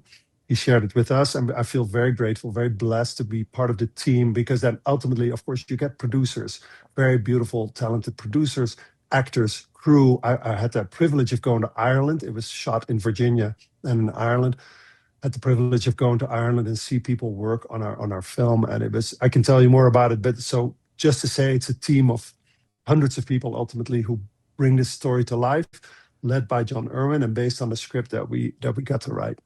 So how did you get connected to the project? Well, back then, I know we're talking about this a little bit beforehand. My wife, Kelly, is speaking of brilliance, she's a smart one in our family. She is the CEO of the Wonder Project. That's a new entertainment studio based in Austin and Los Angeles. She founded it with John Irwin back in 2022. So that takes some guts, you know. Yeah, there's not a lot of successful startups in Hollywood in recent decades. Netflix obviously is an obvious example, but that's where Kelly also, by the way, used to work. But so she started a successful studio that is for the faith and values audience, for us in the middle, right? And of course, you can be a viewer in Seattle and in New York and wherever you want to live. It's just that she always has believed and is proving every time they put something out that faith values is an audience. It's not a genre. It's an audience. It means most of us in America, frankly. And those are the people we make movies for. Kelly and John started the company and House of David. So King David from the Bible and George Washington were going to be his two, speaking of ambition, his two big projects. Wow. John two will always tell obscure, mostly forgotten characters in history. Yeah, why not? Take them on. And I often say the plan had been to go with Washington first, but then King David, for many reasons, had to come first. And I often think that George Washington would have approved if he knew that that King David got preference over him initially. But so they started the company. They started talking about these big projects. And Kelly said, I think you need a writer by your side for Washington, and you should talk to my husband. That's basically what she did. She connected us. John and I hit it off and started talking, and that's when I brought my friend Tom in, who was a mentor of mine in screenwriting. Still lives in Los Angeles. I always say to Tom, he's from Texas. Like, Tom, we'll get you to Texas. I'm really sorry that you are stuck in LA, but he still lives there, and he and I got to do the writing with John that way. There's been so much in our world that has been just tearing down the old. Anything that happened before 5 minutes ago is outdated. The founding fathers were out of touch, ignorant. You read their writings and realize, they can conjugate in Latin I think we're probably devolving, more than evolving. But there's definitely been a vacuum of strong male characters. If there is a male character, usually they're the brunt of the joke or a doofus, or maybe things worked in spite of them. There's, you just look at sitcoms, you look TV at sitcoms, the Al Bundys of the world, and even movies. There's not a lot of even just heroes you could point to, and they kind of went to our genre where even heroes were like these flawed characters, and to have two men like David and Washington, not to even equate them, but to highlight these are the characteristics of great leaders, and to see them fail and succeed. Even Washington making the decision of like, well, then I'll do it for free if you won't pay me what I'm worth, and like having this drive of understanding value and integrity and doing what he said. Highlighting, you mentioned earlier, like America's the best country, but it's not perfect. It's as good or bad as we are. And so highlighting these characters that like every dad would want his son to have those in his DNA, and then to highlight them on the screen where you can kind of see it. And I think movies do that. You're like, oh, that was fantastic. It's why we like watching sports. Somebody, was injured and plays through it, or they dive out of bounds to get a ball. You're like, look at that hustle. That's we need to work our, we need to do everything like that. I guess I want to thank you for being a part of highlighting these men, and specifically, Washington here, in a way that young men can see this and have something to point to besides everything is bad and we got to tear it down and start over. Like, we have a lot of goodness in the history. We need to pull more from that and dilute the bad. Thank you for highlighting that. What a beautiful monologue. I think you should write that down and publish it, because that seriously, that is such a very thoughtful response to what we try to do. And I hadn't really actually, some of these interviews are quick and forgettable, but this one I can tell is not that way, because you're making me think about some of the deeper layers of this story and this film that I really hadn't considered that much. I grew up in the Netherlands in the 1980s, a very progressive family, very feminine household. I would say my family was woke before woke was a word.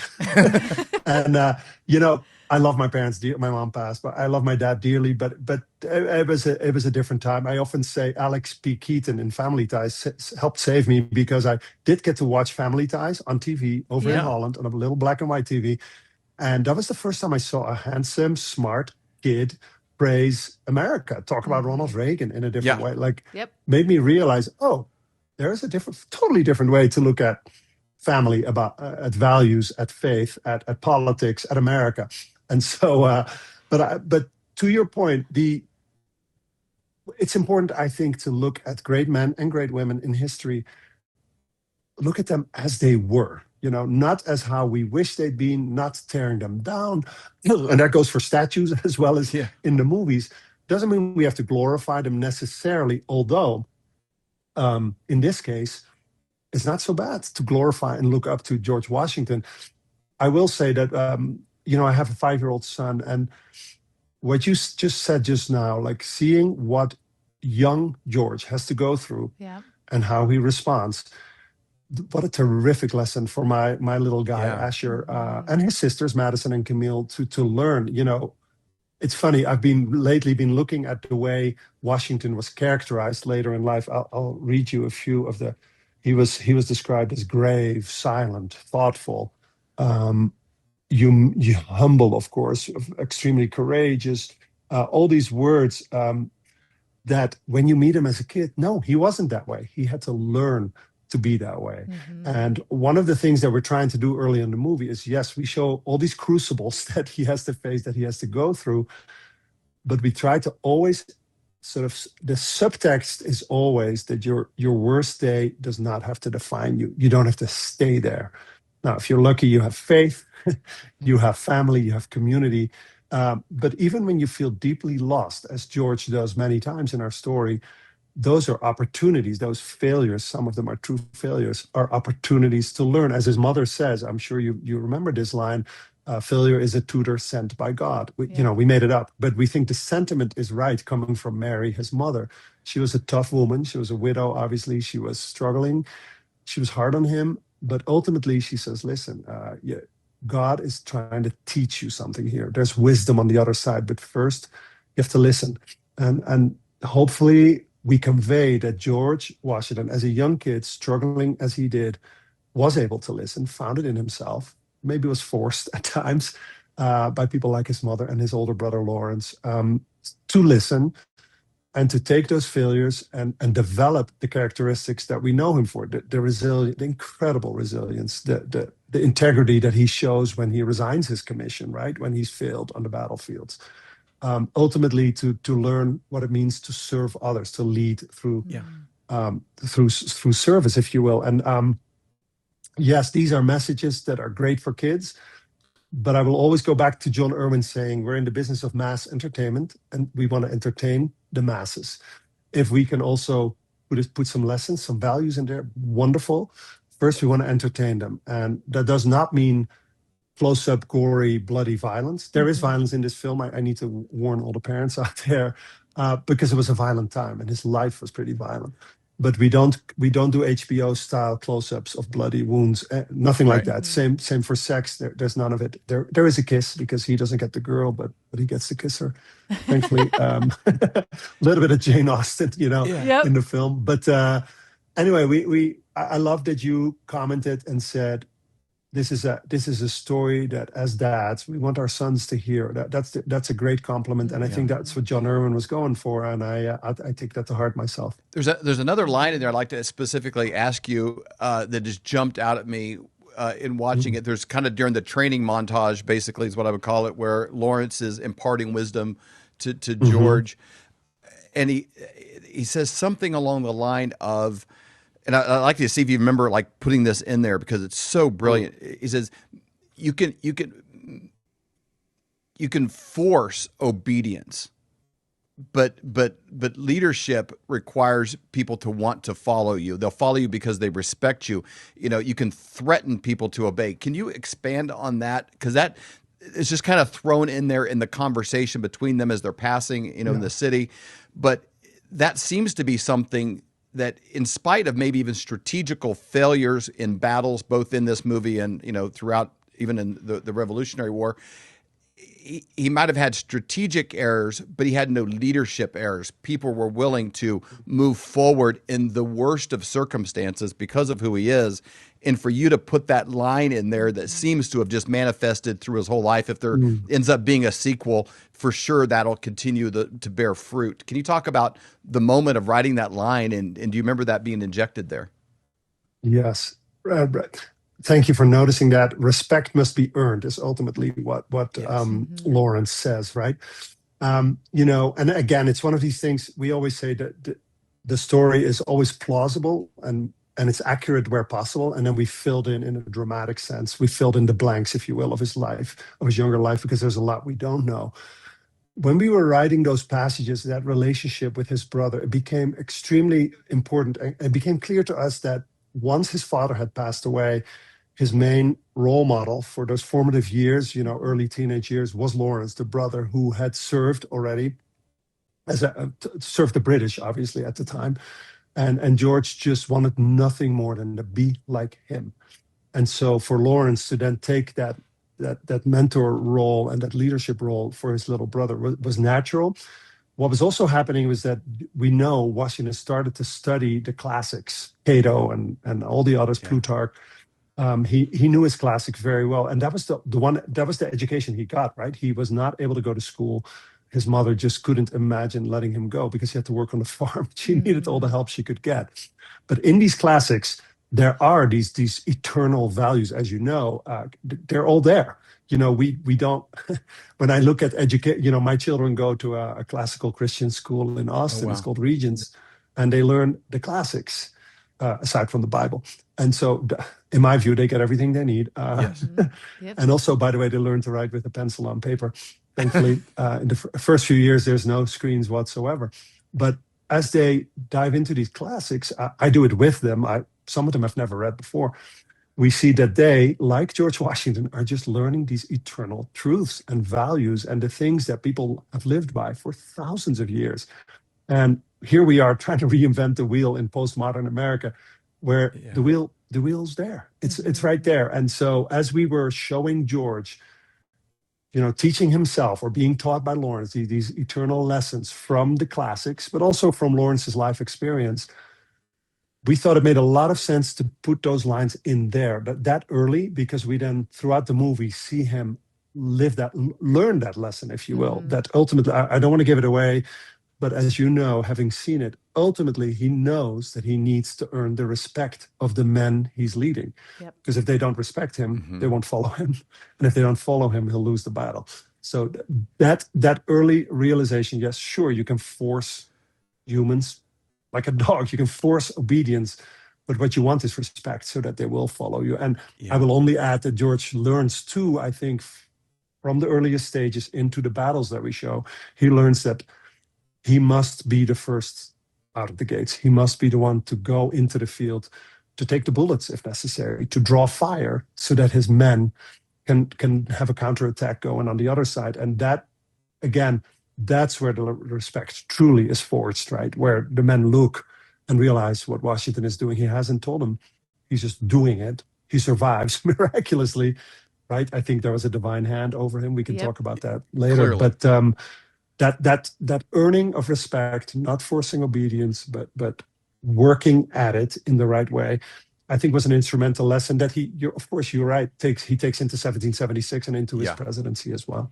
And you kind of addressed it in the film a little bit too with the providential. You kind of look at George Washington, you look at his life, you look at the bullet holes in his hat or in his, uniform. Can you touch on that as you were studying, as you were writing?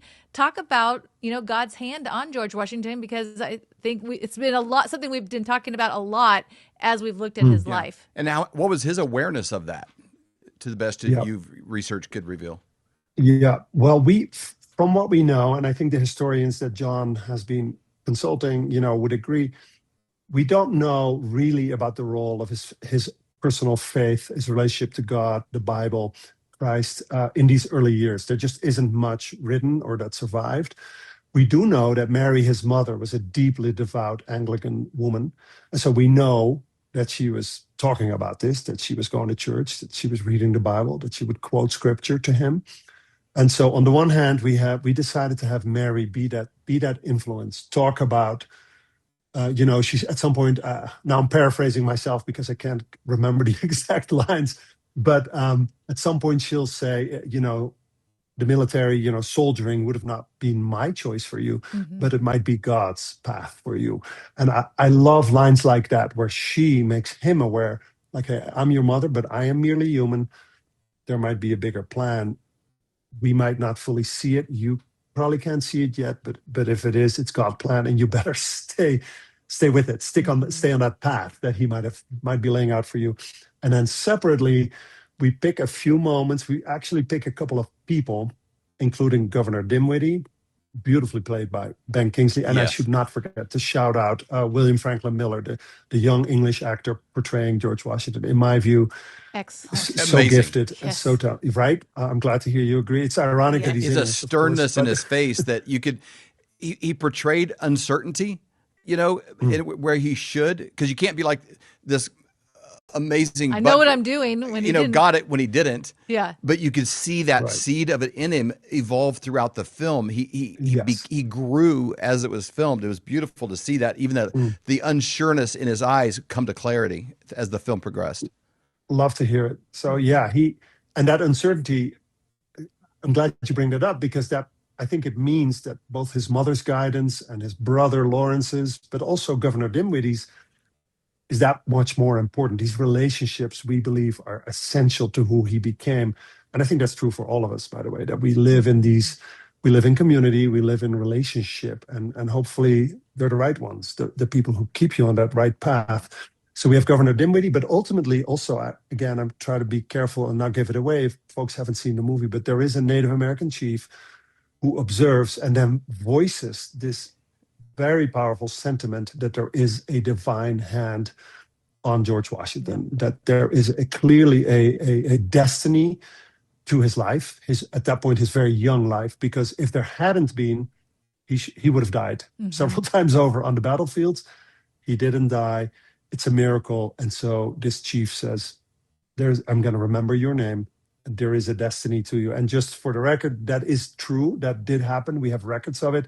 We just placed it. It's one of these examples where we took liberty and placed it much earlier in his life at the end of this movie, because it was a perfect observation to put it right there. We know that in reality, it was a little bit later. But so we try to be cautious and not suggest that George in his younger years was a devout Christian. We just don't really know, but we try to give him the context of sort of biblical truths of godly destiny through others speaking that into him. Yeah, you definitely showed the soil that could have grown from, for sure. It was a very fertile environment for that beliefs that you do see in his writings when he's older. I was listening to Eric Metaxas recently wrote a book on the Revolution, and he made the point of saying there's one letter that Washington wrote to someone else, a friend, and within the verse, within the letter, there was 22 scripture references without saying, I'm quoting Deuteronomy here.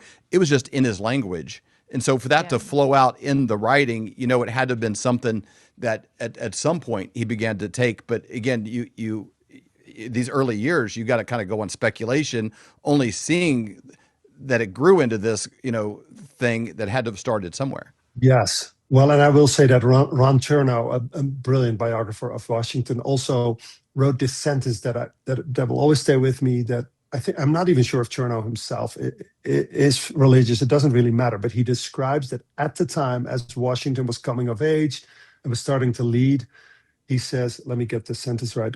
There was a sense that God was grooming Washington for bigger things. Yeah. That was just sort of a general sense that people had, people who knew him, who worked with him, who saw him rise. And I love that. That is such a beautiful way of phrasing it. It might be a little esoteric, but it's real. Like it was something that everybody agreed on at the time. Deidre, let me ask you a question. When you mentioned, Governor Dinwiddie, when I'm watching it, I almost hear myself saying, like, this is George Washington. You're lucky he's talking to you. Like, don't you know who this is? But at that stage of the story, it wasn't a finished project. It was, I love the Carl Sandburg series on Lincoln, and there's so many stories of Lincoln almost being, depression to the point of suicidal, during some of his years and heartbreak. And, I'm like, dude, your story hasn't even started yet. Like, you have this amazing life and you're kind of in the doldrums here over, this thing. So when I'm watching Washington, I'm thinking, oh man, like you have all this ahead, but all of us, we don't know what our futures have. We can do the next right thing to the best of our ability, combined with God, in that it was as a takeaway for me, as you're watching this and knowing where his life goes, but you're sort of handcuffed to the reality of being young Washington. what were the biggest takeaways for you personally that you learned from research or putting it in the script that were like, man, that is a great life lesson. I want that, maybe more in my life. What's something that moved you that maybe you're a better man now because of that moment, that line, that story?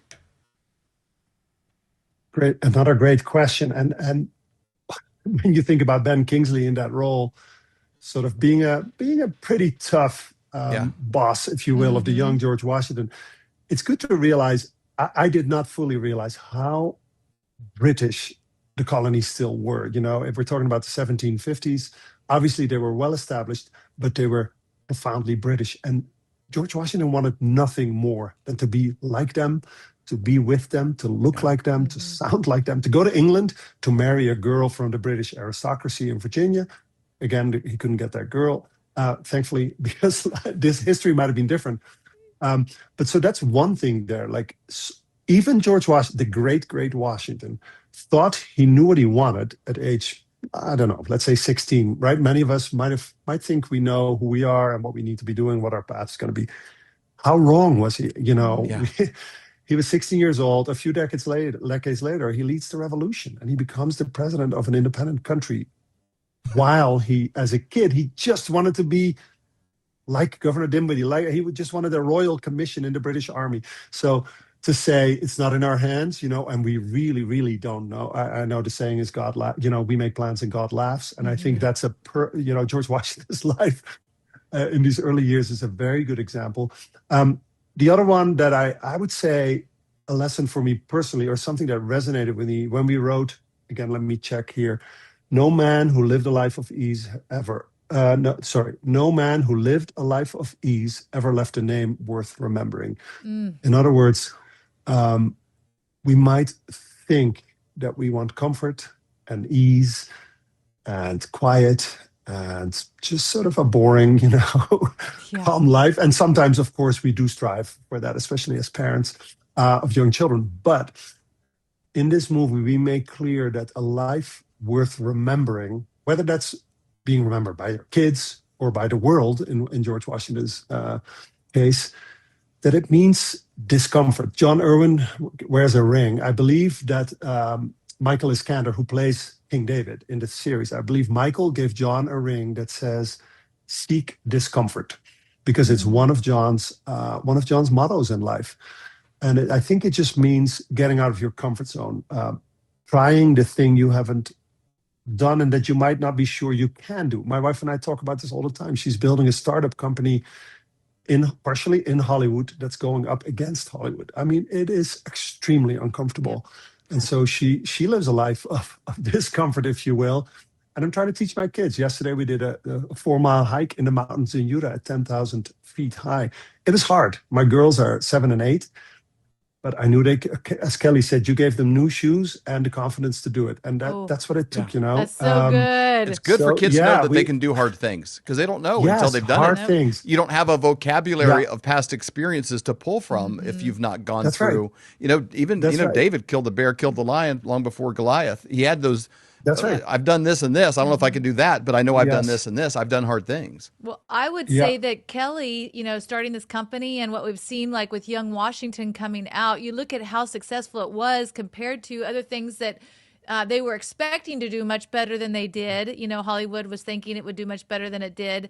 And I mean, young Washington, you guys hit it out of the park. Can you talk about where you guys are right now with sales and how people can get more information on this movie and attend if they haven't seen it yet? Yeah. If I can say this, and I don't mean to embarrass you, but at our little prayer before we went live, which was beautiful and moving, you said something like, "Let us continue to astound the establishment." Did I get that right? Yes. Beautifully said. I wanted to remember that because that's the goal here. Like, let's keep making movies and shows, and let's watch and support and celebrate movies and shows that celebrate the values that most of us believe in. Yep. Like it's not complicated. When you hear Kelly make this pitch to investors or to Hollywood studios, it's not hard. Most of the audience is still where Disney was, let's say 30 years ago. Disney just went in a different direction, but the audience is still primarily where we believe we are. Yes. And so you are right that the predictions probably weren't great for this film as they have been for other Wonder Project, productions. And let's keep astounding them and surprising them, and let's keep showing up, because this movie, I haven't checked the numbers in a couple of days, but I think we're at somewhere close to $40 million in the box office. And that's very promising. It was a great opening weekend where we beat the other big movies. I think George Washington is surpassing Supergirl. Is that what it's called? Mm-hmm. I'm not going to see that movie personally, but so yeah, right. So I go back to where I started. You make a love letter to America, as John Irwin calls it. You tell a true story. You're not whitewashing it. You're not holding back. It was violent. It was difficult. You tell a great story, though. You celebrate a great man. People will come. And it doesn't have to be a great man. It can be a great woman. It can be a great family. It can be just a great story. Mm-hmm. And that's, I think, the lesson here. Like, tell these stories well. Don't compromise on quality. That's important. And thankfully, I'm very grateful to actors like Kelsey Grammer, who's in this movie, and Mary Louise Parker, and Andy Serkis. Terrific. They're all coming together around a story like this. They're not afraid to show up, to be a part of it, because when they do, that even gives it that extra imprimatur, if you will, to say this is high quality, great content. Yes, it is HBO quality content. It just couldn't be on HBO because it's not graphic, not gratuitously graphic, but it is enjoyable, and it's true. That's what we think is working, and will keep working. Hopefully, we are waking up and astounding Hollywood, as in, if we make it, they will come. So the Wonder Project really doesn't want to be the only one, and I know that's true for Angel as well. Let everybody, it's a lot of there's a lot of room in the boat here. Let's all do it together. That's the purpose and the goal. Want to make sure people know where to go. This show's going on 60 different platforms. So wherever you're listening to this, in the notes below, if you're on Spotify, you're on Apple, you're on Rumble, wherever the case may be, if you go to the show notes below, we'll have the links. But you can go to youngwashington.com, and they got a leaderboard on there. They got ways to find theaters where it's near you. We loved this so much. They put up a little QR code at the end that you can pay this forward and have other people see it. I mean, I just want people in the room. That's why I was banging the table so hard to get you on the show. I love this film. I want people to see it. I want to make it very visible. It's easy, when we're in a world of distractions and people kind of bounce to the next thing in the World Cup or this or that. So there's people that have been thinking about seeing this and they've not. This is one you could take your grandparents, you can take your kids, you can go to a matinee and then go to lunch afterwards and talk about it and talk about the lines that were takeaways for you. This is a galvanizing, family building kind of thing. Co-workers. We went with two of our friends we play pickleball with. It's just like a fun conversation, a great place to go. youngwashington.com. Colton, what's the other link as well in the Angel? Yep. If you go to angel.com, you can find the movie on here as well, and it just has other things on here. You can sign up for updates, but that's also where you can pay it forward. So if someone's on here and they're like, man, I watched it, but I want to make sure other people can have access to this movie as well, they can pay it forward. And I would like to say, you guys are really close to the milestone goal here. We're at 96% of the milestone goal. So if everyone on this show that's currently watching this show goes on and buys one movie ticket, we'll knock it over that milestone. Yes. So let's get that done. Come on. We need to do it. And if you're watching this right now and you've ever complained about all the junk coming out of Hollywood, they don't make any good movies anymore, blah, blah, blah, and you kind of get into your kind of Archie Bunker funk, you know what? Like, if you've ever said one sentence like that, then you are obligated to buy tickets to this movie because it is the antidote to what you complain about. And so there's no validity to your complaint when you don't show up, when there's something that is pro-America, just pro-goodness, good stories. The story of Washington would be good in any era. It's equally relevant right now, but you got to go out and support it because that's how these things continue, because it does send a message to a world that doesn't care about your beliefs or what you think, but they do look at, wow, that sells. Look at Taylor Sheridan. They're like, oh, well, and he's not even particularly, conservative, whatever. He's just like a normal writer, writes about normal people and does it in a great way, but it moves the needle and people want to tune in, so they make more of it. So I got to end you with one last question. I know we're kind of over our time that you agreed to, but a sequel. No problem. we ended it saying we want more. Yep. Give us a little crumb. What's coming next, if anything? Yeah, thank goodness John Irwin is obsessed with the founding era. So he's already announced that 1776 is the next movie. Yes. Its title speaks for itself, and so George Washington, we get to know him, we understand him better at the end of this movie, and then we want to take it a few decades forward and then meet this sort of the band of brothers, if you will, this very wildly diverse and interesting group of young guys trying to come up with a country. Yes. It's a pretty cool story, and so I think John and I are talking. It's in the works. I can't say too much or promise anything at the moment, but I know it's coming, and so we ask for a little bit of patience. I just want to say, guys, I wish we could talk forever. This has been a great conversation, and I'm so grateful on behalf of everybody at Wonder Project for the support that you and everyone going to the movies are giving us. Let's celebrate great content, great American content. Like you said, it's for the family, it's for your friends, it's for everyone. That was the intent. Dietrich, thank you so much for your time. We really appreciate it.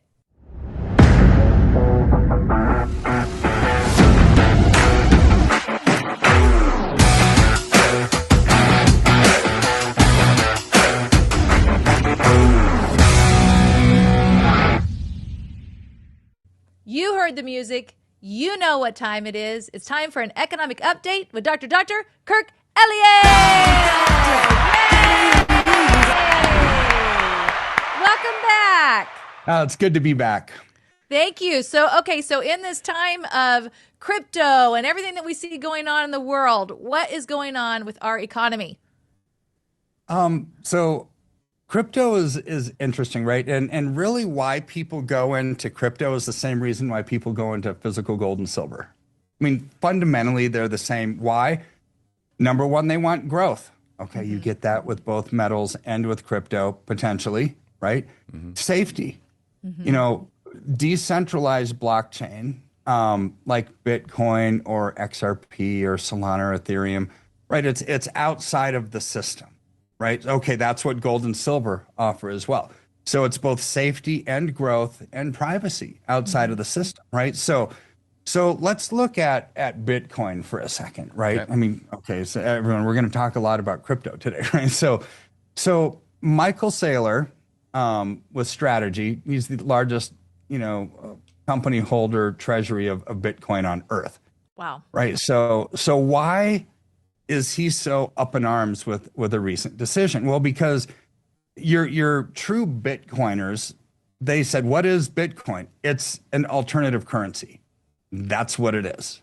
Nothing more, nothing less. It's a currency on the blockchain. Well, some of the other crypto companies like Ethereum took a strategy of Bitcoin. It's like, okay, let's put something on the blockchain, but let's make it smart. Right, let's make it do something that is not just a replacement currency.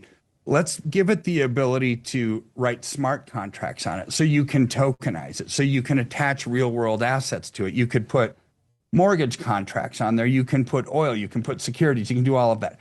That's where Ethereum came in, right? Which is the ability to use a blockchain technology and attach smart contracts to it. Right, so Bitcoin never was that. So now there's this ruling. It's not necessarily a ruling, right? It's called BIP 110, which Saylor's all up in arms about, because really what it does is it changes the consensus of the Bitcoin blockchain. It used to need 95% consensus of all the miners to make a change, to 55%. You said, wait a second, this is not necessarily good. Well, what is it that they're wanting to do? They're wanting to make Bitcoin something more than what Bitcoin was intentionally meant to do, which was be a replacement currency, and the ability to possibly have smart contracts on the Bitcoin rails. Okay. Right. So you're seeing this opposition of purist Bitcoiners to cryptocurrency people, right? Let's kind of separate that, and wanting to make Bitcoin something different. What's this going to do to Bitcoin? It's going to cause people to say, well, wait a second. I've got my Bitcoin. It was a replacement currency, but if I wanted smart contracts, I would have invested in something else anyways. I would have invested in Solana or Ethereum or XRP, something that has utility already that provides a purpose other than replacement currency. So I think this is going to put a fracturing in the demand for Bitcoin as people are going to start shifting, right? So why does this matter? Because Bitcoin is the king of the cryptocurrency world, and a lot of times cryptos rise and fall with what Bitcoin does, right? So here we're starting to see fractures in these different asset categories, right? We've already talked about in past shows fracturing that's happening in the bond market. I think it's ripe for a collapse because of rising yields across the globe. That caused the price of bonds to come down. That will have a secondary effect on the equity markets, right? As will an AI bubble bursting, right? And so, but you still had this crypto, and now you're going to see, this is probably why some people are saying, well, Bitcoin still has a lot of correction to do. It could go down to 30 to 40,000 from where it's at today. I mean, it was over 100 beginning of the year. I mean, it's had a massive free fall, but I still think because of some of these things happening, it's going to be more. Now, it's important in the crypto space that a world is established that's non-central bank digital currency. Like we talked about on the last show, CBDC is centralized, all other blockchain is decentralized, right? Which means you're ultimately in control, you own your tokens, right? So and you have ultimate control over it. Well, as crypto rises and falls with demand and perception, right? I think this Bitcoin story is important on what is going to be the utility of it. But if we make a little shift here to central bank digital currency, how close are we? Like literally, why is it important that these decentralized rails get established way more quickly and robustly? Because CBDC is upon us. So the Bank of Korea over the weekend, they prepare for live CBDC transactions with 9 major banks in September. Wow. Right. Okay. So that's a big country with 9 big counterparties saying, yeah, we'll start to settle. We'll start to get the CBDC thing rocking and rolling like now. Well, are they the only ones? No, they're not. There's 41 countries that are now testing CBDC for deployment. 33 more have one in development. And now, what did Trump do? The Trump or the U.S. Senate passed a bill that included a 4-year ban on CBDCs in America, right? But does that mean that international banks operating in America aren't going to be participating in that? I don't know, right? There's some things that we just don't know. But here's where globally, if international settlements are going to be done on some of these blockchain rails in CBDC, what is that going to mean for America, even though Trump outlawed CBDC? We don't know what the implications are, except that we are marching headlong at full speed ahead into a command and control world of digital currency that a lot of us and your viewers aren't going to want, right? No. So there's some things now that are being spread amongst the internet and podcasts and things like that. It's like, well, quantum computing is going to be able to crack the Bitcoin code, right? It's going to crack the algorithm and be able to steal all your Bitcoin. Probably true. Probably true for any cryptocurrency or digital asset or security or bank account that's digital. Quantum computing, but it's not here right now. It's not here yet, right? But probably by, estimates are past 2030, this is going to be a thing. So there's a couple of privacy oriented tokens like Monero, Zcash that are basically already quantum computing proof. They basically inoculated themselves against that. But I don't know any of the technical jargon of how they did it or how, right? But there's a couple out now. By the time quantum computing is a legitimate, more mainstream thing, it's not just going to be 2. It's probably going to be almost all of them that are going to be safe from that, right? Which is why, don't buckle into the fear of quantum computing is going to steal everything that you have, because I think there's going to be options moving forward. But this is the exciting part about the development of the decentralized blockchain networks as a counterparty, getting rid of the scariness of central bank digital currency, right? But here's where gold, this whole storyline and narrative is so bullish for gold and silver, huge, because a lot of the collateralization that's going to happen on the decentralized blockchain is going to be revolving around collateral, what's real, what's not, and privacy. I think the privacy thing they're going to be able to figure out. The collateral thing, it's kind of up to us. It's kind of up to the central banks, and they're already telling us what they're going into. They're going into gold. So I say all of this to say, expect volatility in the crypto markets, expect volatility in the bond markets as some of these things are playing themselves out.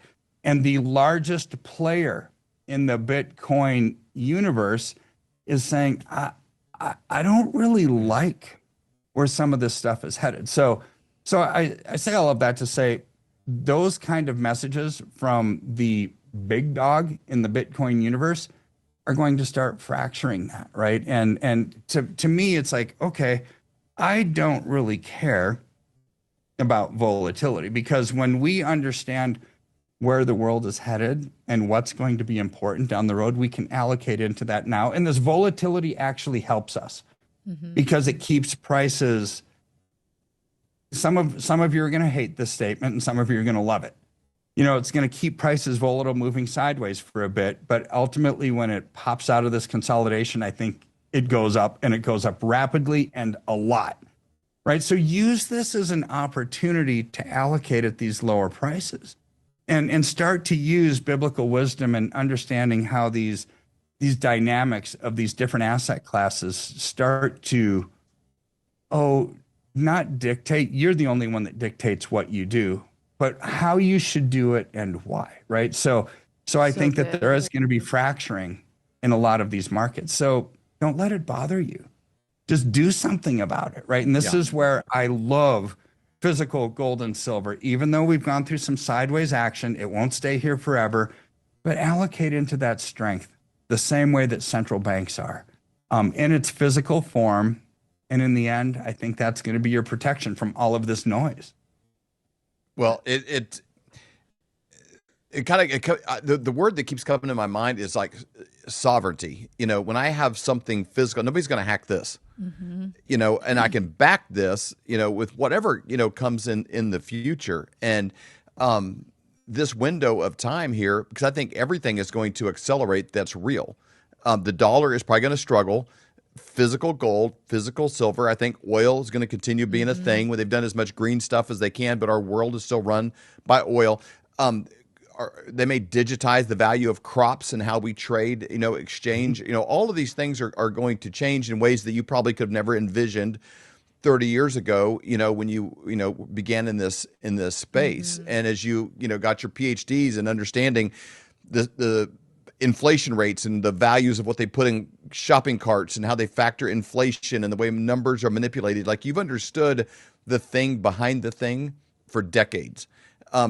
Now, could you have understood, Michael Saylor and cryptocurrency and the digital, like all those things are, you never know what's going to come. But when you're based it on something that's real, you're always going to weather these storms well. And that's why I like the position that we're in. The crazier things get, the more this swings, the more important it is to be standing on rock, to have something that's real that you can leverage against. And a lot of our listeners, are piecemealing this thing week in, week out, month in, month out with, say, $500 or $1,000 or pieces at a time, and building a war chest that whatever happens, they're in the best possible negotiating position, to maintain their own sovereignty as these things accelerate. So that's exactly so right. Flyover family, you can go to flyovergold.com, flyovergold.com anytime, day or night.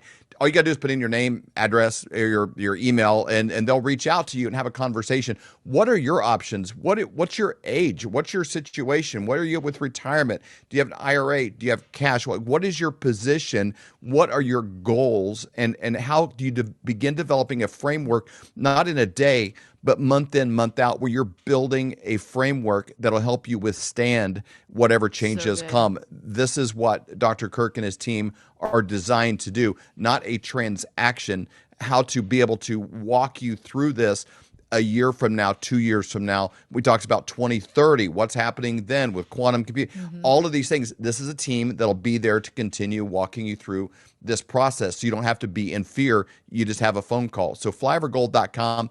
Enter your phone number, enter your email. They'll reach out to you and have this conversation to see what's best for you. You can pray about that and then download a free copy of this book, Thriving in the Economic Tsunami. It tends to age really well. The crazier things get, the wisdom that's in this book. So, Dr. Kirk, we thank you so much for your time. Thank you for the work that you do in private. You're always looking at the charts. You're always looking at the things that make the charts and understanding what is happening in a rapidly changing world. That, again, as you're talking today, I was kind of thinking like, man, when we first met you in the early 90s, you know, there's no way you could have predicted where this world was going. But I tell you what, there's nothing better to have built your house on than something real over this course of time. No doubt about it. For sure. Thank you again for Amen. your time, Dr. Kirk. We really appreciate it. We hope you've enjoyed this episode of the Flyover Conservatives podcast with David and Stacey Whited. Please subscribe, hit the notification bell, and leave us a comment below. Lastly, if you enjoyed today's podcast, share with those who came to mind. Be blessed and make it a great day.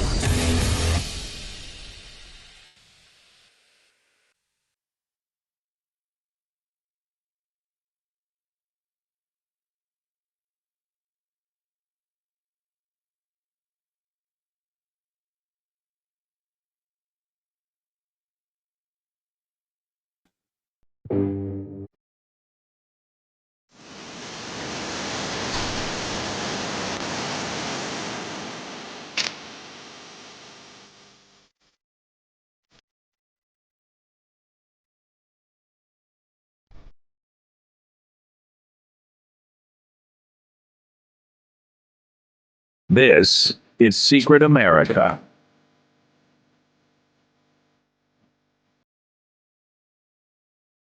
Welcome, everybody. I'm Jack Danger along with Jay Gatling, and we have a lot to get to today. We've got insane death threats to a conservative member that does a lot for the Republican Party and conservative people, and has never been a hateful person. So I don't understand why these really insane death threats are happening. And we got so much more, but real quick, I just want to mention our sponsor, maxassociates.etsy.com, the #1 place for USA Pride gifts and patriotic apparel. You can scan the QR code at the top right, or you can go to maxassociates.etsy.com. They are really the best place for you to get anything that has to do with America in terms of apparel, USA Pride gifts. This is America 250. It's the 250th anniversary of America, and he has the best deal you will find anywhere. We're talking 20% off your order and free shipping anywhere in the United States. With those kind of deals, I mean, there's no way he can make money on this. I think he just does it for the love of America, if you want the truth. I don't see how, Jay, how could he possibly make money on something like this? He has to just do it for his love of the country, right? Yeah, I mean, I as I said, I used to own a t-shirt business, and there's no way you're making money at $19 a shirt. There's just no way. But yeah, he obviously loves the country. Well, you could tell that anyway just by the products themselves. They're amazing. Absolutely. I mean, great shirts like freedom over communism, freedom over fear, and just a whole bunch of other stuff. I got a flag from here that says, support the country you live in, or live in the country you support. And I absolutely love that. All right, guys. Also, I just want to mention real quick that the book is live. By Design, The First Black President is live. You can get it at secretamericalive.com. If you go there, there's 2 buttons, one to order a signed copy, and one will take you straight to Amazon to order the book. If you've ever wondered, like, everybody knows the conspiracy theories surrounding the first black president. And the reason I say that is because I can't say his name, can't use his name or likeness, okay? But everybody, so that's why I say the first black president, because that's the only other identifier that anybody would know who I'm talking about.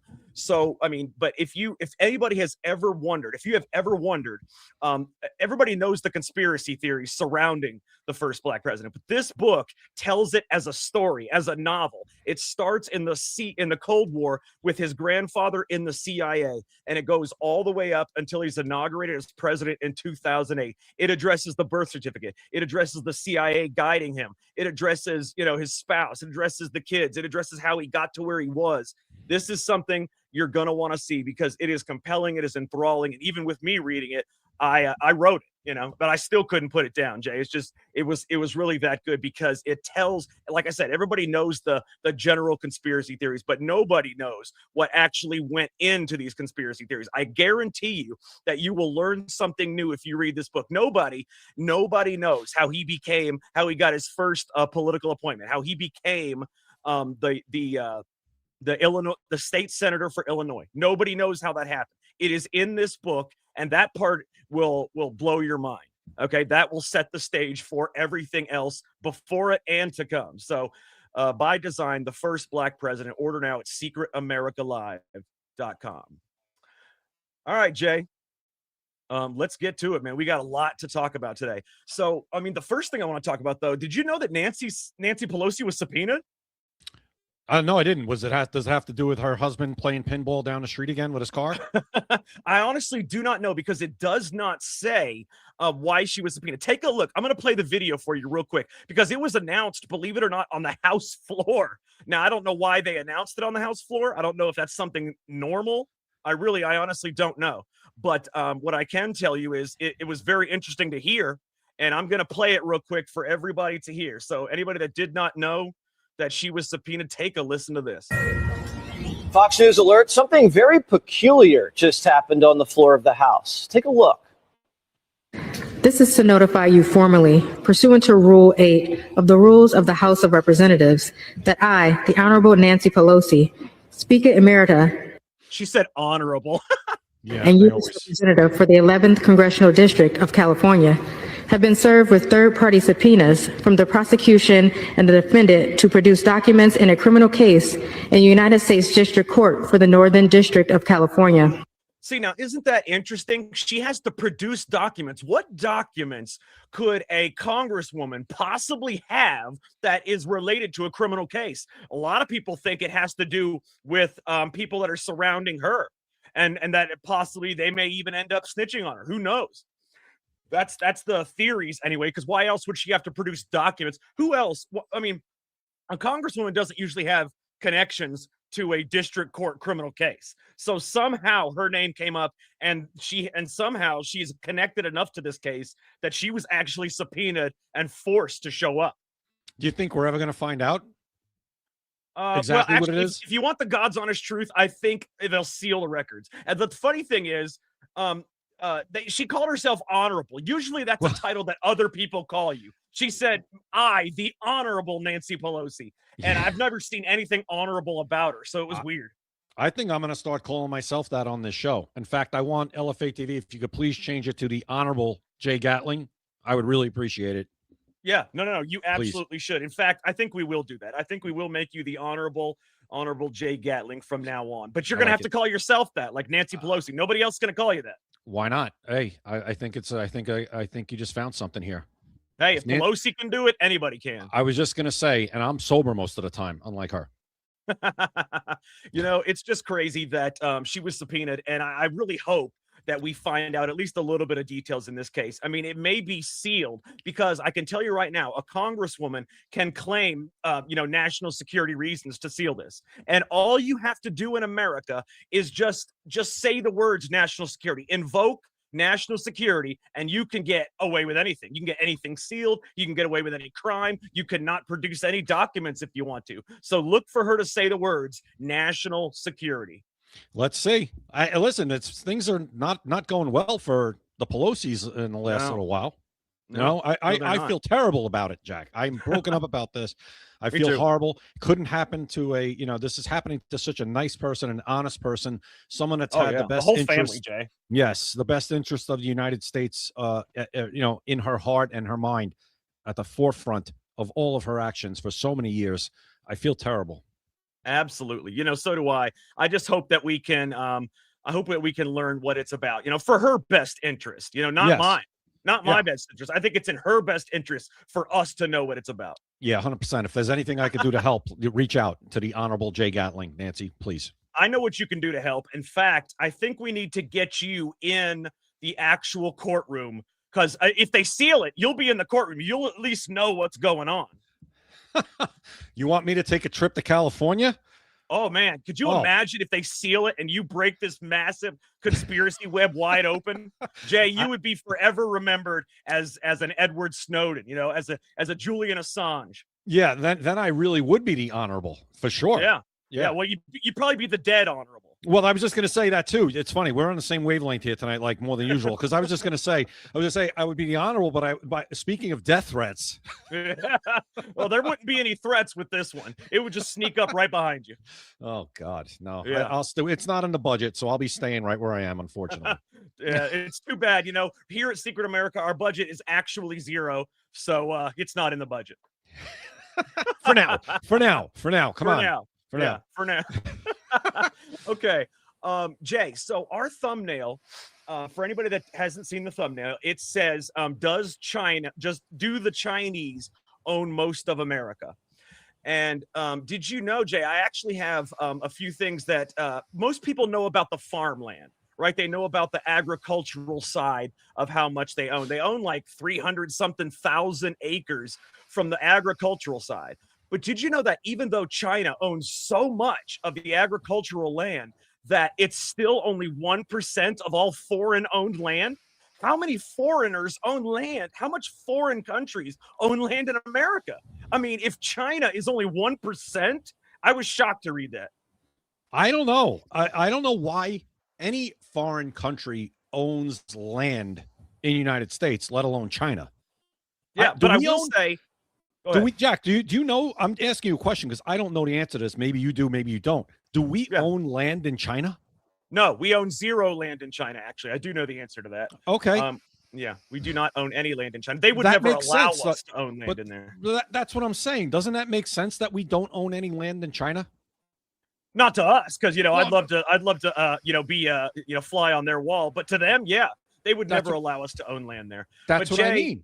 China owns land in 30 of the 50 states in America. 30 of the 50 states in America. But I asked AI to. I wanted them to kind of estimate, because they can't tell you exactly, because some of the holdings and stuff are not listed. Things like that. But I will say that the places they own the most land are Texas, North Carolina, Missouri, Florida, and Virginia. Those are the top largest concentrations, the top 5 states. But they also own commercial, industrial, hotels, warehouses, office buildings, and development projects in California, New York, Massachusetts, Illinois, Nevada, Washington, Arizona, Georgia, Hawaii, New Jersey, and others.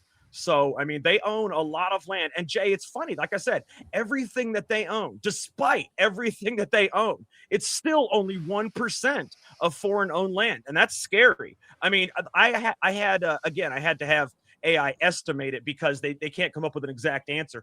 But believe it or not, AI said that the average probably answer would be about 45 million acres are owned by foreign adversaries, foreign countries, whatever. Do you know how big an acre is? Does anybody know how big an acre actually is? It's pretty damn big. Imagine 45 million of those. That's what they own. I just asked AI, as you was talking about that, who owns the most foreign land in the United States, And it says, according to the USDA, Agricultural Foreign Investment, whatever, reports through 2024, foreign entities hold interest in roughly 45 to 48 million acres of U.S. agricultural land. That represents about 3.6% of privately held U.S. land. So the top ones are Canada, 15.35 million acres. Netherlands, 5.2 million acres. Italy, 2.7 million acres. United Kingdom and Germany each have several million acres. Wait. What was the third one you said? Italy, Canada, Netherlands, Italy, United Kingdom, and Why the Germany. hell does the Netherlands? Where the hell did the Netherlands come from? I have no idea. It says it says much of the foreign ownership involves forest timberland and long-term leases for renewable energy wind farms, not prime. But they're usually talking about agricultural land, though, because whenever I asked the AI something, it always related it to agricultural land and not every land held. So you got to be like, I want the answer for every type of land. That's how I had to phrase it. I'll ask that now. Yeah, because they like to, for some reason, they like to go to only, the reason they go to agricultural land is because that's the only ones they can prove. So you have to ask it to estimate because it can only prove the agricultural land. Yeah, it says it's limited data because of that. That's what they say. The most reliable source is the agricultural. But Canada, Netherlands, it's forest land makes up the largest share. Cropland, 29%. Forest land is 47%. Timber's a big industry. Yeah. Huge. So yeah, it doesn't really get into like the other stuff. This is our thumbnail for everybody that didn't see it, Jay. This is our thumbnail today. All right. And the reason that you see the Chinese symbol on all these states, it should be roughly 30 states. It might be a little more, but it should be 30 states that you see the Chinese symbol on, because that's how many states they own land in America. And it's usually, Jay, believe it or not, a lot of it is around military bases. That's scary. That's crazy to me. And I worry more about China now is with AI. There's an AI race going on and stuff. It's not my lane, but AI that they're trying to screw us with AI, and it would be a big problem if they take over AI from us or take the lead. It just would be. They would be able to do a lot of things that we would not control. It's kind of the next industrial revolution kind of thing, where you kind of have to win the race. And I know it's a controversial thing with data centers and stuff like that, but we're going to have to figure out a way. But that's what concerns me. But I think getting back to the land, I think it's ridiculous that anybody owns land or leases. I don't know. I just don't like it because, like I said, we don't own a shred of land in Canada. Where do we, other than our military bases, which are all over the world, we know that. Mm-hmm. Where do we actually own or lease land for any other purpose around the world other than military bases? I'm sure we do, but I know it's not in countries that have dictatorships that can force us, not to buy land there, like a China. But did you know it's not just countries that are worrisome for owning land? Did you know that Bill Gates is the largest private farmland owner in the United States? Oh, isn't that great? Yeah, so it's not just countries that you have to worry about owning land. Yeah, that's true. And he's an American citizen, and I'm more worried. Yeah. I might actually be more worried about Bill Gates than I am about China. Oh, yeah. Honestly, I am too, because he's actively trying to China's doing it behind the scenes, but he's actively doing it in front of everybody, And yeah, we know his ideas, Jack, about eating bugs and lab meat and all the other crap. He would almost rather turn these farms into labs, is what I think Bill Gates would want to do. But, what do I know? Just he worries me. For the person, real quick, I'm sorry, Jay, I didn't mean to interrupt you. I just want to say real quick for CC DAC9, if for some reason it's not working on Rumble, I don't know why. Maybe Rumble's having a problem. You can also go to if it's not working on our Rumble. I did just check, and it is working on rumble.com/LFATV, which is the Live from America TV network that we are on. Also X and YouTube as well. But now they said that it did just show up, so I'm glad the video's on there. Yeah, we're good. I'm looking at Rumble now, so we're good on Rumble for sure.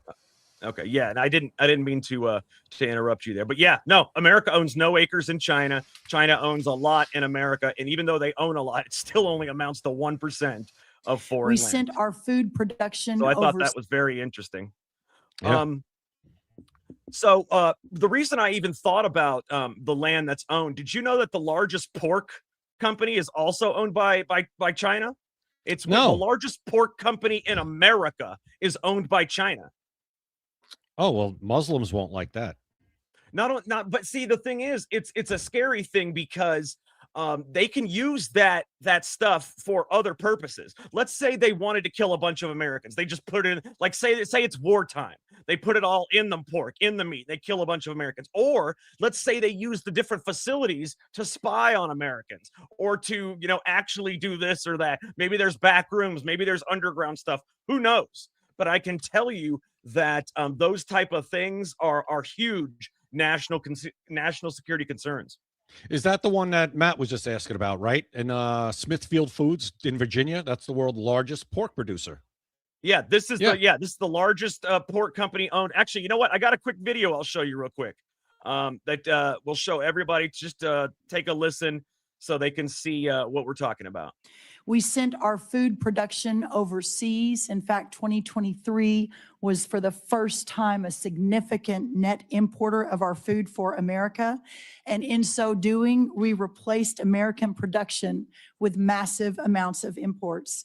We allowed and even encouraged the consolidation of agriculture, seed production, processing, fertilizer, and beyond into massive industries at scale. Today, nearly 85% of our meat packing capacity is controlled by just 4 companies, including 2 that are foreign owned. Additionally, our largest pork company in America is owned by a China company or China. Yeah, the largest pork company in America. But hold on one second. I want to see if she says the name. 4 fertilizers and no, she didn't say the name. But I would like to know, I mean, if it is the Smithfield plant, because I honestly don't know the name of it. But if it is that, that's something that is very popular, so I can understand why it's the largest producer, but it also causes a lot of national security concerns. How do we allow this? It's insane to me that we've allowed this in this country for these businesses, these industries to just be taken over the last few decades. It's insane to me, but it has happened. But everybody gets afforded the same freedoms on American soil, even if they're Chinese. And Deborah confirmed that it is Smithfield. So thank you, Deborah, and thank you to the other person that said Smithfields as well. But yeah, I mean, everybody, even if you're a CCP, you are afforded the same freedoms and protections. So you're allowed to grow your company, even if it does have ties to the CCP. It's obvious that America doesn't care. They're not forcing the CCP to sell any of this land. I mean, no, there's not any laws saying that they can't own land. I mean, what's going on here? I don't know. I wish I knew what was going on here. You hear about this stuff and it's like, how did this happen? How did we allow this? We're literally being taken over or, subverted without a shot being fired. Because they know they know they can't win that, right? It was the same thing in World War II when they said, behind every blade of grass, you'll find, somebody with a gun. So they know that. So they figured out another way to do it. And it's the kind of use our, I don't know, suicidal empathy, our kindness, our just benevolence in a way to say, our laws that are, I guess, are lenient in this regard. And they knew how to work around them. And now look where we are. I don't know how you fix it or how you take these businesses away from these people. I don't know. Yeah. No, I honestly don't know either. But let's switch topics for a second, Jay. Did you see where Trump, and I think this is great. I think this might actually help us reveal things that we don't know. Did you see where Trump has directed the Department of War and the intelligence community to waive non-disclosure agreements for former government employees and contractors who want to cooperate with federal UFO investigators? So he's waiving the NDAs for anybody that might have seen something as a government employee or as a contractor, anybody that's been to Area 51, anybody that's been to anywhere else and may have seen something. And if they want to cooperate, they are allowed to waive the NDA. I think that's really going to allow us to learn more things than we know now. Yeah, I think that's pretty good. I love it. I mean, we're going to learn anything? What do you think? Do you think we're actually going to get something? No, it's for federal investigations. The feds are going to learn it, but then they're going to filter it before it gets to us. So, I mean, no, we're not going to learn anything new. So we're not going to learn anything new with the government, right? Oh, they will for sure. But no, we won't. All right. Fine. We'll leave it at that. We're not going to learn anything new. If there is something big, they would never tell us. I mean, honestly, I don't think most of the world could handle it, if you want the truth. Well, I kind of agree. I mean, I think it would freak a lot of people out, right? Well, the It average would. person could handle it. You and I could handle it. But groups of people, a person is smart, but people are dumb. You know, they're dumb, panicky idiots. Okay, when they get together. All right. If 3 people start running in a crowd of 50, everybody's going to take off. Okay. So Yeah. that's what I mean. People, an individual person is smart, but people together are overall are not. So honestly, I don't think they could handle it. Yeah, it's true. People get in a group, they tend to get dumber. Yep. Mass hysteria is a unbelievable thing. Okay. I wanted to look at, oh no, never mind. I thought it was something better than it is. You know what's weird is I'm trying to go through what I have here, but the videos keep automatically playing. I don't even know how to stop that damn thing. I tried to stop it earlier. Jay, did you see where the Nicaraguan president Daniel Ortega said that the country is no longer going to hold elections? Oh, that's interesting. That to me is unbelievable.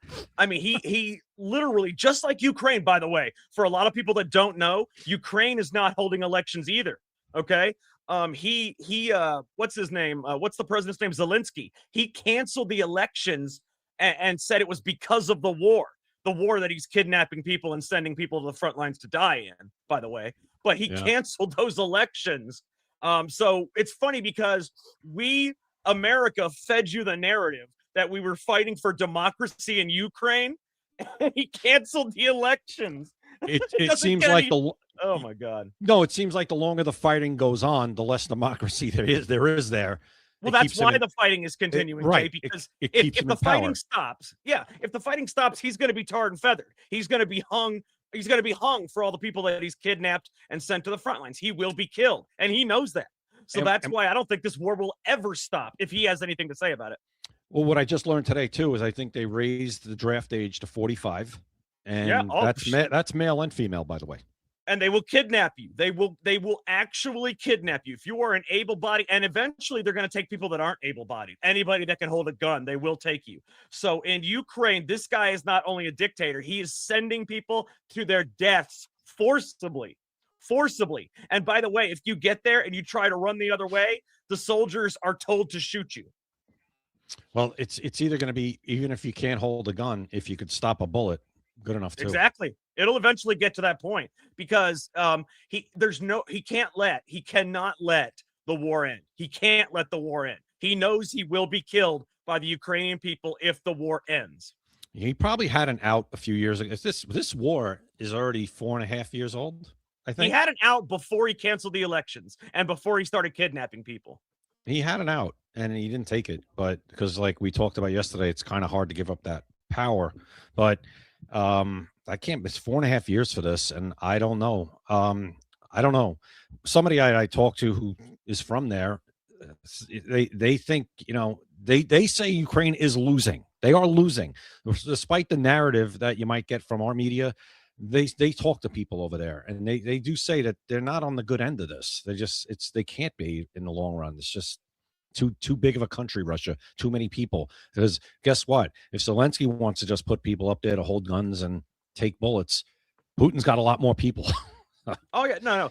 If I'm being real, if Russia wanted to, they would have already crushed Ukraine. So something tells me that this is not the war we think it is. You know, there's a lot more going on behind the scenes, because if they really wanted to, they would have already invaded Ukraine. They would have killed everybody. It would have been over, you know, in a matter of months, not 4.5 years. Yeah. Somebody just wrote in the Rumble chat that Ukraine has lost 2 generations. 2 generations. Yeah. I'm sure they have. I mean, eventually they'll be throwing, you know, kids out there, you know, 15, 14, 13. It's crazy. I don't know. I think what I understand, Russia's not going to stop till they take back what they think is theirs, or what was actually theirs. It was theirs. Crimea. What was theirs? Yes. Yeah. It was theirs, and rightfully so. If it's theirs, let them have it. You know, I mean, but he doesn't want to, Jay. That's what I'm saying. He will be killed, so he's going to keep this war on as long as he can. And the push to trying to get into NATO is not helping either. Let's put it that way. Yeah, no. If that would cause a world war. If they join NATO, that would cause a world war, because just like we don't want Russia to put nuclear missiles in Cuba again for the Cuban Missile Crisis 90 miles from the coast of Florida, They don't want us putting nuclear weapons in Ukraine, which is on the border of Russia. They don't want us doing that. So Ukraine cannot join NATO unless we want a world war. Well, that's what I would say is, if that ever happens, and that's when the United States has to say, all right, listen, I'm not a geopolitical expert at all, but just common sense to me, people could tell me if I'm wrong, would be, Ukraine's in NATO, we're out. See you later. Yeah.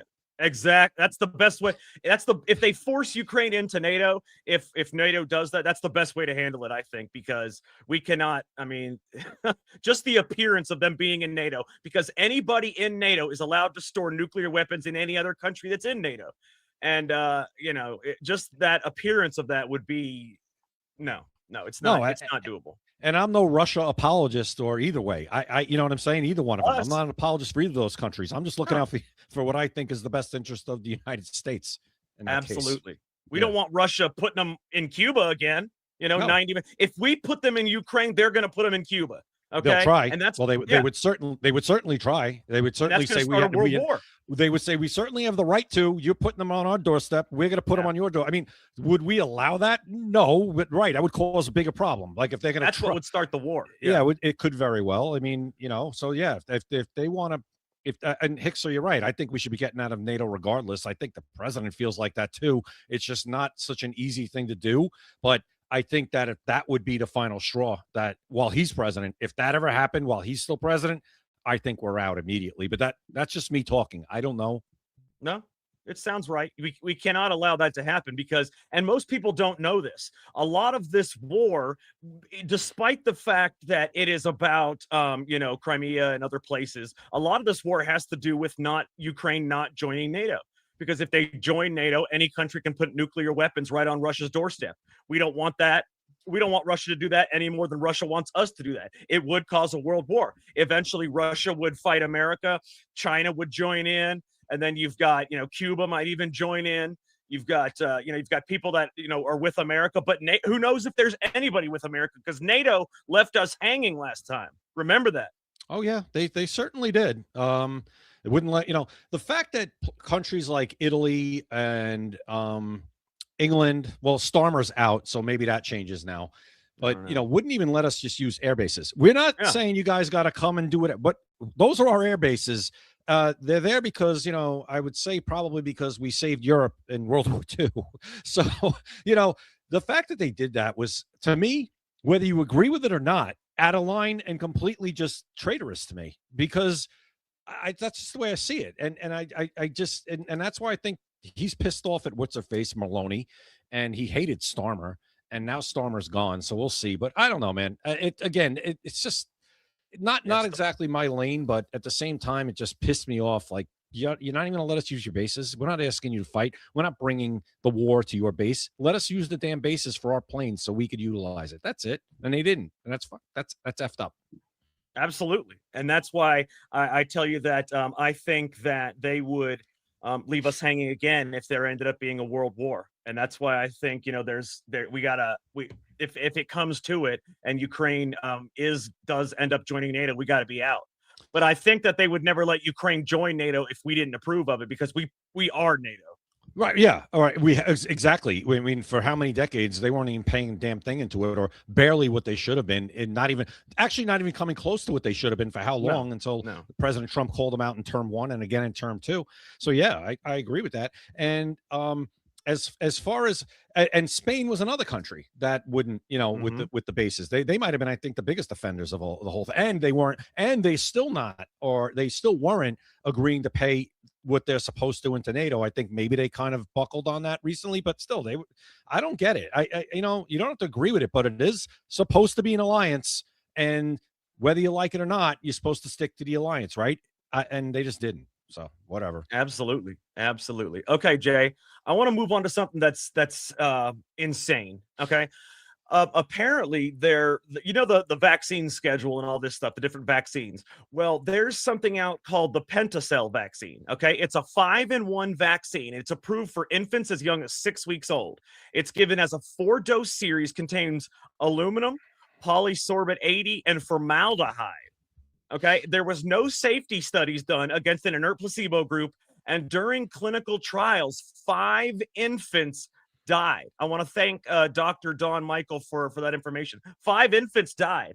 I mean, you see how, have you ever seen children these days, or even, back in the day, they stick you with 4 different shots as a child at one time, in your leg, in your arm, in your arm. I mean, it's insane. And then this contains actual toxic chemicals, aluminum in your blood vein, in your running through your veins, running through your heart, into your brain. What is this vaccine for? I don't know. It didn't say. The vaccine schedule is crazy now. When I was born, I think it was like 12 or something. Now it's like 40. I remember when my kids were born, and they were born in the early 2000s. We spaced them out as much as we could. And every time you went, like, oh, you get this. And we're like, no. We're not getting all those today. We're going to space them out. We're not doing 5 freaking shots at once. And it was like, they were just, like people nothing.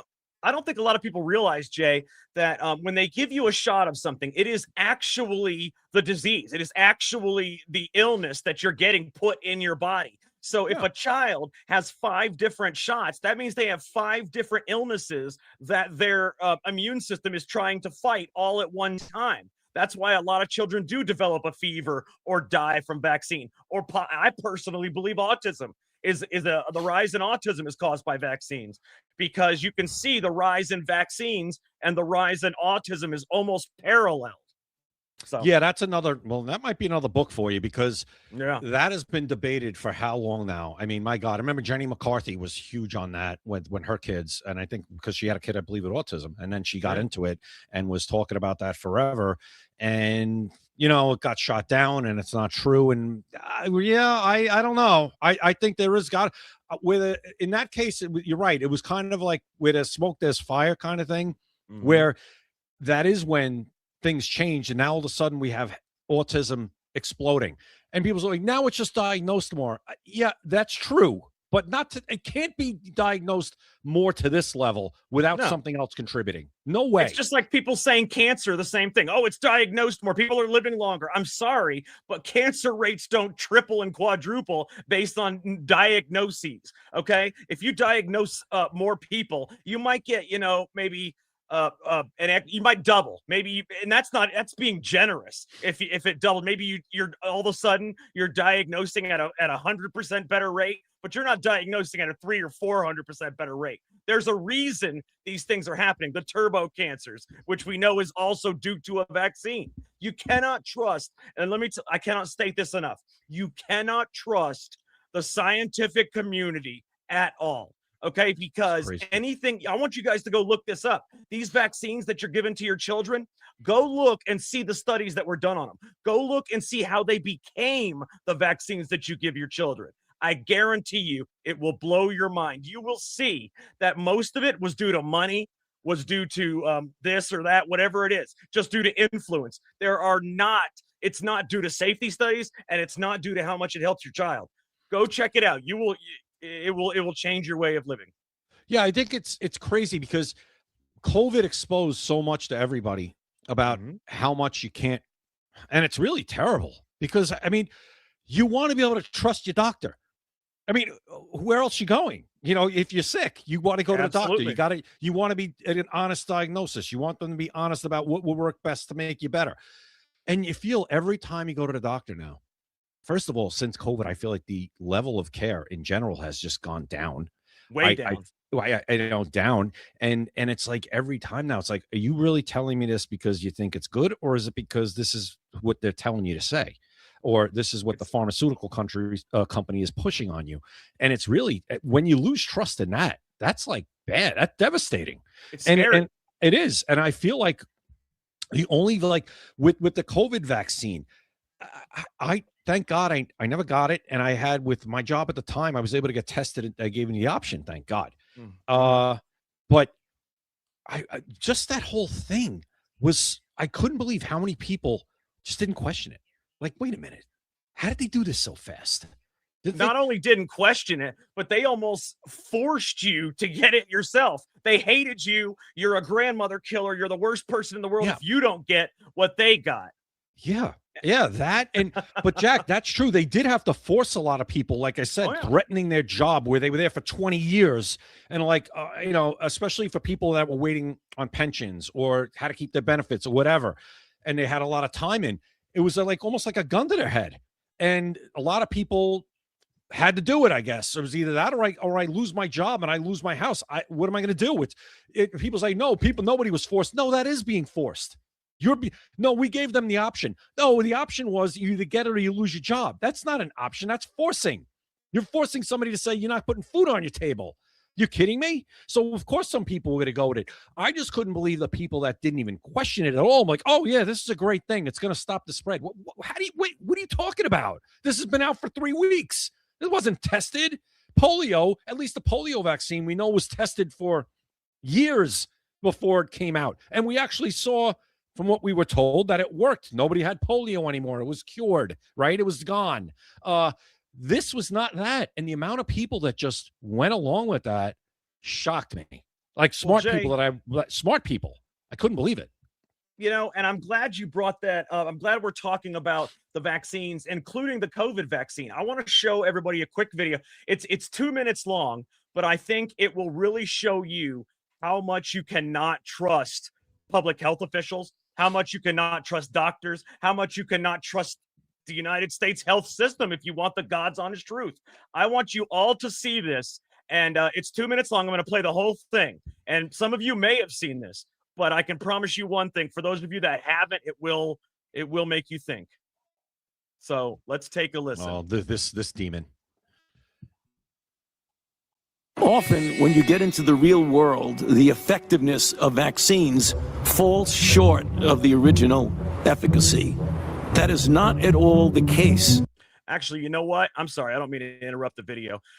There's actually a different one that I want to show that's even better. That one's good, but I want to find the better one for everybody because, believe it or not, Jay, people, well, actually, I'm sure you believe it, people have very low attention spans, very, very short attention spans. So every little thing in these type of videos matters. It's unbelievable. But see that right there, I could tell was not the video that I was looking for. I thought it was, but it wasn't. So when I find it, I'll put it out there. Okay. Yeah. I'm just getting back to it. Like I said, I had smart people that I worked with, and they couldn't get that needle in their arm fast enough. I was like, what are you doing? Like, you're a healthy, relatively young person, like in your 30s and 40s. And why would you do this? Even if you get COVID, your chances of dying from it are remote in the extreme.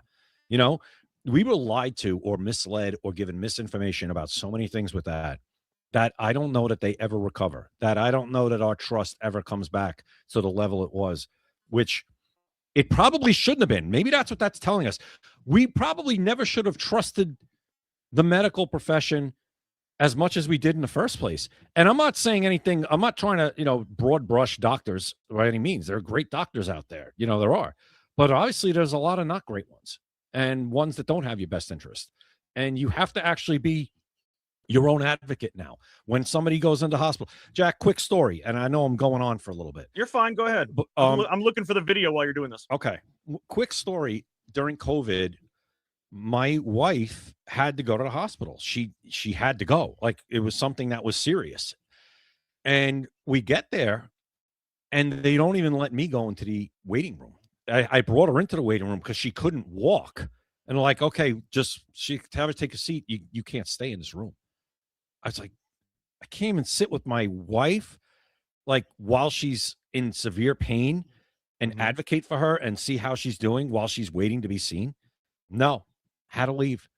She was in there for hours.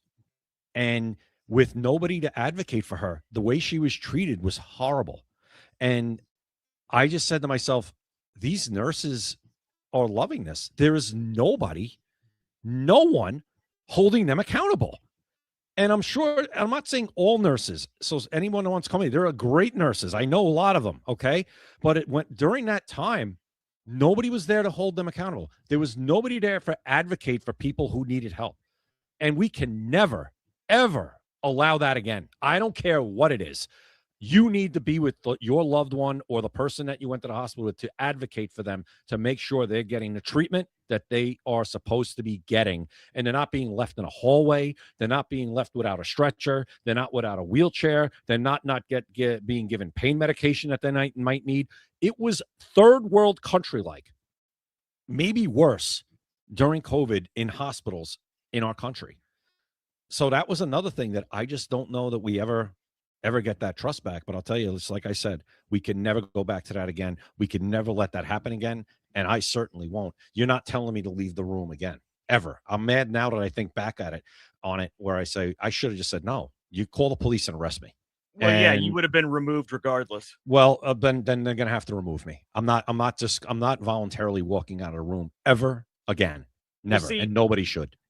The thing is, and that's great. That would be great. But the thing is, you're going to be removed anyway, only this time you're going to be in jail. So there's really not, I mean, as much as you would want to stay, I mean, you can't, I mean, you're still going to be removed, only now you're going to have a criminal charge and be in prison.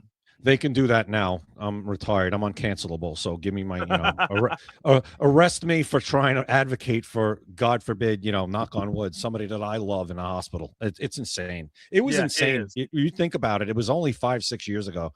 And the things that happened in this country that we allowed, it just can never happen again. It just cannot. Well, you talk about the the grandmas, the people that were dying, the older people that were dying, not just put in nursing homes to where they're all together to cull the elderly so you don't have to pay Social Security and Medicare. I mean, that's one of the reasons they were doing what they're doing, and that's one of the things that's going to be in the book also. But also, I mean, it's they did things where you're not even allowed to be with your family member as they die. So many people died alone. And so many people not only died alone, but were killed by the hospitals themselves. Yeah, ventilators. I mean, that's the thing. Yeah, the ventilator, right? Putting the ventilator on. Yeah. We know that killed people. That was the wrong thing to do. The whole thing was reversed on us, like right under our nose, where usually the older generations, their job, right, Jack, is to protect the next generation, to make sure that the next generation is there to carry on. We had that whole thing reversed on us when they said, hey, your little baby who's never, ever going to die of COVID, even if they get it, because no babies died of COVID, literally. Yeah. They have to get this vaccine because you don't want them to kill grandma. Wait a minute. So now we're going to risk the life of a newborn who's here to carry on the species because grandma might get COVID if they're around the newborn. What the hell are we talking about? Even after you social distanced them or kept them away or told them they couldn't see them, they still have to get this? Do you realize what we allowed to happen? It's crazy.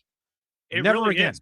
But a lot of people were caught off guard, a lot of people, and the propaganda was massive. I mean, the propaganda campaign was so unbelievably strong that, again, it got, even people that wouldn't normally believe something like that believed it. But Jay, at the same time, nobody understood how corrupt all the institutions in America were, especially the medical institutions. Nobody knew that.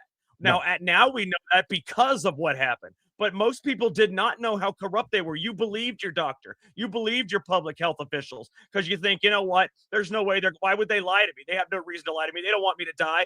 But you found the opposite. That it's not that they want you to die, but they don't give a shit if you die. And that's the whole thing. Well, there's a comment in the chat here from Lily Liberty 2020. She says, the hospital treated my husband and I like lepers because we were unvaccinated. My husband was hospitalized, vented, only allowing me 1 hour a day to visit. My beloved passed away alone. I mean, can you imagine? That's horrible. Not only is that horrible, but at the same time, there were people, like I said, there were people that were on the other side of glass, just wishing they could be there with their family members as they died. But a lot of people were treated like pariahs because there were many politicians who called for actual people to die that were not that did not have the vaccine. They said, you know what, if they come into the emergency room, we're not going to treat them. We're not going to do this. We're not going to do that. They can die for all we care because they certainly don't care if other people die. Joe Biden himself, the president of the United States, the auto pen himself. How many times?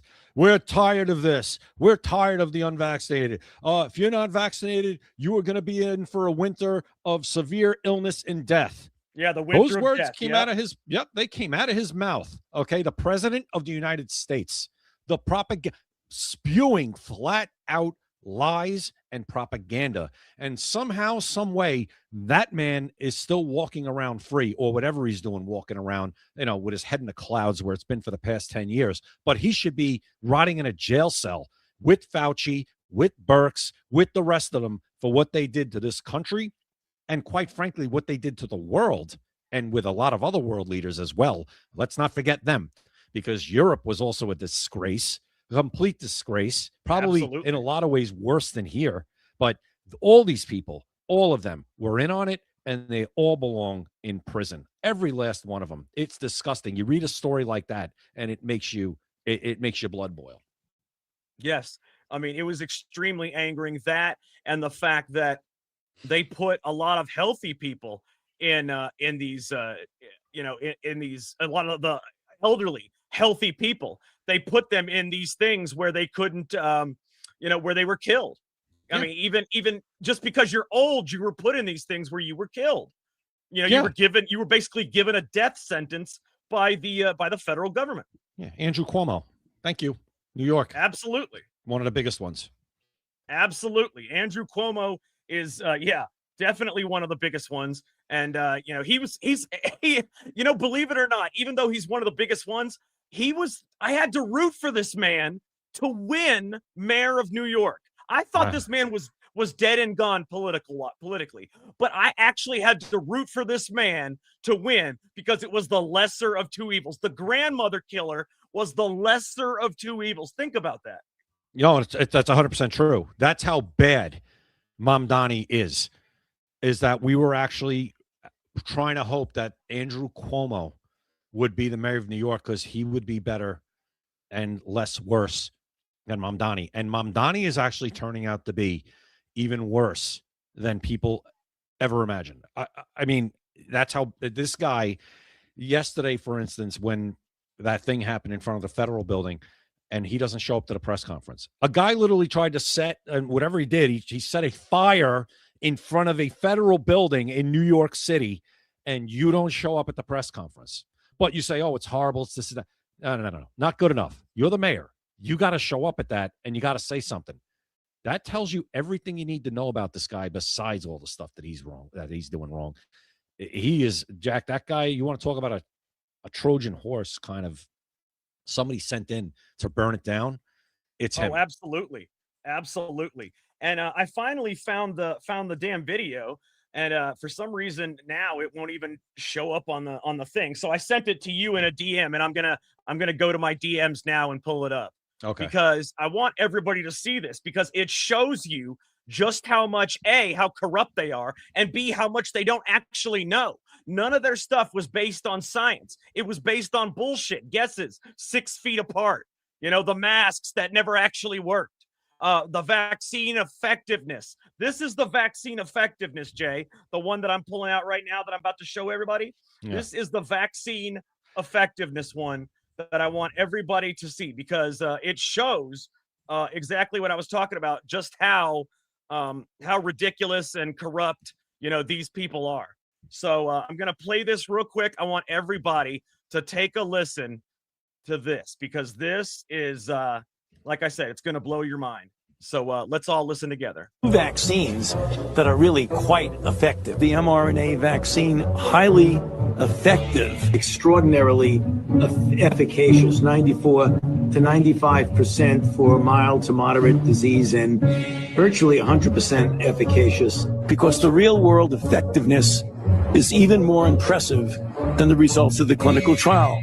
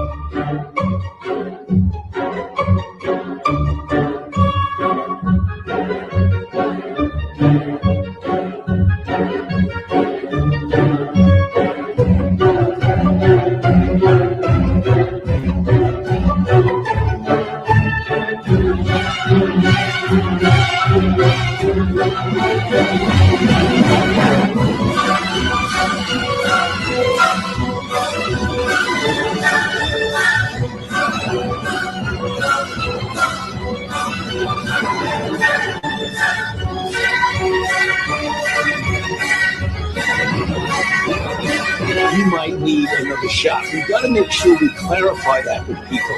It has nothing to do with whether or not it's effective. We know it's highly effective.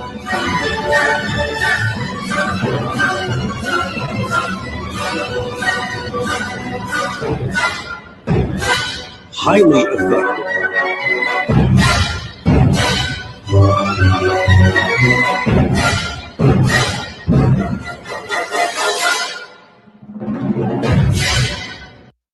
There it is. That should tell you everything you need to know about the medical community, the vaccine, and how much they lie to you. Yeah, and you saw the percentages dropping like the temperature in the Antarctic.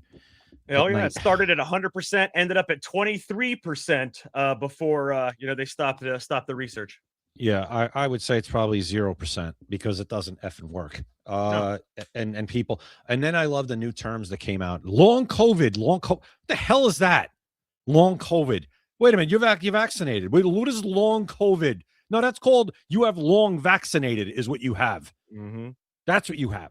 JD Vance today actually said, and I wanted everybody to hear this because JD Vance is, I don't have it on video, but what he said was the sickest he has ever been in his life was after he got the COVID vaccine. That's his actual quote. Where is it? Here it is. His actual quote. Yeah. Vice President JD Vance claims that the sickest he has been, it's not in his whole life, but he says Vice President JD Vance claims the sickest he has been in the past 15 years was after receiving the COVID-19 vaccination. And I got to admit, I had COVID at one point, even after being vaccinated. I was vaccinated one time. Due to my job, it was the Johnson & Johnson vaccine, though. It was not the Myrna, the mRNA vaccine. It was not the one that changes your DNA. The Johnson & Johnson was a regular, what you would consider a standard vaccine. It actually did what the usual vaccines do, the one shot. But the mRNA vaccine is the one that gave people the turbo cancers, the huge white fibrous blood clots, the ones that killed, people drop dead suddenly. And people to this day, everybody, to this day are still getting booster shots for COVID to this day. I don't get it. I don't understand why anyone would. Those people are so far gone. They're so far gone that you just got to let them go. You just got to let them go. You're not going to convince them. You could play that video that you just saw. You could play that video on a loop, and it won't matter. It won't register. Hey, Jack, I see there's people still walking around with masks. They're walking around with masks when they're in there, or driving around with masks by themselves, in their car. In their car. That's the most ridiculous thing you see. People wearing a mask in their car. I remember a couple times I had to put the mask on, and I couldn't breathe. Yeah, me neither. I couldn't breathe. Forced to do shit, Jay, is the worst feeling in the world. When you are forced to do something that not only compromises who you are, but compromises your ability to be comfortable. It's the worst feeling in the world. And they've had people at the gym wearing a mask while you're working out. That's not healthy. That's what we breathing in. Insane. Horrible. Anyway, I mean, you could do all like a week of shows probably on COVID, but videos like that though are very powerful. That's why I wanted to show that video, because with the music, with the actual headlines, very powerful stuff. So I wanted everybody to see that, because none of that was lies. It was all true. Every single one of those things is something that they said. 100 all the way down to 23, all the way down to you will not get it if you get this vaccine, all the way down to you need 6 booster shots. Yeah, exactly. And now you just need one every year. It's like a flu shot. And by the way, I don't get that either. I got one of those in my life, and I think that's the winter I got bad flu. I had COVID twice, 2 times. The first time was worse than the second time, but each time I was fine. I got over it and it was done. And I think the first time I felt like I lost my sense of smell. But then I was fine. That's how I knew I had COVID in the beginning. Was the first thing I did is I couldn't taste anything anymore. Yeah, so that's how I knew I had COVID. And the only thing I had was, 1, I couldn't taste anything, and 2, I had an earache. That was it. Those were the extent of my symptoms. I had like a fever the first one. The second one I really didn't. It was actually It was better. I mean, it's crazy to me. Like I said, if people, anyone that didn't have a comorbidity, anyone that wasn't very elderly, you were not going to get taken out by COVID. You just weren't. No, 99.7%. Why am I blanking on the word now, Jay? Mortality rate. No, mortality. Doesn't that mean kill? Yeah, it was like less than 0.003 or something. It was ridiculous. Yeah, no, it was a 99.7 survival. Survival. Why did I not think of the damn word? Yeah, it was a survival rate. 99.7% survival rate.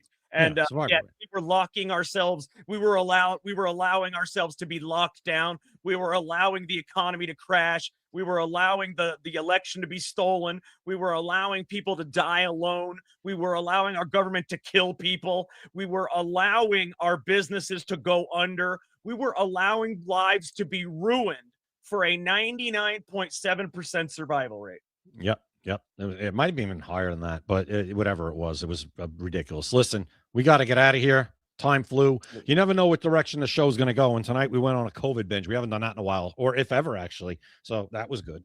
Yeah. Very interesting stuff. All right, guys, make sure you go to maxassociates.etsy.com, the #1 place for USA Pride gifts and patriotic apparel. Like we said earlier, you guys cannot beat this. 20% off any order and free shipping anywhere in the United States. I mean, if you go and see his awesome, like his t-shirts or whatever, they're $23.99. After 20% off, they're like $18, $19, and then it's free shipping. I mean, you can't beat that. If you go to your local store, you're not going to beat that, let alone someone that's going to ship the shit to you. So it's absolutely amazing. Make sure you guys check it out, maxassociates.etsy.com. And guys, also, like I said, the book is out.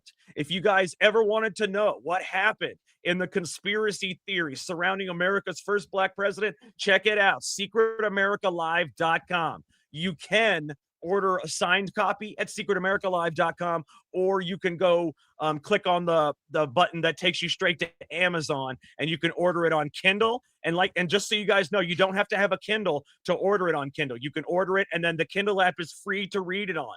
So you can order it on Kindle, or you can order the hardcover and have something that you can pass down through generations. This book is absolutely a political thriller. It's absolutely amazing. And one thing you will not want to do is put it down once you start reading it. Guys, please make sure you subscribe and follow us on X, YouTube, Rumble, Kick, and Instagram. We were banned from TikTok for telling the truth. I would like to say more, but we got to go, guys. We're right at the end. So for Jay Gatling, I am Jack Danger. And actually, you know what? I'm sorry. If I'm going to do this, I got to see Jay's salute. Okay, there we go. I got to see the salute. Otherwise, I can't end the show. Okay? All right. So for Jay Gatling, I am Jack Danger. Thank you for watching Secret America. You've been listening to Secret America.